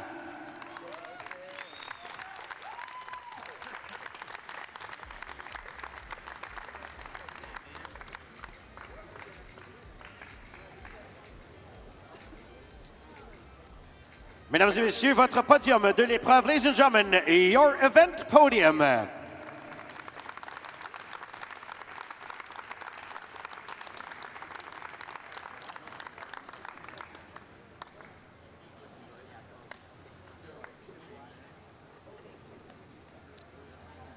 Et nous allons maintenant procéder à notre podium des championnats canadiens. And now we will proceed with our Canadian Championship podium. Pour le sprint des messieurs, for the men's sprint. En première place et champion canadien, in first place and Canadian champion de l'équipe du Québec, Joël Archambault.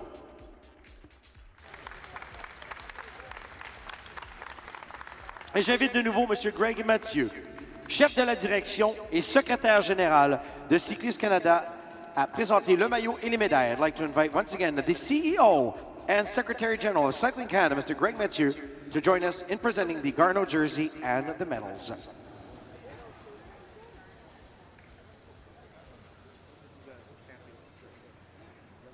Mesdames et messieurs, votre champion canadien 2016, ladies and gentlemen, your 2016 Canadian champion, Joël Archambault.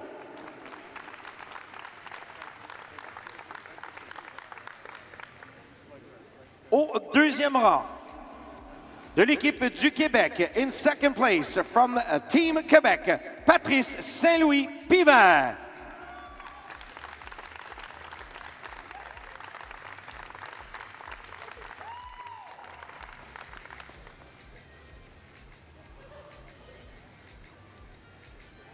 Au troisième rang, médaillé de bronze in third place, bronze medalist from NCCH, powered by Deck Express, Fabien Lamaze.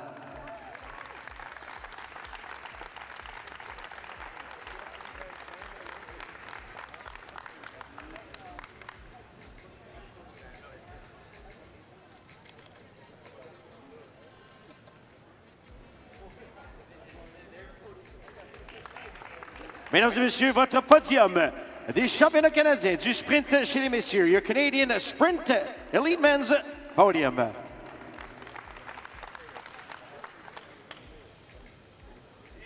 Merci, messieurs. Thank you, gentlemen. And we're going to be taking a short break before we move into the continuation of this evening, as we'll be going into our pursuit finals for our paracyclists. En courte pause, mesdames et messieurs, et on va aller du côté des poursuites individuelles pour les paracyclistes.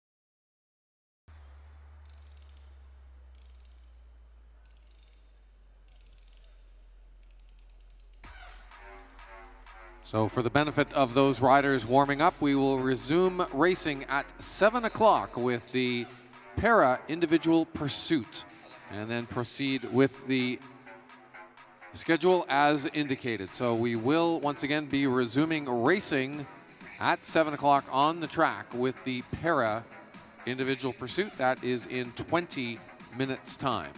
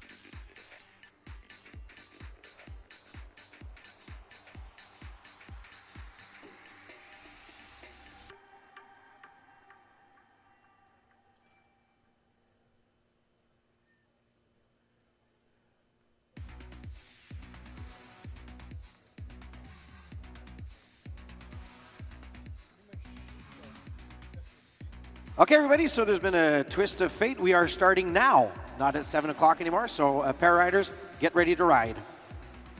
Alors, juste un appel pour les cyclistes, il y a un changement. On ne commencera pas à 19h comme annoncé il y a quelques minutes. On commence immédiatement.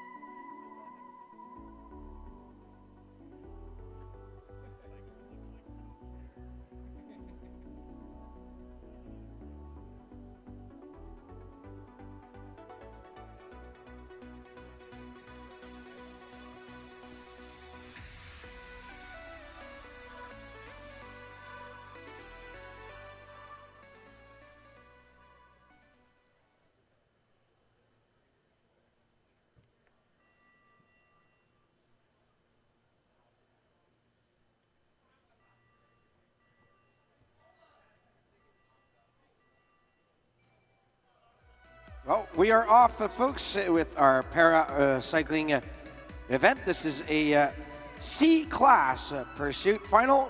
This is 3 kilometers, 12 laps, and we're on course with Lachlan Hotkiss from Cycling BC.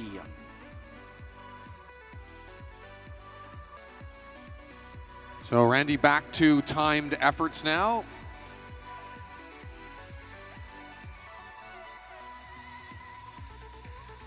And this is the pursuit for our para cyclists. As Randy had said, 3 kilometers, 12 laps.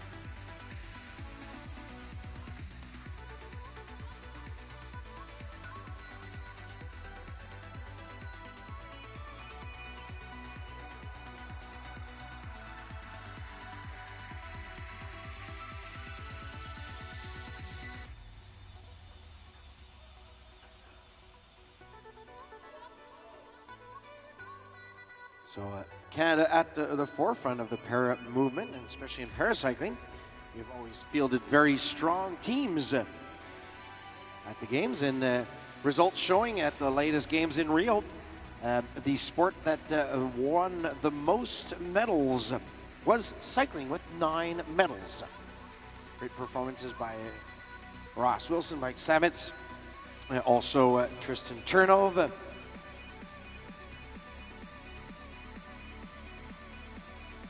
Once again, 3K, 3 kilomètres.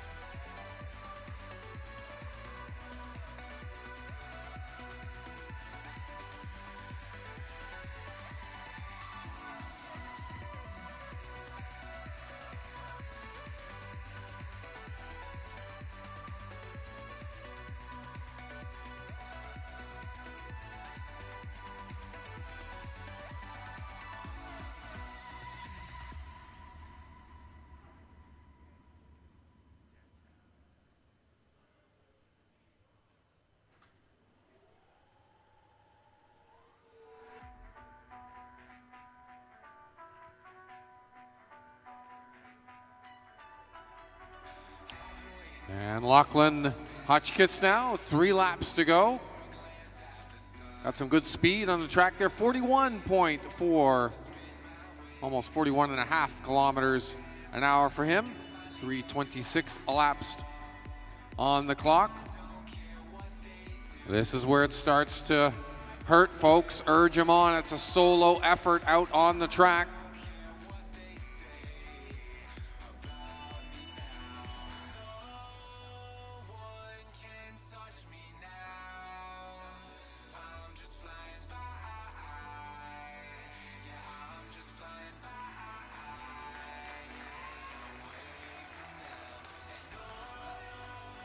One lap to go now for Lachlan Hotchkiss.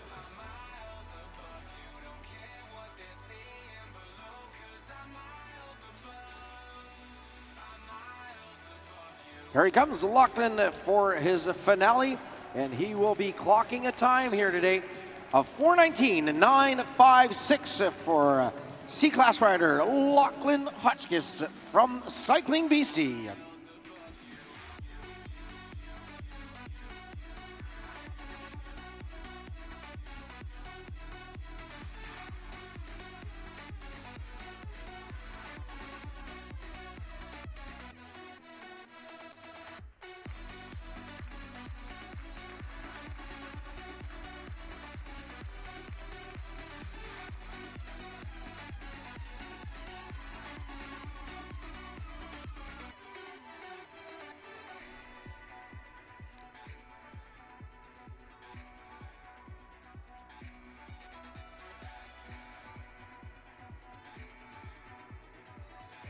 Next on the track, we are going to see Para B category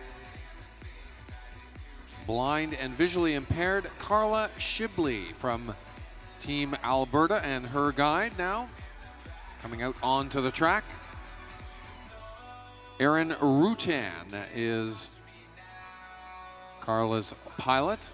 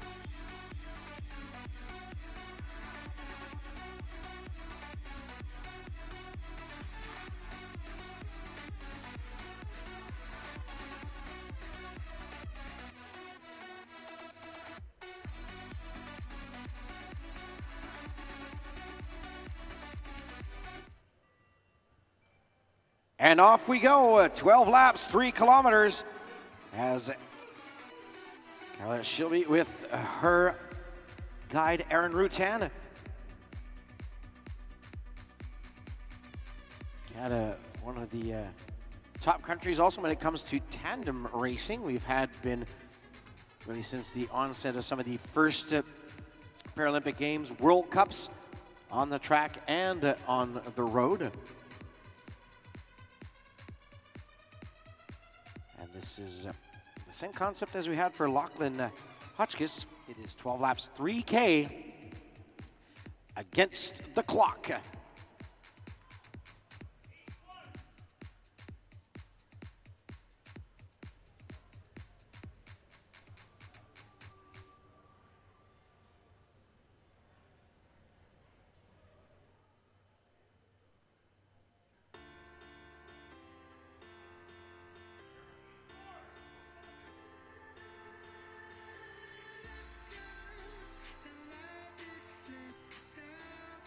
Well, we're going to be coming up to the first kilometer, and right now they're averaging about 44 kilometers an hour, and completing the first K in 1:21.018.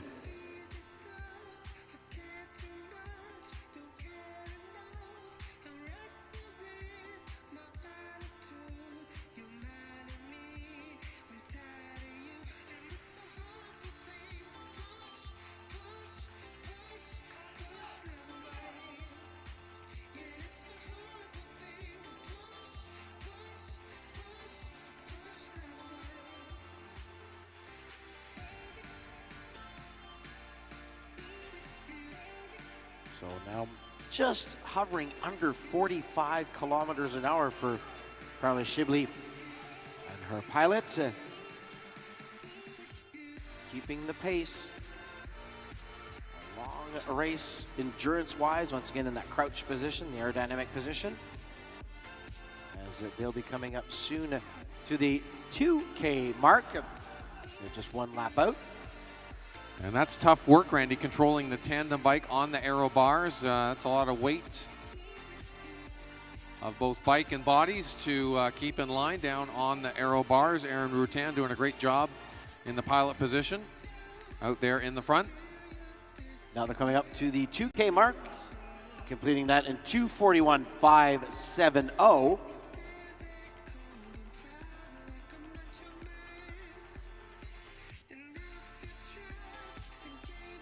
And Randy, while you were talking about the para-cyclists, I just did a little bit of research there. In Canada also won a medal in the debut, making its Olympic debut para-triathlon. Stefan Daniel from Calgary winning the silver medal in the debut of para-triathlon in the Olympic Games. They have to ride on the bike, of course. Para-Olympic Games. Yeah, and a few sports introduced to the Paralympic Games in Rio. Para-canoe kayak also made its entry, and it fared pretty well there also. Growing interest for those games, very incredible athletes. I was lucky enough to be the MC in the Velodrome during the games in London, and over 4 days of racing we had nothing less than 23 world records. As we hear the bell, last lap for Carla Shibley and Arrond Rutan, her pilot right here. And what will be the final time for Shibley and Rutan as they come around here last bend, and they will clock a 4:04.603.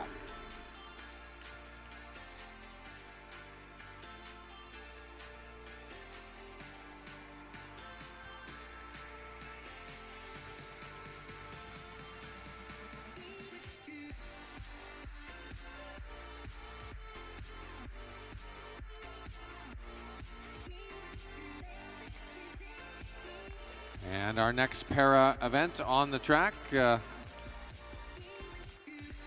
En français, monsieur? Oui, ce sera donc au tour de notre... They were showing Ontario going first but on our start list, but it looks like Quebec will be going first. Mathieu Croteau d'Aigle sera donc le premier à s'exécuter.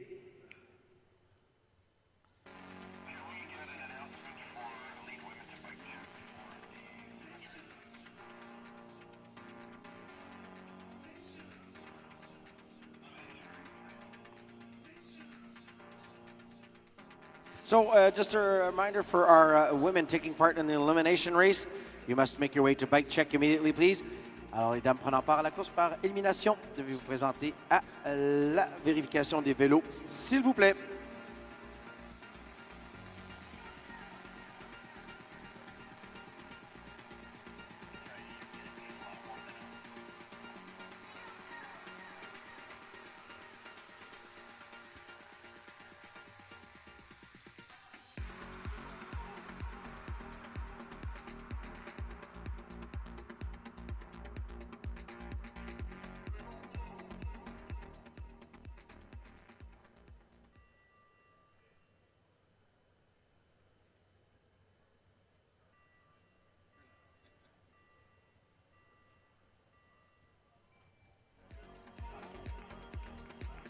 Parti pour Mathieu Croteau d'Aigle à l'instant.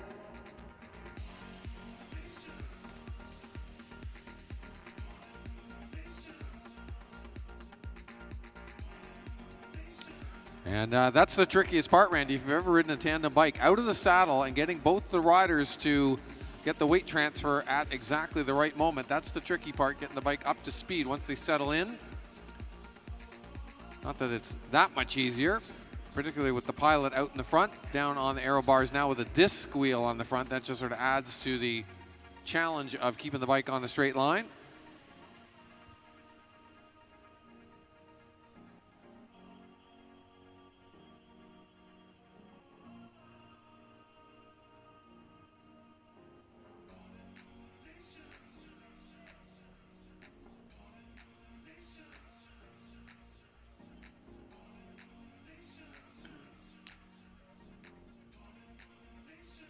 Mathieu Crotet-Daigle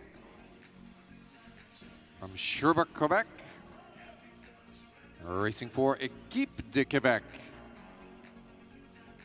In the blue and white of La Belle Provence.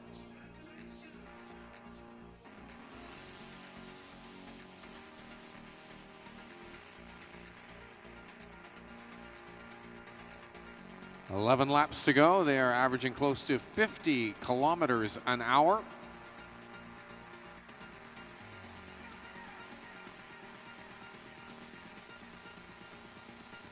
Alors, déjà au-delà de 50 km/h pour les athlètes ici.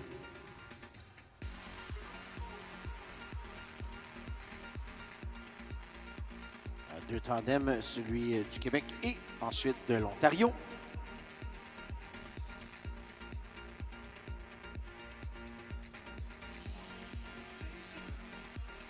Donc on approche maintenant de la marque de 2 km sur 4. Alors la mi-course, 2:21:110, 2:21:110 for the 2 first kilometers.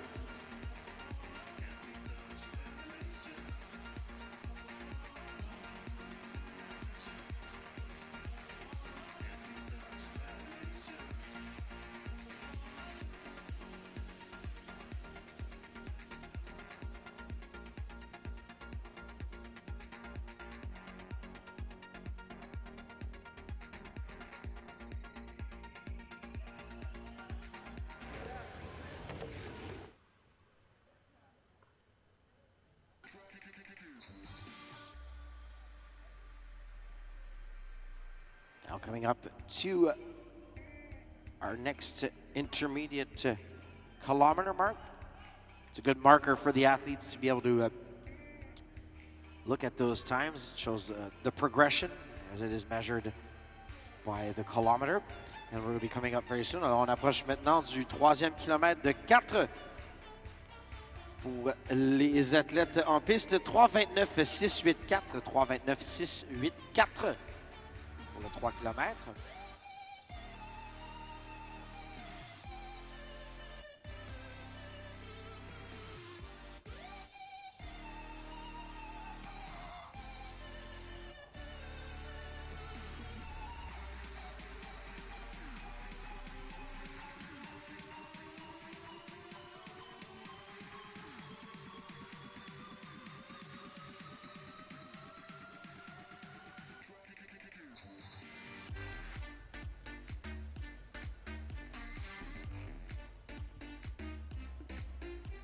To see his pilot on the track as they're coming up to the bell lap. Alors ce sera la cloche pour Crotet-Daigle et Luthier. Au passage, un tour à faire, 1 to go.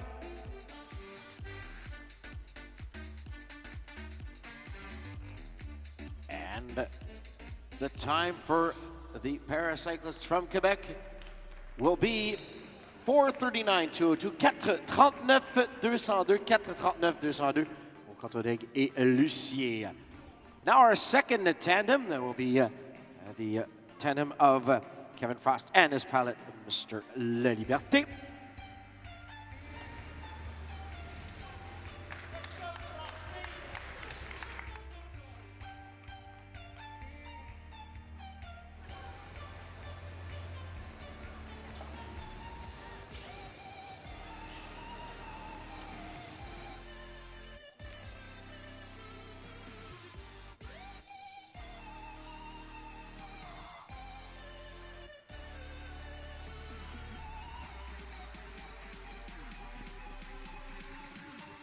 Still, it will be 4Ks, 16 laps for Frost and La Liberté. And once again, we invite the women who will be taking part in our next event, the third race of the Omnium, the elimination race, to go to bike check. Alors, vérification des vélos, s'il vous plaît, pour les dames qui vont prendre part à la course d'élimination, troisième course de l'Omnium féminin.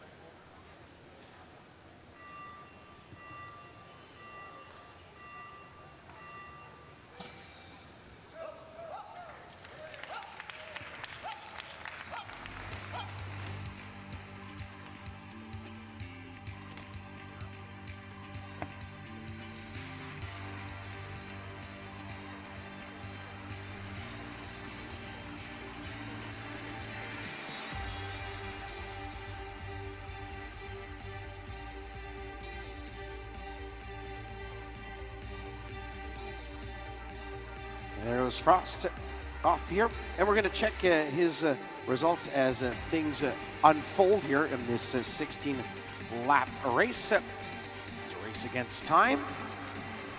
And after that, well, it's going to be our elimination race, part of the women's Omnium, which is a 6-event overall points accumulation of races.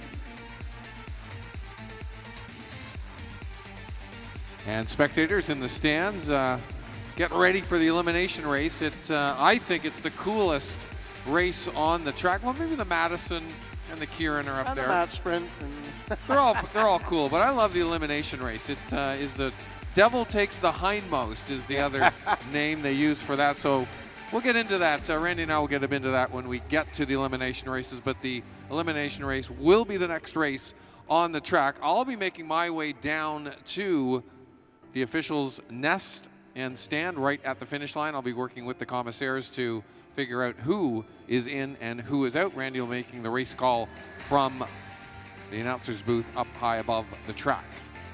So with 11 laps to go, 47K is the speed for Frost and La Liberté.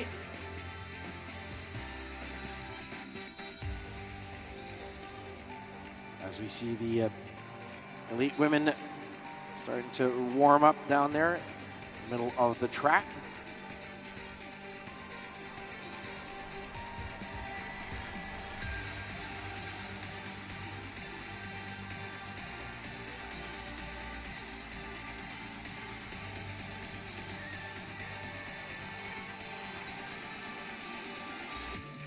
We'll be having a mark here for Frost at the 2K mark, the midway mark of this event.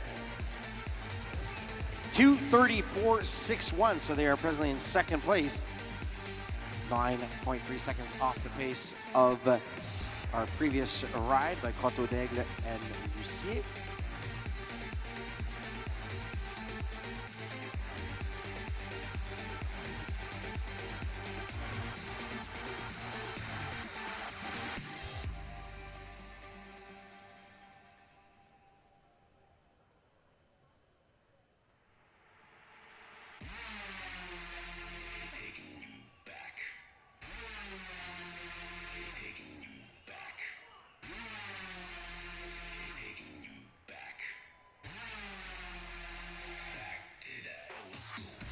Under 5.5 laps to go.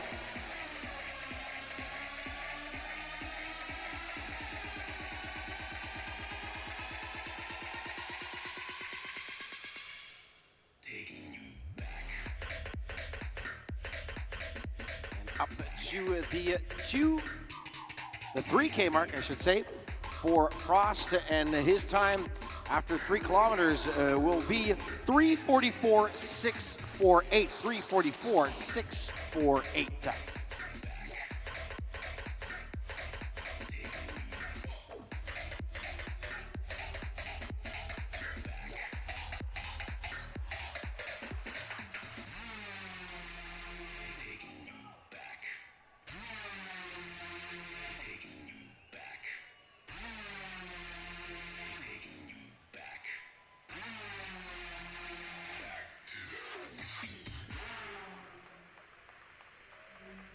Two laps to go. Pushing hard are Frost and La Liberté. Next time around here on the home straight, they will be hearing the bell ring, indicating that this is the final lap. Let's give them a cheer, folks, as they go by.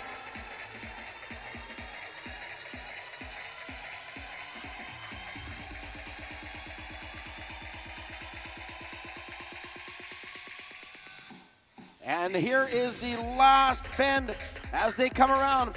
It will be a final time of 4:58.419 for Kevin Frost and his Mr. La Liberté.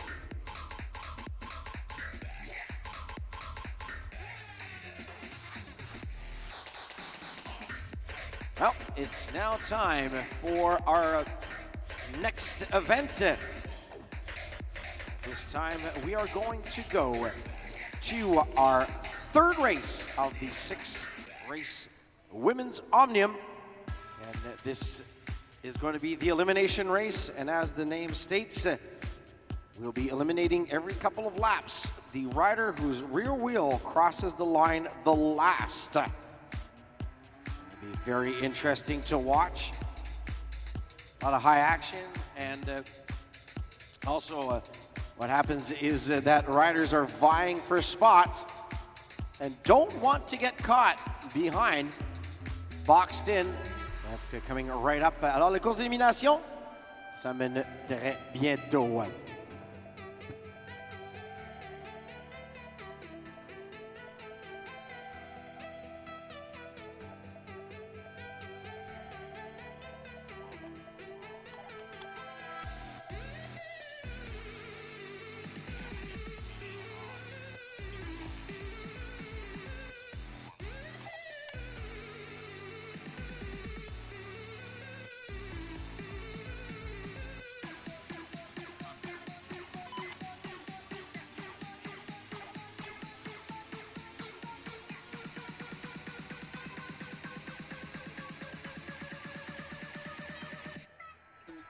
Check.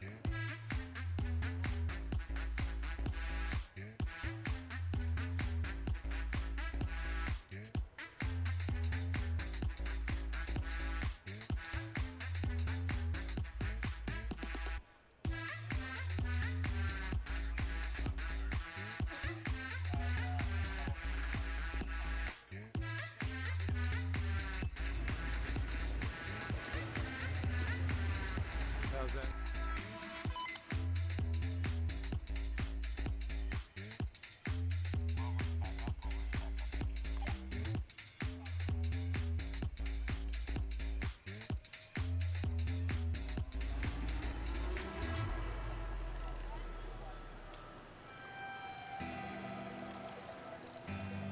All right, Randy, let's meet our riders in the women's elimination race. Race number 3 of the Omnium. Starting on the blue band, on the inside will be Steph Ruda. Next it will be Marie-Soleil Blais from Equipe de Quebec. Sarah Giovanetti from Kurzawinski Coach Bike Zone will be next. Emily Flynn from the Cycling Opus. Brenna Pauley from Cycling BC. And Valina Sintel from Wheels of Bloor Greywood Developments on the blue line on the inside. On the rail will be Kinley Gibson from Trek Red Truck, presented by Mosaic Homes. Jamie Gilgan will be next from the Visit Dallas DNA Pro Cycling Team. Ariane Bonhomme from Equipe de Quebec will be next on the rail. Jenna Nestman from Callisto, presented by Toyo Tires. Aubrey De Silva will be next on the rail from the Beaches Cycling Club. And last but not least, Sarah Ann Rasmussen from the SAS Meiko JP Akisto Papicel Pa Mazda.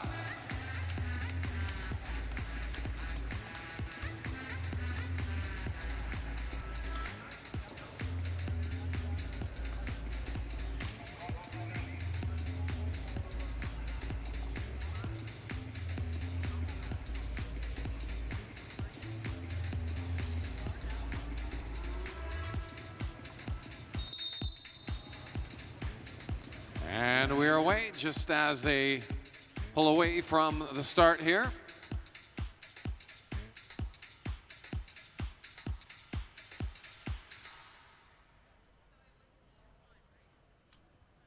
Here we go, Steve. Always a very interesting race. And once again, riders will have to pay attention here. So slow down, ladies. We won't start the race yet. We have a rider off the back. You have to be all together and wait for the pistol to fire.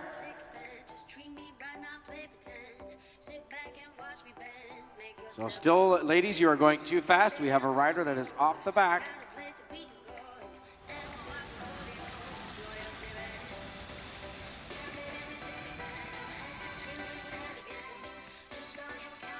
Okay, well, the fun should start with this one here, Steve, as we are going to head in to our first elimination process.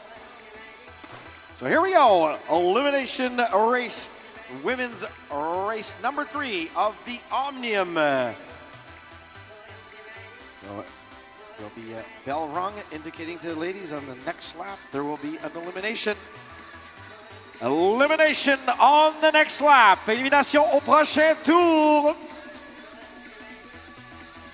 So the rider with the rear wheel who crosses the big white line here at the last is eliminated from the race. And you got to be very careful down at the bottom there. You don't want to be boxed in. And right now, 3 riders in danger.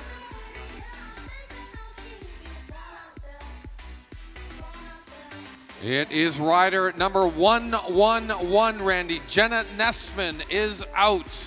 Rider 111, Jenna Nessman is the first to go down here in the elimination race. So Jenna, the winner of the scratch race, will slowly but surely just let herself slide off the track here.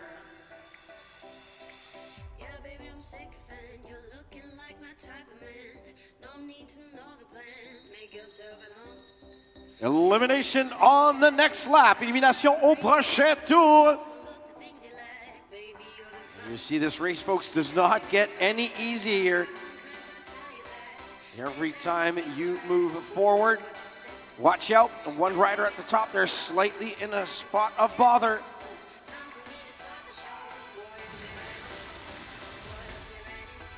And rider number 112, that's Brenna Pauley, not rider number 112. Brenna Pauley is now out.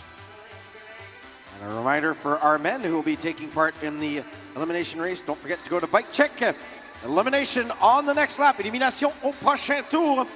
And right there at the bottom of the track, some ladies really playing with fire. Aubrey De Silva being one of them. As now looking for some space at the top is Sarah Ann Rasmussen. She has the better position here, but she's really gonna have to move.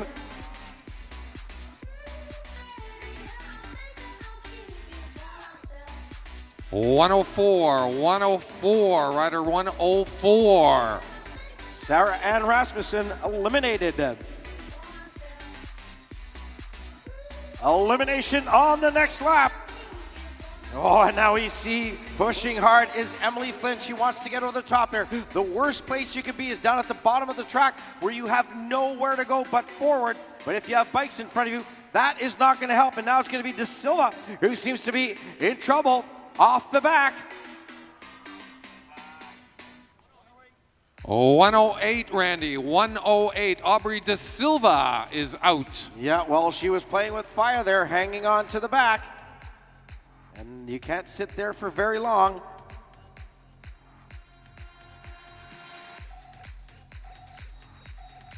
Elimination on the next lap, ladies. Elimination on the next lap.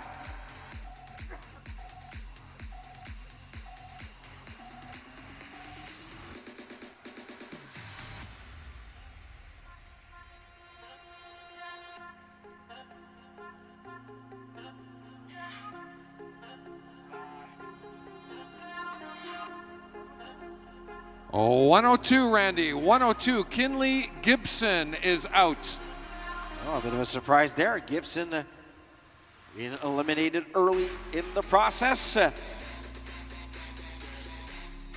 Elimination on the next lap. Élimination au prochain tour. 7 riders left. So within the next 14 laps, we will have our winner of this elimination race. And a lot of movement there. And yep. That's rider number 105, Randy, unfortunately, going out. That's Valina Sintal.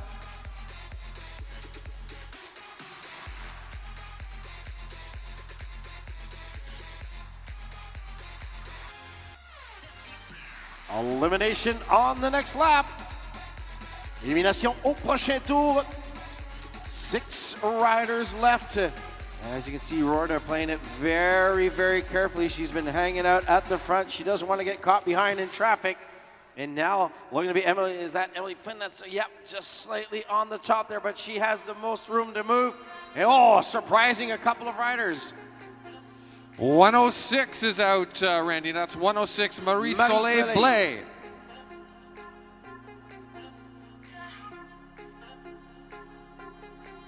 Éliminé Marie-Soleil Blais as she will move her way down to the blue band. Elimination on the next lap. Élimination au prochain tour.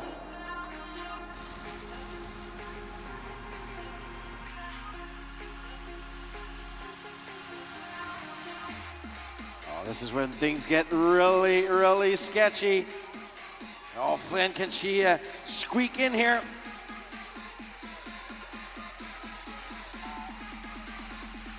$109, Randy, out. That's Emily Flynn. 4 riders left, Steve.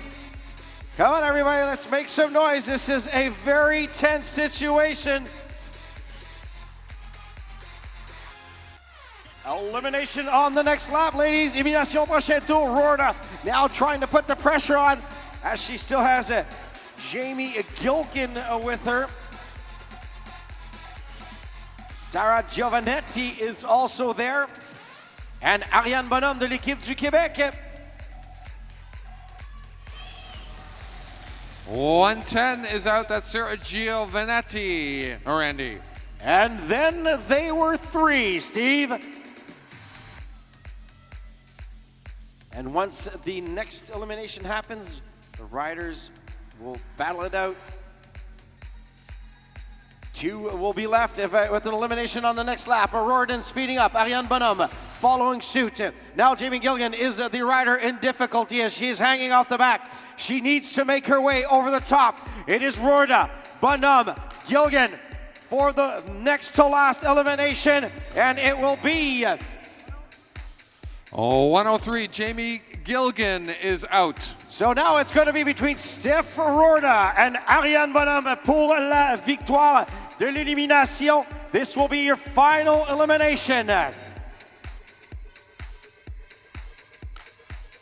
So this basically becomes a match sprint between Rorda and Bonhomme. Élimination prochain tour, elimination on the next lap. And there goes Rorda, kicking in the silver medalist of the Omnium last year. Bonhomme not able to follow at this point, and it's going to be a very close one, but it will be winning today will be Steph Rorda. Wow, that was very exciting, as it normally is, Randy. The elimination race, as mentioned previously, one of the most exciting and dramatic races in kind of a reverse fashion, if you will.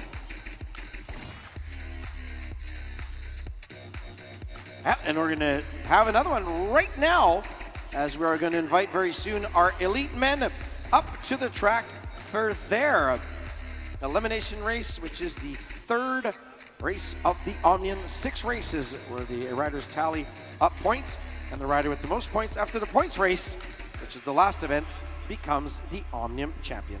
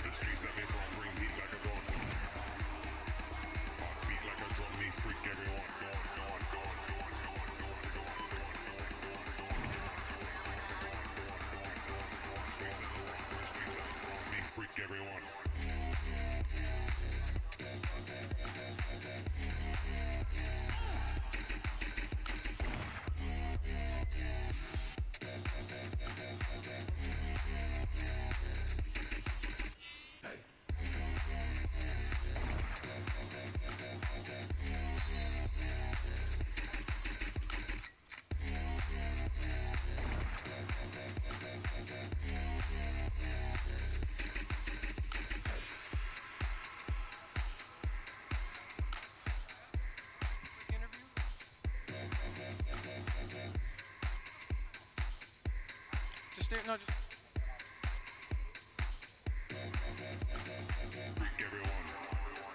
All right, Randy, I am with the winner of the elimination race, and I believe you've overtaken the lead, Steph Rorda, in the Omnium. Congratulations. What's your strategy? It's a bit of a crazy race, and doesn't really mean the fastest necessarily wins. It's all about positioning. How did that go for you? Yeah, I think I always play the race by tactic. I know the other girls, I was beating the IP today and the scratch race this morning, so I had to play a tactic race. You're on the front an awful lot. Is that the best way to take it, if you have the fitness to stay on the front a lot and just keep the pace driving? Yeah, I mean, that's how the race is playing out. It's a hard position to take, but you still have to keep your eyes over your shoulders, make sure no one's coming around, and that's what I had to do. Perfect. There she is, your winner of the elimination race, and I believe taking the lead in the Omnium, Steph Rurda. Congratulations. Yep, Steve, she has it taken over based on the last numbers I saw up on the board there. So a good ride there by the silver medalist from last year's Canadian Championships, Omnium. And now we're going to move, Steve, to our riders in the men's elimination race. And lining them up, we will be doing that right now. So we will have, starting at the blue band at the bottom of the track, Derek G, followed by Ed Veal, Emile Flett-Brown, Bailey Simpson, Emile de Rosnay, Marc-Antoine Soucy, Adam Reddy, Jean-François Soucy, Sean Baker, and Kelly Joseph. And starting up at the railing at the front will be Dylan Davies, Jean-Michel Lachance, Aiden Kays, Ryan Roth, Vincent de Etre, Émile Jean, Hayden Mayer, Elliot Doyle, Doral Pop, and Joshua Bettman.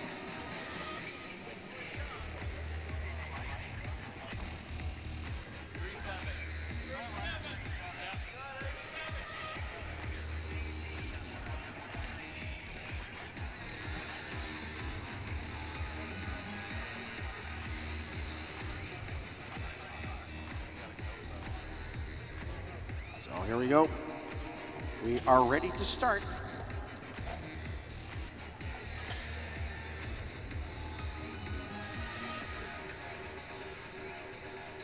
Same process, Steve, just a bit more crowded out on the track. So the bell will ring, my friend, and every 2 laps we are going to be pulling one rider from the race. Gentlemen, you must stay together. Messieurs, vous devez rester ensemble. And watch out, there will be a pistol resounding, folks, so don't get too scared in the stands. Here we go, a race is on. Gentlemen, start your engines.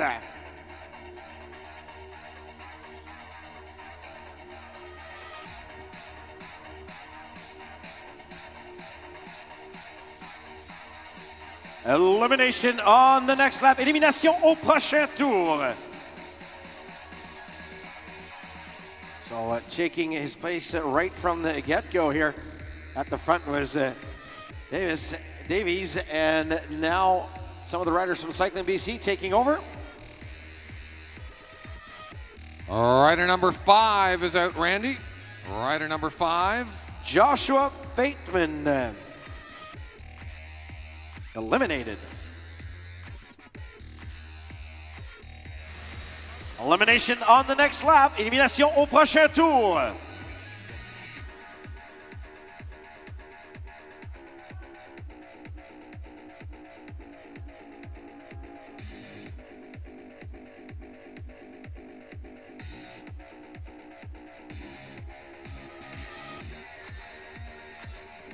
That's rider number 37, unfortunately, out of the race now, Randy. 37, Doral Pop.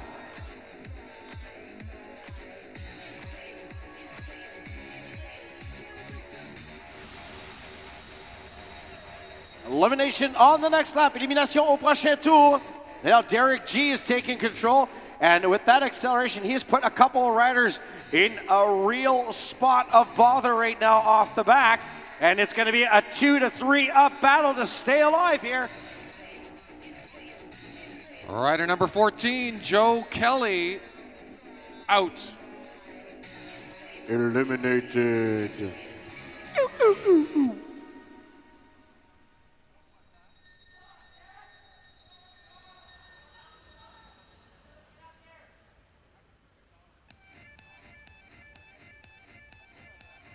Elimination on this next lap.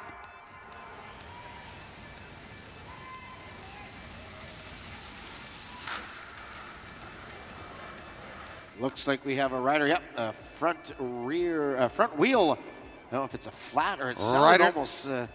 Go ahead, Steve.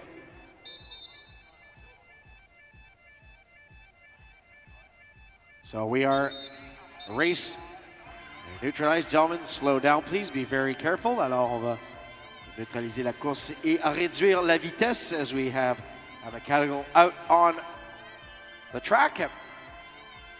It was rider number 18 out on that round, Randy, Marc-Antoine Soucy.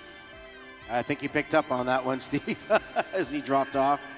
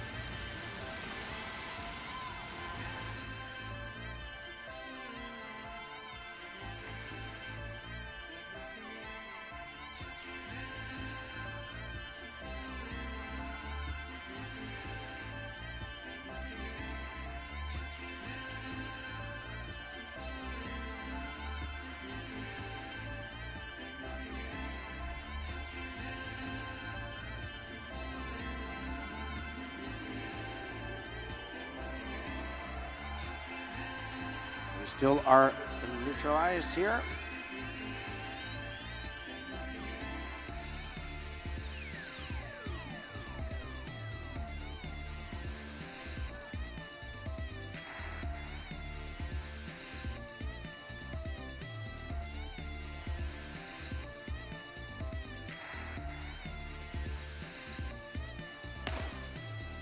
And we are back racing as our athlete is back in the mix. It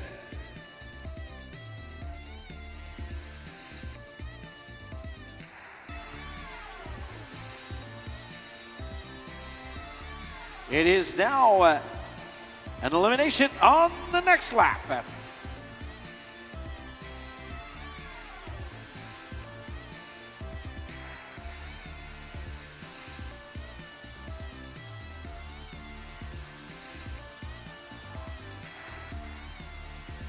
Rider number 9, Randy, is out. That is Emile Durosne.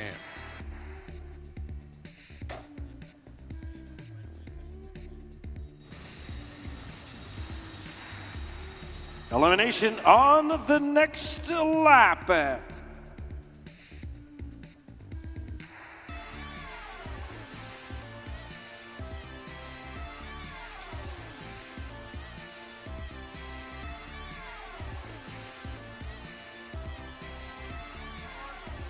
Rider number 4, Sean Baker, is out.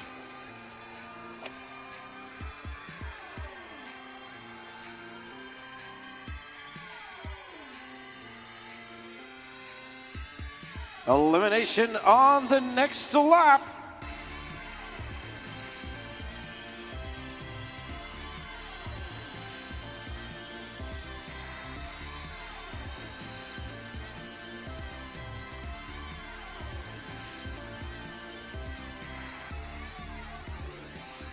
Rider number 17, Adam Reddy, is out, Randy.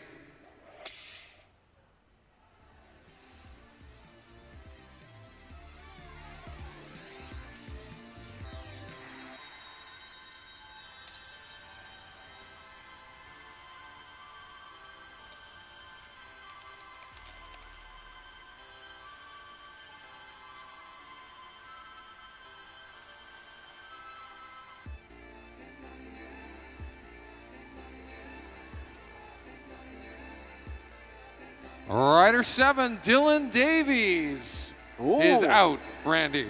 That's a bit of a surprise there. Indeed. And there will be an elimination on the next lap. Elimination au prochain tour. Now hanging, dangling off the back is Bailey Simpson as Jean-Michel Lachance trying to get around him. That's where you want to be able to get up to the top, because that will put all the other riders in difficulty. Watch out here, it's going to be a close one. Rider number 19, Jean-François Soucy is out. Alors, Jean-François Soucy éliminé malheureusement.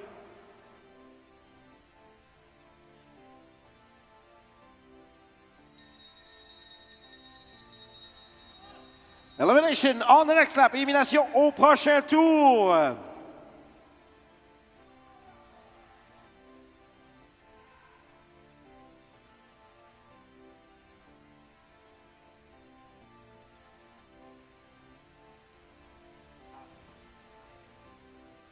Rider number 8, that is Vincent Dehetre. He is out of the elimination race. Oh, Vincent Dehetre eliminated.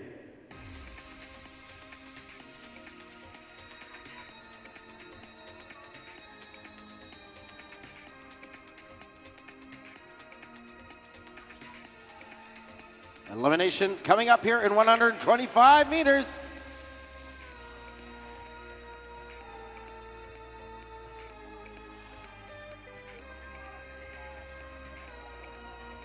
Unlucky rider number 13, Randy. Emile Jean is out. Emile Jean éliminé.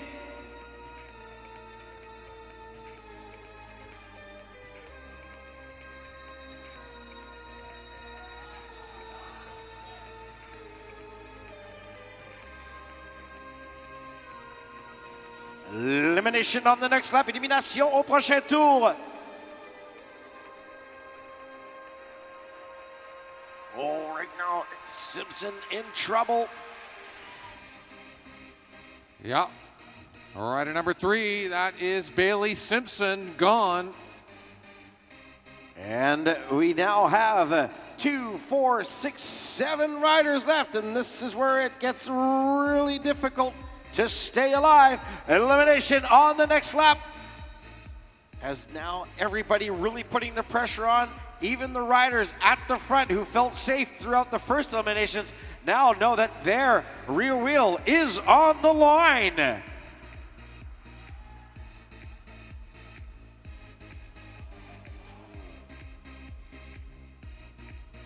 That's a close one. Rider number 10, that is Elliot Doyle. Randy, he's out. Elliot Doyle éliminé. Elimination on the next lap. Élimination au prochain tour. Now having to do a lot of work at the back there to survive is Hayden Mayer. And Jean-Michel Lachance, well, he likes to just do this all the time, Steve. He sits at the back and boom, he'll accelerate. It's an interval training for him almost. Rider number 16, Hayden Mayer is out. Yep, and now we have 5 riders left in this event.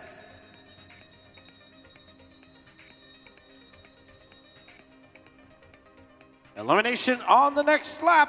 Élimination au prochain tour.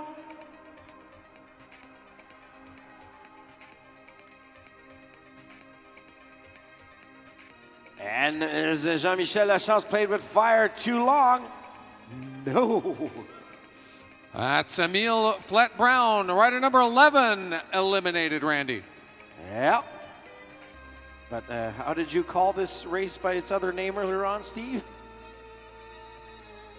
The devil take the hindmost. Watch out for the devil. Yeah, and right now, Lachance keeps on playing with the devil as he is the hindmost throughout this race. But right again, he will profit from the draft, speed up here. But oh, that was a little bit of a warning shot fired there. And that was one lap too many. Jean-Michel Lachance, rider number 15, is eliminated. Yeah, play with fire, you get burned, Steve.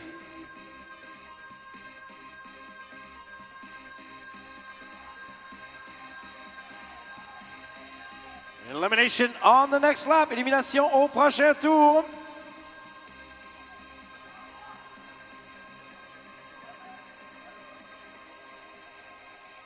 Oh, there's going to be very little space to pass at the bottom.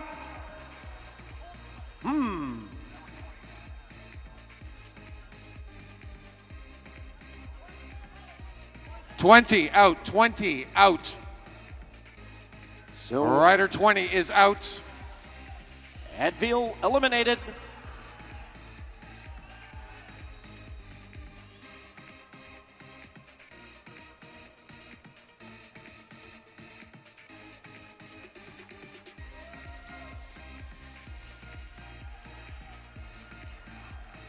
Well, there we are. The elimination will happen here as Derek G is eliminated with a bit of confusion here at the end of the race. But it will be number 26 right here coming over the line from Cycling BC, winning the elimination race, Aiden Caves.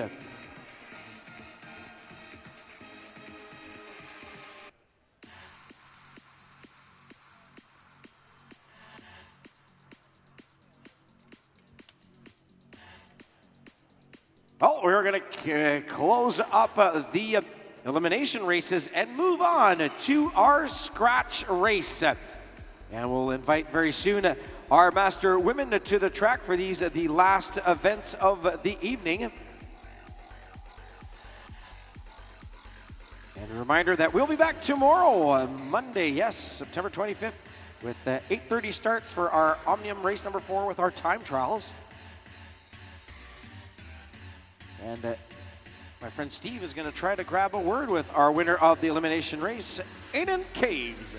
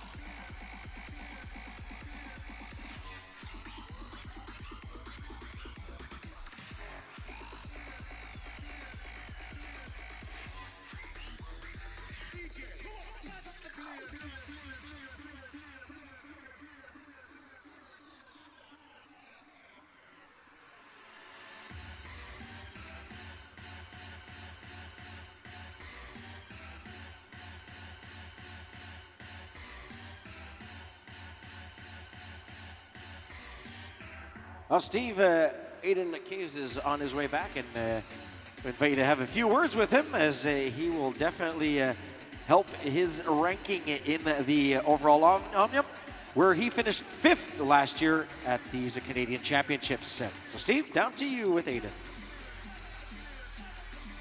All right, Randy, I am with our elimination race winner, Aiden Caves. That is a wild and crazy event. Same question I asked Steph Brewer to the women's winner.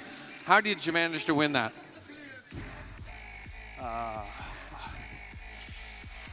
have no idea. Just I've never really been that tactically sound, I guess, in that race before. So I just wanted to try some new things and have some fun. Well, you have to have strong tactics, Aiden, to do well in that race. So you did extremely well. Where did you think you had it? Does it start when it gets down to 5, 6 riders? You're kind of thinking about, what do I need to do to really win this? Just assessing like who's behind me, who's the biggest names in the field, and kind of like I train with these guys like a whole lot, so I kind of know whose strengths, who has strengths in like sprinting, and who's going to go for the long shot, who's easy to pick off and whatnot, and just take them one by one kind of thing. That's a lot of information to process at over 50 kilometers an hour on the track. There he is, Aiden Caves, ladies and gentlemen, your elimination race winner here, race number 3 in the Omnium.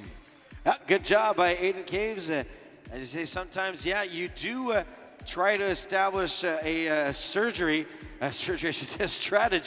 and it doesn't go always as planned. You can't always execute it surgically perfectly. but then you end up with an opening and you take it. And that's exactly what Aiden Caves was able to do here tonight. We're going to be going back to our racing very soon. And this time going into what we call the scratch races. And we'll be setting our athletes up here at the start.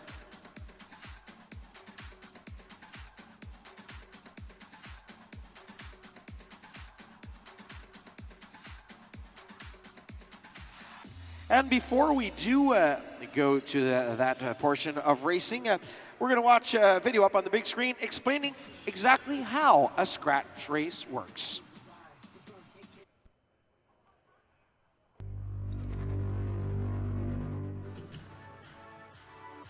The scratch race is a classic first across the line mass start race. The men race across a distance of 15 kilometers. The women race across 10 kilometers. Endurance riders often surge in an attempt to unsettle all the sprinters in the field. In turn, the sprinters will try to shelter with the pack for most of the race, conserving their energy until the final laps. The starter will indicate the leading rider by pointing as they pass on the home straight.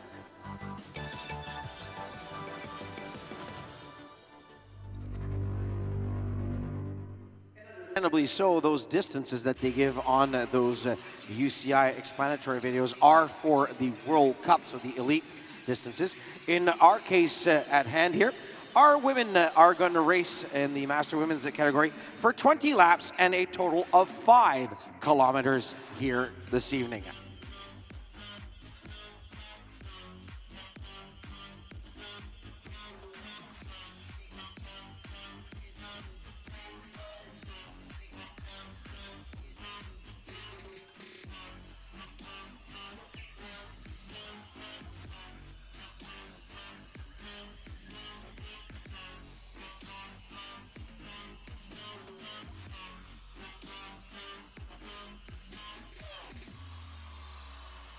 So on our previous race, there was a warning given to Aiden Caves, number 26, for moving outward, forcing his opponent to move up. So a warning for Aiden Caves.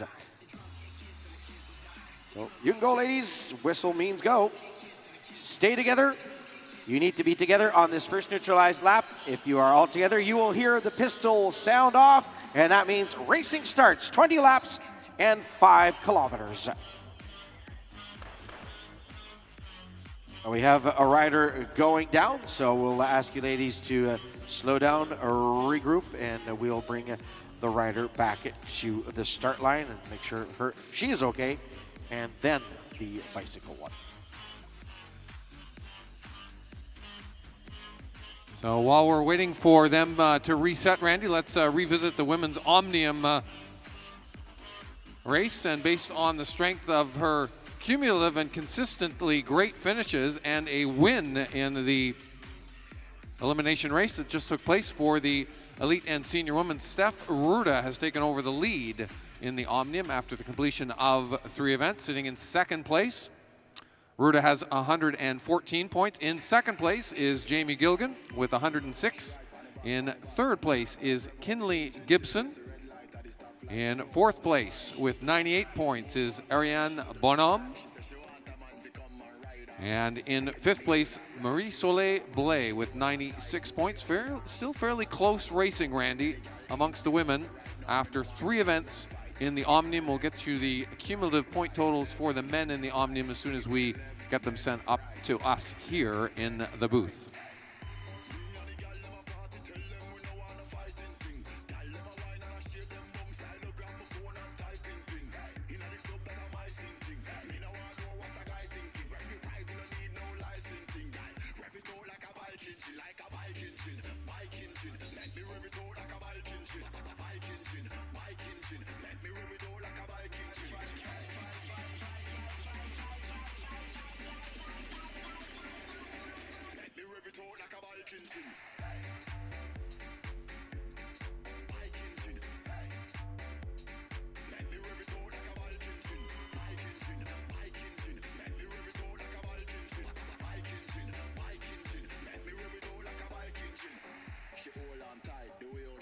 She so on point. So many gal in at the club, so right now me no want see no man fight. She fling it on the left, then right, left, then right. She fling it on the left, then right, left, then right. Me and the gal them a party, tell them we no want no fighting thing. Gal them a wine and a shake them bum style up, grab my phone and typing pin. In at the club that a my sing thing. Me no want know what a guy thinking. And while we're waiting for the Masters women to reset, let's revisit the men's Omnium total points, Randy. And it is very tight and close racing in this particular competition. After 3 events have been completed, the scratch, the pursuit, and the elimination race that just finished up, Derek G is sitting in first place with 108 points. We have a 3-way tie, if you can believe it, for second place between Jean-Michel Lachance, Ed Veal, and Aiden Caves. Caves just won the elimination race, and Caves, Veal, and Lachance all tied with 100 points. Sitting in 5th place is Dylan Davies, our early leader, with 92 points. So still really no favorite has emerged yet in the Omnium, with 3 events to go tomorrow. Another rider, unfortunately, has gone down. So that's why going into these banks, you have to carry the speed. So we ask riders to keep on moving, keep on moving. It's very important to carry enough speed to go around the banks there. And unfortunately for a rider not making it around that time. So just be very careful, ladies, as there is a rider down in the corner there.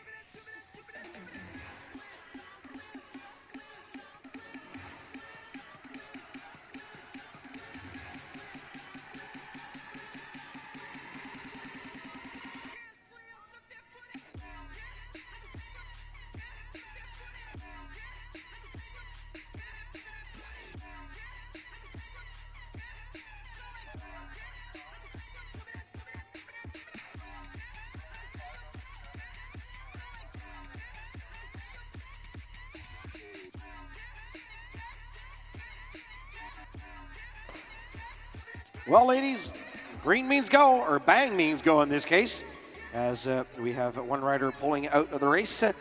So it's all out, and that's exactly what this rider at the front has decided to do. Go all out for these 20 laps of the Women's Masters Scratch Race.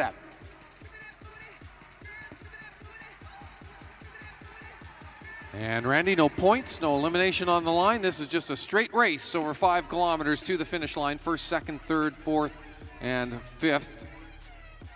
Top 3 obviously going for medals in the scratch race, the Masters Women's Scratch Race. Gail Wozni on the front now, the pace not too fast.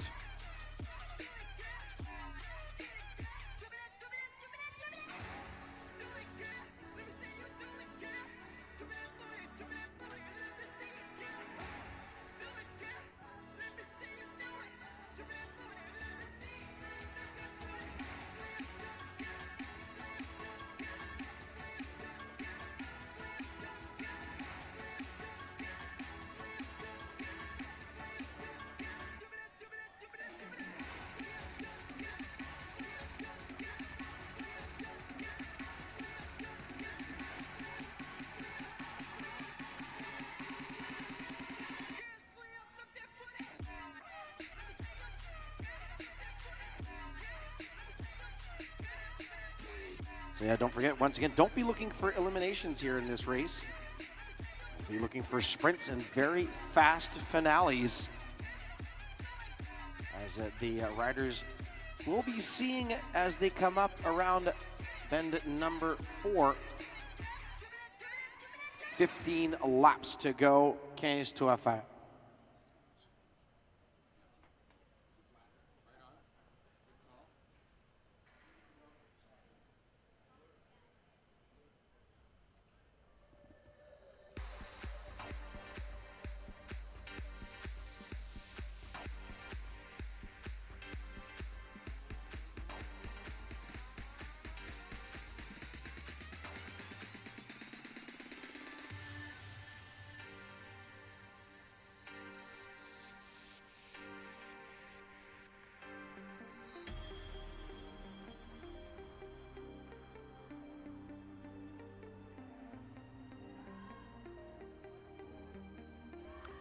And finally, a bit of action in the race field. It had been rather complacent and casual to pace, but now it's heating up under a bit of pressure on the front.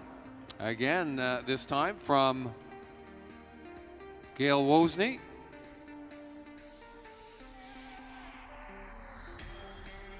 And Rosa Phillip right on Wozny's wheel. Now those two swing off, and it's time for one of the midweek cycling club riders. That is Chantel Thompson to come on through.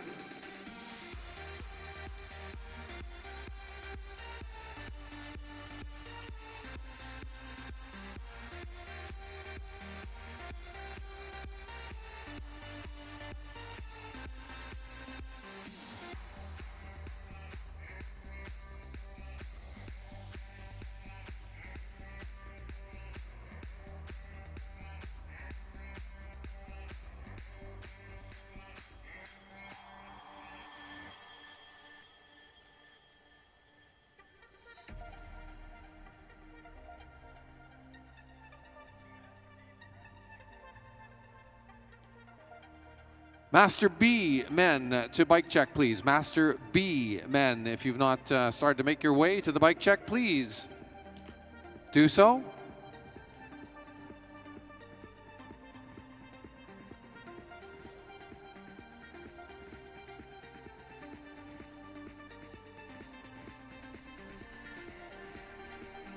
We're now down to 10 laps to go with the Master Women's Scratch Race.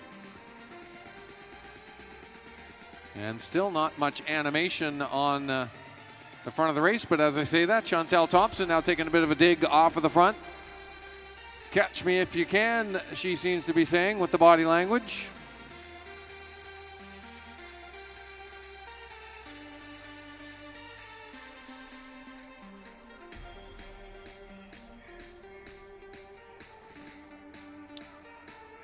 And typically with these smaller race fields, you don't usually see the lapping of the field. There's really nowhere to hide for either the race field or the rider or riders off of the front. So race tends to stick together more or splinter completely apart into pieces. Chantel Thompson, though, having a good go at this, starting to build up a head of steam, and she's starting to pull away.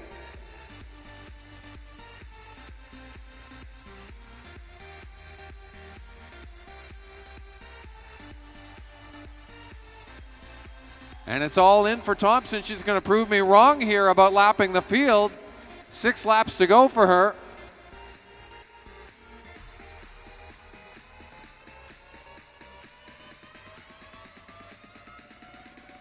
Now some animation from the back of the field. Vlada Dakina going to the front and saying, I'm having none of this. Game on. Chantel Thompson totally committed. She has got to fully focus and commit to going all the way to the line from here. It's the boldest move in cycling, the solo breakaway with less than a kilometer to go. Chantel Thompson digging hard. Cheer her on. She's all in right now, full gas. Back in the field on the front.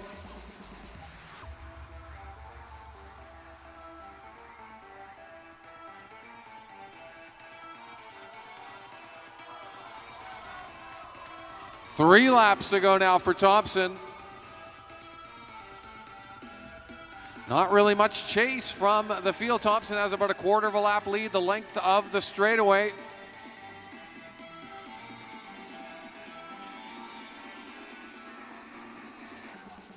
This is going to be a big win for Thompson if she can hang on. 2 to go for her. The field giving chase. Wozni on the front, out of the saddle, driving on. They are starting to gain some ground on Thompson. They might be running out of ground though. Thompson's going to get the bell. Let's urge her on. The field giving chase.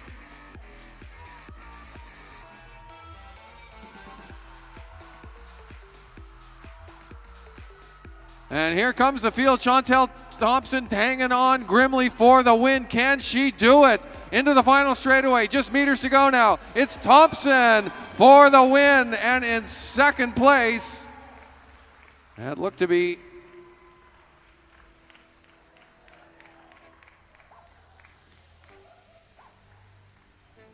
Ivana Gotseva in second place.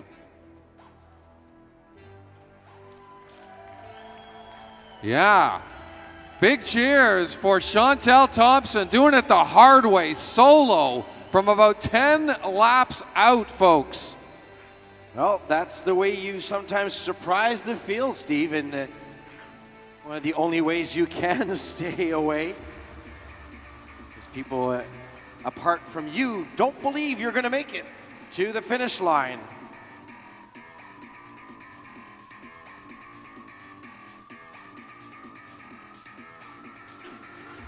Chantel Thompson wins the gold medal. Ivana Gotseva the silver, and I'm not sure, Randy, who got the bronze there. We're just trying to determine. Oh, there the results are up now. Vlada Dekina ended up in the bronze medal position for the Master Women in the scratch race. So your top three: Chantel Thompson, unofficially taking the gold medal, Ivana Gotseva the silver medal, and Vlada Dekina the bronze medal in the Masters Women scratch race.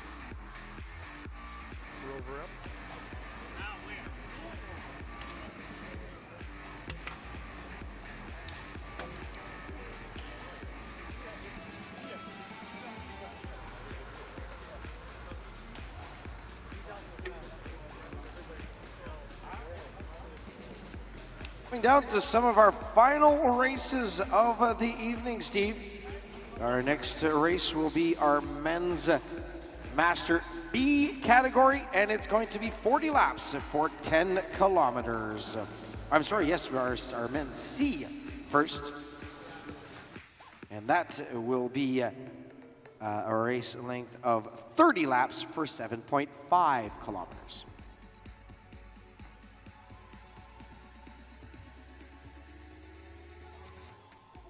So Master C Men, we need you to get up onto the track and around to the start positions here on the home straightaway. Master B Men, if you've not done so already, please check your bike in at Bike Check.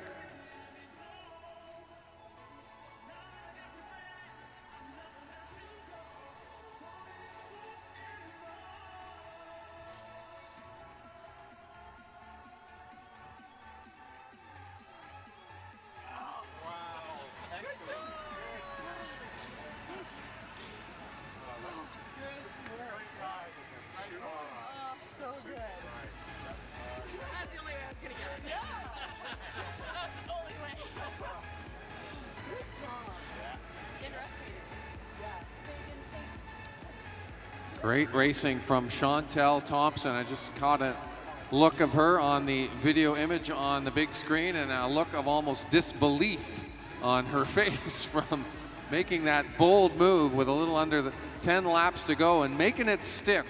Gusto. That's right. Well, we're going to lock and load our young men here of the Masters C category. So on the blue line, starting at the blue line, we'll have Garnet Abbey, Neil Armstrong, Brian Cashin, David Hicken, Tommy Mack, Christian Schneider, and William Trishuk is scheduled to start at the blue line. And at the railing, we'll have James Brooks, Charles Cormier, Scott Bushlin, Richard Froner, Mark Hopper, Paul Rennis, Peter Toth, and Richard Ungalde.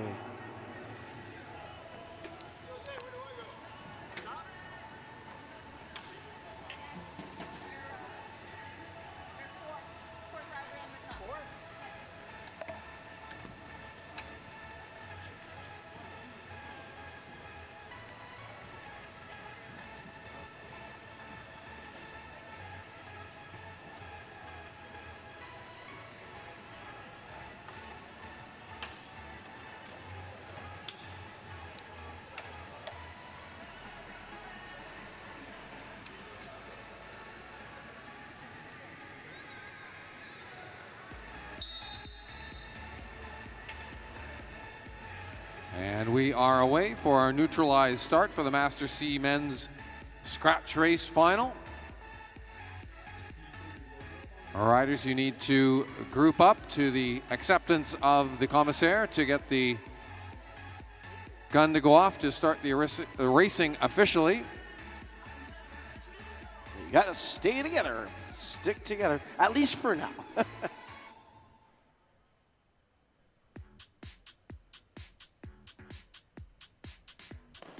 Well, there we go. Pistol sounds, and we're off racing, Steve, for 30 laps of this men's Master C Scratch Race Final.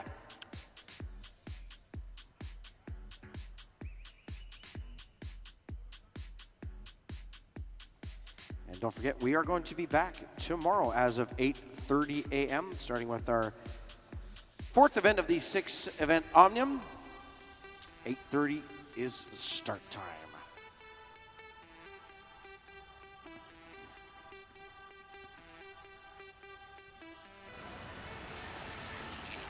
And rider number 404 off the front there, that's Scott Bushlin stretching things out early on, putting the hurt on the field.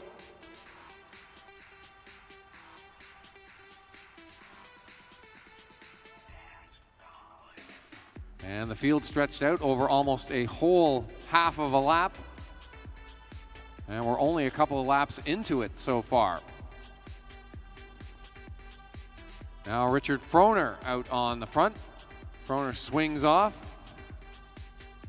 Yeah, he's taken his pole, and he's brought with him 404 and 405, Bushlin and Cashin. And also part of that group is Garnet Abbey. Rest of the field giving chase. Three riders stuck in the middle in no man's land, but I think they're going to be gobbled up fairly quickly by the chasing peloton.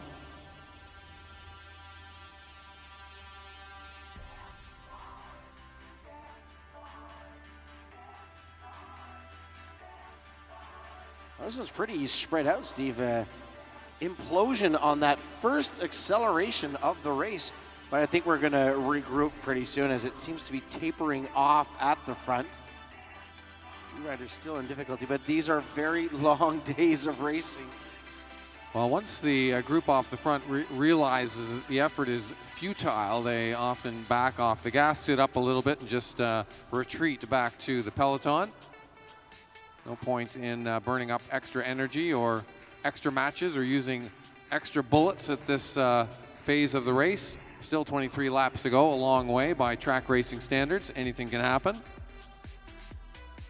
And more racing to come tomorrow also, so you might want to keep a bit of gas in the reservoir in the tank. And just a reminder, on the spectator entrance side, our concession is open for food and beverage, so don't be shy. If you're feeling a bit empty right now, that is the place to go.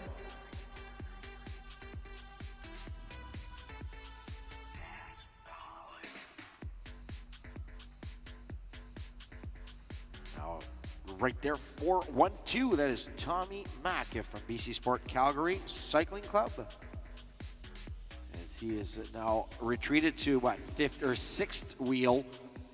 And this tapering has helped the two riders that were in trouble at the back. One rider has already pulled out. That's James Brooks for the West Quebec Wheelers. Randy has decided to pull the plug on the racing in the scratch race. And here goes once again one of the major actors of this men's field, The Master C is Christian Schneider. And one rider is staying there with him as we are showing 19 laps on the lap counter. That's Scott Bushlin. He has been up in every move so far.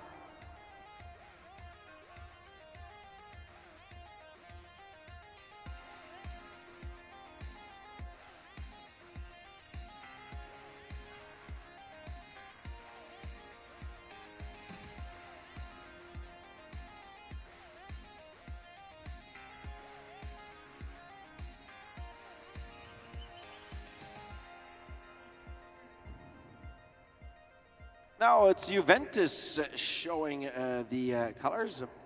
I would say the former colors because they've transitioned now to the black and white. Yes, this is the old Juventus kit, I believe. Peter Toth. Very big club they have there, and they are just on the verge of getting the funding and the support from the city and a lot of shareholders and stakeholders to build a state-of-the-art facility in Edmonton. That'd be great news to have another 250 meter track in Canada, indoor track that is. And just like it has been here, Randy, it will potentially also be a game changer and transformative to the cycling scene, the higher end cycling scene in the city of Edmonton. I was surprised when we were out there for the Tour of Alberta, the enthusiasm of the city of Edmonton, known for pretty harsh and severe winters, much more so than here in Southern Ontario, but nonetheless, the city of Edmonton very enthusiastic and embracing of the sport of cycling and the activity of cycling. They have, I think, better bike lanes than they do in the city of Toronto in Edmonton, if you can imagine. Yep, and that has hence the reason whether they're building this track inside. They do have an older concrete track outside. It's 333 meters long. And now action at the front of the pack as once again a nice move here by Richard Froner from Lapdog Cycling Club. And he's brought Charles Cormier with him. And is that Schneider? No, Schneider's at the back of the pack. That is either Armstrong or Cashin. And it is 4:05, so it is Brian Cashin. And here comes Toth with the rest of the group. And Toth just drives on through. No hesitation there from him. Gobbles up the brake and just moves on up the track. Keeps the gas going on the gas pedal with Christian Schneider glued right to his wheel.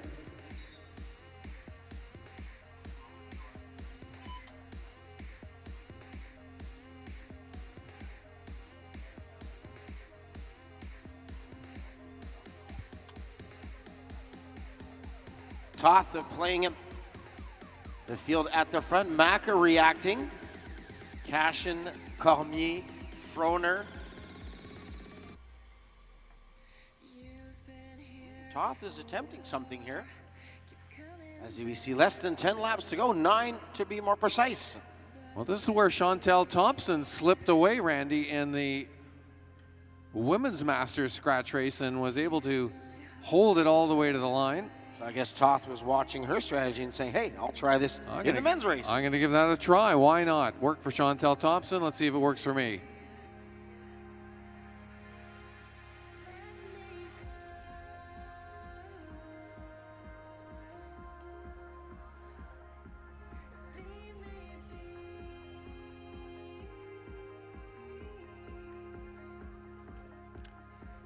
And that's not going to work, so strike two. The field has caught back up. And a bit of detente now as they reassess each other and what the strategy will be over the closing 7 laps here. Master B Men, you'll be next on the track, so please do get ready to get up on the track once the Master C Men have finished their scratch race. 6 laps to go for them. So another rider pulling out there here. This has become a race of attrition. And now going at a piano tempo, as we say in cycling, piano. But just as I said that, Neil Armstrong says bye-bye. And they have strength in numbers also in this race too, because don't forget there's 3 of the Karzowinski coach bike zone riders in this group. Although technically team tactics not allowed on the track. Technically. But I've seen some subtle team tactics going on. You thinks. If you know what you're looking for, you can see them going on. Yes, sir.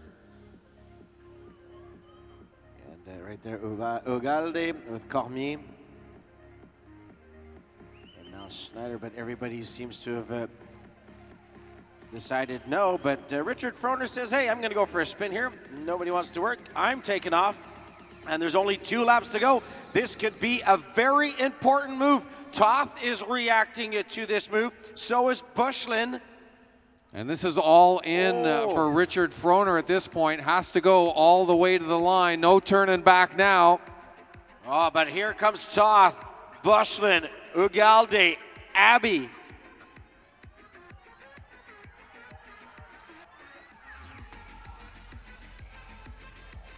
Can Richard Froner hang on? He is almost there, just at the head of the turn. Here he comes, Richard Froner gets it back off a little bit on the gas and gets the win.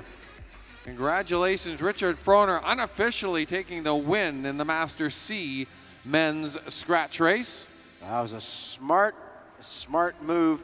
He found the right moment to attack.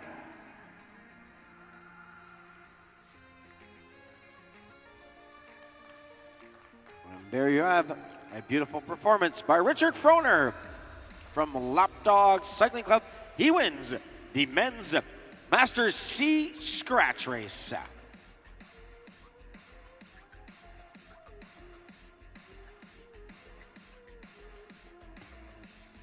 And we're just waiting for the second and third places to flash up on the screen. Forgive me, I was not paying attention. I was focusing on the hard effort put in by Richard Froner on the front for the win. Once again, congratulations to him for a gold medal performance. It's been a great weekend so far for Richard Froner. Strong performances in every race that he has been in.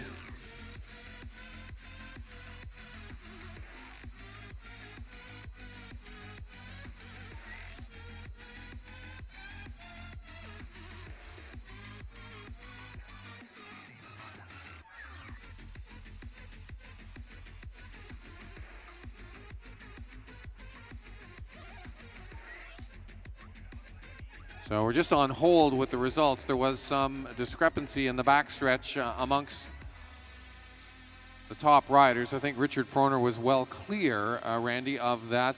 It was trailing riders that were involved in a minor altercation. Commissaires are just discussing the matter.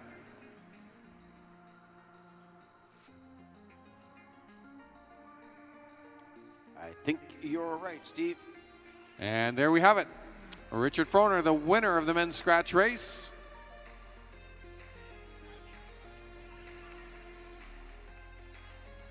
Richard Agulde in second, and Peter Toth from Juventus Cycling in third. So there are your gold, silver, and bronze medalists in the Master C men's scratch race here tonight. Congratulations to Richard Froner, Richard Agulde, and Peter Toth.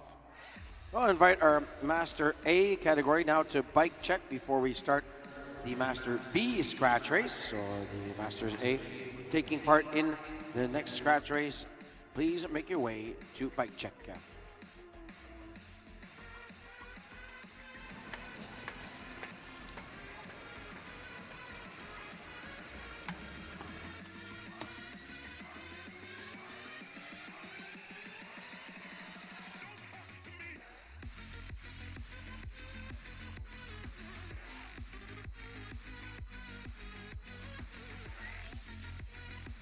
So let's set our field now for the Master B scratch race final for the Master B men. Mike Nash will be on the blue line on the inside. Greg de Bellefeuille as well, Jeffrey Backel, Reed Cummings, Jim Gantley, and Matthias Schmidt, all on the blue line.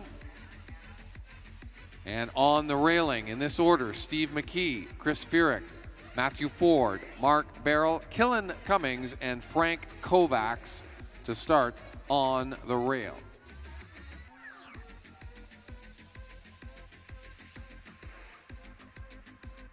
And just a reminder, we'd like to thank Lexus for presenting these Canadian Track Championships in collaboration with the governments of Ontario and Canada, the town of Milton, and also thanking all our volunteers who have been out here day after day for the last couple of days, and will be back with us tomorrow for the final day of competition of these Canadian Track Championships. And whistle will blow in a few seconds, and we will ask the riders to stay together for the first lap. Once you hear the pistol go off, it will be the start of your race.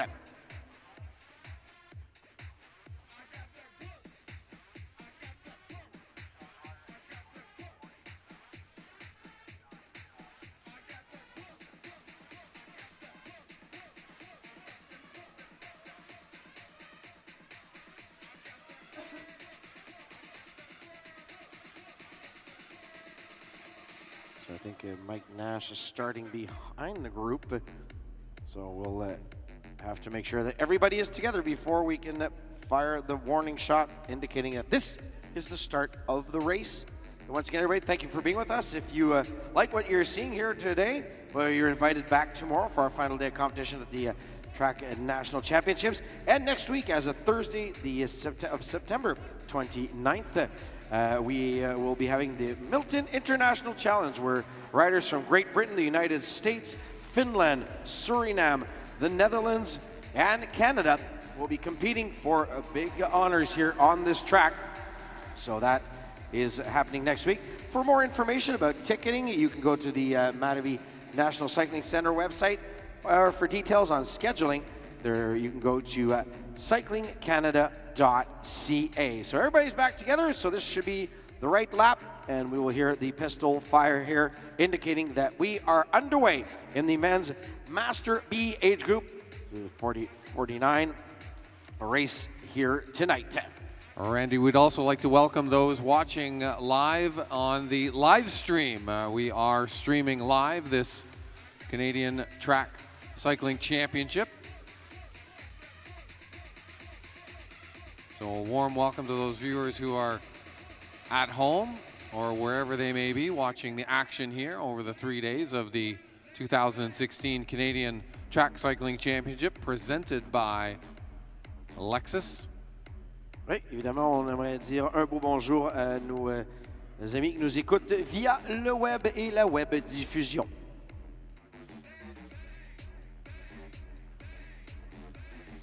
And it is action early in the Master B men's race.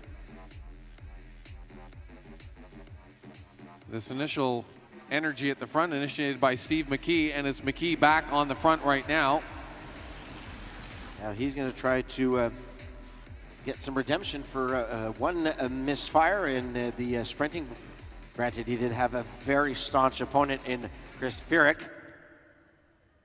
And this is what McKee did in the points race, Randy. He was able to lap the field not once but twice. This is a bit of a smaller, diminished peloton he's dealing with, so maybe not doable with this smaller lineup of riders, but he's having a go of it at the front right now. No points and no elimination on order, so it's just get on the front and who gets to the finish line first. We still have a long way to go with 35 laps. Now a bit of a backing off of the pace at the front, but a split has formed. And a pretty considerable split so early in the race. So with McKee, we have Furyk, we also have de Bellefeuille, Matthias Schmidt. Catch the identity, but here comes the pack as things have tapered off at the back. Or I should say at the front. So also up and at the top of the group is Mark Barry, Synergy Racing out of Calgary. And there goes McKee up to his usual shenanigans. On, off the gas, constantly on and off the gas, making sure that he maximizes the impact of his effort by making those moves when there is a little lull in the action, Randy. That's when you do want to spring and pounce. When all the riders are just backing off just slightly, you want to get on the gas and see if you can have a go of it and open up that bit of a gap from the other riders. Exactly. And now, once again, the field split. As McKee accelerating. This guy's going to go for, what, 30 laps off the front and just bolting it. Well, he lapped the field not once but twice in the points race and won that one in convincing fashion. He might not be able to pull the same trick here. This might go down to a final sprint to the line. He needs to be wary of that because there are some faster sprinters in this group. Chris Furyk being another one. Matthias Schmidt in the race. He didn't contest the sprint, so he might have fresher legs than both Steve McKee and Chris Furyk, the other heavy hitters up in that front group.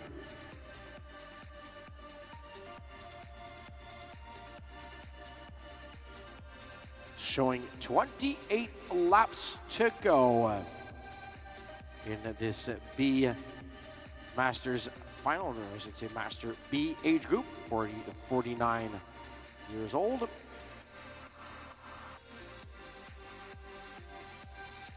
Again, a complete backing off of the pace at the front. And there goes McKee once again. It's almost like clockwork.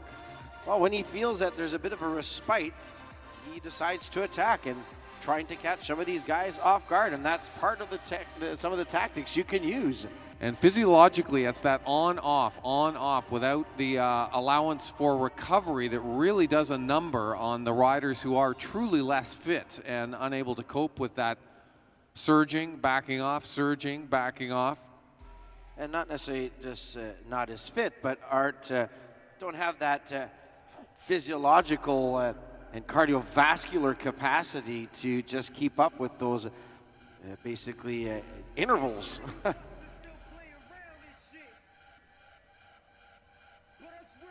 So we are losing some riders lap after lap. So 1, 2, 3, 4, 5, 6 riders at the front, 3 still chasing and trying to survive behind. And there goes McKee again. Furyk right on his wheel. De Bellefeuille, look at this movement up and down, up and down. That's very difficult too, and McKee going. De Bellefeuille says, I'm not leaving the comfort of this wheel. And McKee being a big boy, it's nice and drafty behind there. That's right. He's the good meaning of drafting. Indeed, he's a rider you do want to be behind, particularly De Bellefeuille, the smaller, more compact rider, just sits nicely in behind McKee. Furyk and Matthias Schmidt right there too. And Schmidt's a KG racer, a veteran, has been racing for many years, former national junior team member back in his youth.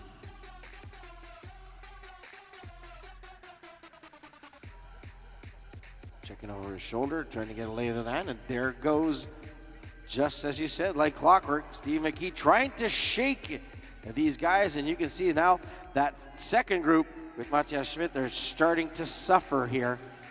There's nothing worse than accelerating, stopping, accelerating, stopping, accelerating, stopping.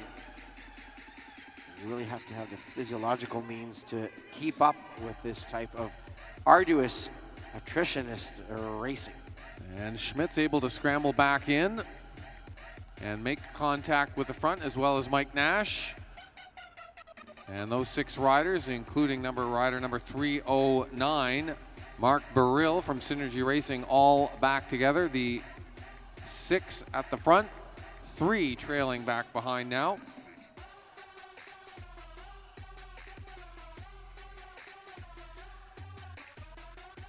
Master A riders, you will be on the track at the conclusion of this particular race with now 18 laps to go. Please be ready to get up on the track and ready to race once the conclusion of this race is reached. Again, Steve McKee on the front, Randy. He's been on the front nearly the whole race. We're getting not bored of this, but used to it. This is used to it, yes. This is his tactic. He's just wearing this field down relentlessly, I am sure. I'm surprised how many riders are still hanging on. McKee, de Bellefeuille, Fierick, Schmidt, Nash.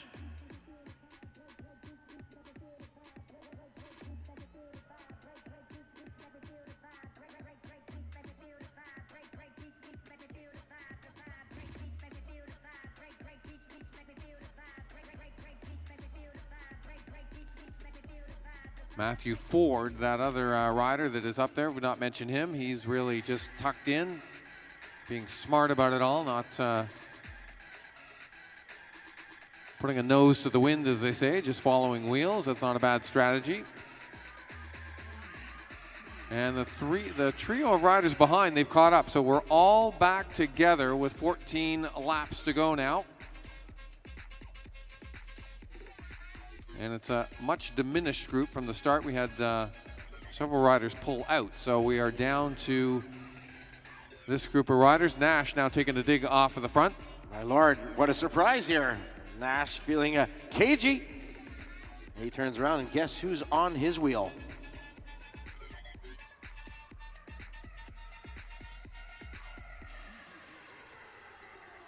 So group of 4 showing now 12 laps to go before we go into our last event of the evening, which will be our 40-lap 10K Master A Men's Scratch Race set.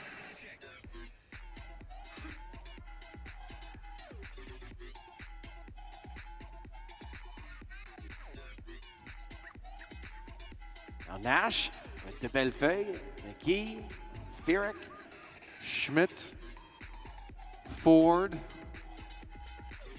and the other rider is the Synergy team rider up in there. Mark Marie, the barrel. It'll be interesting to see how this one unfolds, because I think it's one of the first races we've seen, Steve, where riders have really fathomed and caught on to McKee's tactics a bit and have counterattacked and answered every single acceleration he's put in. And once again, that is the case. I agree. They're not letting him get away as they did in the points race. So maybe lessons learned from the Masters B peloton, so to speak, from earlier races, and not letting Steve McKee get away at any point.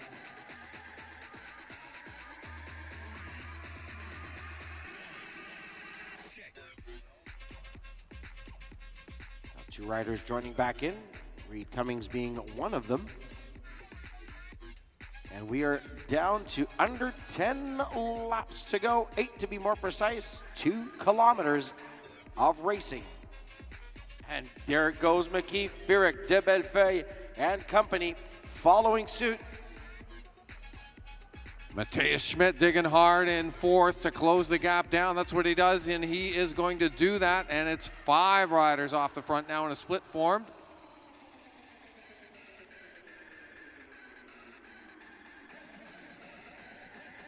Mark Barrow worked hard to close that gap down.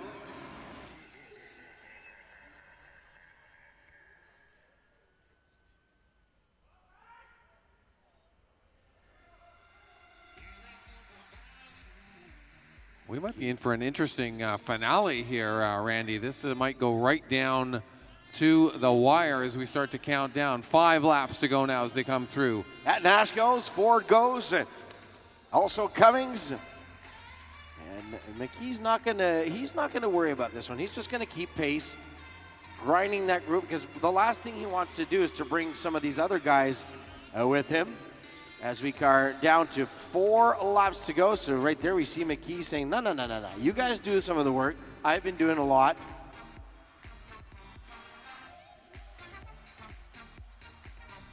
And Nash again, he has been of the utmost aggressivity. That's right, at the front.